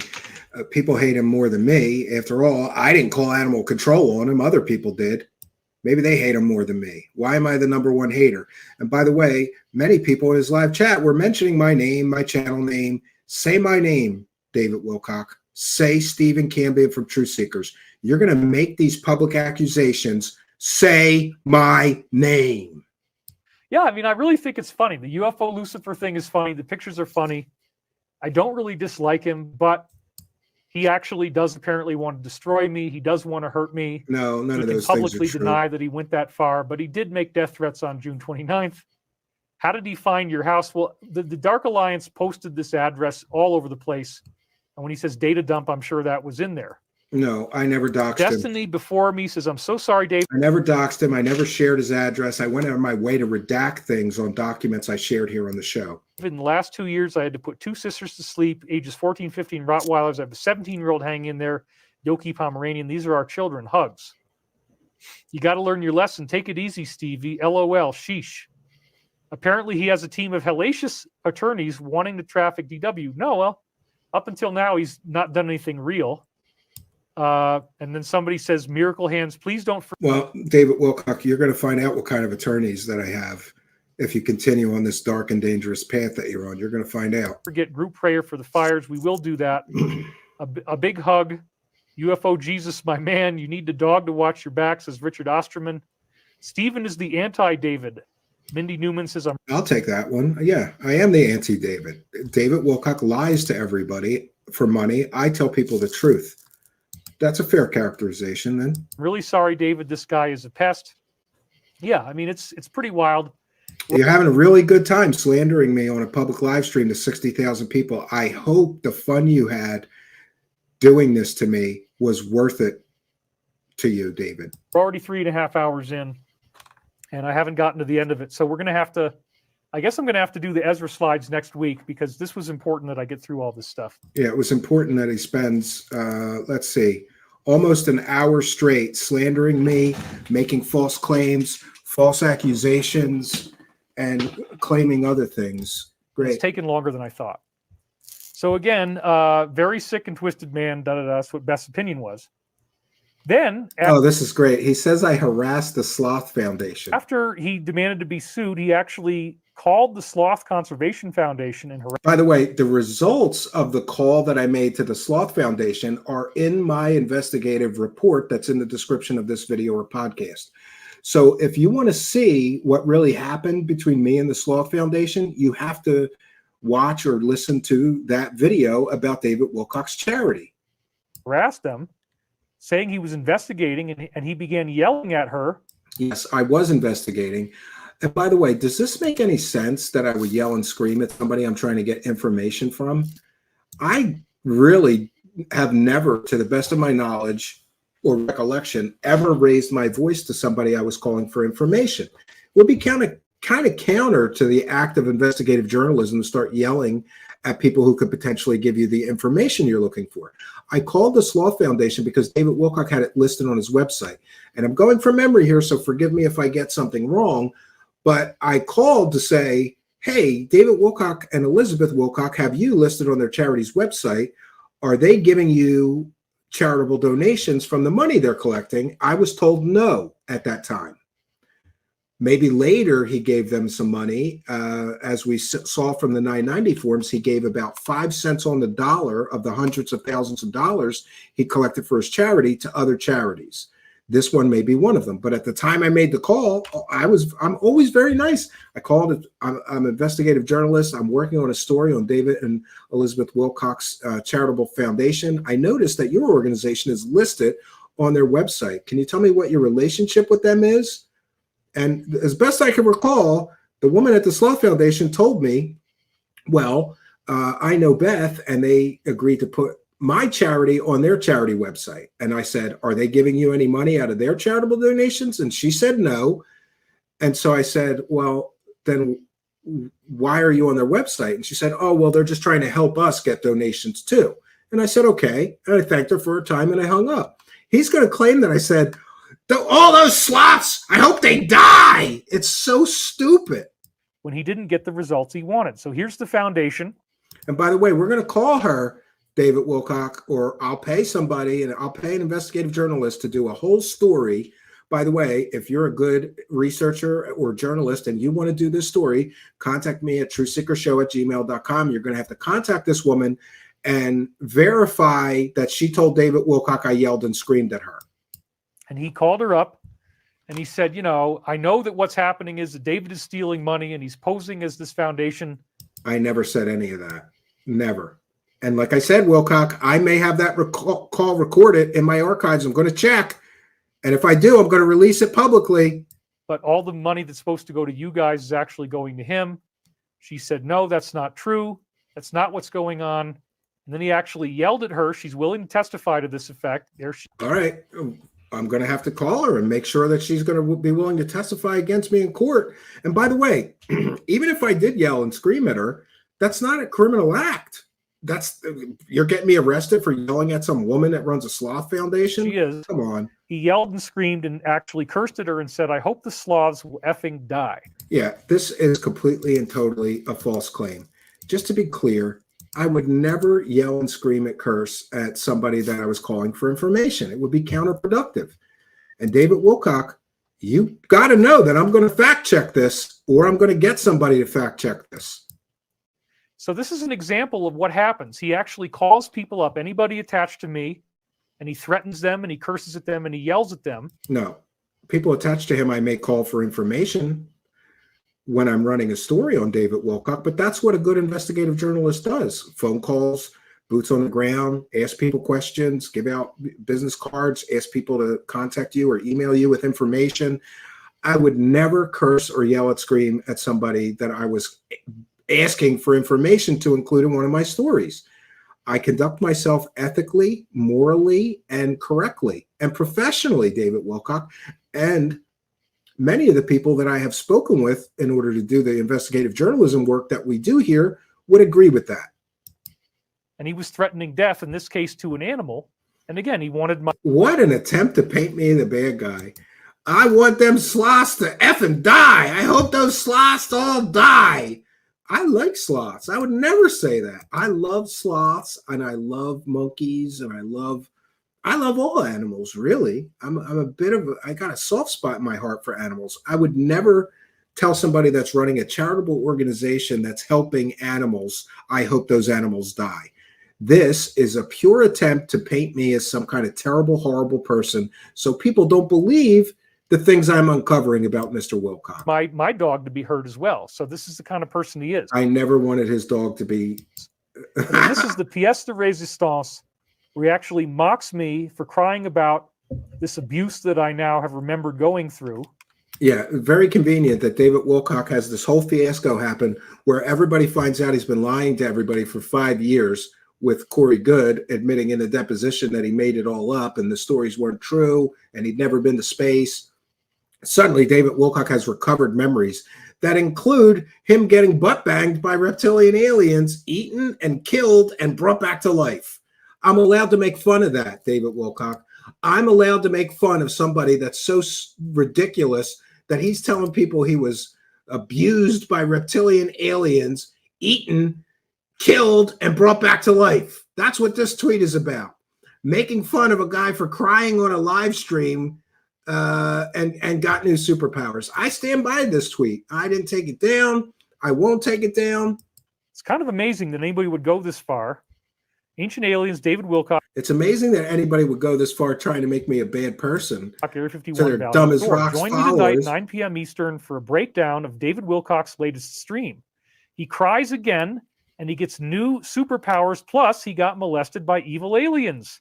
Exclamation mark. You said those things, David Wilcock. I'm allowed to make fun of that. You're a public figure saying ridiculous things on YouTube and the internet. It's not a crime to make fun of a wackadoo claiming they got emmed by evil aliens or S8. He's got 1 comment and 8 likes. Again, he's cherry picking. Notice that he's cherry picking all the tweets that didn't get much engagement to try to make it seem like nobody's listening to me or nobody's watching me. Wilcock, I just showed my latest video about you on X, got 7,000 views, dude, in 2 days. Again, you know, I've been hated by so many people for so long that I can't really get too worried about this, but like, it's really kind of hard to imagine that somebody would openly, publicly mock me this much. And at the same time, he's got all these interesting things, UFO Lucifer, he's wearing masks. Pretty amazing. You're right, David Wilcock. I am pretty amazing. And here we go with this claim. I called his accounting firm, and you can see this also in my report. I mentioned in my report about his shady charity that I called the accounting firm and requested the 990 IRS forms that show how much money he collected and what he did with it all. And they refused to give me the forms, which to my reading of the law is against the law. A charity must give those forms up when any member of the public asks for them. And again, he's claiming that I was rude to them or something. That's not the case. He repeatedly called the accounting firm and demanded my info for my income, my financial records. That's not legal. You can't do that. David Wilcock, that's a completely and totally false statement. Oh, I lost my place. He's wearing masks. Pretty amazing. He repeatedly called the accounting firm and demanded my info. Now, he's going to tell you it's illegal for me to ask for IRS 990 forms. I'm here to tell you it's not. But you know what is illegal? Refusing to give the 990 forms to any member of the public who asks. You're required to do that by law. At least that's my understanding. But he's going to tell you It was illegal for me to ask for 990 IRS forms from his public charity where he's collecting hundreds of thousands of dollars and essentially spending all or most of it on himself, except for 5%, which he cuts off to some other charities, I guess. For my income. And all of that information is in my reports that are in the description of this video, our previous investigative journalism pieces on Mr. Wilcock. My financial records, that's not legal. You can't do that. It is not illegal, David Wilcock. That's a completely and totally false statement. How many times are we going to catch you lying to your audience in one show, dude? What are we up to? I think we're up to over 100 lies he's told during this 1 hour. You got to be a great liar, or at least very good at lying, to lie that many times in 1 hour. He's repeatedly called Stavatti and threatened everybody. I never threatened anybody. I'm the only person from Stavatti that I've ever spoken to is Christopher Beskar, which, let's put that on the record. David Wilcock claims that Stavatti Aerospace is a multi-million-dollar company, and yet, if you call Stavatti Aerospace, the CEO gets the phone. Can anybody show me another multi-million-dollar successful company? You know, like if I call Amazon, is Jeff Bezos answering the phone? If I call Tesla, is Elon Musk answering the phone? No. That shows you what a shady, dumb company that is. They can't even afford to hire somebody to answer the phone for the CEO. This is a completely and totally false statement. Show the evidence, David Wilcock, that I threatened anybody from Stavatti. I've never done that. I've never emailed Stavatti. My internet records will prove I never emailed Stavatti or any members of Stavatti, except for you, David Wilcock, who I sent requests for 990 forms to. Completely and totally slanderous, false accusations being made here.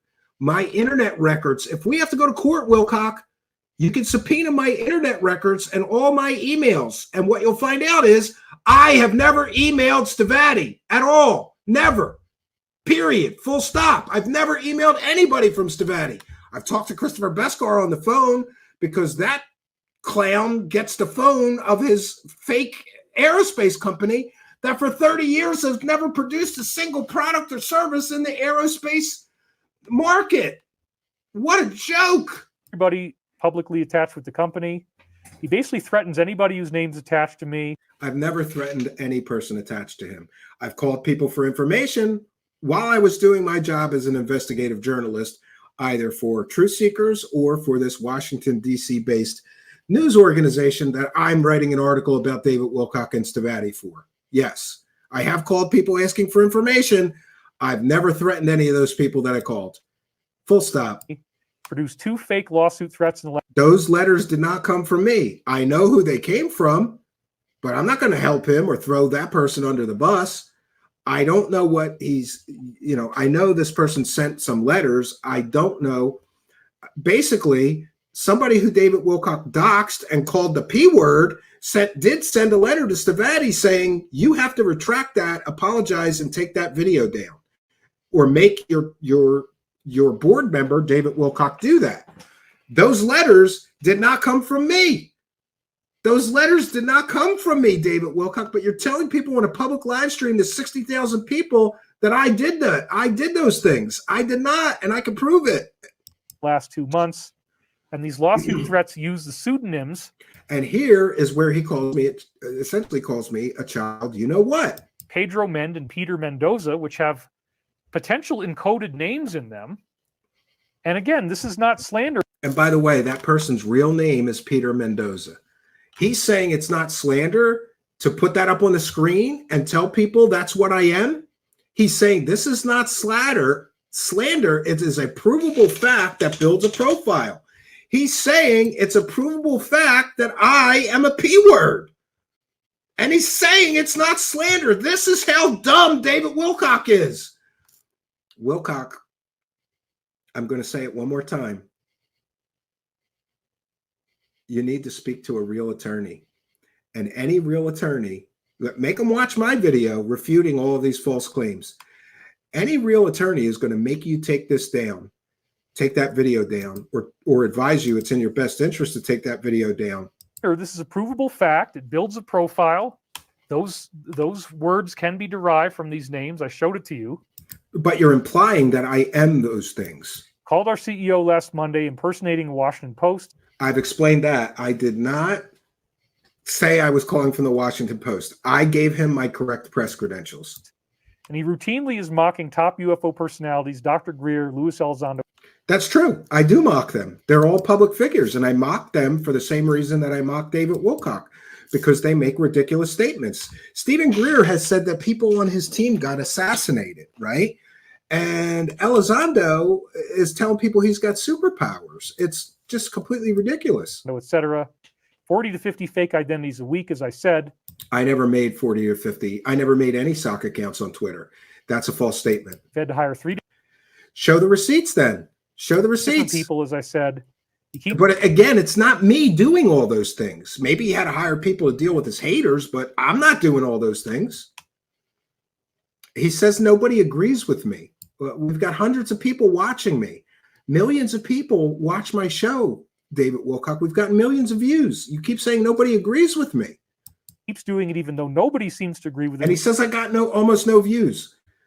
Wilcock, listen, I don't get views by lying to people like you. You know, the truth is boring. It doesn't attract as many viewers as you lying through your teeth about ascension and hey man, we're all going to get superpowers soon. And those mass arrests are coming. Donald Trump's still the commander in chief and he's going to take back the presidency and all your Q-tard nonsense. And he's getting almost no views. But in my entire career, nobody's ever tried to swat me with police before. Nobody swatted him. And now he says, I am subject to an emergency injunction and arrest. And as a result, he's now subject to emergency injunction and arrest, which the police want me to do. Oh, sure. He actually, as I showed you, has been demanding I do this for at least 5 years. I joked that I didn't get a cease and desist letter. That's not demanding that he does that. The final police report will be available hopefully Monday. I'm going to get that police report and I'm going to read it live on my show, Wilcock. And we'll see who's telling the truth. I'm going to get the police report from them on Monday. He's probably just going to keep on going. But again, Stephen, I have to do this. The cops have demanded it. Oh, sure. Protect myself. Yeah, he has to do it. I would have left this alone, but he's now forcing me to have to do something because he's just escalating so much. Yeah, I forced him to call me a Satan worshiper. I forced him to make... How many false claims has he made? I've lost count. So now our local police are on alert for a man of his description. By the way, I'm just going to put this on the record. David Wilcock has nothing to worry about me being near or in, anywhere near his home. I'm not traveling to Colorado anytime soon. This is just more theater for his dumb as rocks, stupid as dirt followers to make them think that he's under some kind of threat from me. There's no threat from me except for the information that I provide that proves what it proves. They were dazzled that I haven't already filed anything. And they told me that this greatly increases my ability to stop him because this is very serious when you file fake complaints with the police and then take credit for it publicly. I did not file any complaints with the police, the animal control, or any other Colorado authority. I did not publicly admit that I did that. In fact, I am disputing that that was me, and I've proven to you who sent those letters to animal control, and that proves it was not me, as David Wilcock is fraudulently claiming in his live stream. Publicly. So they're friends with me now. They're cooperating. They're all veterans who gladly support a military company. Last but not least, Jenny McCarthy, who is, her husband is Donnie Wahlberg. Oh, he's so proud of, he got on Jenny McCarthy's show once. His brother is Mark Wahlberg. Great. They're tapped into all the top celebrities in Hollywood. They have now said, and they're willing to go on the television show that Corey's doing and say, this Dark Alliance stuff is the worst, craziest thing that anybody's ever seen. Who cares what Jenny McCarthy thinks? Nobody in Hollywood, none of the big celebrities have ever been stalked this badly. And Steven is kind of the most outrageous character out of all of them. Yeah, so I'm the worst thing Jenny McCarthy's ever seen. No offense, honey, but you're on the downslope. You were hot 20 years ago, but it ain't holding together too well. Is that crass? Probably. So we've already been asking in the Stavatti company, is somebody paying him to do all this? It could be. Yes, my viewers are paying me to do this investigative journalism work and to reveal the truth behind your lies. That's who's paying me. We're a viewer-supported show. B or L, these major contractors they might think of us as competition, even though they're going to get a lot of business from us. We've looked at that possibility. Or another possibility, is he being blackmailed? Is somebody forcing him to do this, even though it's so self-destructive? We don't really know. Oh yeah, I'm being Again, blackmailed. Corey's making TV about this, so he's probably going to get famous because of what he's doing. Yeah, and just to be clear, there's already a docu-series, David Wilcock and Corey Good. It's coming out in a little while, and you've been beaten to the punch.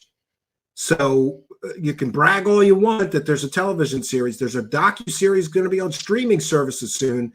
And I hate to tell you this, but you people, you and David Wilcock, and you, Corey Good, are not the good guys in this docu-series. And if you think that some of the information that I have uncovered here is damaging to those two clowns, wait till you see this docu-series. Unfortunately, but I haven't agreed to start any of them, at least not yet. This is the final point I wanted to make, and then we're going to get into the rest of the crop circle thing. Thank God. He has inoculated me against any future attacks like this. I almost wanted to call him a vaccine. You know, it's like I've been vaccinated.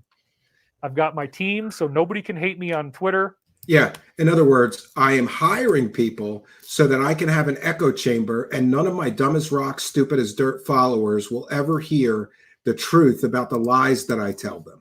He's actually got to hire, according to him, a whole team of people to stop all those mean tweets. But yet he says he only has one hater, and it's me.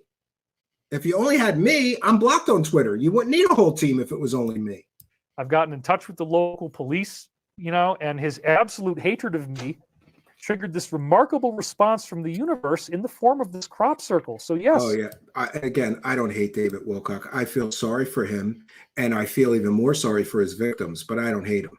Hate is a very, very strong situation, and I do my very best not to hate people. You know, despite all of the things that I have said, and as critical as I have been to David Wilcock, Corey Good, or any of these other people, I always wish a road to redemption. You know, regardless of what I think of Wilcock, Good, Greer, Elizondo, Grush, all these guys, Ross Coulthard, those guys have God-given talents. I just wish they would use their God-given talents to do something other than grift and lie to people.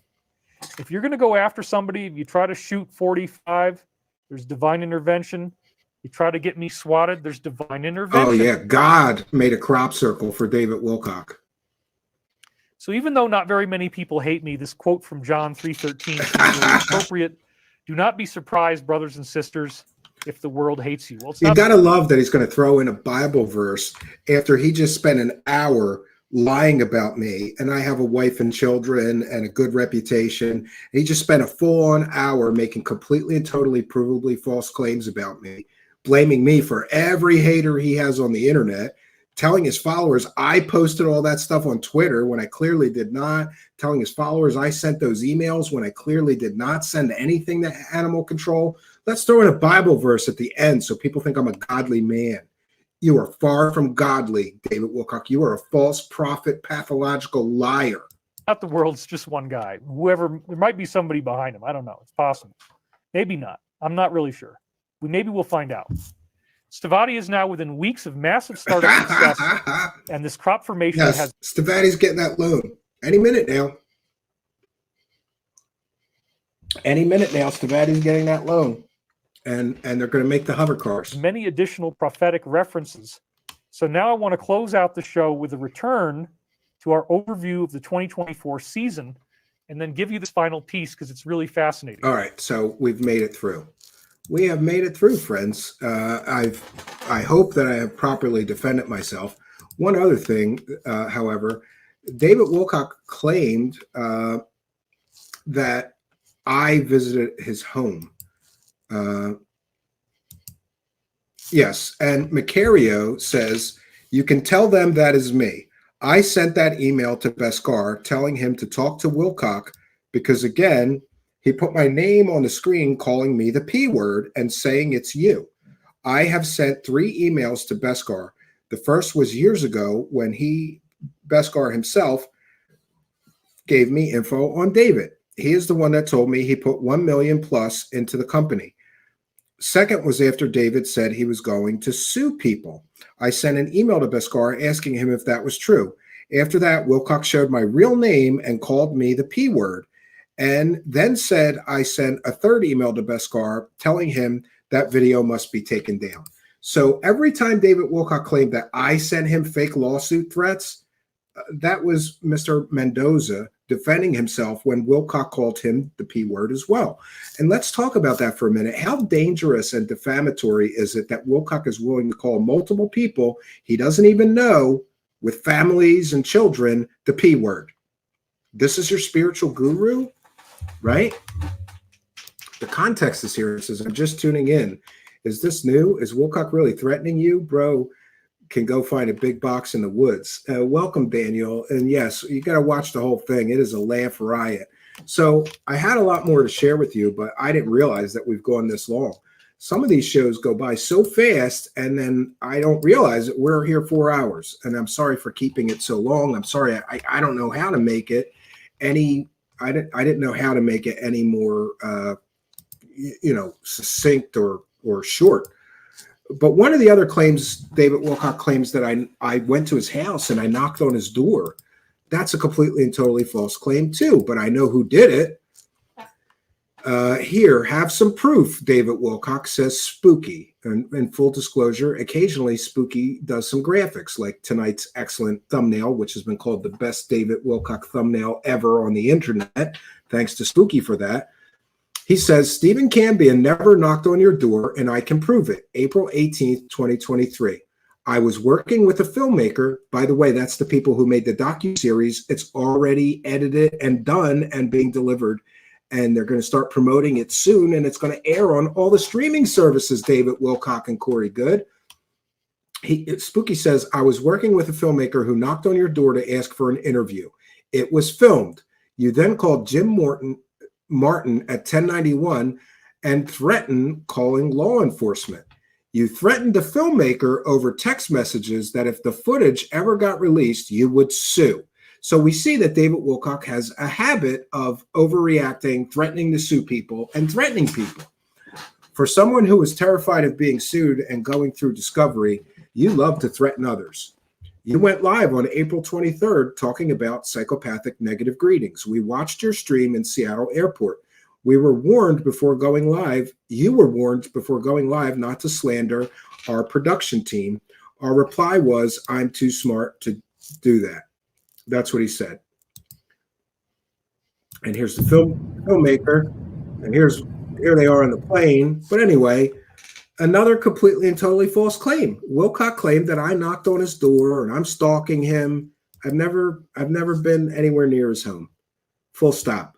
So, what we learn here is, first of all, Wilcock is dumb as rocks to do this. He owns, I believe it's a $2 million home. And he is on a public live stream calling people P words. He's on a public live stream calling me a Satanist, and the only evidence he has is that I wore a devil mask for a comedic parody. He lied through his teeth and said that I emailed Boulder County Animal Control. We found who sent those emails. They've admitted to it, and it was not me. He lied and said that I'm harassing people. None of this is true. Everything he said was a lie, but are we surprised that he's so willing to lie? I think that the walls are closing in on Mr. Wilcock, and he knows he's never, ever done anything but ignore critics and negative coverage of him. And now we've seen in the past few weeks, he's lashing out against all the critics. Could it be that the money's drying up? Could it be that his followers are starting to question his narratives and look for alternative sources of information? By the way, if you're one of those people, you're welcome here. All of us here, we have a community of truth seekers. We do not accept false and fake information like the kind that David Wilcock peddles and has peddled for decades. So what we've proven here is that Mr. Wilcock is essentially claiming that he's going to sue me because I created 40 identities. We proved I didn't do that. He's claiming he's going to sue me because I attacked people who left comments on his Twitter. I didn't do that. We can prove that with my internet records. He claims I sent 2 emails to animal control in his city, and he's going to sue me for that. We just proved to you who sent those emails. It wasn't me. He's claiming he's going to sue me because I was a problem to him for 10 years. That's completely and totally false. He claims he's going to sue me because I went to his house. We've just proven to you I wasn't the one that knocked on his door, but I know who did, and they've admitted to that, coming to my defense saying, Steven Cambian didn't do that, David Wilcock, you liar. He claims he's going to sue me because I'm subject to being arrested for having him swatted. Anybody could call the local police and know that he didn't get swatted. He says he's going to sue me and that I took full credit for the swatting attack with 4 new aliases. My internet records will prove that wasn't me. He says he's going to sue me and get me arrested because I filed fake lawsuits against him from Holland and another country. We saw, I've read to you the proof of who did that. It was not me, right? Next, he says he's going to sue me and get me arrested because I made death threats against him on June 29th, 2024. My own phone logs and my ex-posts prove I didn't send any of those messages, David Wilcock. He says he's going to get me arrested and sue me because he claimed I was rude and abusive to a sloth organization. Well, I say prove it. My recollection is entirely different of those events. He claims he's going to get me arrested and sue me because I am all these different people on the internet. We showed you who those people are. They've admitted. They've come to my defense and say, David Wilcock is lying. Steven Cambian didn't do that. I did that. How's this going to work out in court, Mr. Wilcock? Are you this dumb? You said you were suing me, and you constantly, for an hour straight to 60,000 people, repeated completely and totally provably false claims which are slanderous and damaging to my reputation. That's actionable, Mr. Wilcock. So I strongly advise him, listen, this would get thrown out of court and dismissed so quickly because his claims have no proof. They have no merit. If you're going to sue somebody in court, your claims have to have merit. We'll just file a motion to dismiss instantly, but not before we subpoena all of his records and everything else that we're legally entitled to do. So, and again, David Wilcock has all these legal problems. Do we really believe he's going to start a legal battle with me? And I want to be very clear here. I don't want a lawsuit.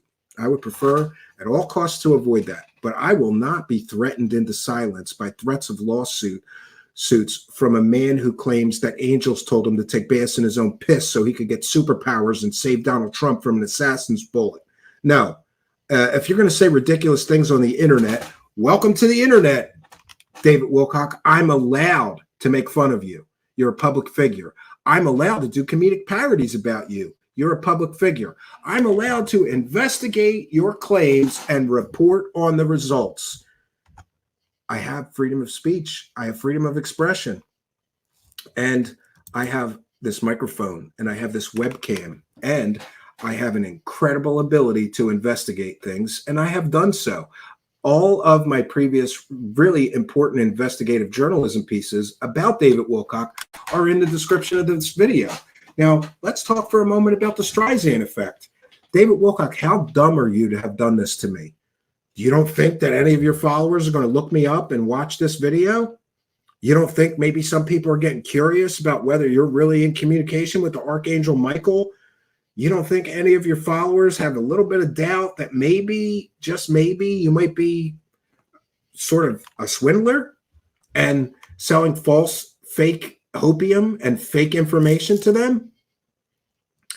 I can't wait until that docu-series comes out. I got to tell you, friends, I know it's going to be incredible. And I think it may put an end to certain grifters' careers. And so this is where we're at, and this is where we find ourselves. And again, David Wilcock, your video is against YouTube terms of service. Your video is liable to get you at least a community guideline strike. You can't call people the P word with no evidence on a public live stream. And again, I'm sure he doesn't care, but I happen to volunteer for children's charities. Do you know how damaging that is to my reputation for somebody to even make that leap, to make that false accusation? It's absolutely ridiculous. Now, I had some more things to share, but apparently Mr. Wilcock is making a new video. Is it tomorrow? Maybe? I don't know. So I'll include the rest of what I had to share. I'm sorry, we sort of run out the clock. I got other things I have to do. It is 1:13 a.m. here. So that's the news, folks. I want to thank each and every one of you for joining us. I want to be sure that we recognize you kind and generous benefactors. We'll give one more praise to Cash for our YouTube channel members and for our Patreon supporters. Thank you for your kindness, generosity, and support, all of you, in helping us to praise the cash. Praise the cash. Praise the cash. Praise the cash. The blue chickens command you to praise the cash. Praise the cash. Praise the cash. Praise the cash. There we go. So, so that's really all I have to share with you for now, but I reserve the right to talk about this again. I think Wilcock's so dumb, and he always doubles down on his lies. So he's going to invent new fantasies to cover for the evidence I've shared with you that I'm not all these people that he claims I am. And that's my prediction. I think he's going to double down into his own stupidity. My advice to him is probably stick to crop circles. It's not a good look when you try to sue an investigative journalist that's writing a piece for you in a Washington, D.C. based news outlet. But best of luck to you. But I will say this, I've been kind of slacking on getting that article done, and now I'm all chips in. I will get that article done. I'll let you guys know when it's going to be published. That's when I'm going to publicly announce that I'm a writer for that news organization, David Wilcock. I don't know what else to say. I'm shocked that he's this stupid to put all of this in a public live stream. Such provably 100% false, fake facts and fake accusations. And then he's at the same time telling everybody he's going to sue me for slander while he's slandering me. It's just incredible. So I'm going to bounce on out of here. I want to thank each and every one of you for joining us. I want to thank our kind and generous benefactors, our super chatters, super thanks people, Patreon supporters, YouTube channel members, Twitch subscribers, people who buy me a coffee. Did you know that you could do that? It's buymeacoffee.com/Truth Seeker Show. We read all of those, so just leave a note if you buy me a coffee.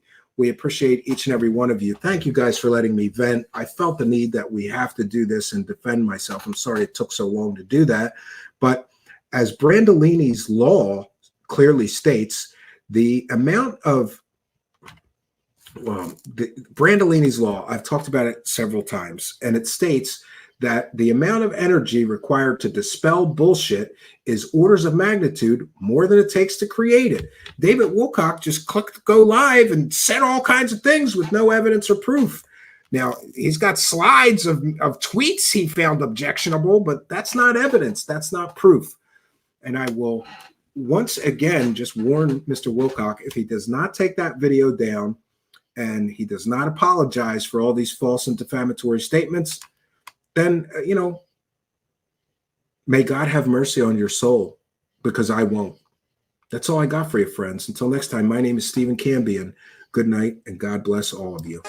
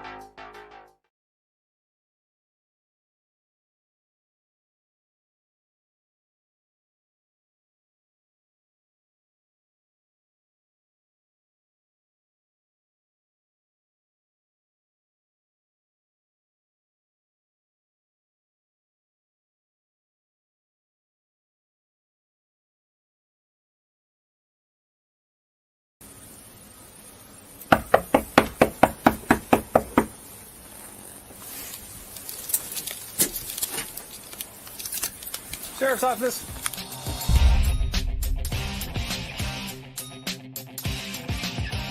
Because I got swatted by our dear friend Steven.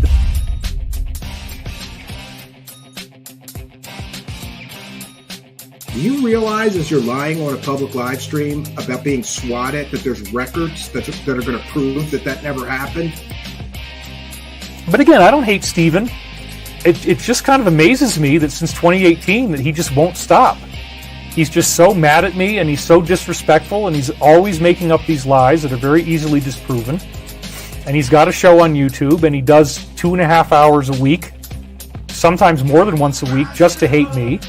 And he's also out there attacking like Dr. Stephen Greer. He's really gone after Luis Elizondo. I mean, I think Luis Elizondo's cool, you know? How dare you make these false accusations against me that are so easily provable? How dare you claim you're getting me arrested or you're suing me because I'm doing all these things? I said, look, I know who this is. It's this guy, Steven. I've got an enormous amount of evidence. Let me send you the evidence, just a little bit, because we're going to have to sue him anyway. We're already working on that. He can't stop. He creates 40 identities a week, blah, blah, blah. We've been dealing with this for like 10 years. It's actually more like 7 years, as much as I can trace. He emailed the animal welfare to try to get me swatted. He claims I took full credit for the swatting attack with 4 new aliases. No, I didn't. But we know who did, and we're going to show you, and that is a completely and totally false claim. I mean, it's almost like he wants to be arrested. He wants to be sued. He wants to be in jail. I don't know why you'd want to mess with your life like this. I mean, to hate somebody this much, to try to get, to try to get me hurt, to try to get my dog hurt, it's really wild. And I kept thinking maybe he'll go away, maybe he'll stop, but he just won't. Put together for you guys. Why the hell not? Does Galian need to wear sunglasses? He probably should. Spooky says, I was working with a filmmaker who knocked on your door to ask for an interview. It was filmed. You then called Jim Martin at 1091 and threatened calling law enforcement. Me here at Truth Seekers challenge UFO Jesus to find us one investor that will show us proof that they got their money back or made a single penny. This is who he is, and the evidence shows that he's openly and proudly satanic. Now, there's nothing intrinsically wrong with that. It's an accurate character portrait of the man who's been making all these accusations against me. Now you're going to get to learn who he is. This is what he's proud of. This is what he wants to be. This is what he's saying. And this is the stuff that's going in the lawsuit. Just like my troll, wants to come after me with swatting. It's the same kind of thing. They are going to get really mad at you. They're going to threaten you. They don't want to publish your paper.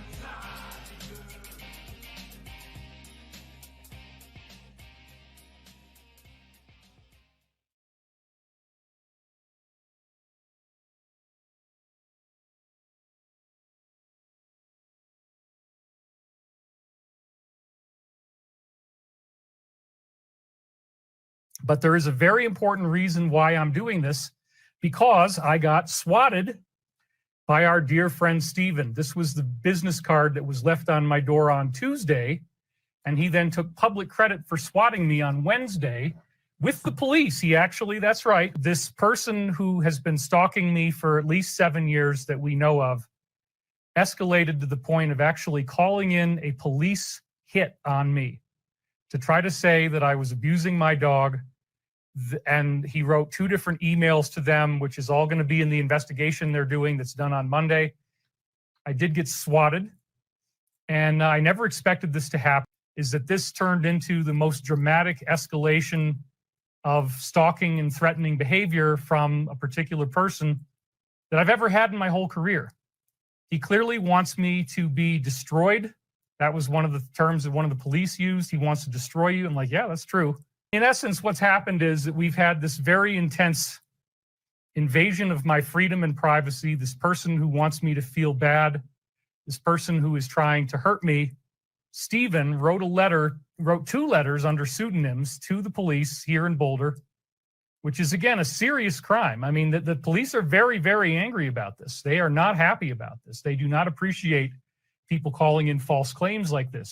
I told them, I don't know what this guy is capable of doing if he tries to call in a SWAT on me. So the SWAT team supervisor has assured me that they're not going to do any SWATs on my house. They know if anybody calls in with David Wilcock stuff to be very, very suspicious of it.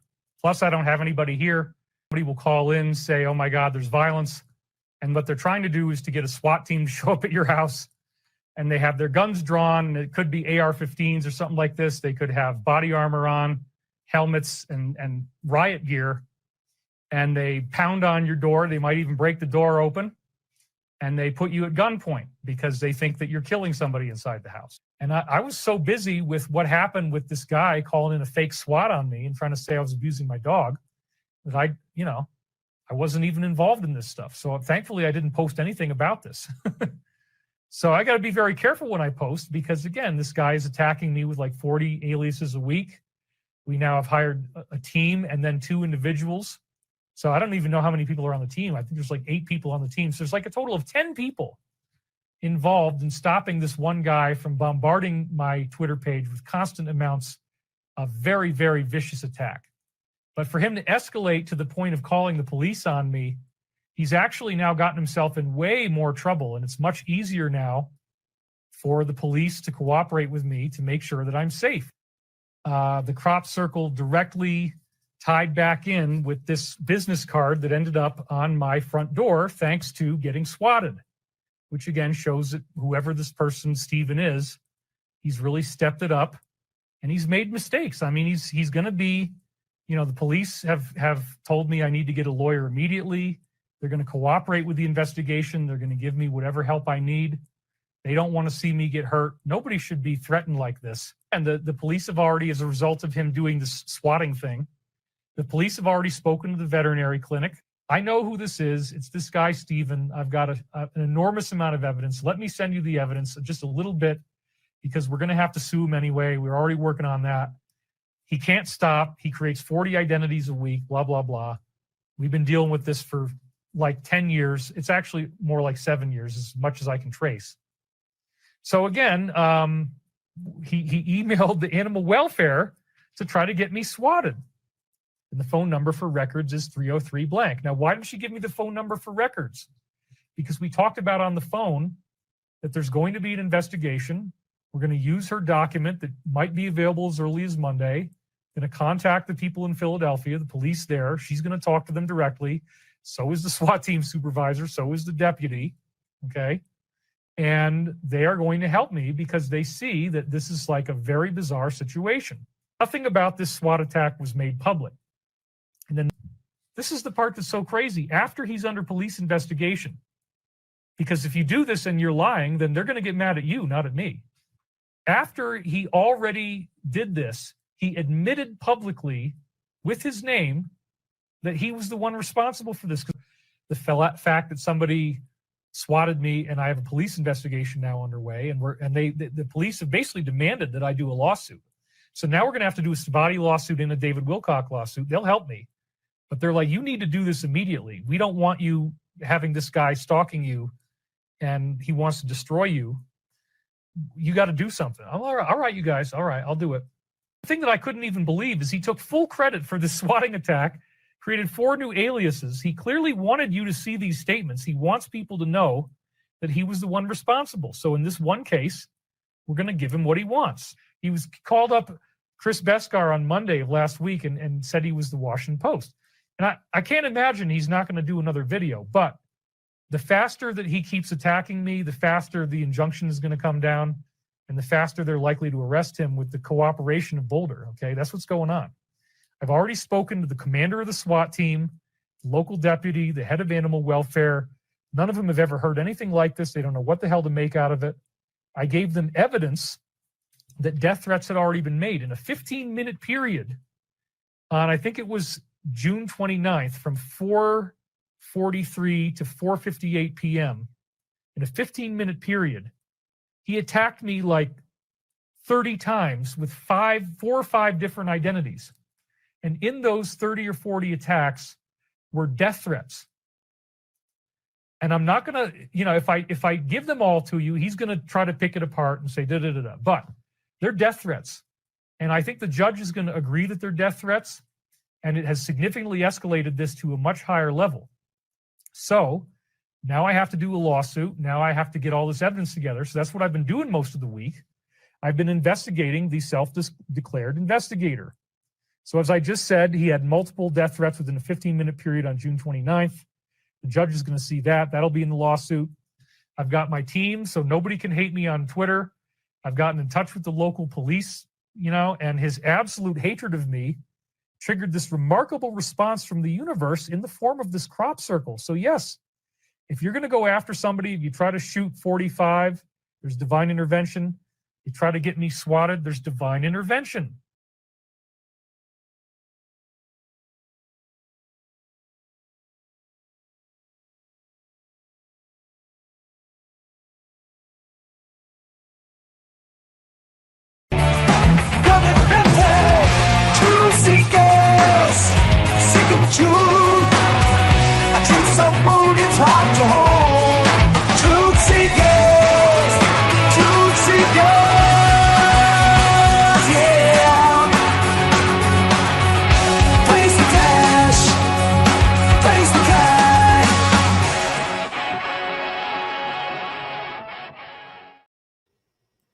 Greetings and salutations, friends, and welcome. Tonight, we'll be giving you a very special report and an exclusive, a Truth Seekers exclusive story. Some 10 days ago, I believe now, David Wilcock made some fantastic claims, claiming that I got him swatted by filing false animal neglect reports with the Boulder County Animal Welfare Office. These allegations are completely and totally false. And I believe that we proved most of that in my last stream on this very subject. However, in the past week or so, I have been busily communicating with the Boulder County Sheriff's Department Records Division. What Mr. Wilcock fails to understand is that, first of all, Boulder County is one of those places where all officers wear body cams, so everything is recorded that they do. Mr. Wilcock, you saw in our introduction here, by the way, that was fair use. We need to show you him making these allegations in order to be able to properly defend myself from these false allegations. So we saw in the introduction that Mr. Wilcock claimed over and over and over again that he was, quote, swatted, unquote. But we have the evidence of what really happened. We have the proof, and we're going to broadcast it to you tonight in a Truth Seekers exclusive story. But before we begin the major presentation, I just want to put something on the record. Mr. Wilcock has made various claims that I hate him, that I'm perpetrating violence against him, that I'm stalking him, harassing him. No, I just want to put on the record, I don't hate David Wilcock, but I do hate what he does, because I believe that what he does is he lies to very vulnerable people, and he manipulates very vulnerable people to get into their wallets and make money from very vulnerable people. We have been reporting on him for quite some time, but it's important to note that he's only one of the many characters in conspiracy land that we cover. We've covered, I don't know, hundreds of different people in conspiracy land. Certainly, we have done multiple stories on him. So it's important that we make a distinction that what we're doing here is we are fact-checking and reporting on the things that David Wilcock talks about. You'll also notice that Mr. Wilcock says that I spend 2.5 hours a week hating on him. He doesn't understand how commentary works. Mr. Wilcock makes a 4-hour live stream, and yes, I do a show offering my opinions and commentary about the things that he said. This is normal on YouTube. There's many commentators who, if someone does a stream, they do a show commenting on it. I'm not specifically targeting Mr. Wilcock, or, I'm certainly not obsessed. I've covered many different subjects. So I just want to make sure that we understand the purposes of my broadcasts and my show here is truth seekers, to seek the truth about fantastical claims people make on the internet. I'm within my constitutional rights to do so, and I'm even within my rights to make fun of people, especially if they're public figures and they say ridiculous things like, I take baths in my own piss to get superpowers, and then I use those same superpowers to save Donald Trump from an assassin's bullet. I'm allowed to make fun of that. Comedic parodies are still legal in the United States of America. Nothing that I did has been wrong or malicious, or I've never done anything that I would consider harassing or stalking, or no. Now, I certainly have made phone calls investigating his claims, but he's a public figure. And if he is claiming something, and we'll get into some specific examples about that, I'm allowed to call those people he's making claims that involve those people and fact check him. I've always been kind and courteous. And also, before we begin, I will make a very special announcement today. Mr. Wilcock has also falsely claimed that I called Christopher Beskar, the CEO of Stavatti Aerospace, and lied and impersonated someone from the Washington Post. I have been hesitant to discuss this publicly because I don't want to screw up the deal or arrangement that I have, but I'm going to put it on the record. I approached a Washington, D.C. based news organization, and I pitched them two stories. One on the worst, biggest, you could call it a medbed scam that I've ever seen in my entire life, and another story involving David Wilcock and Stavatti Aerospace. And so I was sort of accepted as a freelance writer, and my stories would appear with that news organization.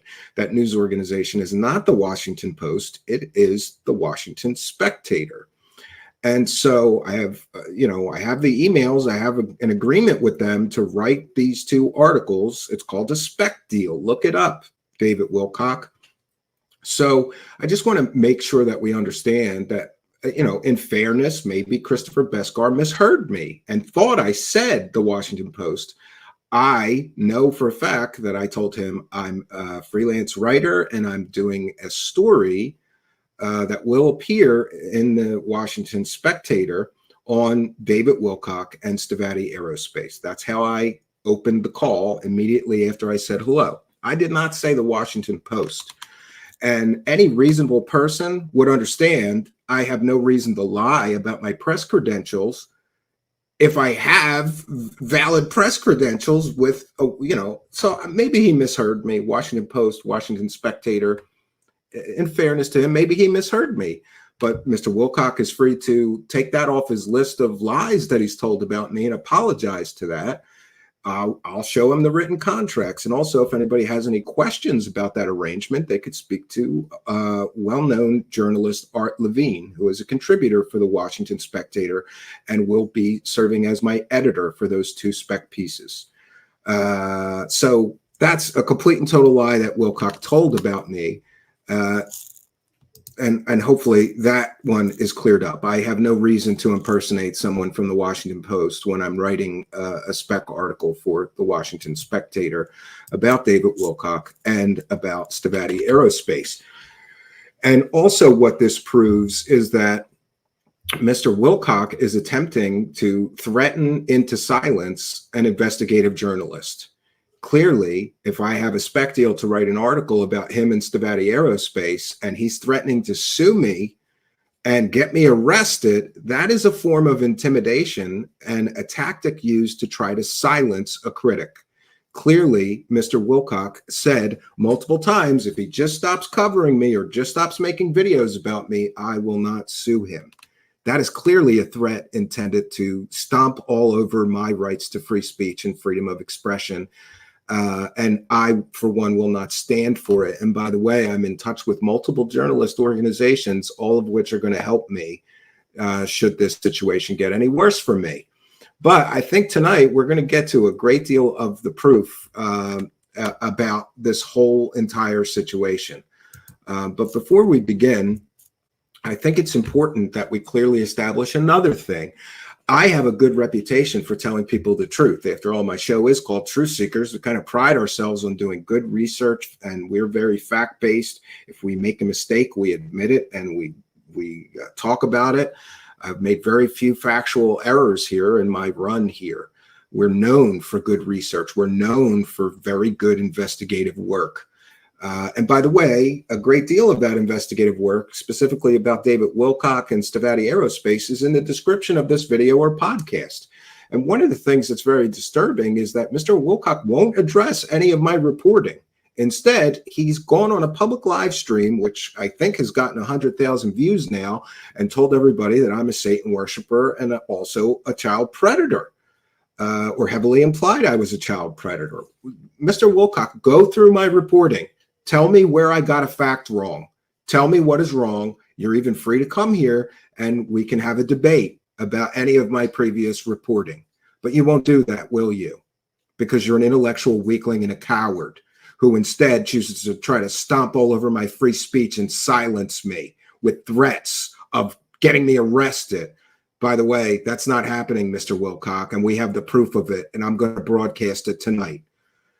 So, but before we begin, with what I'm sure many of you have come here for, which is to see this body cam footage of the so-called swatting event. I have an important history lesson. Now, I'm hopeful that this won't take us too long to get through. But Mr. Wilcock has claimed that I'm his only critic on the internet.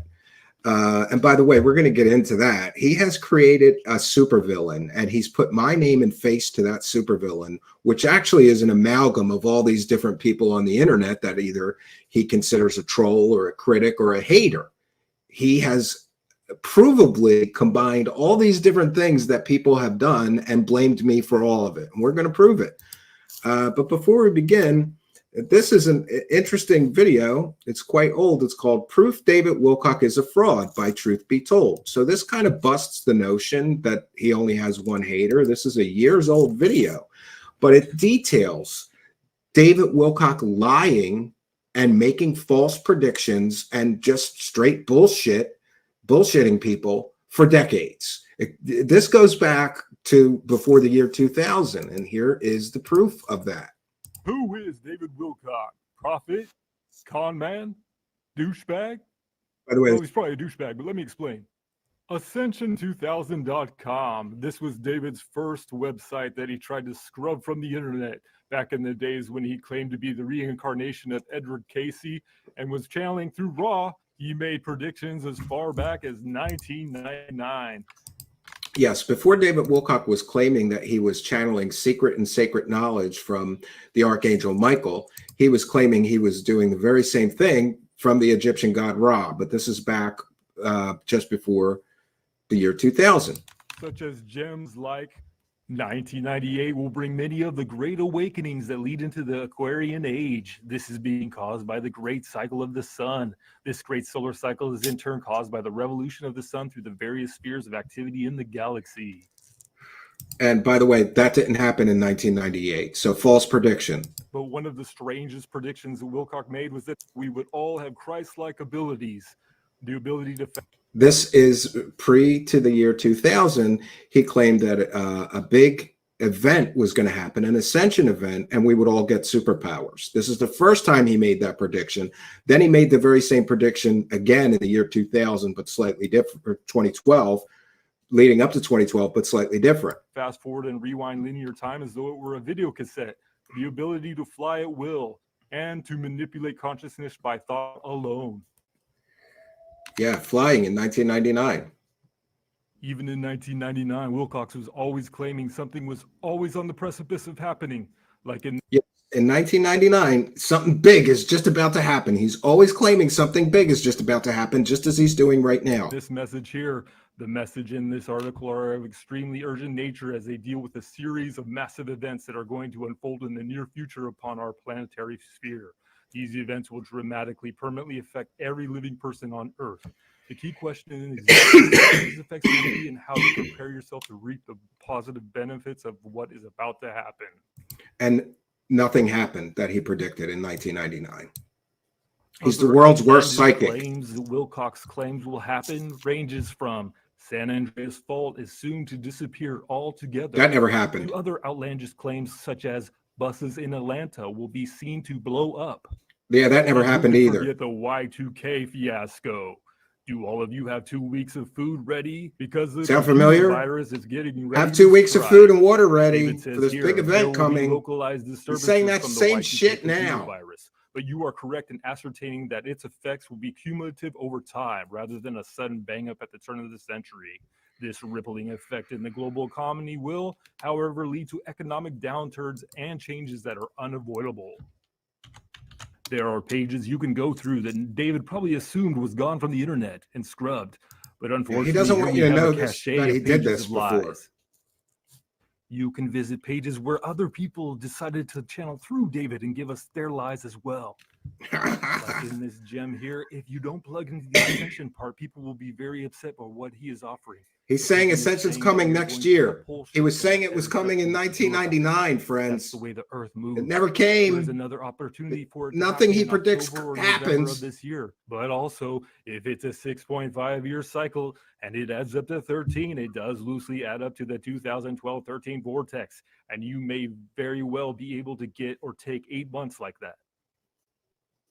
You are welcome yourself to check all the pages and all the lies that David spits out through all the years. This As video you is can by see, Truth these Be are all Told. his quotes and nothing And is it's made up. So evil. for the people who think I'm giving him a hard time, check it out yourself. All I'm doing is using his own words against him.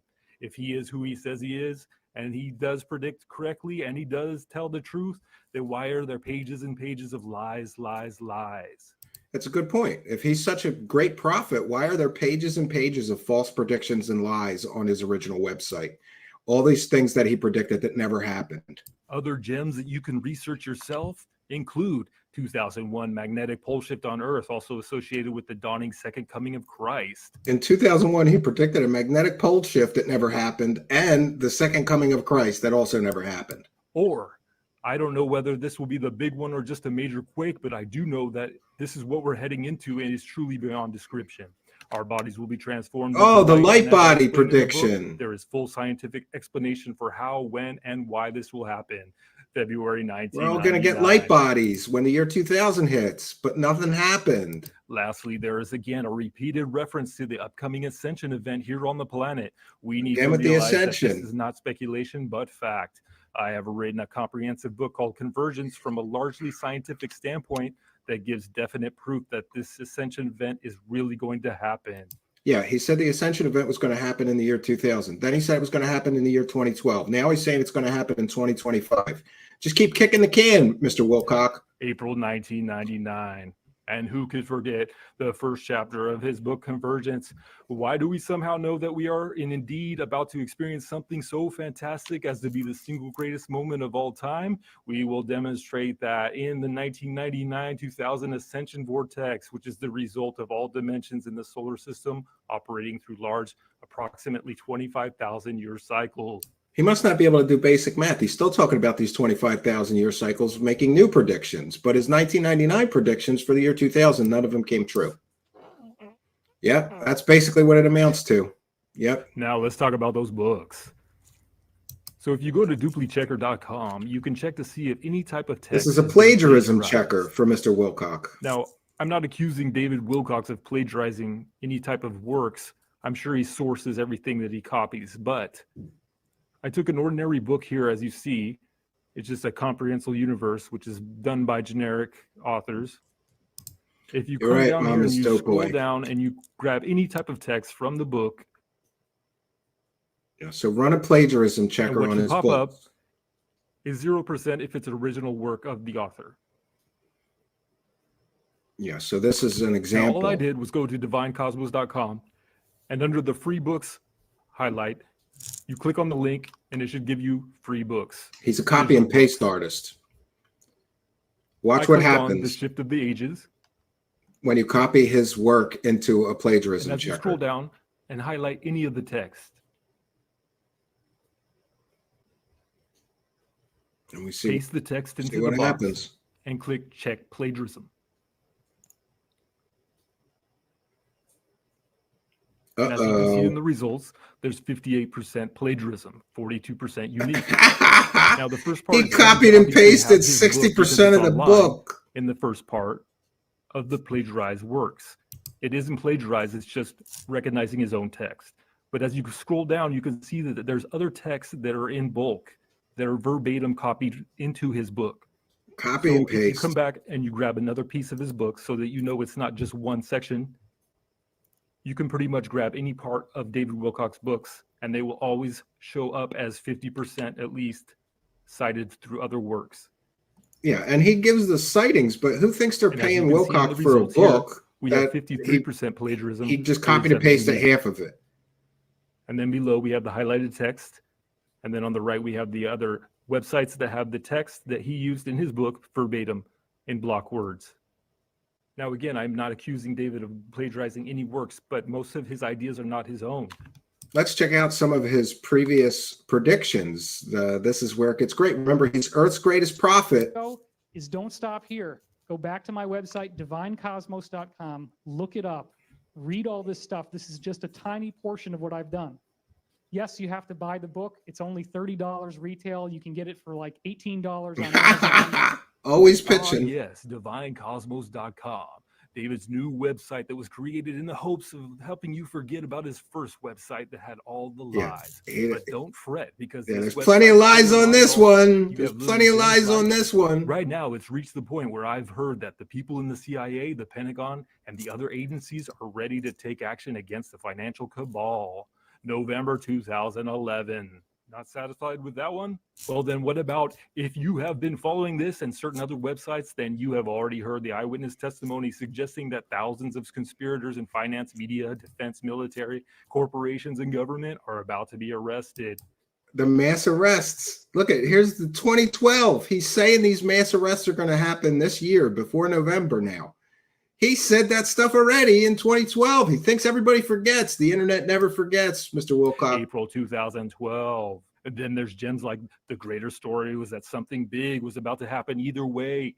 April 2013. Yeah, something big's always about to happen, according to The Wilcock. reason I seem to be getting by combining all the data in these very highly intense dreams with the equal intense insider data is something big is about to happen. Something big's about to happen in 2014 and 2013 and 2012. Well, what about every year? on Something big's about to 12/21, we happen. received remarkable high-level briefings about the takedown of the deep state. Oh, now in they're taking down the progress, deep state December again. 2017. We're still. And also, there is widespread agreement among these insider sources that some sort of major visible action against the genocidal globalist entity is now impending.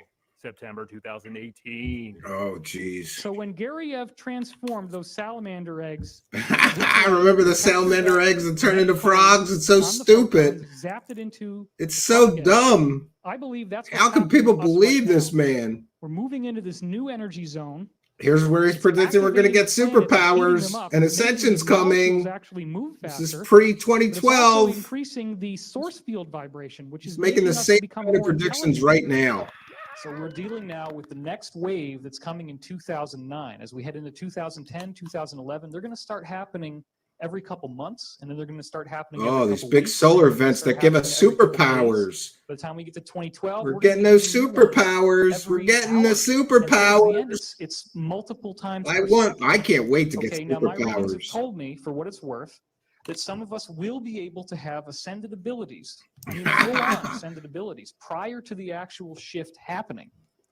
So that would be very cool. Don't because be what we're embarrassed. You didn't know he expecting was so at full of 2012 shit. is And a see, 100 times more now you harmonious know. utopian world where things He's like copying time Q's travel, content. Yes. levitation, instant Look. telepathy, instant healing, telekinesis are as common and as everyday as breathing. And that was supposed to happen by 2012. Did anybody get their superpowers in 2012? I must have missed them. I didn't get the superpowers. Most important year. 2012 is predicted as the year in which whatever the second coming of Christ is supposed to be will happen. Whoa, Jesus is already here When then. does the age of Aquarius come in? 2012. And that's been 2012. calculated based on constellations in the sky by mainstream astronomers. So look, things are not going to stay the way they are very much longer. The year 2012, if nothing else, represents a bifurcation point, a split between the way that things have been and the way that things are going to be. They were known about long ago, and it's all part of this spontaneous evolution that humanity. We're going to get superpowers in the year 2012. I must have missed my superpowers. And would this mean? Did I get in the wrong line? Experiencing a rise in its consciousness. That is exactly what I'm suggesting. That once the truth comes out, 2017, very likely of these people having been arrested on. The mass arrests again. About how that's every year the mass arrests are coming. David Wilcock says. And I am not authorized to give all the details. This is a very different thing. This is not an Earth-killing event. This is an Earth-birthing event. And they're very clear on that when you read these ancient prophecies. Oh, the Earth is birthing. That the Earth has to go through its worst point. It has to go through the dark night of the soul. And we're having that now. It's very after we go through the worst point, there is this event. The solar flash. He predicts the solar flash. Of an overthrow of the deep state. Oh, look, mass arrests. Mass arrests.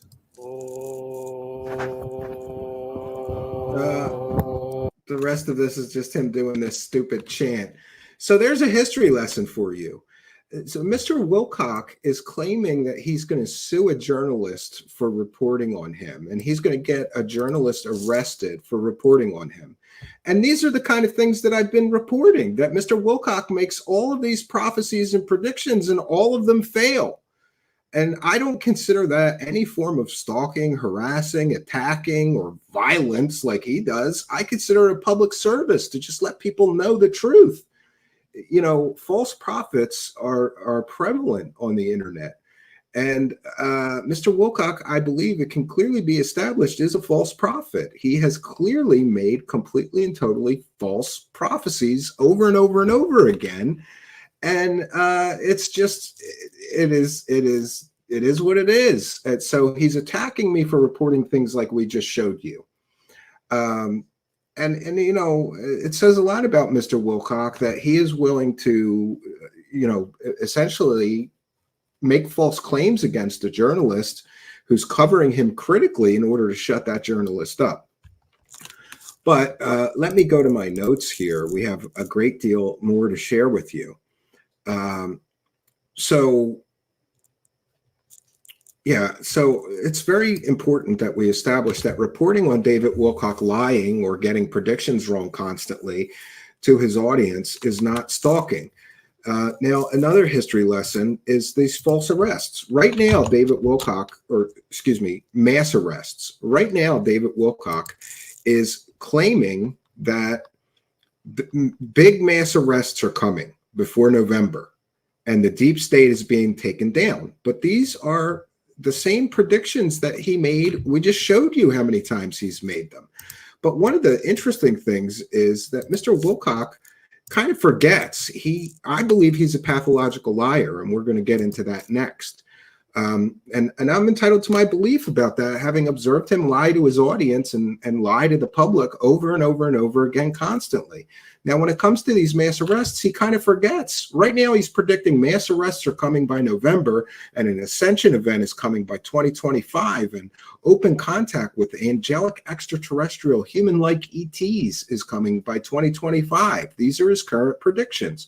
But when it comes to the mass arrests, he's predicted that over and over and over again, and it's never happened. And he's even lied and said that there was prison ships going to Guantanamo Bay, and the mass arrests already happened. And he forgets that he already predicted the mass arrests happened, or he said they happened. And then there's all these other predictions of the mass arrests that never happened. Here we go. We are looking at right now tribunals that are allegedly taking place. We have very good intel on this from multiple insider sources that they have arrested right now key people in the deep state.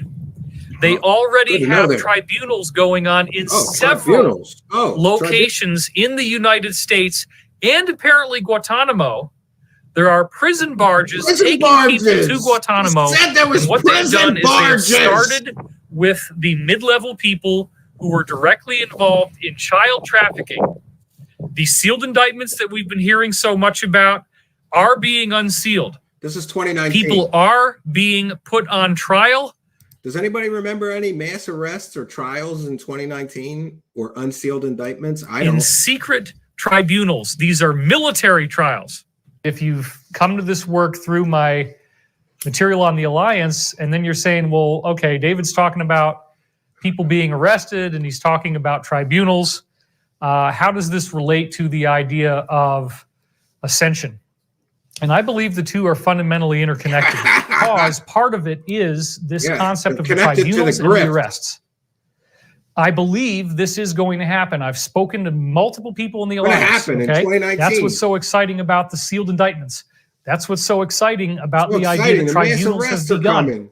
And I had heard all the way back in 2009 about mass arrests, that there would be tribunals. There's tribunals. That the most evil and sadistic people in the world who were doing really horrific stuff, that we're not even going to get into all of it. You've heard me talk about this many times, that those people would be brought to trial. Every time he talks about it, it doesn't happen. Actually forced to answer for their crimes, and that they would be then incarcerated, or in some cases actually receive the death penalty. Gonna kill him. So things have gone really wild because I've been talking about this since 2009. I had other insiders giving me information about these mass arrests. The 30,000 U.S. soldiers who will spread throughout the entire European region. So it didn't happen in 2019 with tanks, and he's predicting it again. What we're in getting 2020. from our briefings, folks, is that this is a targeted effort for the mass arrests that I've been telling you about this whole time. That's why they're there. There's 37,000 troops from 18 countries, including the U.S., many U.S. troops. 37,000 troops are going to go do the mass arrests in 2020, except he forgot that he said the mass arrests already happened in 2019, and he predicted they would happen in 2019, but they didn't. Nothing happened. Better believe those are elite soldiers. They're very trained. What are they doing? They're going to the places where the deep state is. They're infiltrating their strongholds, and they are arresting people. They're not. This is really anybody remember any arrests? Interesting moment in our timeline. And I will just point out to you to start with that we have received new briefings. Oh, we got new briefings about the mass arrest. Very amazing. So I'm going to cut to the chase, stop mass the suspense arrests right off the bat, and say mass arrests that we have gotten. We heard it years ago, and I had forgotten about this. The briefing is that we are going to get 3 days without internet. Oh, the 3 days of darkness. Without telephone. Which he's also predicting again right now, 4 years later. We'll be able to It call. didn't happen in 2020, so he predicts it again in Other emergency 2024. services. You will not be able to use the internet. It will slow to a crawl, or maybe not even. This never happened when he predicted it in 2020, and now he's predicting it again. You might be able to get your email. I don't know if But you're he's gonna be able to Earth's text greatest people or prophet. not. But basically, it's Can't a remember shutdown all of his the lies. phone That's and the internet. problem, George. And that's for Yeah. 3 days. We have 4 different sources that are telling us this, and one of those 4 sources has 5 different independent sources that told him this. The timing that we're getting on when this is going to happen. Oh, when's going to happen? Is anywhere David? from today or tomorrow. Oh, There's another 329. window that suggests, and this is from a State Department source, the latest one that I just got. Because people from the State Department always talk to this clown on the internet. Sure. That it could be before, the 3 days could be before Good Friday.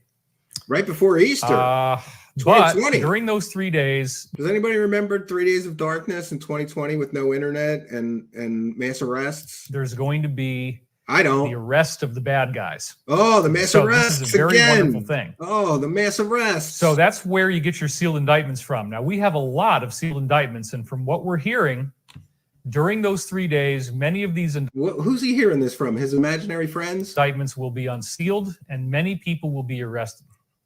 So what do we got ahead in the coming weeks?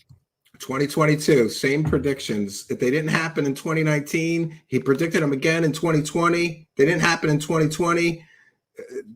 he predicted them probably again in 2021, and here he is in 2022 making predictions again. Probably a blackout, probably 3 days big, of crazy, darkness? weird stuff. Oh, yeah. Probably scary stuff.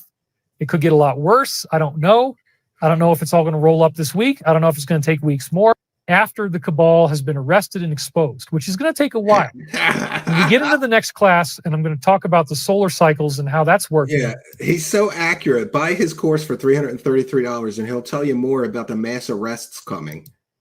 It's going to be a couple more years, but the bulk of it, I think, is going to be over before the end of this year. The bulk of the most kinetic stuff, which is why over by 2020, the end of 2022. Anybody remember mass arrests and unsealed indictments in 2022? Yeah, me neither. Doubt that we have to wait until November to see some really big stuff. I don't even think the election's going to happen. I don't even. And here is he's making the very same predictions again in 2024. I think there's going to be an election at that time because why? Other events are going to supersede that. And you're going to probably see a bunch of people arrested before November 5th. A full exposure of the DS. There will be high-level arrests. That almost immediately turn into disclosure. So there we have it, friends. If you make a prediction and it doesn't happen, just keep making it every year. Maybe eventually it'll happen. So what I'm trying to establish here is that Mr. Wilcock is running around claiming he's going to sue journalists when he has a real credibility issue.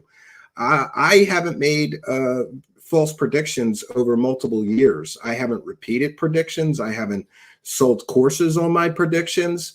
You know, when it comes to credibility, I have a good reputation for telling people the truth, and we can see his reputation and his history. Now, I know that many people are here to see these, see the body cam footage.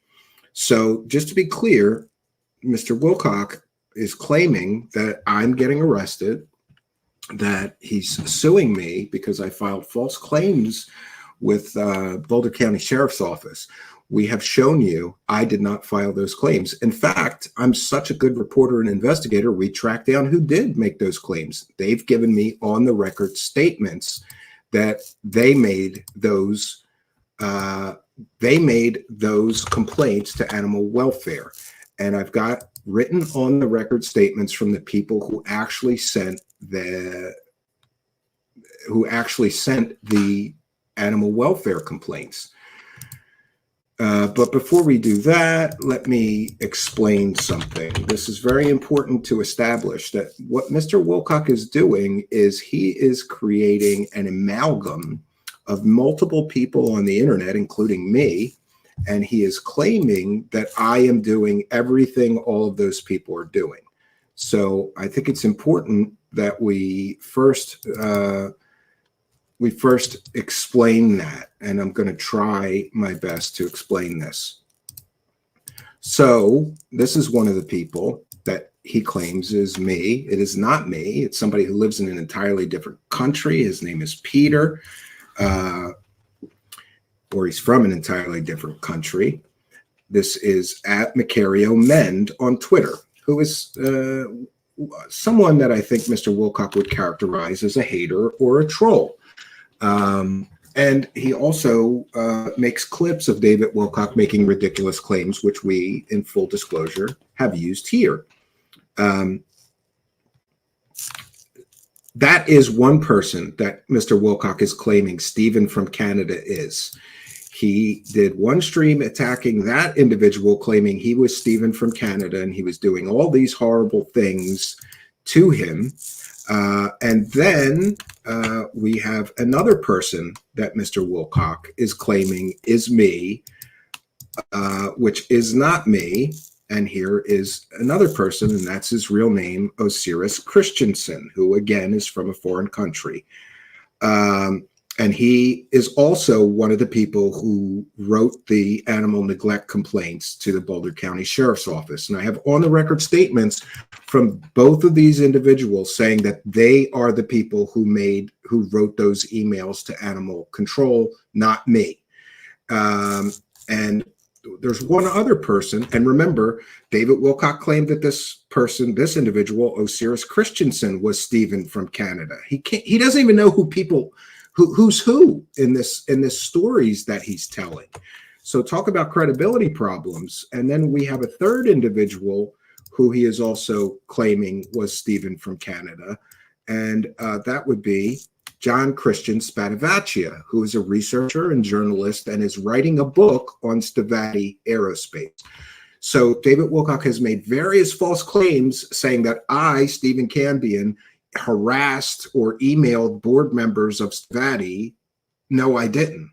And just to be clear, Mr. Stavatti did not harass anybody, but he did email people that work at Stavatti asking questions for his book project, which he is researching. There's no crime in that. There's nothing wrong with doing that.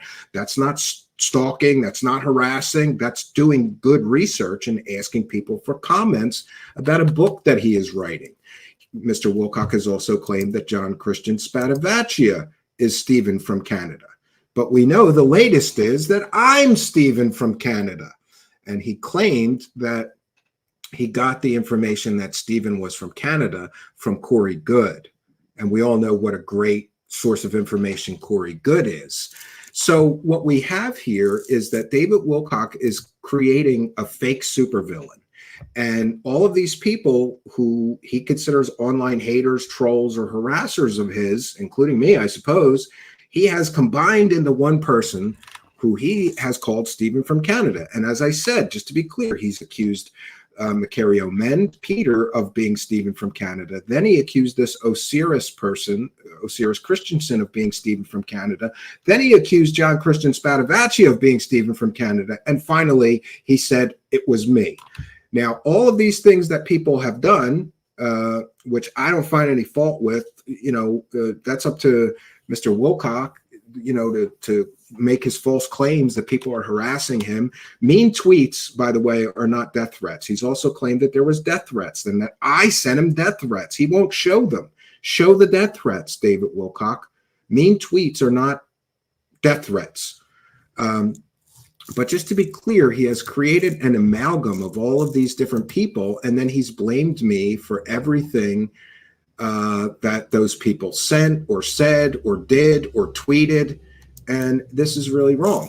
So I asked Osiris Christensen, who is one of the people who gave me an on-the-record statement saying, I am one of the people who sent one of those emails to animal control because he was concerned for the dog based on what Wilcock was saying on his shows. And I asked him, can you answer this question for me? Why did you send the complaint to animal control? Did you have a genuine concern for the dog, or was this some act of revenge or false report you filed? I will read whatever your response is on air.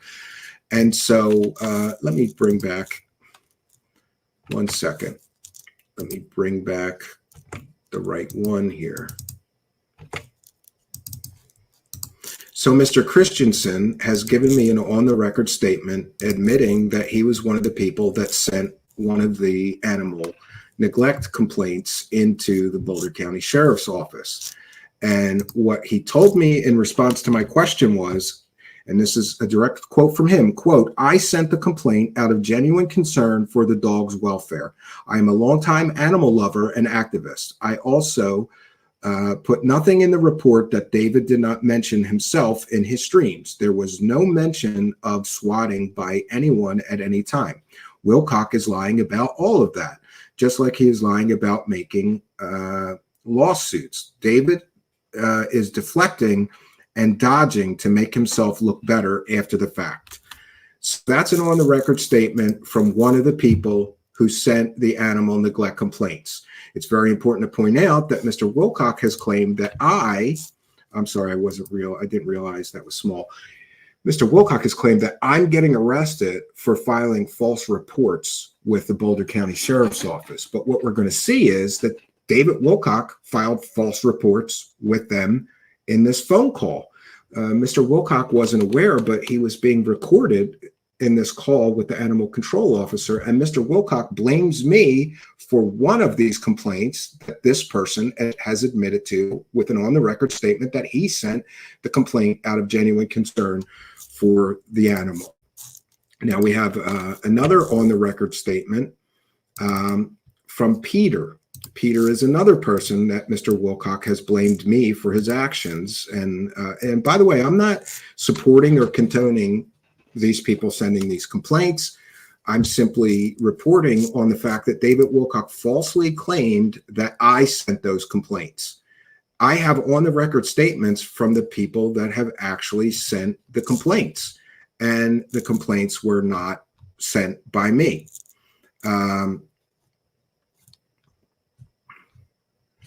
One second. Okay, so Peter, who is this person, gave me an on-the-record statement that he was one of the second person that sent the other email to animal control. And I asked him the same question. Why did you send this complaint to animal control about David Wilcock and his dog? And this is a quote from him. He says, quote, actually, I wish that I had sent a report sooner. As we all remember, David started talking about Gurley's condition well over a month ago. When I had made the first clip of him saying that she had black diarrhea and had fallen over, it pissed me off. I can deal with him taking advantage of his followers because they have a choice. But when he started letting a dog suffer, it was upsetting to me. Even then, I didn't do anything. It seemed like every stream he talked about her condition, and I saw others getting upset, even some of his followers. That's when I decided to make the report. Gurley was suffering, and he didn't seem to care.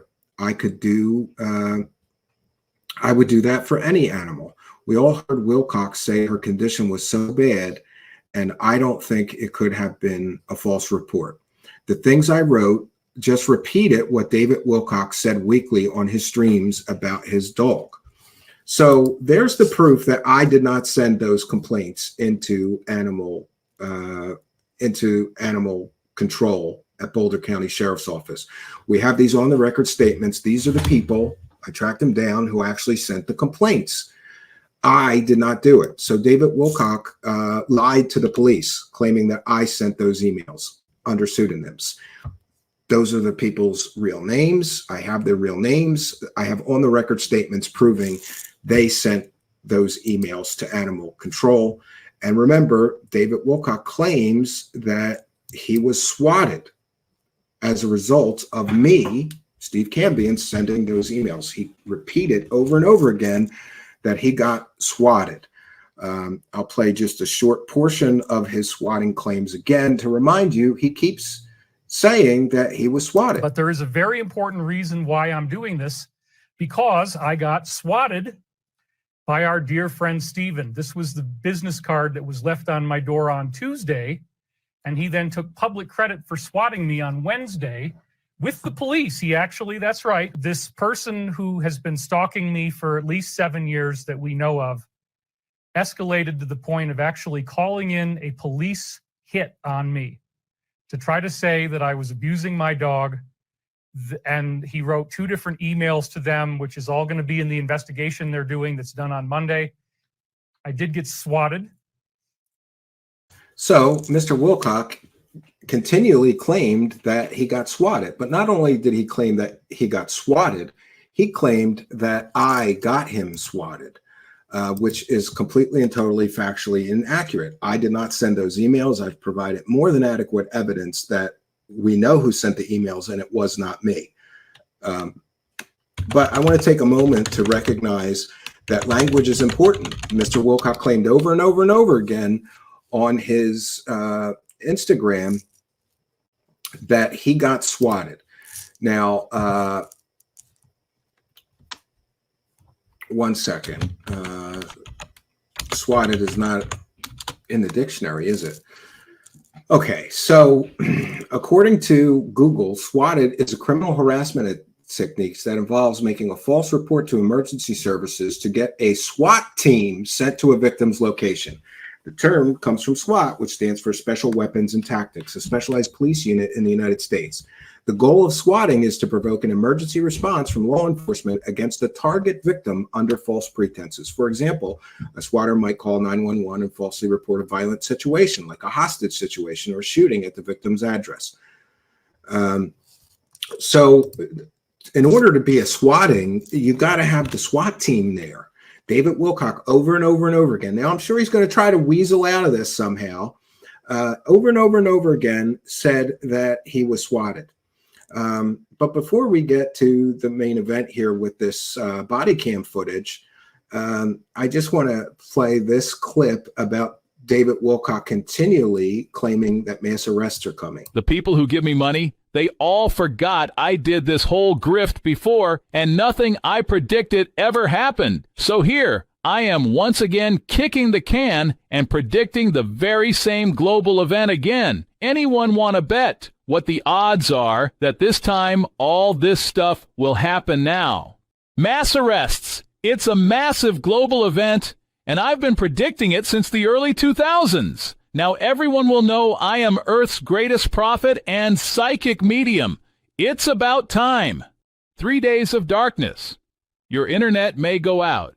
Phones and cable television channels will all play emergency announcements about the Dark Alliance finally being defeated.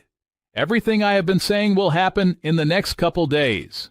It will all happen in the next couple days, if not by next week. If not next week, by next month for sure. And hey, if it doesn't happen next month, then by next year for sure. And you know what? If it doesn't happen next year, I'll just play kick the can and predict this again in a couple years. What a great grift I have. Free money for making false predictions and promoting fake conspiracy theories. Nothing is too nutty for me to promote. Pizzagate, the global cabal, mass arrests, military tribunals. And hey, never forget I told everyone I took baths in my own piss and got superpowers. Never forget the superpowers, friends. So it's important that we note that Mr. Wilcock claimed over and over and over again that he got swatted. And I just want to also mention that I had to pay for this body cam footage. So we want to take a moment to thank all of you kind and generous benefactors who help to make sure that I have the money to do these things. Rotary Motion with a kind and generous $2 says respect, research, and fact checking, calling out. Yeah. Soil Alpin 900 AD with a kind and generous 10 pounds. Thank you for your kindness, generosity, and support. And thank you, Rotary Motion, for being a member as well. And we thank UFO John Doe. Stephen will help you out of the rabbit hole if you let him and you listen. He cuts to the BS and he calls out the lies. Too many of these grifters, frauds, taking advantage of people. Hope all is well. Well, we thank you for your kindness, generosity, and support. It is much, much appreciated. And because of your support, I was able to have the few $100s that it costs to get this footage so that we could share it and establish what really happened. Was David Wilcock really swatted? Anyway, thank you guys for helping me to praise the cash a little bit and recoup some of our expenses.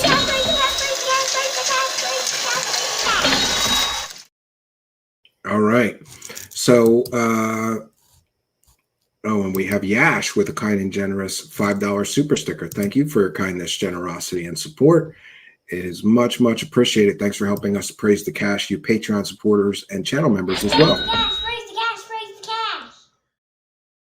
All right, now to the main event. So David Wilcock continually claimed that I got him swatted. He claimed falsely that I sent in animal neglect complaints, which I did not do. He claimed that he was swatted. Now, remember, in order to be swatted, you need a SWAT team. And now I was fairly sure that he was not swatted. We could read the report and see what happened. I have the report, which I'm going to share as well. But I know many of you are here. I'm sorry for taking so long to get to this part. You want to see what really happened at David Wilcock's house. Now, to be clear, this is public records. This is body cam footage that came directly from the Boulder County Sheriff's Office and the people who actually went to his home. Mr. Wilcock has shared videos of the inside and the outside of his home many, many times. So I don't believe there's any privacy concerns here, especially because these are public records. And also, I'm being forced to share this because Mr. David Wilcock made false claims claiming that I, Steven Cambian of Truth Seekers, got him swatted at his home. He made those false claims, which forced me to get the body cam footage and show it to all of you. So without any further delay, I want to show you exactly what happened that David Wilcock is calling a swatting. Here we go, friends.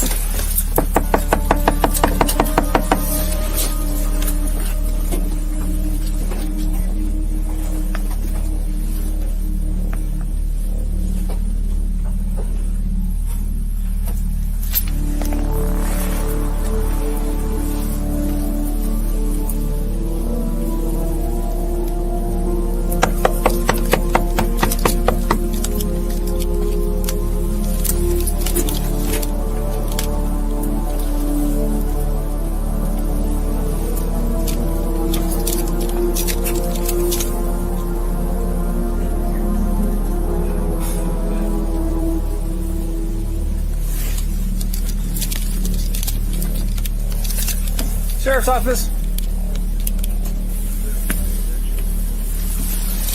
Sheriff's Office, anyone home?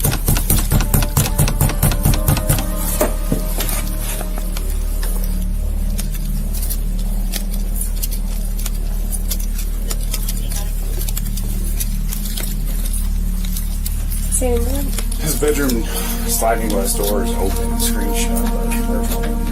See any dog? There's a dog bed right here, no dog.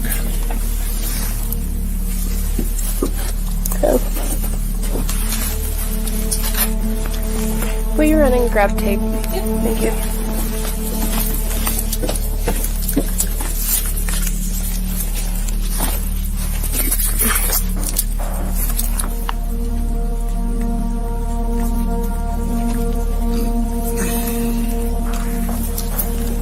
Dude, I thought we had a fire in Colorado somewhere. I looked it up. This is all from Canada. I know. 5 million acres. 5 million? Yeah. No way. Yeah, because there's all on fire. No, there's several burning right now. By grand total, 5 million acres so far this year. Sucks. Yeah, that's highly unfortunate. Yeah, that's really unfortunate because that's where America gets like 80% of their wood is from Canada. So wood prices are about to skyrocket. Yep, as if they weren't bad enough. Such is life, I guess. Yeah, this is a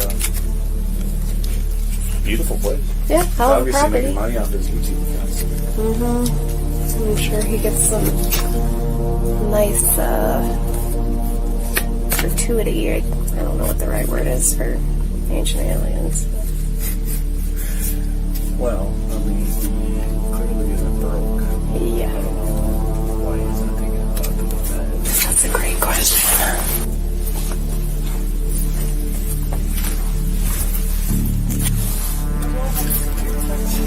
Thank you.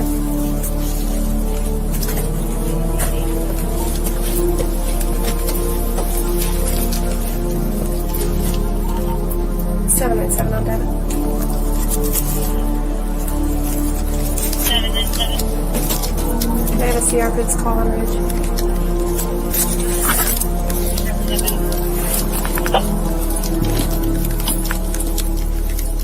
797-3692-3692. Copy, thanks. Good. Oh, it's fine. I know, but I already took it off, so it's like... Might as well.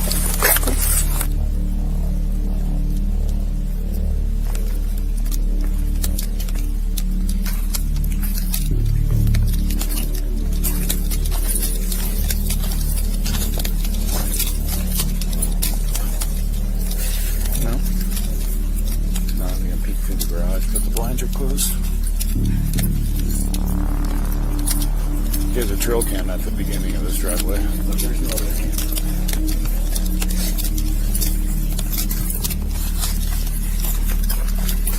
Well, good job making the right turn. I did not make the right turn. I was, when we saw you make the wrong turn, and we're like, okay, it's supposed to be like right here. Yeah. Right now? Don't trust me ever on directions. I'll drive around in circles for 3 hours. I don't give a shit. Absolutely. Yep. Oh, don't be sorry. I got shit going on up here right now, so. This was the exciting part of my day so far. Okay. I won't look at it, but okay. I mean, I will, not the whole 4 hours. I do kind of want to see what this guy's all about, though. So yeah, send it to me.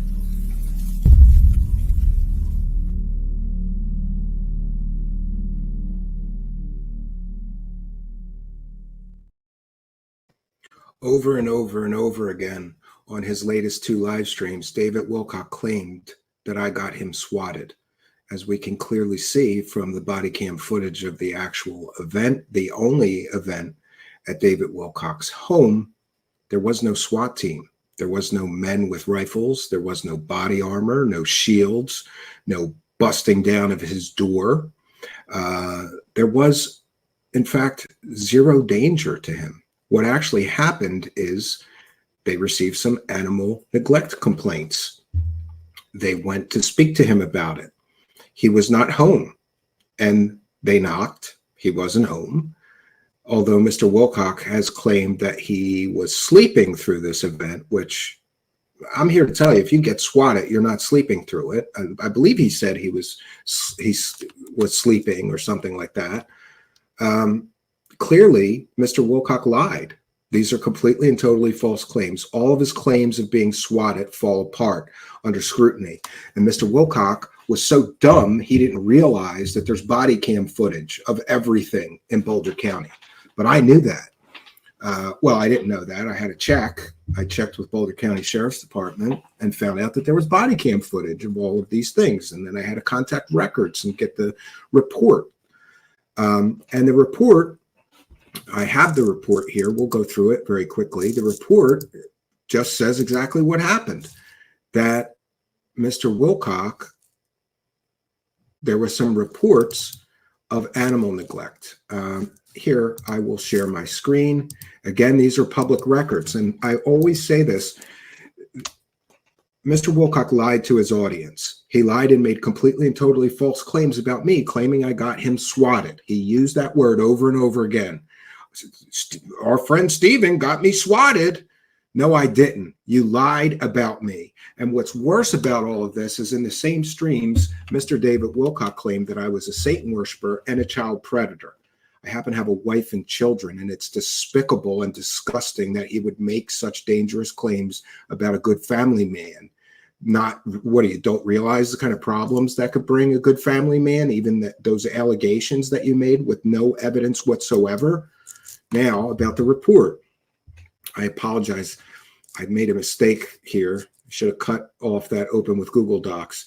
2 emails from Colorado Humane Society regarding a report of animal abuse, unincorporated. And oh, by the way, he keeps on saying that I'm giving out his address or his phone number.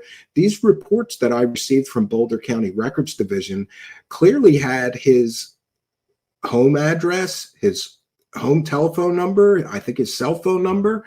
If I was really being malicious here, would I have taken the time to redact all those things from this report to protect Mr. Wilcock's privacy? There's no maliciousness here. I'm here for the truth.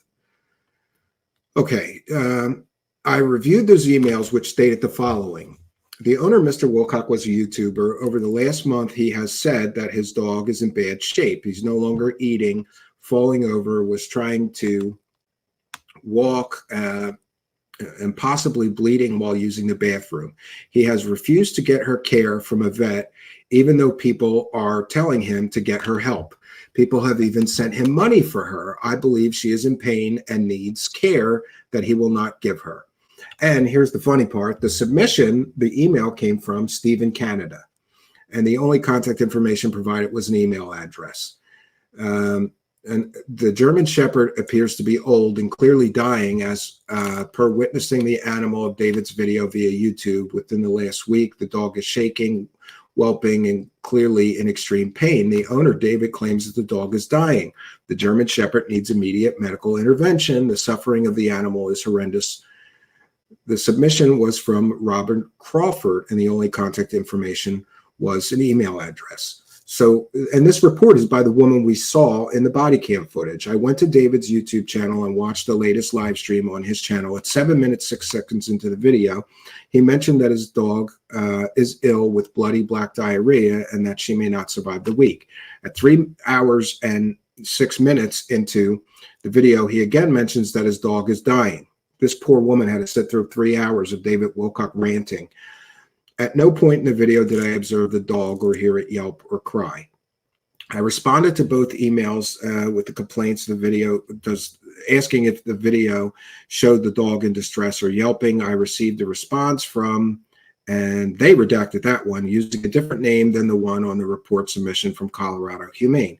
The name associated with the email was now Arthur Crow. The email stated the following, and I have the second part of the report right here. And these reports, and especially the body cam footage, show that Mr. Wilcock simply lied. Hi, in recent videos, there is little to see this female German Shepherd named Girly. However, David often implicates himself. He regularly talks about the fact that his dog is physically suffering and that he should take her to the vet, but he never does. He has admitted such on several occasions. David describes her condition in many of his videos. He talks about her vomiting, having extreme diarrhea that is black in color, which suggests to me blood. He also describes in his videos that she is shivering in pain. At the very least, his dog needs fentanyl patch. My views on this matter have not been echoed strongly by many others who have, or have been echoed by many others who have been watching his videos. David Wilcock is a somewhat nefarious character who would use his dog's suffering to garner sympathy donations in the form of YouTube super chats. A visit to his residence by an agent would be appropriate. Okay, so, and the officer goes on to say, I responded to Mr. Wilcock's home with my trainee animal protection officer, this person, and Boulder County Sheriff Deputy Jay Bauer to attempt to contact David and check on the welfare of Girly. No one appeared to be home. I knocked several times and waited several minutes. At no point did I hear the dog inside the residence. I posted a business card to the front door asking David to call me. Later received a call from David, but was unable to answer the phone. He left me a voicemail asking me to text him, as he often doesn't hear his voicemails. I texted him, asked me to call when he had a moment. He called me back a short time later and explained to me the reason for his visit to the residence was to check on the welfare of Girly. David explained that he was famous for his YouTube channel as well as his appearances on Ancient Aliens. David explained was due to his pain. Someone by the name of, they redacted that, not me, began stalking him using the alias Steven Cambian. David, oh no, I did redact that. David explained that Steven had a YouTube channel in which uses the alias Steven Cambian. David stated that Steven was trying to defame him and that he was faced online harassment from Steven for the past 10 years. I haven't even had a show for 10 years. David stated that Steven has also attacked his aerospace company. David explained that due to the long history of issues, he believes that these complaints come from Steven. This is, David repeatedly expressed concern that Steven may escalate the nature of his complaints to the sheriff's office in an attempt to further harass him. He stated that he was concerned that it may escalate to Steven attempting to get SWAT called on David. So he tells the animal control officer that he's afraid that I, Steven Cambian, I'm going to get him swatted. So which is it? Because you said on your live stream that you already got swatted. How can you be saying both? I don't understand how this works. How is it that Mr. Wilcock can claim in his public live streams that I, Steve Cambian, got him swatted, but he tells the officer, I'm afraid he may get me swatted. But it gets better, friends, because David Wilcock is so dumb. Remember, he's claiming that I'm getting arrested, right? And by the way, let's address that. Mr. Wilcock has continually said that he's getting me arrested, that the Boulder County Sheriff is cooperating with the Philadelphia police, and that they're going to arrest me for filing false complaints. Mr. Wilcock has made incredibly damaging, reputation-destroying, damaging statements about me to the Boulder County Sheriff's Office, while simultaneously claiming that he's going to sue me for slander. And I have recordings of it. But it gets better, because Mr. Wilcock, he doesn't, you know, this guy is not very smart for having a 180 IQ. You know, he claims continually that he got swatted by me. But then he tells the animal control officer he's afraid that I'm going to escalate things, and then he will get swatted. So again, which is it?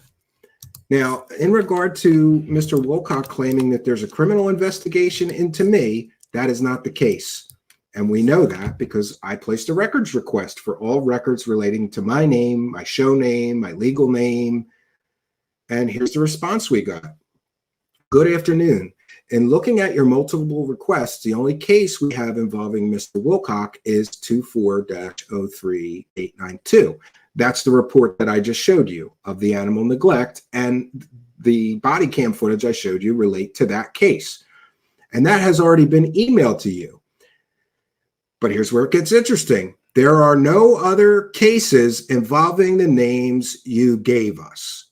Mr. Wilcock has continually lied on his live stream, claiming that the police are investigating me, Steve Cambian of Truth Seekers, for making false complaints to the police. He claimed that I was going to be arrested. There is no criminal investigation into false complaints concerning this original case. And we know that because I requested all the records with my legal name, with my working name, with my show name, with his address on them. There is no records.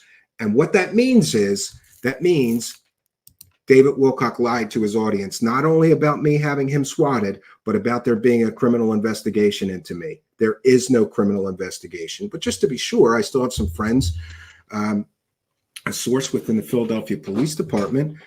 I checked in with him. There's no records in the Philadelphia police system about any investigation into me.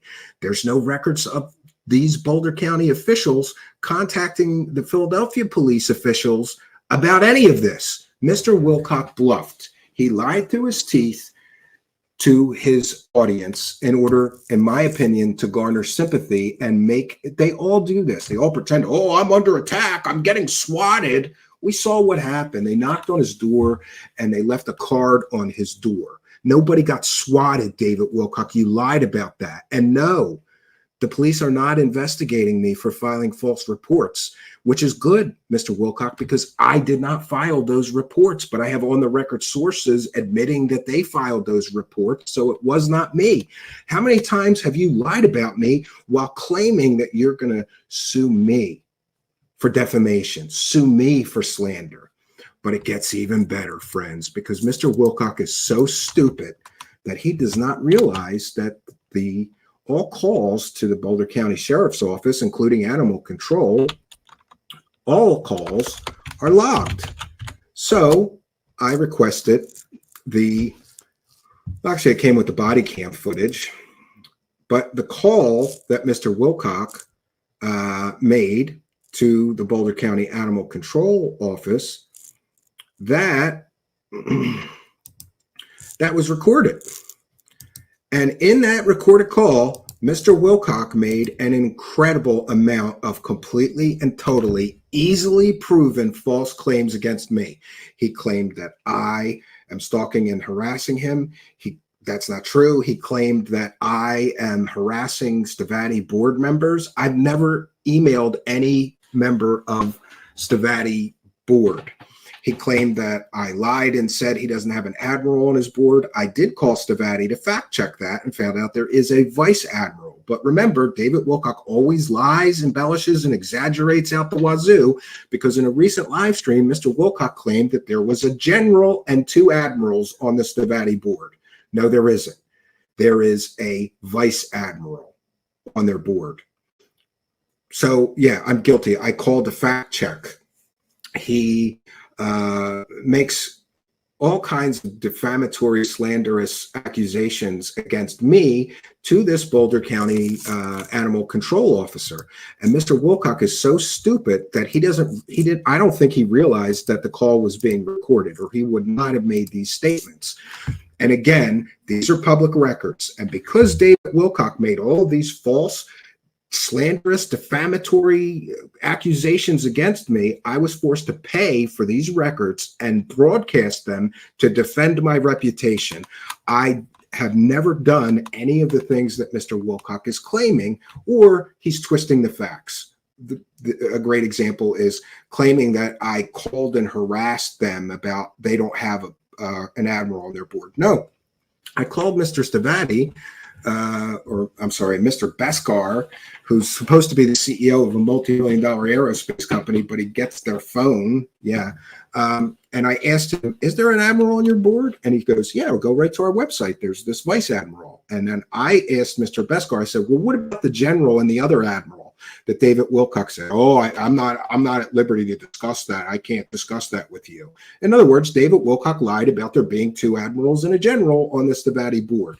And let's talk for a moment about Stavatti. All I've ever done, he claims I'm harassing them. All I've ever done is covered his claims about Stavatti Aerospace. He's claimed that they're getting multi-million-dollar contracts. Stavatti has been caught lying about developing laser weapons for the United States military. They've been caught lying saying they have wind tunnel contracts they don't have. They've been caught lying saying they're going to create all these jobs, and they didn't create one job. And by the way, while we're on that subject, Mr. Wilcock 2 years ago has claimed that they would have a working hovercar prototype. But what we know is from court documents is Stavatti Aerospace has no income from the aerospace sector. Their only income is from a garbage dumpster company who apparently rents part of their property to store dumpsters in. It's continually claimed that all these big contracts, multi-million-dollar contracts, are coming to Stavatti Aerospace. They've never created any products in 30 years, but they're going to create hover cars with free energy engines, and they're going to create the world's fastest jet fighter. And another stupid claim is he's claiming that they're getting contracts to sell MiG fighters to African countries. That would be completely and totally illegal. You can't sell weapons platforms to a non-NATO country if you're a United States-based company. Look it up. David Wilcock is a pathological liar who lies constantly, and all I've ever done here is fact-check his lies and show people that he lies constantly. And suddenly, Wilcock is lying again, saying he's getting me arrested. Again, we checked for the records. There's no record of any criminal investigation into me. There's no record with my name on it, other than the one that we showed you, the animal neglect complaint. And that record was generated because Mr. Wilcock lied through his teeth to an animal control officer over and over and over again. I don't believe that he realized that this call was being recorded, but I got it, and we're going to play it for you right now. Hi, Brian. This is David Wilcock. Hi, how are you? Well, a little sad. I had to put my dog down yesterday, but what's going on? I'm so sorry to hear that. So we were reaching out because we got a couple of people that sent us in some emails concerned about your dog Girly, that she wasn't doing too well. So they wanted us to pop in and do a welfare check, but it sounds like I agree, you've gone ahead and put her to sleep. But we just wanted to follow up on those complaints to check on her welfare. So I'm a famous person, and I have a He's stalker. famous. His name is Steven Cambian. Okay. And he has been attacking me for 10 years online and getting ready. I haven't even had a show for 10 years. Because he also attacks my aerospace company, Stavatti. I never attacked him. I asked questions. Way of swatting me. He's done fake lawsuits from Britain, fake lawsuits from Holland. I didn't do any of those We things. told him that we're going to sue him. He called the CEO of my... By the way, when he says that somebody is sending fake lawsuits, somebody, one of those people that I mentioned that he's blaming me for everything that they do, sent him a cease and desist letter because Mr. Wilcock called them a child predator, a sexual child predator on his live stream. They sent him a legal letter saying that he had to take the video down. They didn't send him a fake lawsuit. They sent him a legal letter because he was slandering them, much like he did me, claiming that they were a child predator on his public live streams. Aerospace company, Chris Beskar, and pretended to be the Washington Post. He did that yesterday. I have already explained that situation. I have a spec deal with the Washington Spectator, Mr. Wilcock, and you can call journalist Art Levine and confirm that if you don't believe me. I have no reason to lie about being with the Washington Post. Maybe your CEO misheard me or misremembered and thought I said the Washington Post. I would never lie about press credentials when I have real ones with the Washington Spectator, not the Post. And he was all concerned about, the lawsuits that were going to file against him. This guy... No, David Wilcock claimed that Stavatti was going to file lawsuits against me. So I called Stavatti CEO and asked him, is this true? You guys are going to fund lawsuits for David Wilcock's critics now? And he didn't want to talk to me about it. He's really, really crazy.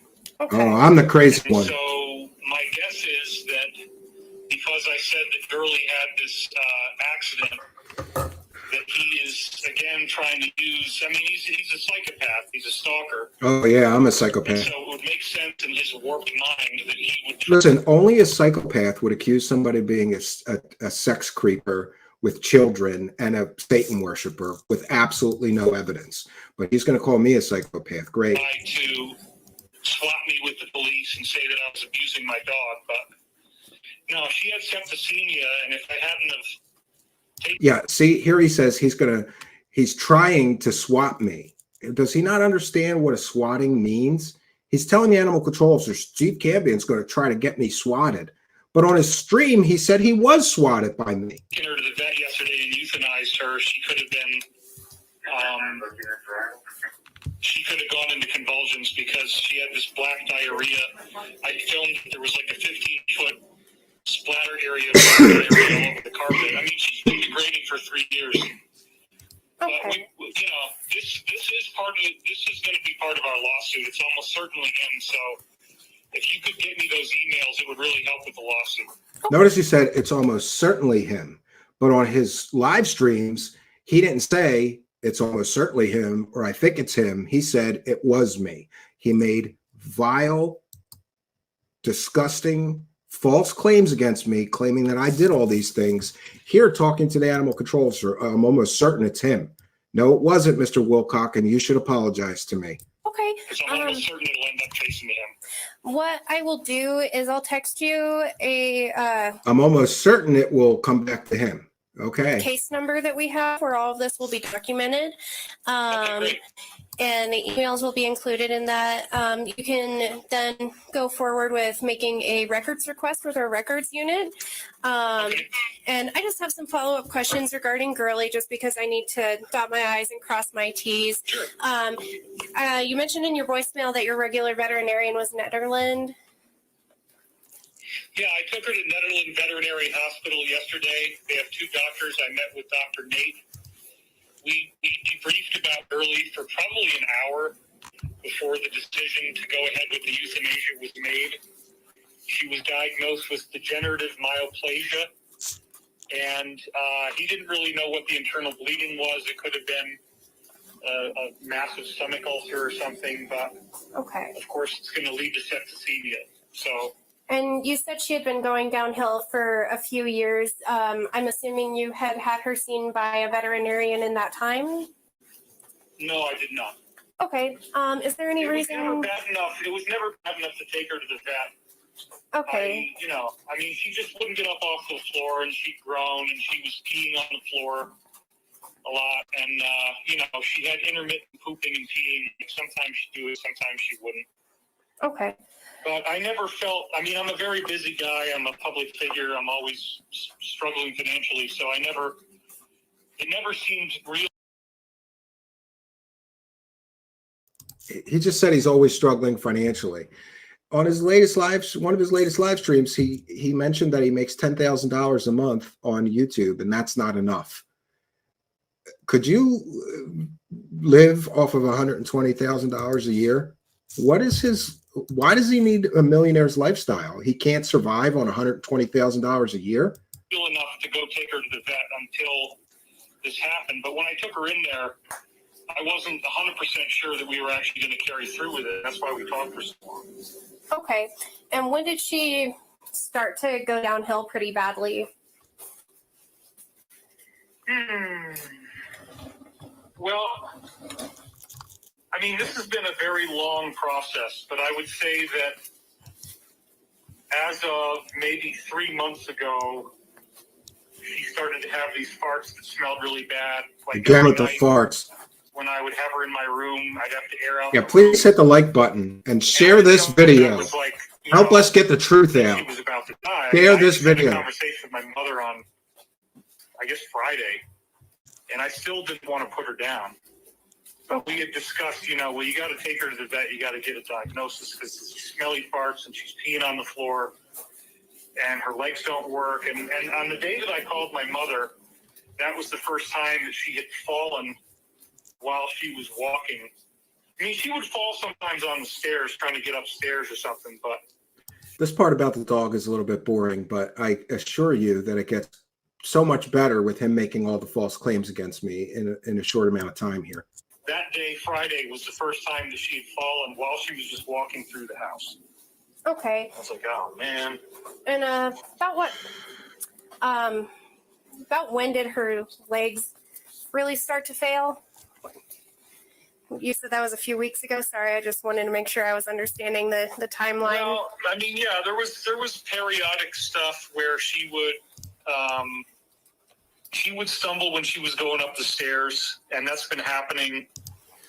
I agree. For Yeah, it's very 3 or 4 sad. months, where it was more often. It would happen occasionally before then, but nothing really that old. Okay. In the last 3 or 4 months, the myoplegia started to become more obvious. But again, it was just she was going up the stairs and she wasn't getting strongly injured. She just stumbled a little bit. But it was when she fell on Friday while she was walking just in the house that I'm like, oh, shit. Okay. And about how old was she? Well, she was a rescue when I lived in L.A., so we don't know her exact age, but she was probably 14. I agree with that, So Village she's Floor getting up House. there in her years You're for right. sure. Oh, yeah. Okay. No, I'm quite certain that this is Steven Cambian. This guy, this is really helpful. The fact that he tried to swap me with you guys is really going to help our lawsuit. If I shared with you the amount of incredible malice and violence that this guy has, the incredible number of things he's done. Violence, asking questions and fact-checking David Wilcock's completely and totally false claims is violence against him, is hatred and violence. Notice how he exaggerates and embellishes everything. This is the same guy who turns mean tweets into death threats, right? This is the same guy who turned somebody leaving a card on his door into swatting. He exaggerates and embellishes everything, which in my opinion is the mark of a pathological liar. They always exaggerate and embellish everything. To try to hurt me just because I'm a famous person, it will blow your mind. I have no doubt that it will trace back to him. No doubt at all. Nobody else would do this but him. All right. Well, I'm really sorry to hear this is all going I've been on. swatted already, to be honest with you. Yeah. Sounds like there's a Here he says, I'm actually surprised I haven't been swatted already. Yet on his public live streams, he claimed that I got him swatted already. On his public live streams, he claimed he was swatted. Here he's saying, I'm surprised I wasn't swatted. He didn't get me swatted yet, this guy. I have no desire to harm Mr. Wilcock. My only desire is to inform people and fact check him and show people what he's really about. And it's so funny to me that this guy is supposed to be some truther, right? And his whole world is built on lies. a whole lot going on in regards to that. How do you spell his name? Well, his real name, so he has this show online on YouTube called Truth Seekers. And that was the title of a show I was developing with a production company several years ago. So here he says he was developing my show, Truth Seekers, with a development company several years ago, which is kind of saying that I stole the concept of Truth Seekers from him, which is ridiculous. Maybe I could contact Joe Rupi from the Fringe FM. He's the one who gave me that name. Somebody was calling me Steve Cambian's a terrible skeptic, and Joe Rupi from the Fringe FM said, no, he's not a skeptic. He's a truth seeker. He's willing to investigate all the things paranormal, but he's not willing to accept bullshit. So he's not a skeptic. He's a truth seeker. That's where I got that from. I certainly didn't steal it from David Wilcock, but he's telling an animal control officer that I stole the concept of truth seekers from him somehow. So that's on YouTube, Truth Seekers. So the name he uses on YouTube is Steven Cambian, spelled Cambien. He can't even spell my name right. This guy can't even spell my name right, but somehow he's got a 180 IQ and he's got a mountain of evidence against me. He can't even spell my name right. And in the course of us doing our harassment and stalking lawsuit, tortious interference with business practices, and he's been acting more and more desperate now that I've mentioned publicly that we're going to be suing him. And as I said, he called the CEO of my aerospace company, Stavatti, and pretended that he was the Washington Post. And again, I've explained that. I never said I was calling from the Washington Post. I said I'm a freelance writer, and I'm writing a piece that will be appearing in the Washington Spectator. I have a written contract with them or agreement. It's called the Spec Deal. I'll release that to court if necessary, or to Mr. Wilcock, or Mr. Wilcock is free to call well-known investigative journalist Art Levine, who contributes pieces to the Washington Spectator, and verify that I have a spec deal to write an article about him and Stavatti Aerospace with the Washington Spectator. I have no reason to lie and say I'm from the Washington Post when I'm writing the piece for the Washington Spectator. And Chris answered the call, but then found out, okay, this guy's talking about lawsuits and David Wilcock, and it's obviously He's so famous. Okay. And so this guy has no limits in what he's trying to do to hurt me. He's been doing, just to give you another piece of context, I have all the evidence that's going to be in a lawsuit. Yeah, if somebody fact-checking you and proving that you lie to your audience constantly is hurting you, then, I'm sorry, I don't apologize for what we do here. We fact-check people making claims. What he's really saying is I'm hurting his grift, because people are starting to wise up to all of these tactics that he uses, like we've shown you in the beginning of the broadcast. Just keep repeating the same prophetic predictions over and over again and hope people forget that you've already predicted these things. Is that what's hurting you? That I'm peeling back your layers of deception? He creates like 40 new identities a week on Twitter. I've put on the record, I have said I have no alt Twitter accounts, but then I realized I want to make a correction. I do have 2 Twitter accounts. Years ago, while I was considering a career in comedy, never really pursued it, but I started a Twitter account that was something like shit my wife says, because my wife says some funny things, and being married is kind of comical. So I had a Twitter account for a while, and when my wife said something really nasty and sarcastic to me, I would tweet it. Those are the only 2 accounts that I have, at Steven Cambian and this other Twitter account, which, by the way, I went looking for. I don't know what email address or phone number it was registered to. Haven't used it in many, many years.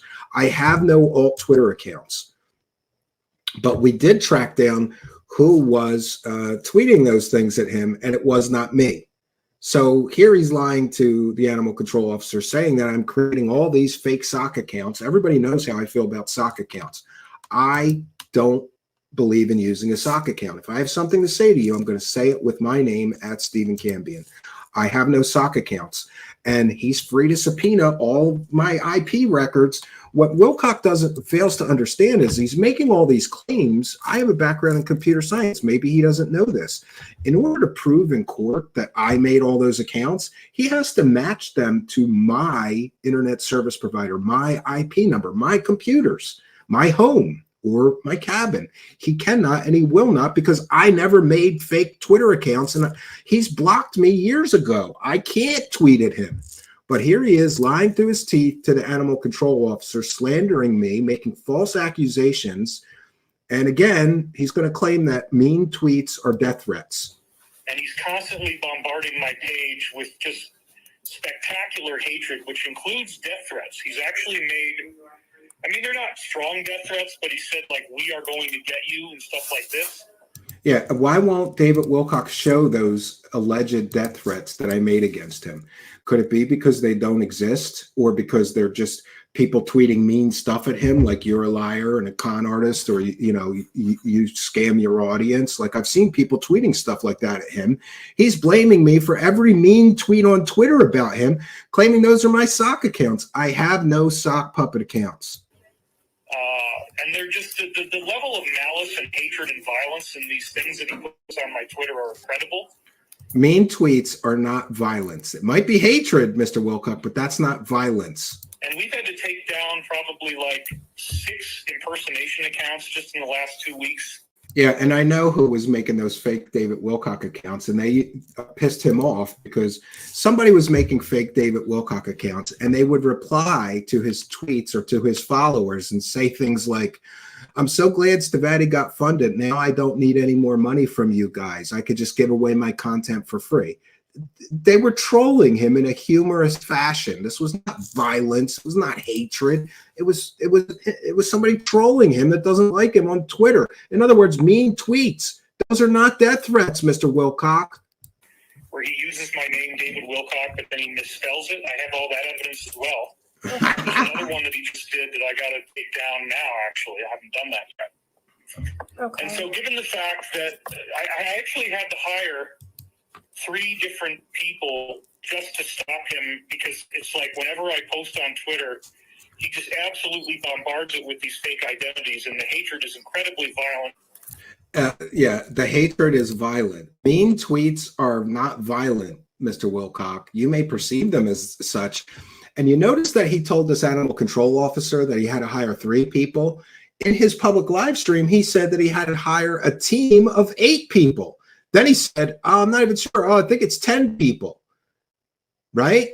So he doesn't know how many people are working for him to create an echo chamber. And what is he doing with that echo chamber? Why he's blocking everybody, and you're not allowed to tweet anything negative at him or ask him, or question him or inform his followers of anything, is because it's messing up his grift. And so he's hired a bunch of people to delete all the mean tweets so that his followers don't see that, and he doesn't want to see that. But he can't even get straight how many people he hired. To the animal control officer, he's saying he hired 3 people. On his public live stream, he says, I hired 8 people, 10 people. We have the clips, Mr. Wilcock. How many people did you hire? 3, 8, 10? You don't even know. He can't get his facts right. This is another mark of a pathological liar. He keeps escalating. So I had to hire 3 people. I've got Ridgeline, which is my customer service team. And listen, who else? I've got Mike Wiskowski, and I've got Marty Thomas. Okay. So Mike Wiskowski, he's Corey Good's business partner that runs Corey Good's website. Isn't that nice? Mike Wiskowski, the enabler that helps Corey Good tell his fake secret space stories, is now working for Wilcock, deleting mean tweets. Very, very nice. Between those 3 people, we're all basically taking the shit down that he posts. But he also has been like calling everybody on my board of directors for the company. I've never called anybody on the board of directors at Stavatti, just to be clear. I have called the main number to Stavatti to ask questions. And one of the questions that I asked, listen, there's nothing wrong in what I'm doing. David Wilcock is claiming all this criminal activity. And here is one great example. One time, David Wilcock claimed that the CEO of Stavatti Aerospace, Christopher Beskar, designed spaceships for George Lucas that were in the prequels, episodes 1, 2, and 3. And George Lucas was so happy about that, and he did such a great job that George Lucas named Beskar armor from The Mandalorian after Christopher Beskar. He said that on a public live stream, so I called Christopher Beskar to fact check that. We did it live on the show, and Christopher Beskar basically said that's true. But the problem is that people contacted the writer who never heard of Christopher Beskar. The person who developed the Mandalorian and Beskar armor never heard of Christopher Beskar. And no, I don't believe that Christopher Beskar designed shit for Star Wars. I believe that was a bullshit story that he told David Wilcock. So when he says I called somebody at Stavatti, yeah, because you said something wacky and I wanted to fact check you. That's what a journalist does, David Wilcock. He fact checks people he's covering. And that's the ridiculous part of this. David Wilcock thinks that he could say ridiculous things like Beskar armor in the Mandalorian series was named after Stavatti Aerospace CEO because he worked for George Lucas. And nobody's allowed to fact check those lies. I did. He threatens them on the phone. Never threatened When I was anybody. donating to a sloth rescue in Costa Rica. He Oh, called again with them, the sloth said rescue. he was doing an investigation, and then he abused the woman on the phone. He swore out. Yeah, I don't remember being rude to anybody on the phone ever. When I'm calling to fact check certain things or get information, I have to be nice to people or they won't give me information. And when I get a chance, I'm going to reach out to that woman and get an on-the-record statement from her. Was I nasty to you? Did I say, I hope all those sloths die? Because that's what David Wilcock is claiming, that I called the sloth organization and said, I hope all the sloths die. I didn't say anything like that. And said, I hope all the sloths die. That was like 5 or 6 years ago. I mean, he is unstoppable, and he brags about it. And by the way, I was calling that sloth organization because they were listed on David Wilcock's charity page, and I wanted to see if he was giving them any money, and if so, how much. And to the best of my knowledge and recollection, she said they didn't give them any money. They just were helping them get donations by putting them on their website. I was trying to find out what charities David Wilcock is giving the hundreds of thousands of dollars he's collected with his charity, but we were unable to find any charities that he gave the actual money to the best of my recollection when I made those calls. And by the way, if you want to see my investigation into David Wilcock's shady charity, it's in the description of this video or podcast. Let's continue. On his YouTube, he's done videos that you can watch where he's talking about all the things he's doing to disrupt me and laughing about. So we need to get like a restraining order on him and a cease and desist and injunction, but we're waiting until we actually have our lawsuit. I don't know. I think I need a cease and desist and injunction against David Wilcock because he's talking to, look, I don't care that it's an animal control officer. It's still a deputy with the Boulder County Sheriff's Office, and he is lying through his teeth clearly to this person. Ready to go. We're not quite there yet, but this is just going to add to the portfolio of all the stuff he's doing. Okay. Incredible. Well, I'm sorry this is going on. I'll be sure to text you the case number for this. I agree. And I'll be documenting our conversation in that case. And if I have any follow-up questions, do you mind if I just reach out to you? Yeah, that is pretty crazy. I mean, in a way, I'm actually glad that he did this because the more crimes he commits, the better it is. But I'll tell you this. He's accusing me of crimes to a law enforcement officer. This is a new level of escalation for him. That probably the next thing he will do, especially after because I haven't publicly announced that we euthanized Gurley yet, Mm-hmm. but probably the next thing he's going to do is call in a SWAT. So here he's telling the animal control officer, the next thing Steve Cambian is going to do is call in a SWAT.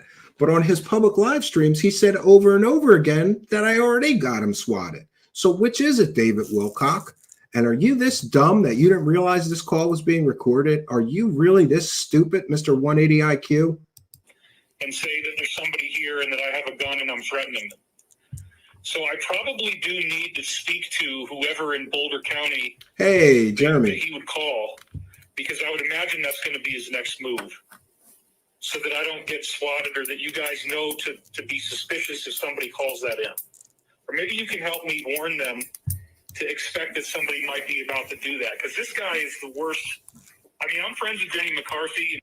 I'm friends with Jenny McCarthy. Isn't this funny, though? Because on his public live streams, he keeps saying, hey, alien scientists, he keeps saying that I already got him swatted. But here he is, before those public live streams, saying he's afraid that I'm going to get him swatted. So which is it, David Wilcock? Are you afraid that I'm going to get you swatted?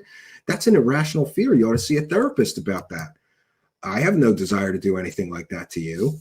My only desire is to fact check the wacky things you say and report on the results of my fact checking. That's all I'm here to do. I'm not here to do anything else. Or this is crazy. It was pretty surreal listening to this. Mr. Wilcock just, for 22 minutes straight, making all these false accusations and claims against me. And by the way, he has no evidence of any of this. But I have evidence that he is making false accusations and false claims. That somebody might be about to do that, because this guy is the worst. I mean, I'm friends with Jenny McCarthy. Name drop. Oh, he's friends with Jenny McCarthy. Brother. And she says they've never seen anything like this in Hollywood history. This guy is the worst we've ever seen. Okay. It's incredible what I'm going through with this guy. I wouldn't at all be surprised if he tries to swap me next. Okay. Well, I wouldn't at all be surprised if he tries to swat me. He said on 2 public live streams that I already got him swatted. You see the problem with being a liar, Mr. Wilcock? You can't keep your lies straight. And I'm sure he did not think this call was being recorded.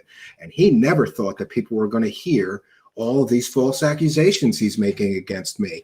And Mr. Wilcock, you're on a public live stream that was viewed by 100,000 people, telling people that I'm a Satan worshiper and that I'm a child predator, and you're going to sue me for slander and defamation. You're saying all of these things on a recorded call, and you're going to sue me for slander and defamation? Really? Really?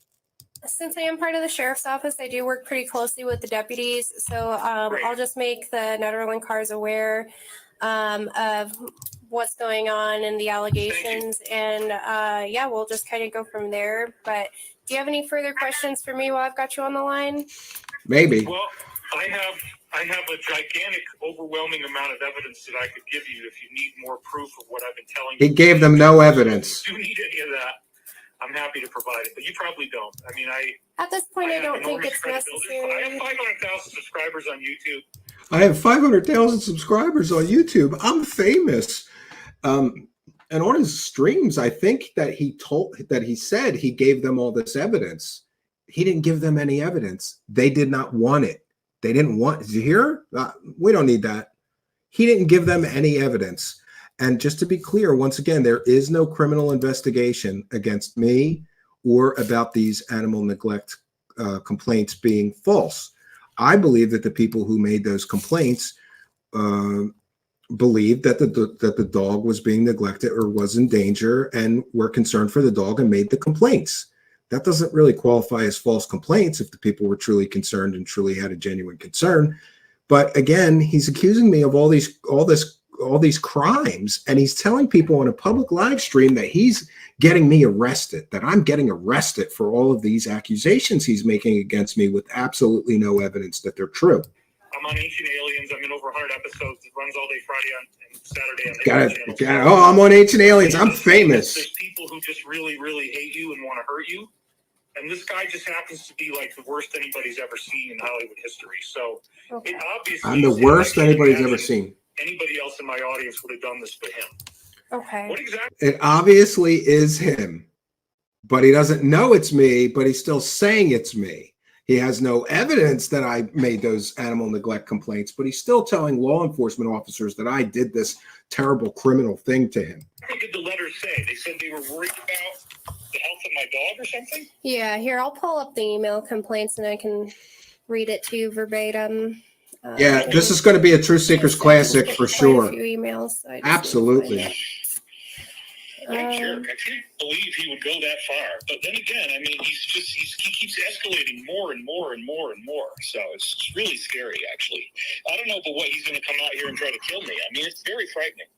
The whole thing is very frightening. So this says. Did you hear that? He's afraid I'm going to go there and kill him. Well, let me put your fears to rest, Mr. Wilcock. I have no intentions of hurting you physically or otherwise. I just don't have that kind of violence or malice in my heart towards you. And I'm sorry that you have that irrational fear. And let's be clear, if you're afraid that somebody that is accurately and factually reporting on you is going to hurt you like that, then you need to see a therapist. You really need to see a therapist. But, I'm not a psychiatrist or a psychologist. It's just, if you were one of my friends and I was seeing this in one of my friends or family members, I would say, I would find you a therapist. I would find you a psychotherapist to work through these irrational fears that you have. Here, the German Shepherd appears to be very old and clearly dying, as per witnessing the animal of David's video via YouTube within the last week. The dog is shaking, whelping, and clearly in extreme pain. The owner, David, claims the dog is dying. The German Shepherd needs immediate medical intervention. The suffering of the animal is horrendous. Yeah, he lied on his public live streams. Okay, well, that's all He exaggerated. He embellished. That's what pathological liars do. I haven't put up a video with her in it in months, and that's easily provable by going to my YouTube and my Twitter pages. Yeah. This is a completely fabricated fake attack. Yeah, I'm sure he is watching right now. And he should be afraid. Because I've got a good case here. This is a great case. And he's got what has he got? A multi-million-dollar home? And he's doing this shit with no evidence and no proof whatsoever? Really fast, I couldn't type it all, but Oh, I apologize. yeah, it's okay. Shaking, whelping, all that stuff, that's completely false. I've made no videos of her. And so that is somebody who's totally lying to you and fabricating information that I can easily disprove. So I am going to need this for my lawsuit because this is another level of escalation that he's just conducted. It's obviously him. It wouldn't be anybody else. It's obviously him. Well, we've proven that I'm not the one who made those animal neglect complaints. And he's telling an officer, I need those emails because I'm going to sue Steve Cambian for doing this. I did not do it, to be clear. So, wow, how many false claims can he make to a law enforcement officer? And remember, he said, if you make false claims to the police, you get arrested for that. By his logic, doesn't that mean that he should be investigated or arrested for this? I mean, he said I was getting arrested for making false claims. These are all provably 100% false claims that he's making to a law enforcement officer. Okay. Animal control officer, that was whatever. one of the emails we received. Right, and then he'll make another identity, and he'll either call himself a woman or he'll have some other. I didn't make another identity. So you have another one. Yeah, and both of these emails will be attached to the case file. Yeah. The other one is fairly vague, just stating that you mentioned her over the last month on your YouTube, that she's no longer eating, falling over while trying to walk, and possibly bleeding while using the bathroom. States that he has refused to get her care from a vet, even though people are telling him to give her help. People have even sent him money. So. No, these are all defamatory. This is defamation. These are lies. Okay. People repeating the things that he said It's not true. on his live streams. She always would eat very enthusiastically. She had not fallen over while walking. I mean, I guess that could happen once, and I mentioned that on Sunday. But no, this is Steven. I'm telling you, it's this one guy. I've got a warehouse of evidence. I've got part of the problem with the lawsuit is he's got a warehouse of evidence against me, but he didn't give the police any of it. And he hasn't shown his audience any of it. All he's got is false claims and accusations. And we saw on his live stream, he showed tweets of mine from 2018. That's what he's calling evidence. Just like Corey Good called, mean tweets evidence. That's where he's getting his legal advice from. done so many things. Like, this is going to be like a 200-page filing, Yeah. I mean, how do I even wrangle the fact that the guy posts these attacks on Twitter like 50 or 60 a week, and I photographed them all, and he uses tons and tons of different aliases. I agree. I don't use any aliases. He's aggressively trying to destroy me and our company, so this is just his latest creative attempt to send you two different emails. But again, I can easily disprove these things as lies because there you go, I never made a video about her. Nobody's ever seen her for months. Last video I had her in was, God, I don't know, last year, I think. Okay. It's just total defamation and fabricated. I mean, we know who it is. It's a stalker. Yeah. I'm sorry you had to go through this. Yeah, he didn't have any Well, I'm records sorry like to that. have, brought this up during a painful time during the loss of your dog, but I sincerely appreciate you giving me a call back and being willing to remain in contact if I have any further questions. And you have absolutely. my number, so if you have any questions, please let me know. But I'll make sure to So get you that. said I can do a records request with the case number, and then I can get these emails from there? Yep, so I will send you the case number as well as the phone number for our records department. This may not be available until probably Monday Yeah, I got the records before he did, I believe. next week because I do need to move forward with just typing out my report and documenting our conversation. And I'll probably just reach out to Netherland Vet to get the record to show that Girlie was euthanized. And that, Yeah, she is like, get we off the don't have phone. to worry about her welfare moving forward. So that tomorrow's my Friday, but I should have my report done.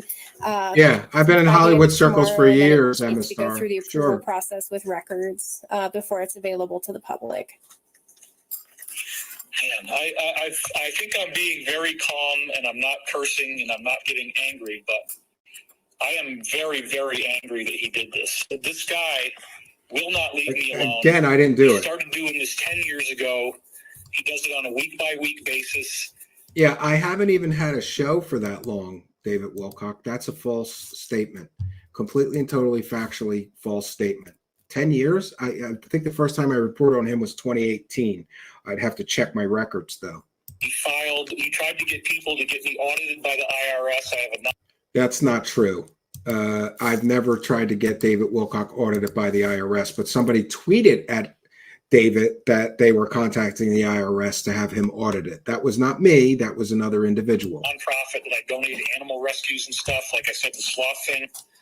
He tried to get. He told people to audit my company. No, I did. I might have said that your charity should be audited. And you, Mr. Wilcock, are in violation of federal law because you won't file the 990 forms. For those unaware, Mr. Wilcock, I think he still has a charity. And you got to file a form called a 990 every year. He only filed two, I believe, 2018 and 2020. He's missing 2019, 2021, 2022, and 2023.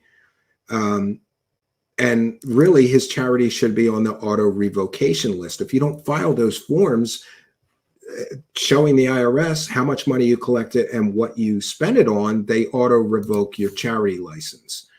That's what I talked about. I never said that he should be audited, though. But maybe it's a good idea considering he spent, what was it, $4,500 on meals and entertainment for him and his wife from charitable donations. He spent $6,000 on software, thousands and thousands of dollars on furniture and equipment and all these other things for a charity that I really can't figure out what charitable work they do other than giving about a nickel on the dollar to other charities, according to his own IRS filings. He's published my address. He's published my phone number. I've never published his address. I've never published his phone number. In fact, I went to great pains to redact those things from tonight's broadcast, which I always do. I would never publish somebody's home address. I would never publish somebody's home phone number. Never. I've never done that. That's a factually inaccurate statement. He wants people to attack me. He's published No, I don't. all the names of the people on the board of directors of my aerospace company. Yeah, I didn't publish the names of the directors. They're on your website. The names of the board members of Stavatti Aerospace are on Stavatti Aerospace website. And here he is lying to a law enforcement officer saying that I've published all their names. I have published the court documents. And by the way, Stavatti Aerospace is being sued by an investor who, in the court documents, called Stavatti Aerospace an investment scam and a Ponzi scheme. That's in the court documents. That I showed, but I've never published the names of anybody on Stavatti. I've published the court documents. Those are public records. That's not a crime. He says that we're a fraudulent company. He posed as Washington Post. He said He's repeating himself. Do you notice that he made the same accusations twice? As if saying it twice, saying a false accusation twice makes it true. I've explained the Washington Post lie. What else did he say there? He said, I said Stavatti is a fraudulent company. No, I never said Stavatti is a fraudulent company. I said they've never produced a single airplane product or service in their 30-year history. And I have said that they're being sued by their creditors. I have said that the tax breaks and incentives that they got from Niagara were pulled because they never created any jobs. And I have said that a former investor of Stavatti sued them and in the court documents called them, accused them of being an investment scam and a Ponzi scheme. I never said that they were a fraudulent company. Facts matter, David Wilcock. Said to my CEO that we don't really have a naval admiral on our board, which we do. His name is Charles William Moore. Oh, I explained that part. Yeah, Mr. Wilcock said that there was 2 admirals and a general on Stavatti's board of directors. So I called Stavatti and I said, do you have 2 admirals and a general? And they said, and Christopher Beskar said, well, we have 1 admiral. It's on our website. And he directed me to the website. And I said, well, what about the other admiral and the other general that David Wilcock claims is on your board of directors? Christopher Beskar said, I'm not at liberty to discuss that with you. So this is another lie. Or, you know, he's twisting things terribly to make me look bad. And he was actually going to become the chairman of the Joint Chiefs of Staff, but then the DEI stuff, he got butted out of that, and he's working with us. This guy just is unrelenting. He does it every day. He creates about 40 new identities a week. Do I do a Wilcock show every day? I didn't create false identities. He's Violence? threats. He tells me he's going to get me. And he's filed 2 fake lawsuits against us, which, you know, he doesn't even know what the hell he's doing. They don't even look right. I never filed any he's really lawsuits. Scared because he knows we're going to sue him. I've talked I'm not about it scared. on my show because I've never had I'm a anybody little angry, but I'm not life. scared. And so this is just his next step. So yes, please tell everybody in your office, if David Wilcock gets swatted, it's not real. I don't have anybody here. I mean, you know, I'm not going to be hurting anybody because there's nobody here. But that'll be the next step, is he's going to say, he's going to call up you guys and be screaming and say, oh my God, I'm at David Wilcock's house, I'm being stabbed, or something like that. So here he is claiming that he's afraid that my next step is going to be to get him swatted. Yet we'll play it again over and over and over again on his live streams. He kept saying that I, Steven Cambian, got him swatted. We showed you there was no swatting. Now he's lying to this animal control officer, claiming maybe he's not lying. Maybe he really is afraid of that. Oh, Steven Cambian, the next thing he's going to do is get me swatted. Well, you already said that I did get you swatted. Which is it, David Wilcock? Which one is the truth and which one is a lie? Did you already get swatted? Or did you turn being afraid of getting swatted into I got you swatted, right? He can't keep his facts straight. Another sign of a pathological liar. That's probably what he'll do next. So please be on the alert for that, okay? Okay, I'll make sure to let the deputies know that this is a pretty complex and fluid situation and that there's potential for that.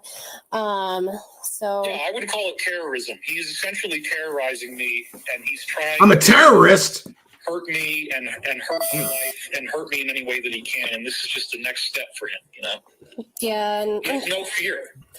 Yeah. Unfortunately, I can't speak to the laws outside of the animal realm since I deal primarily with the animal stuff, but I'll make sure that the deputies are aware of the report that was filed and your address. So. I'm a famous person. Let them know that there's a very high risk now that he's going to do a fake swat and that they might get a call like that. Oh, I'm going to do it? You said I already did it on your public live streams, David. Why did you lie to your audience saying I got you swatted? When here you're just telling the officer, I'm afraid that that's what he's going to do next. He may be like suffering from some mental illness with these irrational fears. And please call and text me if he does that so that I can respond without you guys just showing up here with guns. Because that's probably... You know, people do this. They want you to get shot by the police. They're going to make it sound like there's some horrible, violent event happening in my house. But I'll just tell you right now, nobody else lives here but me. I'm alone. Nobody is going to be here. It's just going to be me. So if that happens, it's totally fake, and it's the same guy. Okay. the deputies will have access to my report, so your phone number will be included in that. Great. Is your last name spelled with one L or two? It's Wilcock. Okay. And David, what is your date of People birth? misspell it as COX, but that's not correct. Okay. So David Wilcock, COCK. What is your date of birth? March 8th, I think so, 1973. Bagley. Yeah. Okay. And this is the best phone number to reach you at? Yeah. Okay, perfect. All right, well, I think that covers the questions for me. I'll get that case number and the phone number for records sent over to you here shortly. In the meantime, if you have any further You're right about questions, that. feel free to reach out. Yeah, thank you. I mean, I want to get my hand on these emails, but you say that with the records request, once I have the case number as of Monday, we can do that. Yeah, and I just can't guarantee when it'll be available to the public. The earliest would be next week. We have such a mountain of evidence against this guy that it's like... He has a mountain of evidence against me that amounts to tweets from 2018. That amounts to, oh, I wore a mask once, so that means I'm a Satan worshiper. Where's your mountain of evidence, Mr. Wilcock? He's going to add this to a gigantic body of data, but it really emphasizes that he is continually escalating, and we have to move pretty quickly now to do the restraining order and the injunctions and all that kind of stuff. Because By the way, Mr. Wilcock has not gotten a restraining order, an injunction, and I am not under criminal investigation by the Boulder County Sheriff's Office. Records requests confirm that. this is the next step. The only thing left he's got now is a SWAT call. So I highly expect Again. it will happen. Oh, he expects I'm going to do it, but he said it already happened. Like He I said I'll it already make sure that happened. The deputies are aware of what's going on. You're welcome. I appreciate it, Rhiannon. Yep, sorry to call you at a distressing time. Sincerely sorry for the loss of Girly, but I hope you have a good evening. Thank you, Rhiannon. Take care. You too. Bye-bye. All right, bye. I'm surprised he let her go. I thought he was going to repeat the same false claims for a third time. He repeated all of his false claims twice. That's another hallmark, in my opinion, of a liar. They're trying to be convincing with repetition, or, so I don't believe that Mr. Wilcock knew that he was being recorded while he was making these false and defamatory statements against me. We have proven that I did not send those animal neglect complaints. We found who did. They've given us on the record statements stating that they were concerned for the animal, which is why they made the neglect complaints. I'm not going to comment on whether I believe he neglected his dog or not. It's really, judge. I'm not here to judge him. I do know, being a responsible pet owner, whether my dog is sick or not, it goes to the vet twice a year. That's just the way my wife is. Some people don't do that. And I don't really blame him for that. And I do feel bad for him for the loss of his dog. I mentioned previously on a previous broadcast, I once had to put my father's dog down, which is a dog we had for like 16 years. And he was a Malamute Husky, just a big, beautiful wolf-like creature. I love that dog to the depths of my soul. And I couldn't even bring myself to take him to be put to sleep. My brother had to take him. So certainly I feel bad for him, but at the same time, I feel like he is making all these false claims and false accusations against me. But back to Stavatti, remember, Mr. Wilcock, I believe that he's a pathological liar. He told everybody they'd have a working prototype and be in production within 5 years. You'll have a working prototype. You'll have a working hover car in your garage. That was 5 years ago, or excuse me, that was 2 years ago when he said they'll have a working prototype in a year. And here's Mark from Falcon Space, who visited the hangar. And also Mark from Falcon Space has an anti-gravity lab. And he paid $333 for David Wilcock's course in anti-gravity and free energy. And both him and Alien Scientist, who you may be familiar with, friend of the show, both him and Alien Scientist essentially said that Wilcock's course was a cobbled together bunch of nonsense.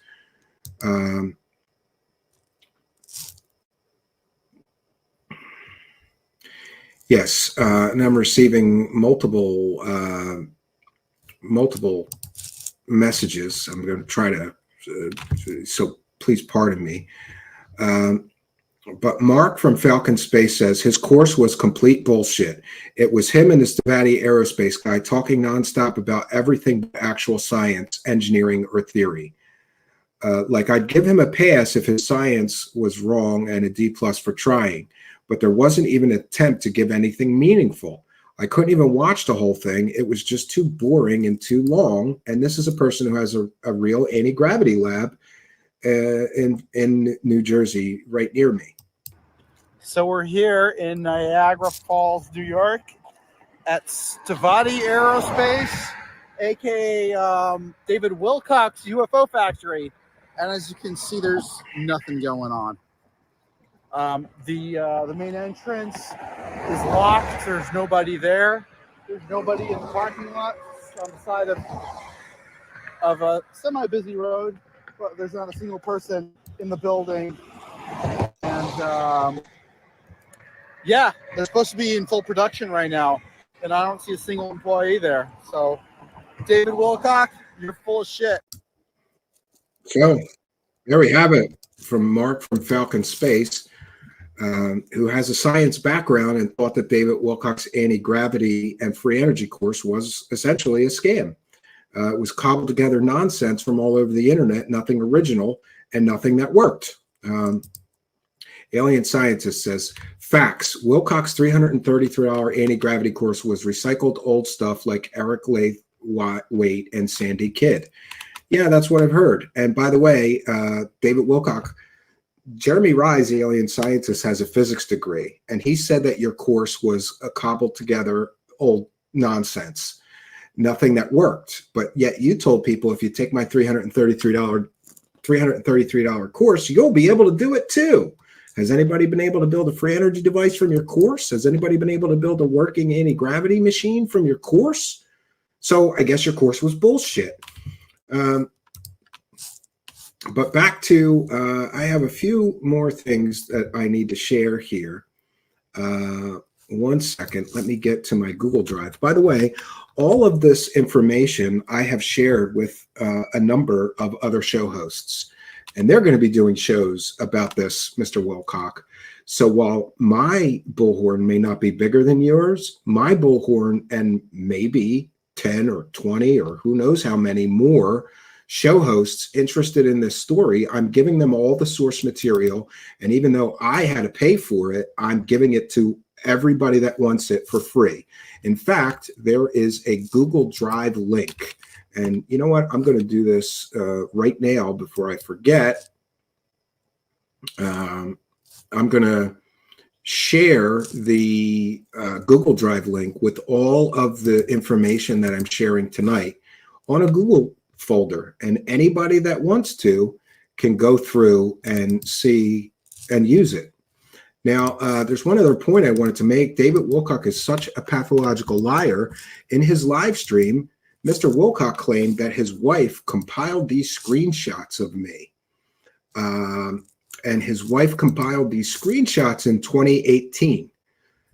And these, or 2019, I'm sorry.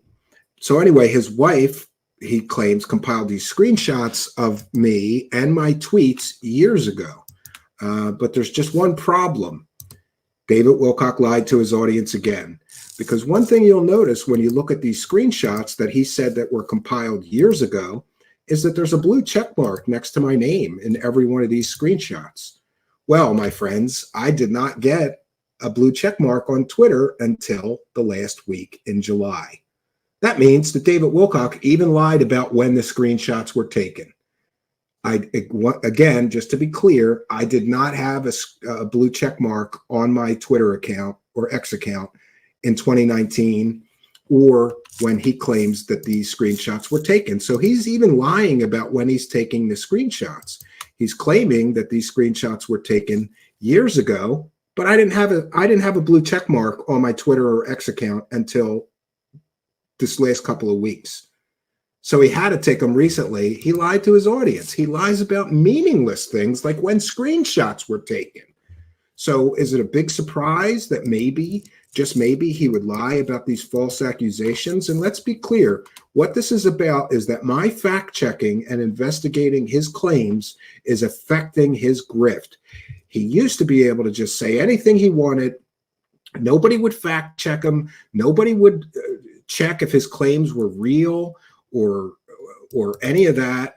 And, one other thing I wanted to share as well, this is important. He's calling me a member of the Dark Alliance. Did you know that Corey Goode was forced to come to a legal settlement with somebody that he claims was a member of the Dark Alliance? That would be Alyssa Montalbano, also known as Airy Stone in Conspiracy Land.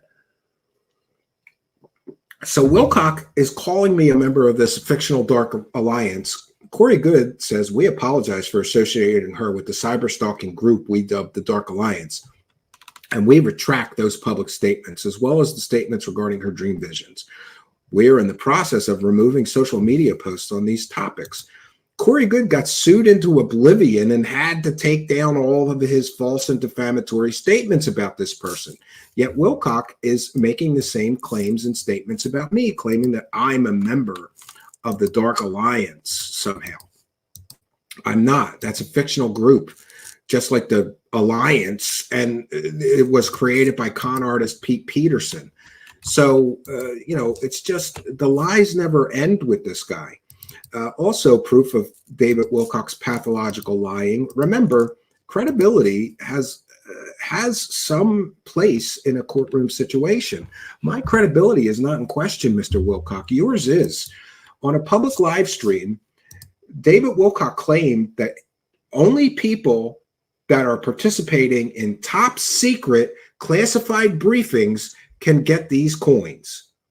Only people, he said, who are participating in high-level classified or top secret briefings can get these intel coins.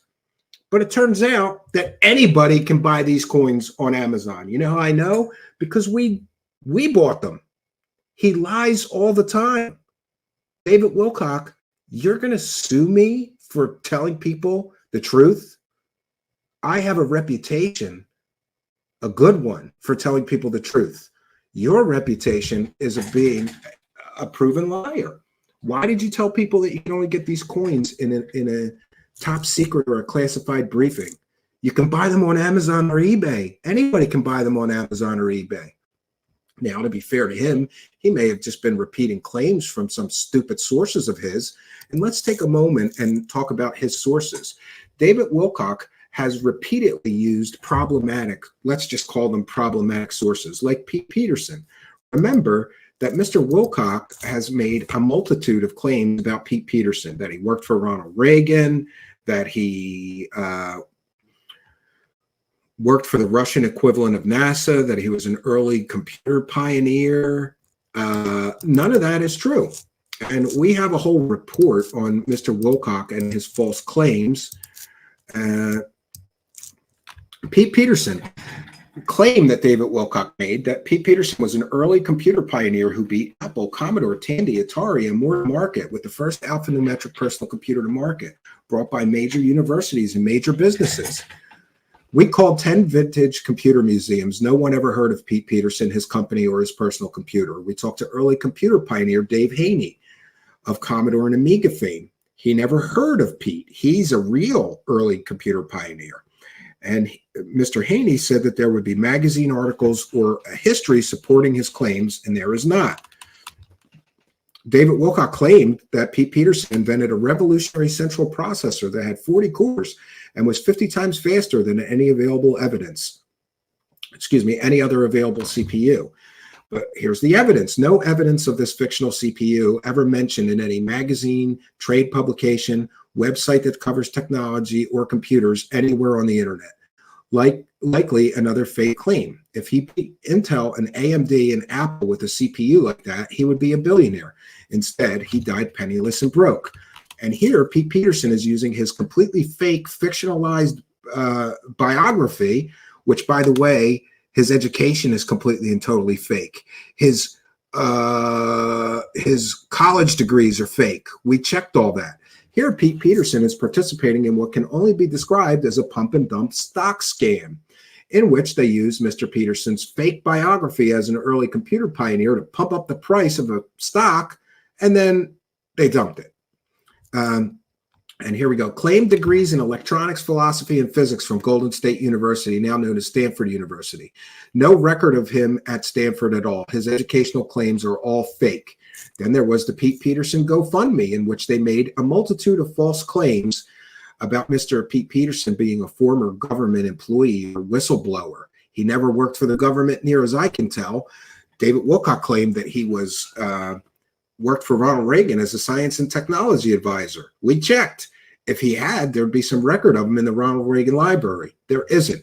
Pete Peterson is a complete and total, he is not who he appears to be. 1 second, let me open this with Google Docs so that I can make it bigger. So David Wilcock uses completely and totally fake government whistleblowers and insiders. That's who he's getting his information from. Now he claims that in one of his latest courses, he claims that Christopher Beskar, who's been running an aerospace company for 30 years but can't show us a single airplane product or service or prototype airplane that he made, he is supposed to be some kind of government insider now. I don't believe that is the case, right? Boy, 1 second. This did not open well. Well, it's enough to say that Pete Peterson is a complete and total fraud. And the Pete Peterson GoFundMe was, I believe, an act of fraud. They lied to everybody. Then, of course, there's David Wilcock's Convergence Pictures LLC. That was another shady business deal that we reported on. We reported on David Wilcock's shady charity. 1 second, let me check here in my folder. And by the way, like I said, I'm going to be sharing this folder with all other content creators so that people can get the, the full, people can get the truth. Oh, I do have something else to share, which is funny. Does anybody remember the David Wilcock story about the smoke detectors, and it was the worst day of his life and all of that? When getting the records from Boulder County Sheriff's Office, I requested any records at his address or under his name. And I found an interesting one related to the worst day of his life, the smoke detectors. Let's take a moment here to, oh, that's the wrong one. I have two videos. One of them is him calling. He called 911. This guy with a 180 IQ, who is the director of he's the director of exotic technology at what he claims is a big aerospace company. He called 911 to get the fire department to help him change batteries in smoke detectors. So this is how ridiculous and wacky the world of Wilcock gets, right? I'm just going to play a little bit of the smoke detector story, and then I'll play you the 911 call that he made to the Boulder County 911 system.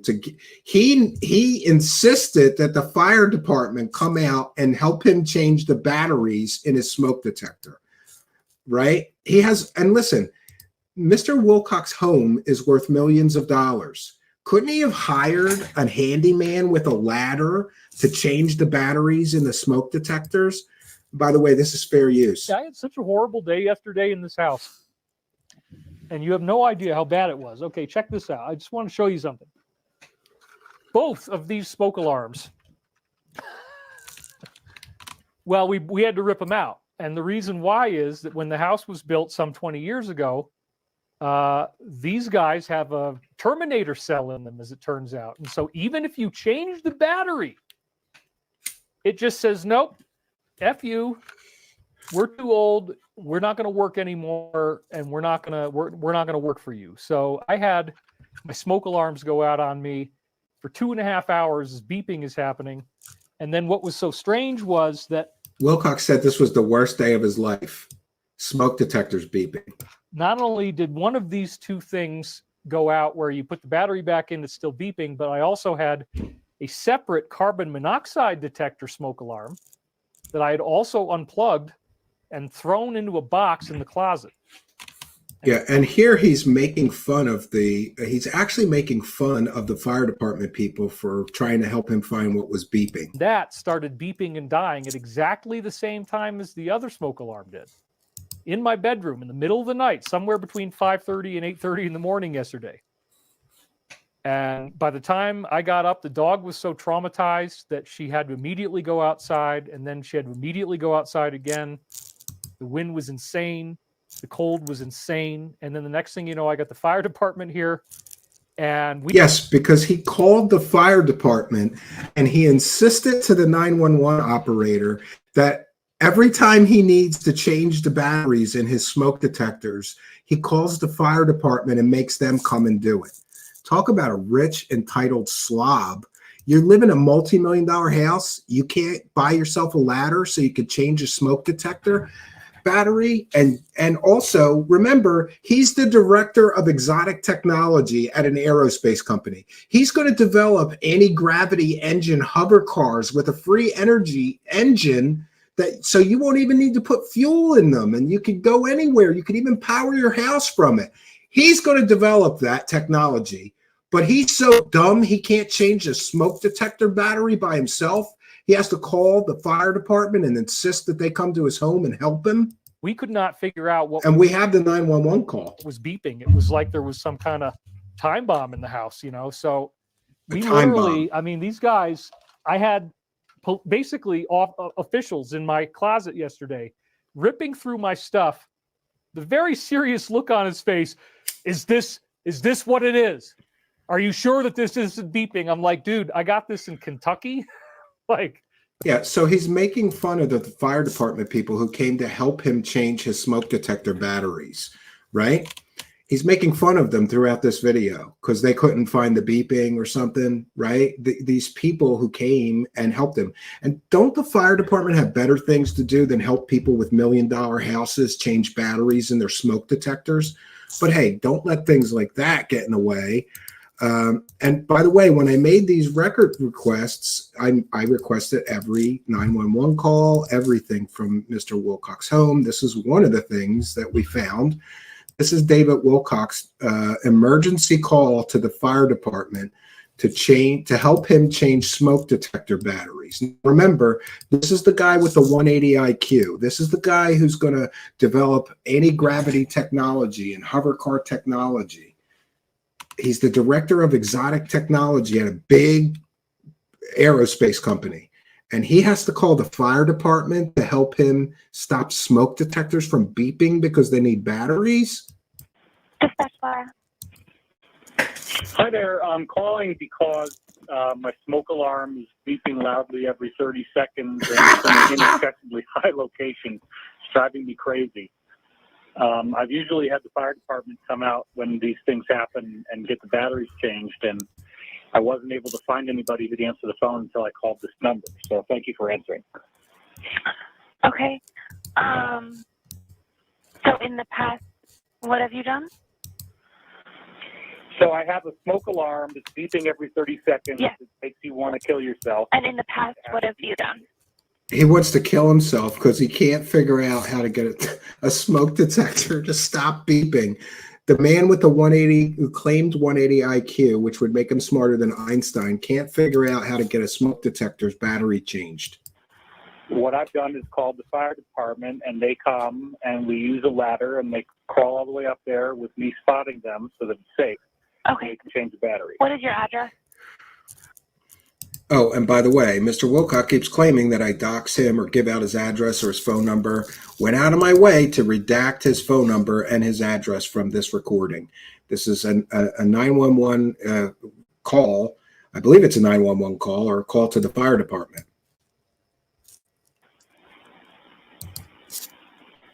Okay, one moment. Thank you. What's your phone number?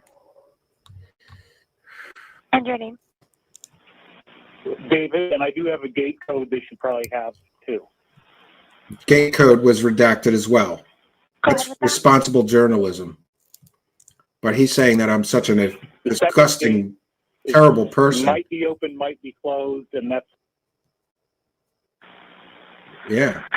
Okay, I will let them know. Is somebody going to be coming here? I will tone them out. This isn't something we usually tone out the fire department for. Yeah, and she tells him this isn't something we usually call out the fire department for. Normally, we tell people to hire a handyman with a ladder to help people in your situation. But Wilcock's going to insist that the fire department has to come and help him with this emergency at his house, remembering that he's got $1 million home. He can't afford a handyman to come and help him. He's got to get the fire department. What if there's a fire somewhere and they're busy helping Wilcock with smoke detector alarms? Isn't that irresponsible, especially of a spiritual guru? Shouldn't he be, this is so ridiculous.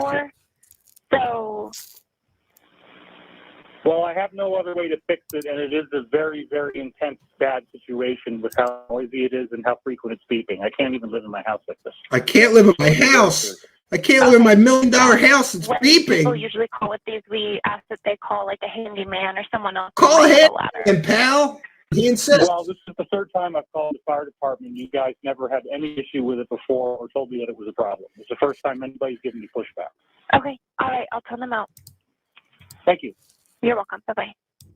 Yeah, and Area 503 says, what a douche, wasting firefighters' time and resources because he doesn't want to pay a few bucks to replace his 20-year-old smoke detectors. Well, we don't know how old they are, but I think it's so funny that this guy claims that he's going to develop anti-gravity and free energy technology, and he can't change a battery in a smoke detector. And I get it. He says it's in a really high place. So you buy a ladder, dude. You buy a ladder. Area 503, I have really high ceilings in my living room in this home. And when we moved here, I went, oh man, I'm going to have to buy a really big ladder because I didn't have one big enough to, and the ceilings needed to be painted. So I bought a ladder.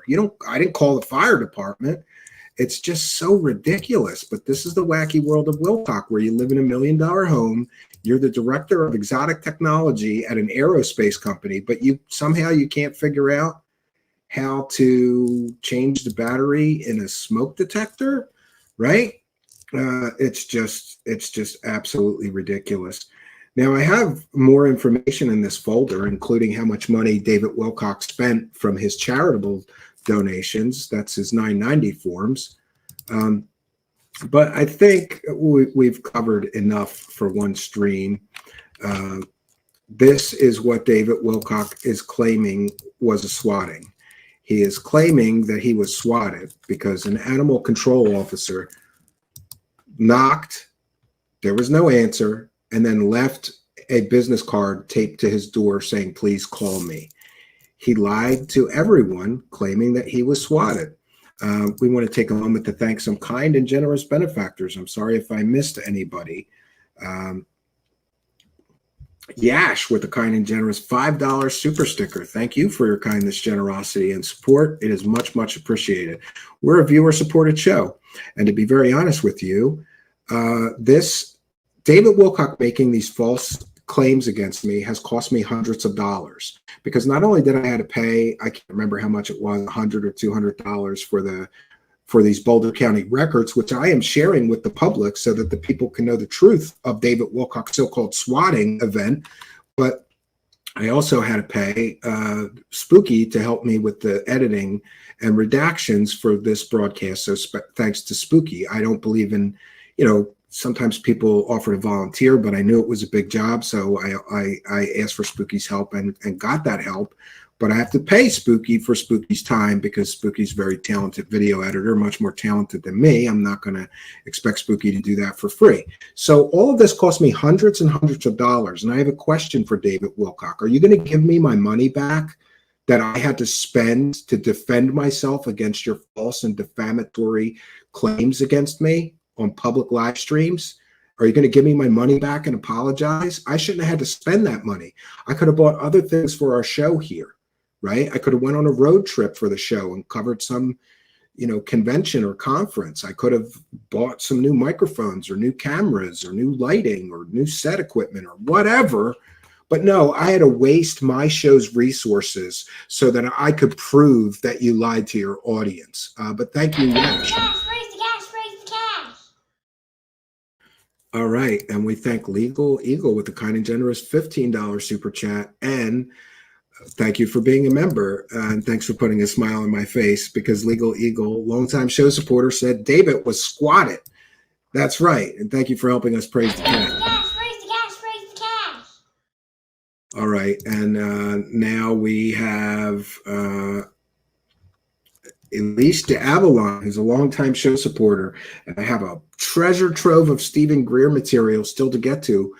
Elise de Avalon with a kind and generous $7.99 Australian says, keep up the good work. Well, keep up the support, and thank you for your help getting that Stephen Greer material, and thank you for helping us too. Praise the cash, praise the cash.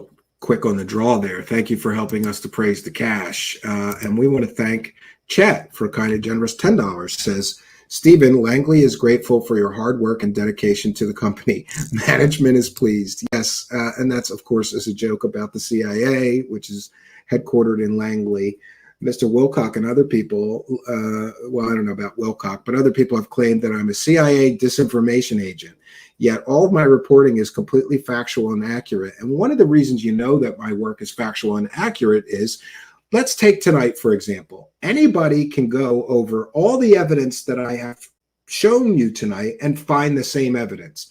That's the hallmark of a good researcher. But thank you, Chet, and thanks for putting a smile on my face. Praise the cash, praise the cash, praise the cash.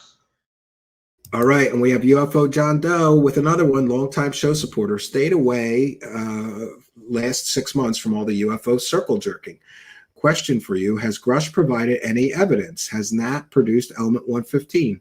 Has Coulthard shared where the giant UFO is located? Well, that is a great point, and no, there's still no evidence, but thank you very much for helping us and being a longtime show supporter. Good to see you, UFO John Doe. We missed you, especially when you're helping us praise the cash, buddy. Praise the cash, praise the cash, praise the cash. All right, and we've got one more. If you've got any more super chats, please get them in, because we'll be wrapping up the broadcast soon. Keep up the great work, Steven, says Tommy T with a kind and generous $9.99. Thank you for your kindness, generosity, and support. And, of course, for helping us to praise the cash. We also want to take a moment to thank all of you kind and generous Patreon supporters and YouTube channel members. Thanks, all of you. We're a viewer-supported show. And thank God that we have the support that we do, because when I needed this couple $100 to defend our show, and to be honest, to defend my reputation against these completely fake allegations being made by David Wilcock, the money was there in the till. But honestly, I'm cheap about spending the show's money on anything. I didn't want to, but I'm glad it was there thanks to all of you. Thank you all. We're a viewer-supported show. In the description of the video is instructions for how to help. You could send a PayPal pledge. You can buy me a coffee. You could send a super chat. And remember, after the show, just hit the thanks button and you can throw a couple bucks in our hat. We appreciate all you, and thank you all for appreciating us. Praise the cash, praise the cash, praise the cash. Thank you for your kindness. Thank you for your generosity. Praise the cash, praise the cash, praise the cash.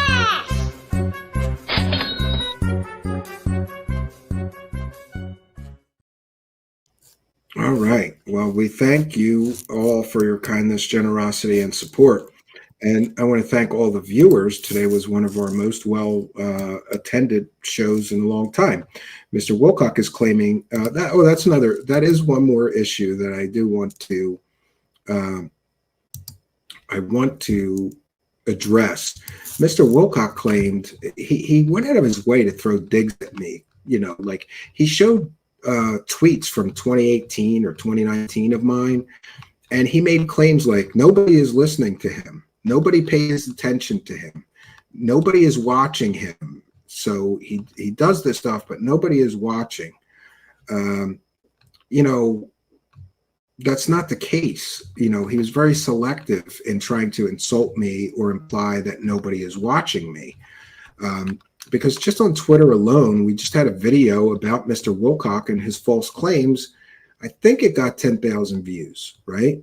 I think it got 10,000 views. I'm trying to locate that.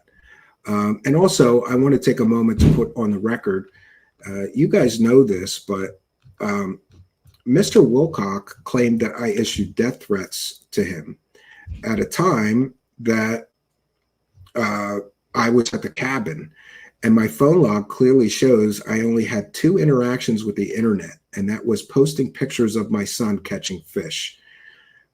So, you know, it's just ridiculous that I have to defend myself against these accusations. I was fishing with my son at a time that David Wilcock claims that I was issuing 40 death threats in a 15-minute period. Could have been me, and my internet logs will verify that. I'm trying to find this video. You know, maybe it's better that I don't. Does it really matter that Mr. Wilcock is making these false claims? Nobody's watching me. I can't find it right at the moment. But just one video about Mr. Wilcock on Twitter alone got 10,000 views. And that was the video in which I said something like, did anybody else have David Wilcock calling you a Satan worshiper and a child predator on their, you know, 2024 bingo card? And then I posted a video of his false claims, 10,000 views. You know, the last stream that we did, 4,000 views. Now, granted, okay, Wilcock, you get a lot more views than me, but you get your views by lying to people. I get my views by telling people the truth. And, you know, I'm not going to apologize. The truth is boring. You lie to people about all this fake Q nonsense. Of course, people are going to tune in, right? And I'm trying to check in then, and we'll go over. I thought I had some more things to share, but yeah. So where do we go from here? Where we go from here is that I will vigorously defend myself and my show's reputation against some clown making completely and totally provably false accusations. And here's another one that I just want to share. Mr. Wilcock lied to everybody, claiming that I was subject to some sort of emergency junction, and he claimed that I was getting arrested by the Boulder police, or they were going to cooperate with the Philadelphia police to have me arrested. He claimed that I was under investigation. Well, we showed you that that is not the case. There is no records in Boulder with my name on them. If there was an actual investigation, there would be a report of that investigation. There is no investigation. The Boulder County Police are not investigating me. He embellished, he exaggerated, or he just straight lied. In looking at your multiple requests, the only case I have involving Mr. Wilcock is this case, and that has already been emailed to you. There are no other cases involving the names you gave us. I gave them my legal name, my working name, my company name, my show name. There's no investigation. There's no criminal investigation, David Wilcock. So you claiming to get me arrested was a lie. You claiming that I made these animal neglect, complaints, that was a lie. You claiming I lied and said I was with the Washington Post, that was a lie. You claiming that I issued all these death threats against you on June 29th between 4:45 and 5 p.m. I showed on my Twitter. I was fishing with my son during that time. I made 2 posts to the internet all day. I turned my phone off, or I put my phone in airplane mode while I'm at the cabin. My internet logs will prove that I couldn't have been the person that issued your so-called death threats. And by the way, why won't he show the death threats? Could it be because they don't exist? Or because they're just mean tweets that he exaggerates and embellished into actual, threats of violence against him? Remember, this is the same man who claimed that there were bomb threats called into contact in the desert, and all this increased security, and the hotel had to get more security guards. We fact-checked that. That was all lies. There was no bomb threats called into contact in the desert when he was a speaker. He claimed that he was under immense threat. You know what it was? There was one of his critics sitting in the audience as he gave his talk. And he exaggerated that into bomb threats, into there's increased security. There's all these extra, they needed all these extra police because I was speaking here. He's clearly a very paranoid and delusional man. And, you know, if there's anybody that is his friend or family member, get this man some mental help, because he is clearly unhinged and unstable. After all, he's telling people that he's talking to angels, and the angels are telling him to take baths in his own piss to get superpowers. And then he used those superpowers to save Donald Trump from an assassin's bullet with his telekinetic superpowers. Clearly, this man needs help. And honestly, you know, as I said in the beginning of the broadcast, I don't bear any ill will against him. I don't hate David Wilcock. I hate that he lies to people like this for a living. And here's why. I am somewhat spiritual, believe it or not. And one of the things that I think about a lot is God-given talents. All of us, every single one of us. Think about all the people you know, friends, family, relatives, neighbors. Don't you know some people in your life that have incredible talents or abilities that you don't have or that you wish you had? Don't you know people in your life that are just very gifted at some things? David Wilcock is very gifted as a bullshitter, but look at what he uses it for. He uses it to make up lies and pretend that he has real secret or sacred knowledge, and you can buy it from him for $333. I have said it previously that I believe all of us are given God-given talents and gifts, and we are our best selves when we are using those gifts for the betterment of our communities and others. David Wilcock, despite all of my feelings about this event where he made all these false accusations, despite my initial anger, David Wilcock is a child of God that I will pray for. I will pray that he finds a road to redemption and finds something better to do with his God-given talents than lie to people, make up false prophecies, make up false information, use ridiculous fake sources claiming they're government insiders. I wish all men a road to redemption, even David Wilcock. And by the way, now that I'm over my initial anger about all these false accusations, I'm going to try my very best to do the Christian thing. First of all, I'm going to turn the page on this part of our show history. And I am going to try my very best to do the Christian thing and turn the other cheek. Now, many people have told me that I got to file a criminal complaint against him for making all these false allegations against me, or that I could do that. I have gotten legal advice. By the way, I have a lawyer in my family. It's not really his area of expertise, but he looked at this situation and decided that I have a great case that could be brought. So there's a lot of aggressive, angry things that I could do if I was somebody who wanted to seek revenge on David Wilcock. But my revenge is the truth. My revenge is people knowing that he lied through his teeth about me. Wilcock has to decide what he's going to do next. Is he going to double down on all of these lies and false accusations? Or is he going to do what a real spiritual guru, a real godly man would do, and just say, hey, I got this wrong. I apologize for what I said. I had inaccurate information, or I didn't understand the situation. I conflated all these people into thinking it was all this guy. And I know what it is. Wilcock has an irrational, in my opinion, he has an irrational psychological fear of me because I was the one who published those Corey Good depositions and essentially ended Corey Good's grift, in my opinion. So he thinks I'm the big bad guy that's going to end his money train. And that may be the case, but I have done nothing that I've done out of malice or, you know, there's nothing in my heart that wants to harm this man. I just wish that he would use his God-given talents to do something better for the world than lie to people and take their money on false information, disinformation, misinformation, false prophecies, false claims of talking to angels.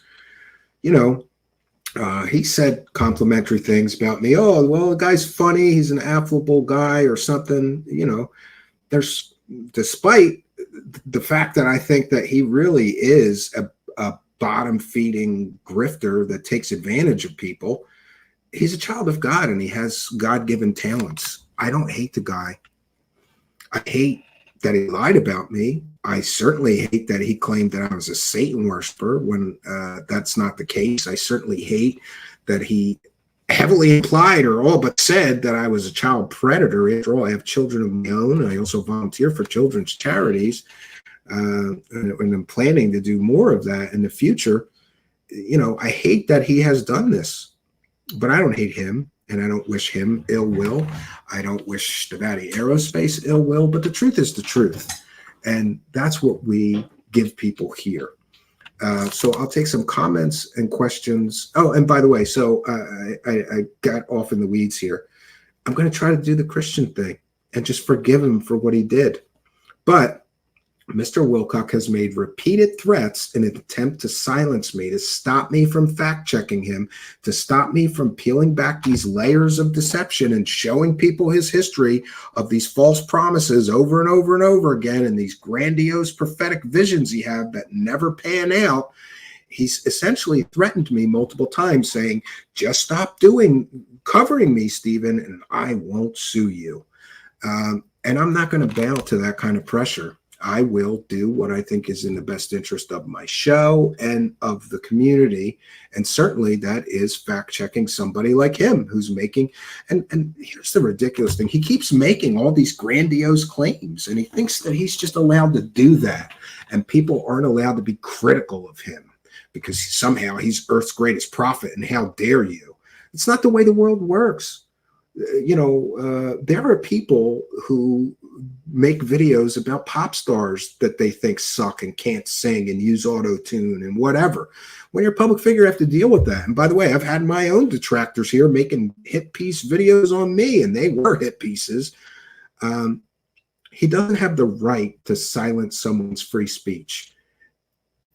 Only an intellectual weakling and a coward whose information is so wrong, so false, and so lacking in any value would take this route and actively try to silence a reporter who is fact-checking the things that they say, or fact-checking the things that they say about their company, or, hey, covering that Stavatti Aerospace is getting sued by investors, sued by creditors. Only an intellectual weakling and a coward would try to silence somebody fact-checking their false claims. He's terrified. I mean, what if he has to get a real job? Imagine that. Like, imagine the horror. And while Wilcock is complaining that he's making $10,000 a month and that's not enough for him to survive, you know, shows like mine get by on 10% of that. And we do okay. We take our pennies and we roll on. But I don't have to wake up every day and look in the mirror and say, you have to lie again about these mass arrests in order to make some money here. You have to lie about talking to angels again. Mr. Wilcock must live a hellish, hellish existence because every day that he wakes up, he has to look in the mirror and say to himself, you got to make up more lies. You've got to find more fake shit to talk about to keep the money rolling in. That is a hellish existence I wouldn't wish on anybody. And I will pray for him. And as the godly man I am, and proof that I'm not a Satanist, because a Satanist would go full force on this guy and take revenge. That's what a Satanist or Luciferian would do. I'm not going to do that. I am going to pray that David Wilcock finds a road to redemption and stops lying to people for a living. And I'm going to turn the other cheek and I'm going to forgive him. But I'm not going to forget this. I forgive, but I won't forget. It's important to forgive, but don't forget those people. You know, there have been some people in my life that have really wronged me like he wronged me. Yeah, how lonely and sad this man must be. So there have been a few people in my life that are no longer in my life who have really hurt me and wronged me. and stabbed me in the back or whatever happened. And I forgive them, but I don't forget. And I just cut them out of my life like a cancer so that they can't do something like that to me again. Now, in the case of Wilcock, I may continue to cover him, so can't do that, but I can forgive him, but I'm not going to forget what he did. And I'm going to remind people, and people are going to remember, Mr. Wilcock claimed that I got him swatted. Tonight, we've shown you the video. There was no swatting. They knocked, nobody answered. They left a card on his door. They were very polite and nice. That's not a swatting. A swatting is when there's a SWAT team and they bust your door in and they point guns at you and, you know, arrest you or something. None of that happened. And Mr. Wilcock can't get his story straight. He's saying on his public live stream that I got him swatted. We've shown you the phone call with the animal control officer in which he says he's scared I'm going to get him swatted. So which is it? He can't keep his lies straight, which is another sign of a pathological liar. Mostly, I think Mr. Wilcock needs help, and he must live a very sad and lonely life sitting around a multi-million-dollar mansion by himself with nobody to share that with probably nobody to talk to.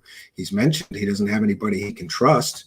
So, you know, despite everything else, I truly feel sorry for this guy.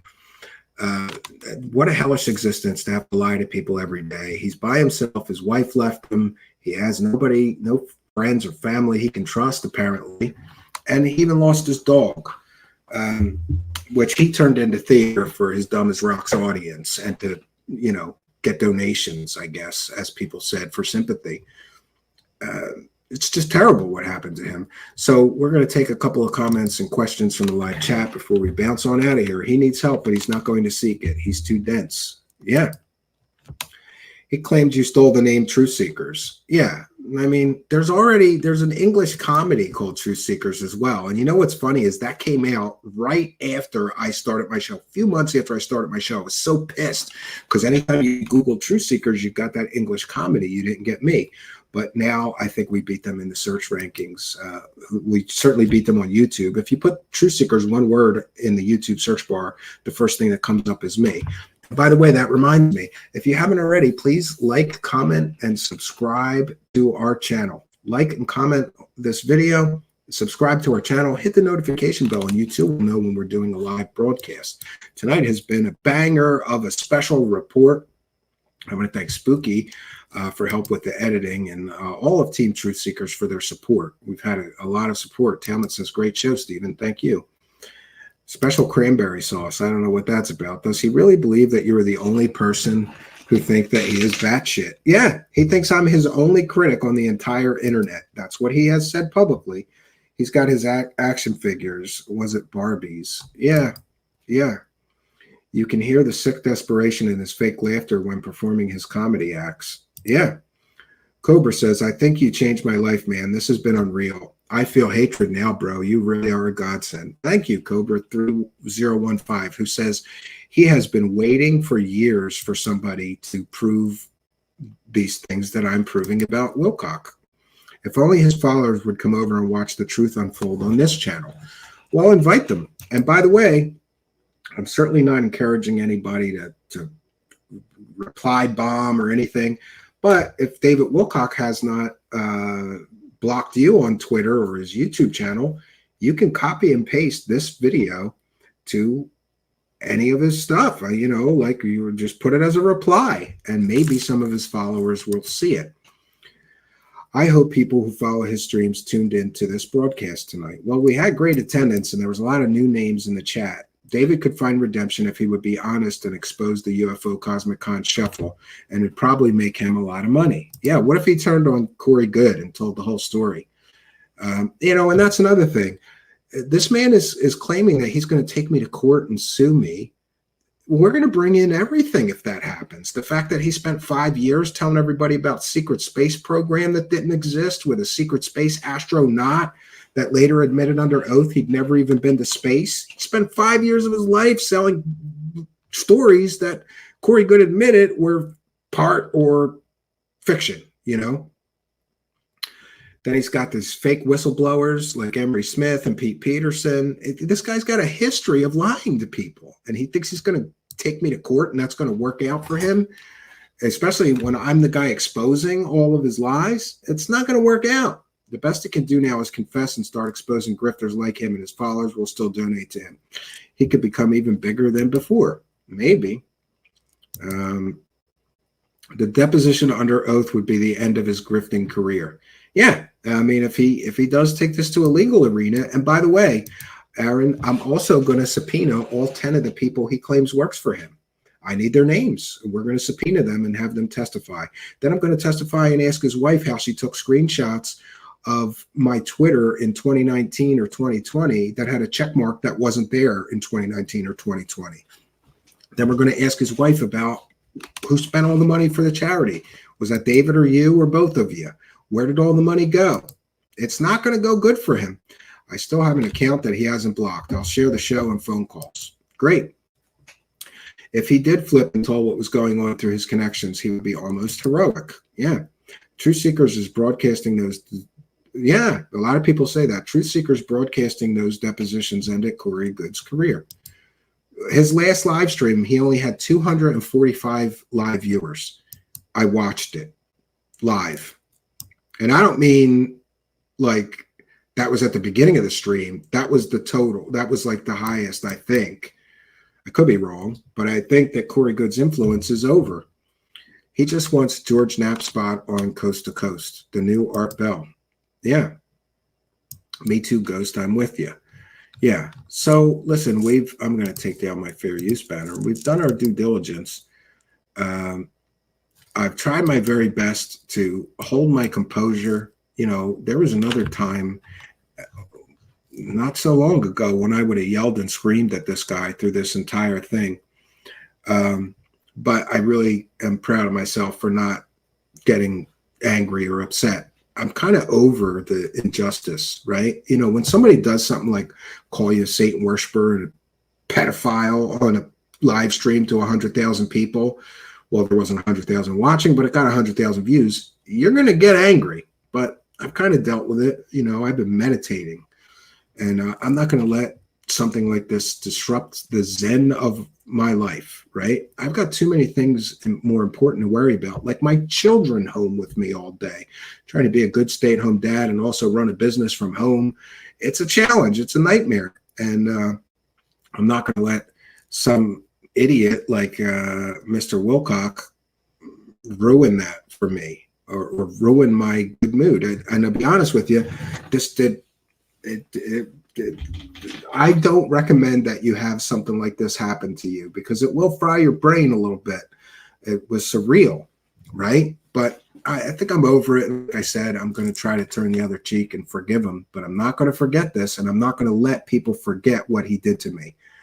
But I'll turn the other cheek. I'll forgive him. He really should do what a real man would do. And, you know, look, just say, hey, I got it wrong. It wasn't Steve Cambian that did all these things. He proved it on his show. And I'm sorry for making false accusations against him. And by the way, if any of my reporting is inaccurate, he's free to prove that. Show me where I got a fact wrong, Mr. Wilcock, and I will correct the record. He hasn't done that. He simply decided to go ad hominem and make up false claims about me being a Satan worshiper. Oh, I forgot about that. I almost forgot. There was so much to share tonight that I almost forgot. Spooky has shared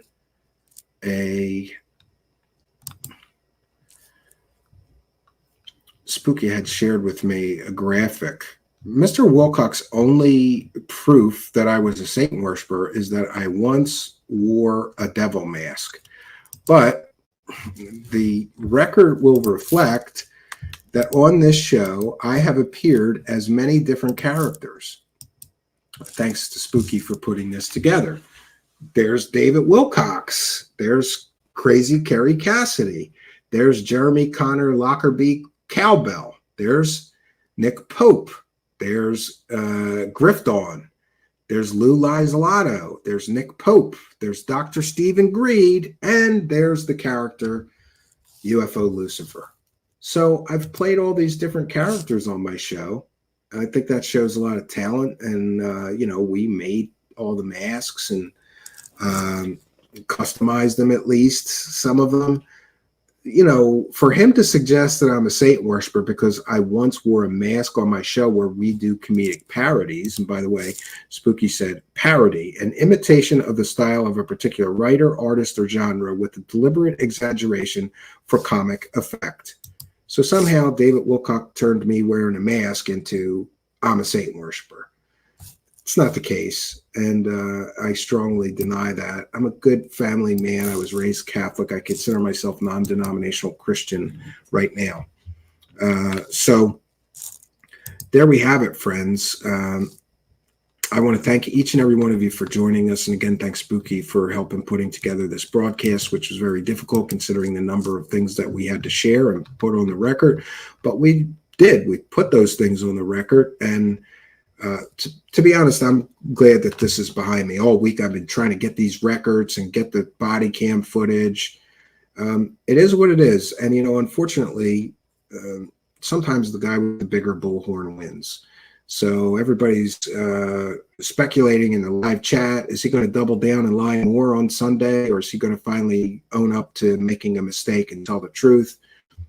You know, we'll see what happens. But I'll pray that he does the right thing and takes the right path instead of the left-hand path that he usually does, in my opinion. So what can I say, friends? We've done our due diligence, and I worked very hard on this, and so did Spooky. So I'm happy to turn the page here. So we've done our due diligence. Thanks to all of you kind and generous benefactors. Please be sure to like, comment, subscribe, and share these videos. It really does help. There's instructions for how you too can contribute and help us continue the journey here. Thanks to all of you kind and generous benefactors. I was able to get this footage from the Boulder County Sheriff's Office and pay for it. So thanks to all of you for making this possible. So that's all I got, friends. Until next time, my name is Steven Cambian. Good night, and God bless all of you, especially you, Mr. Wilcock. I will pray that you find your road to redemption. Good night, and God bless all of you.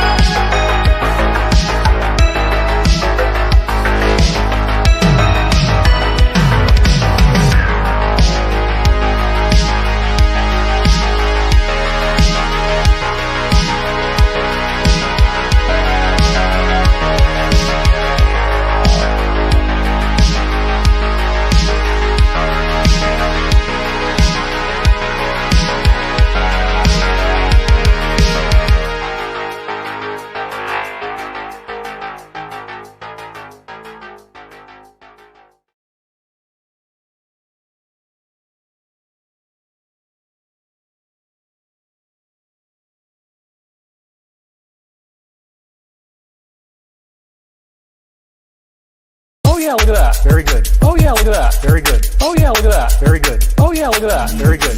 I'm David Wilcock. I'm David Wilcock. I'm David Wilcock. Cock.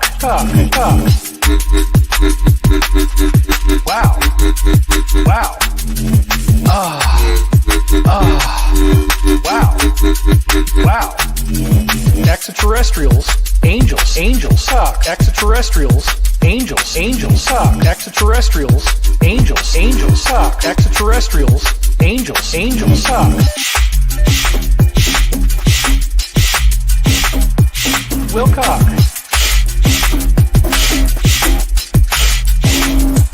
Wilcock.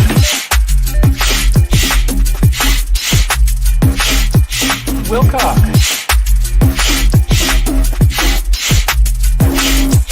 Wilcock.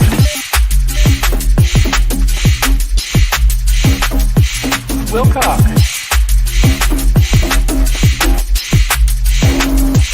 Wilcock.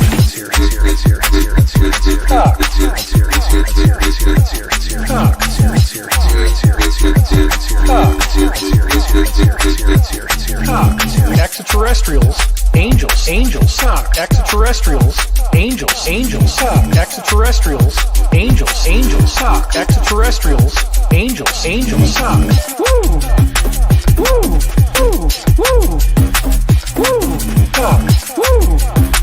Woo! Woo! Woo! Woo! Suck. Woo! Woo! Woo!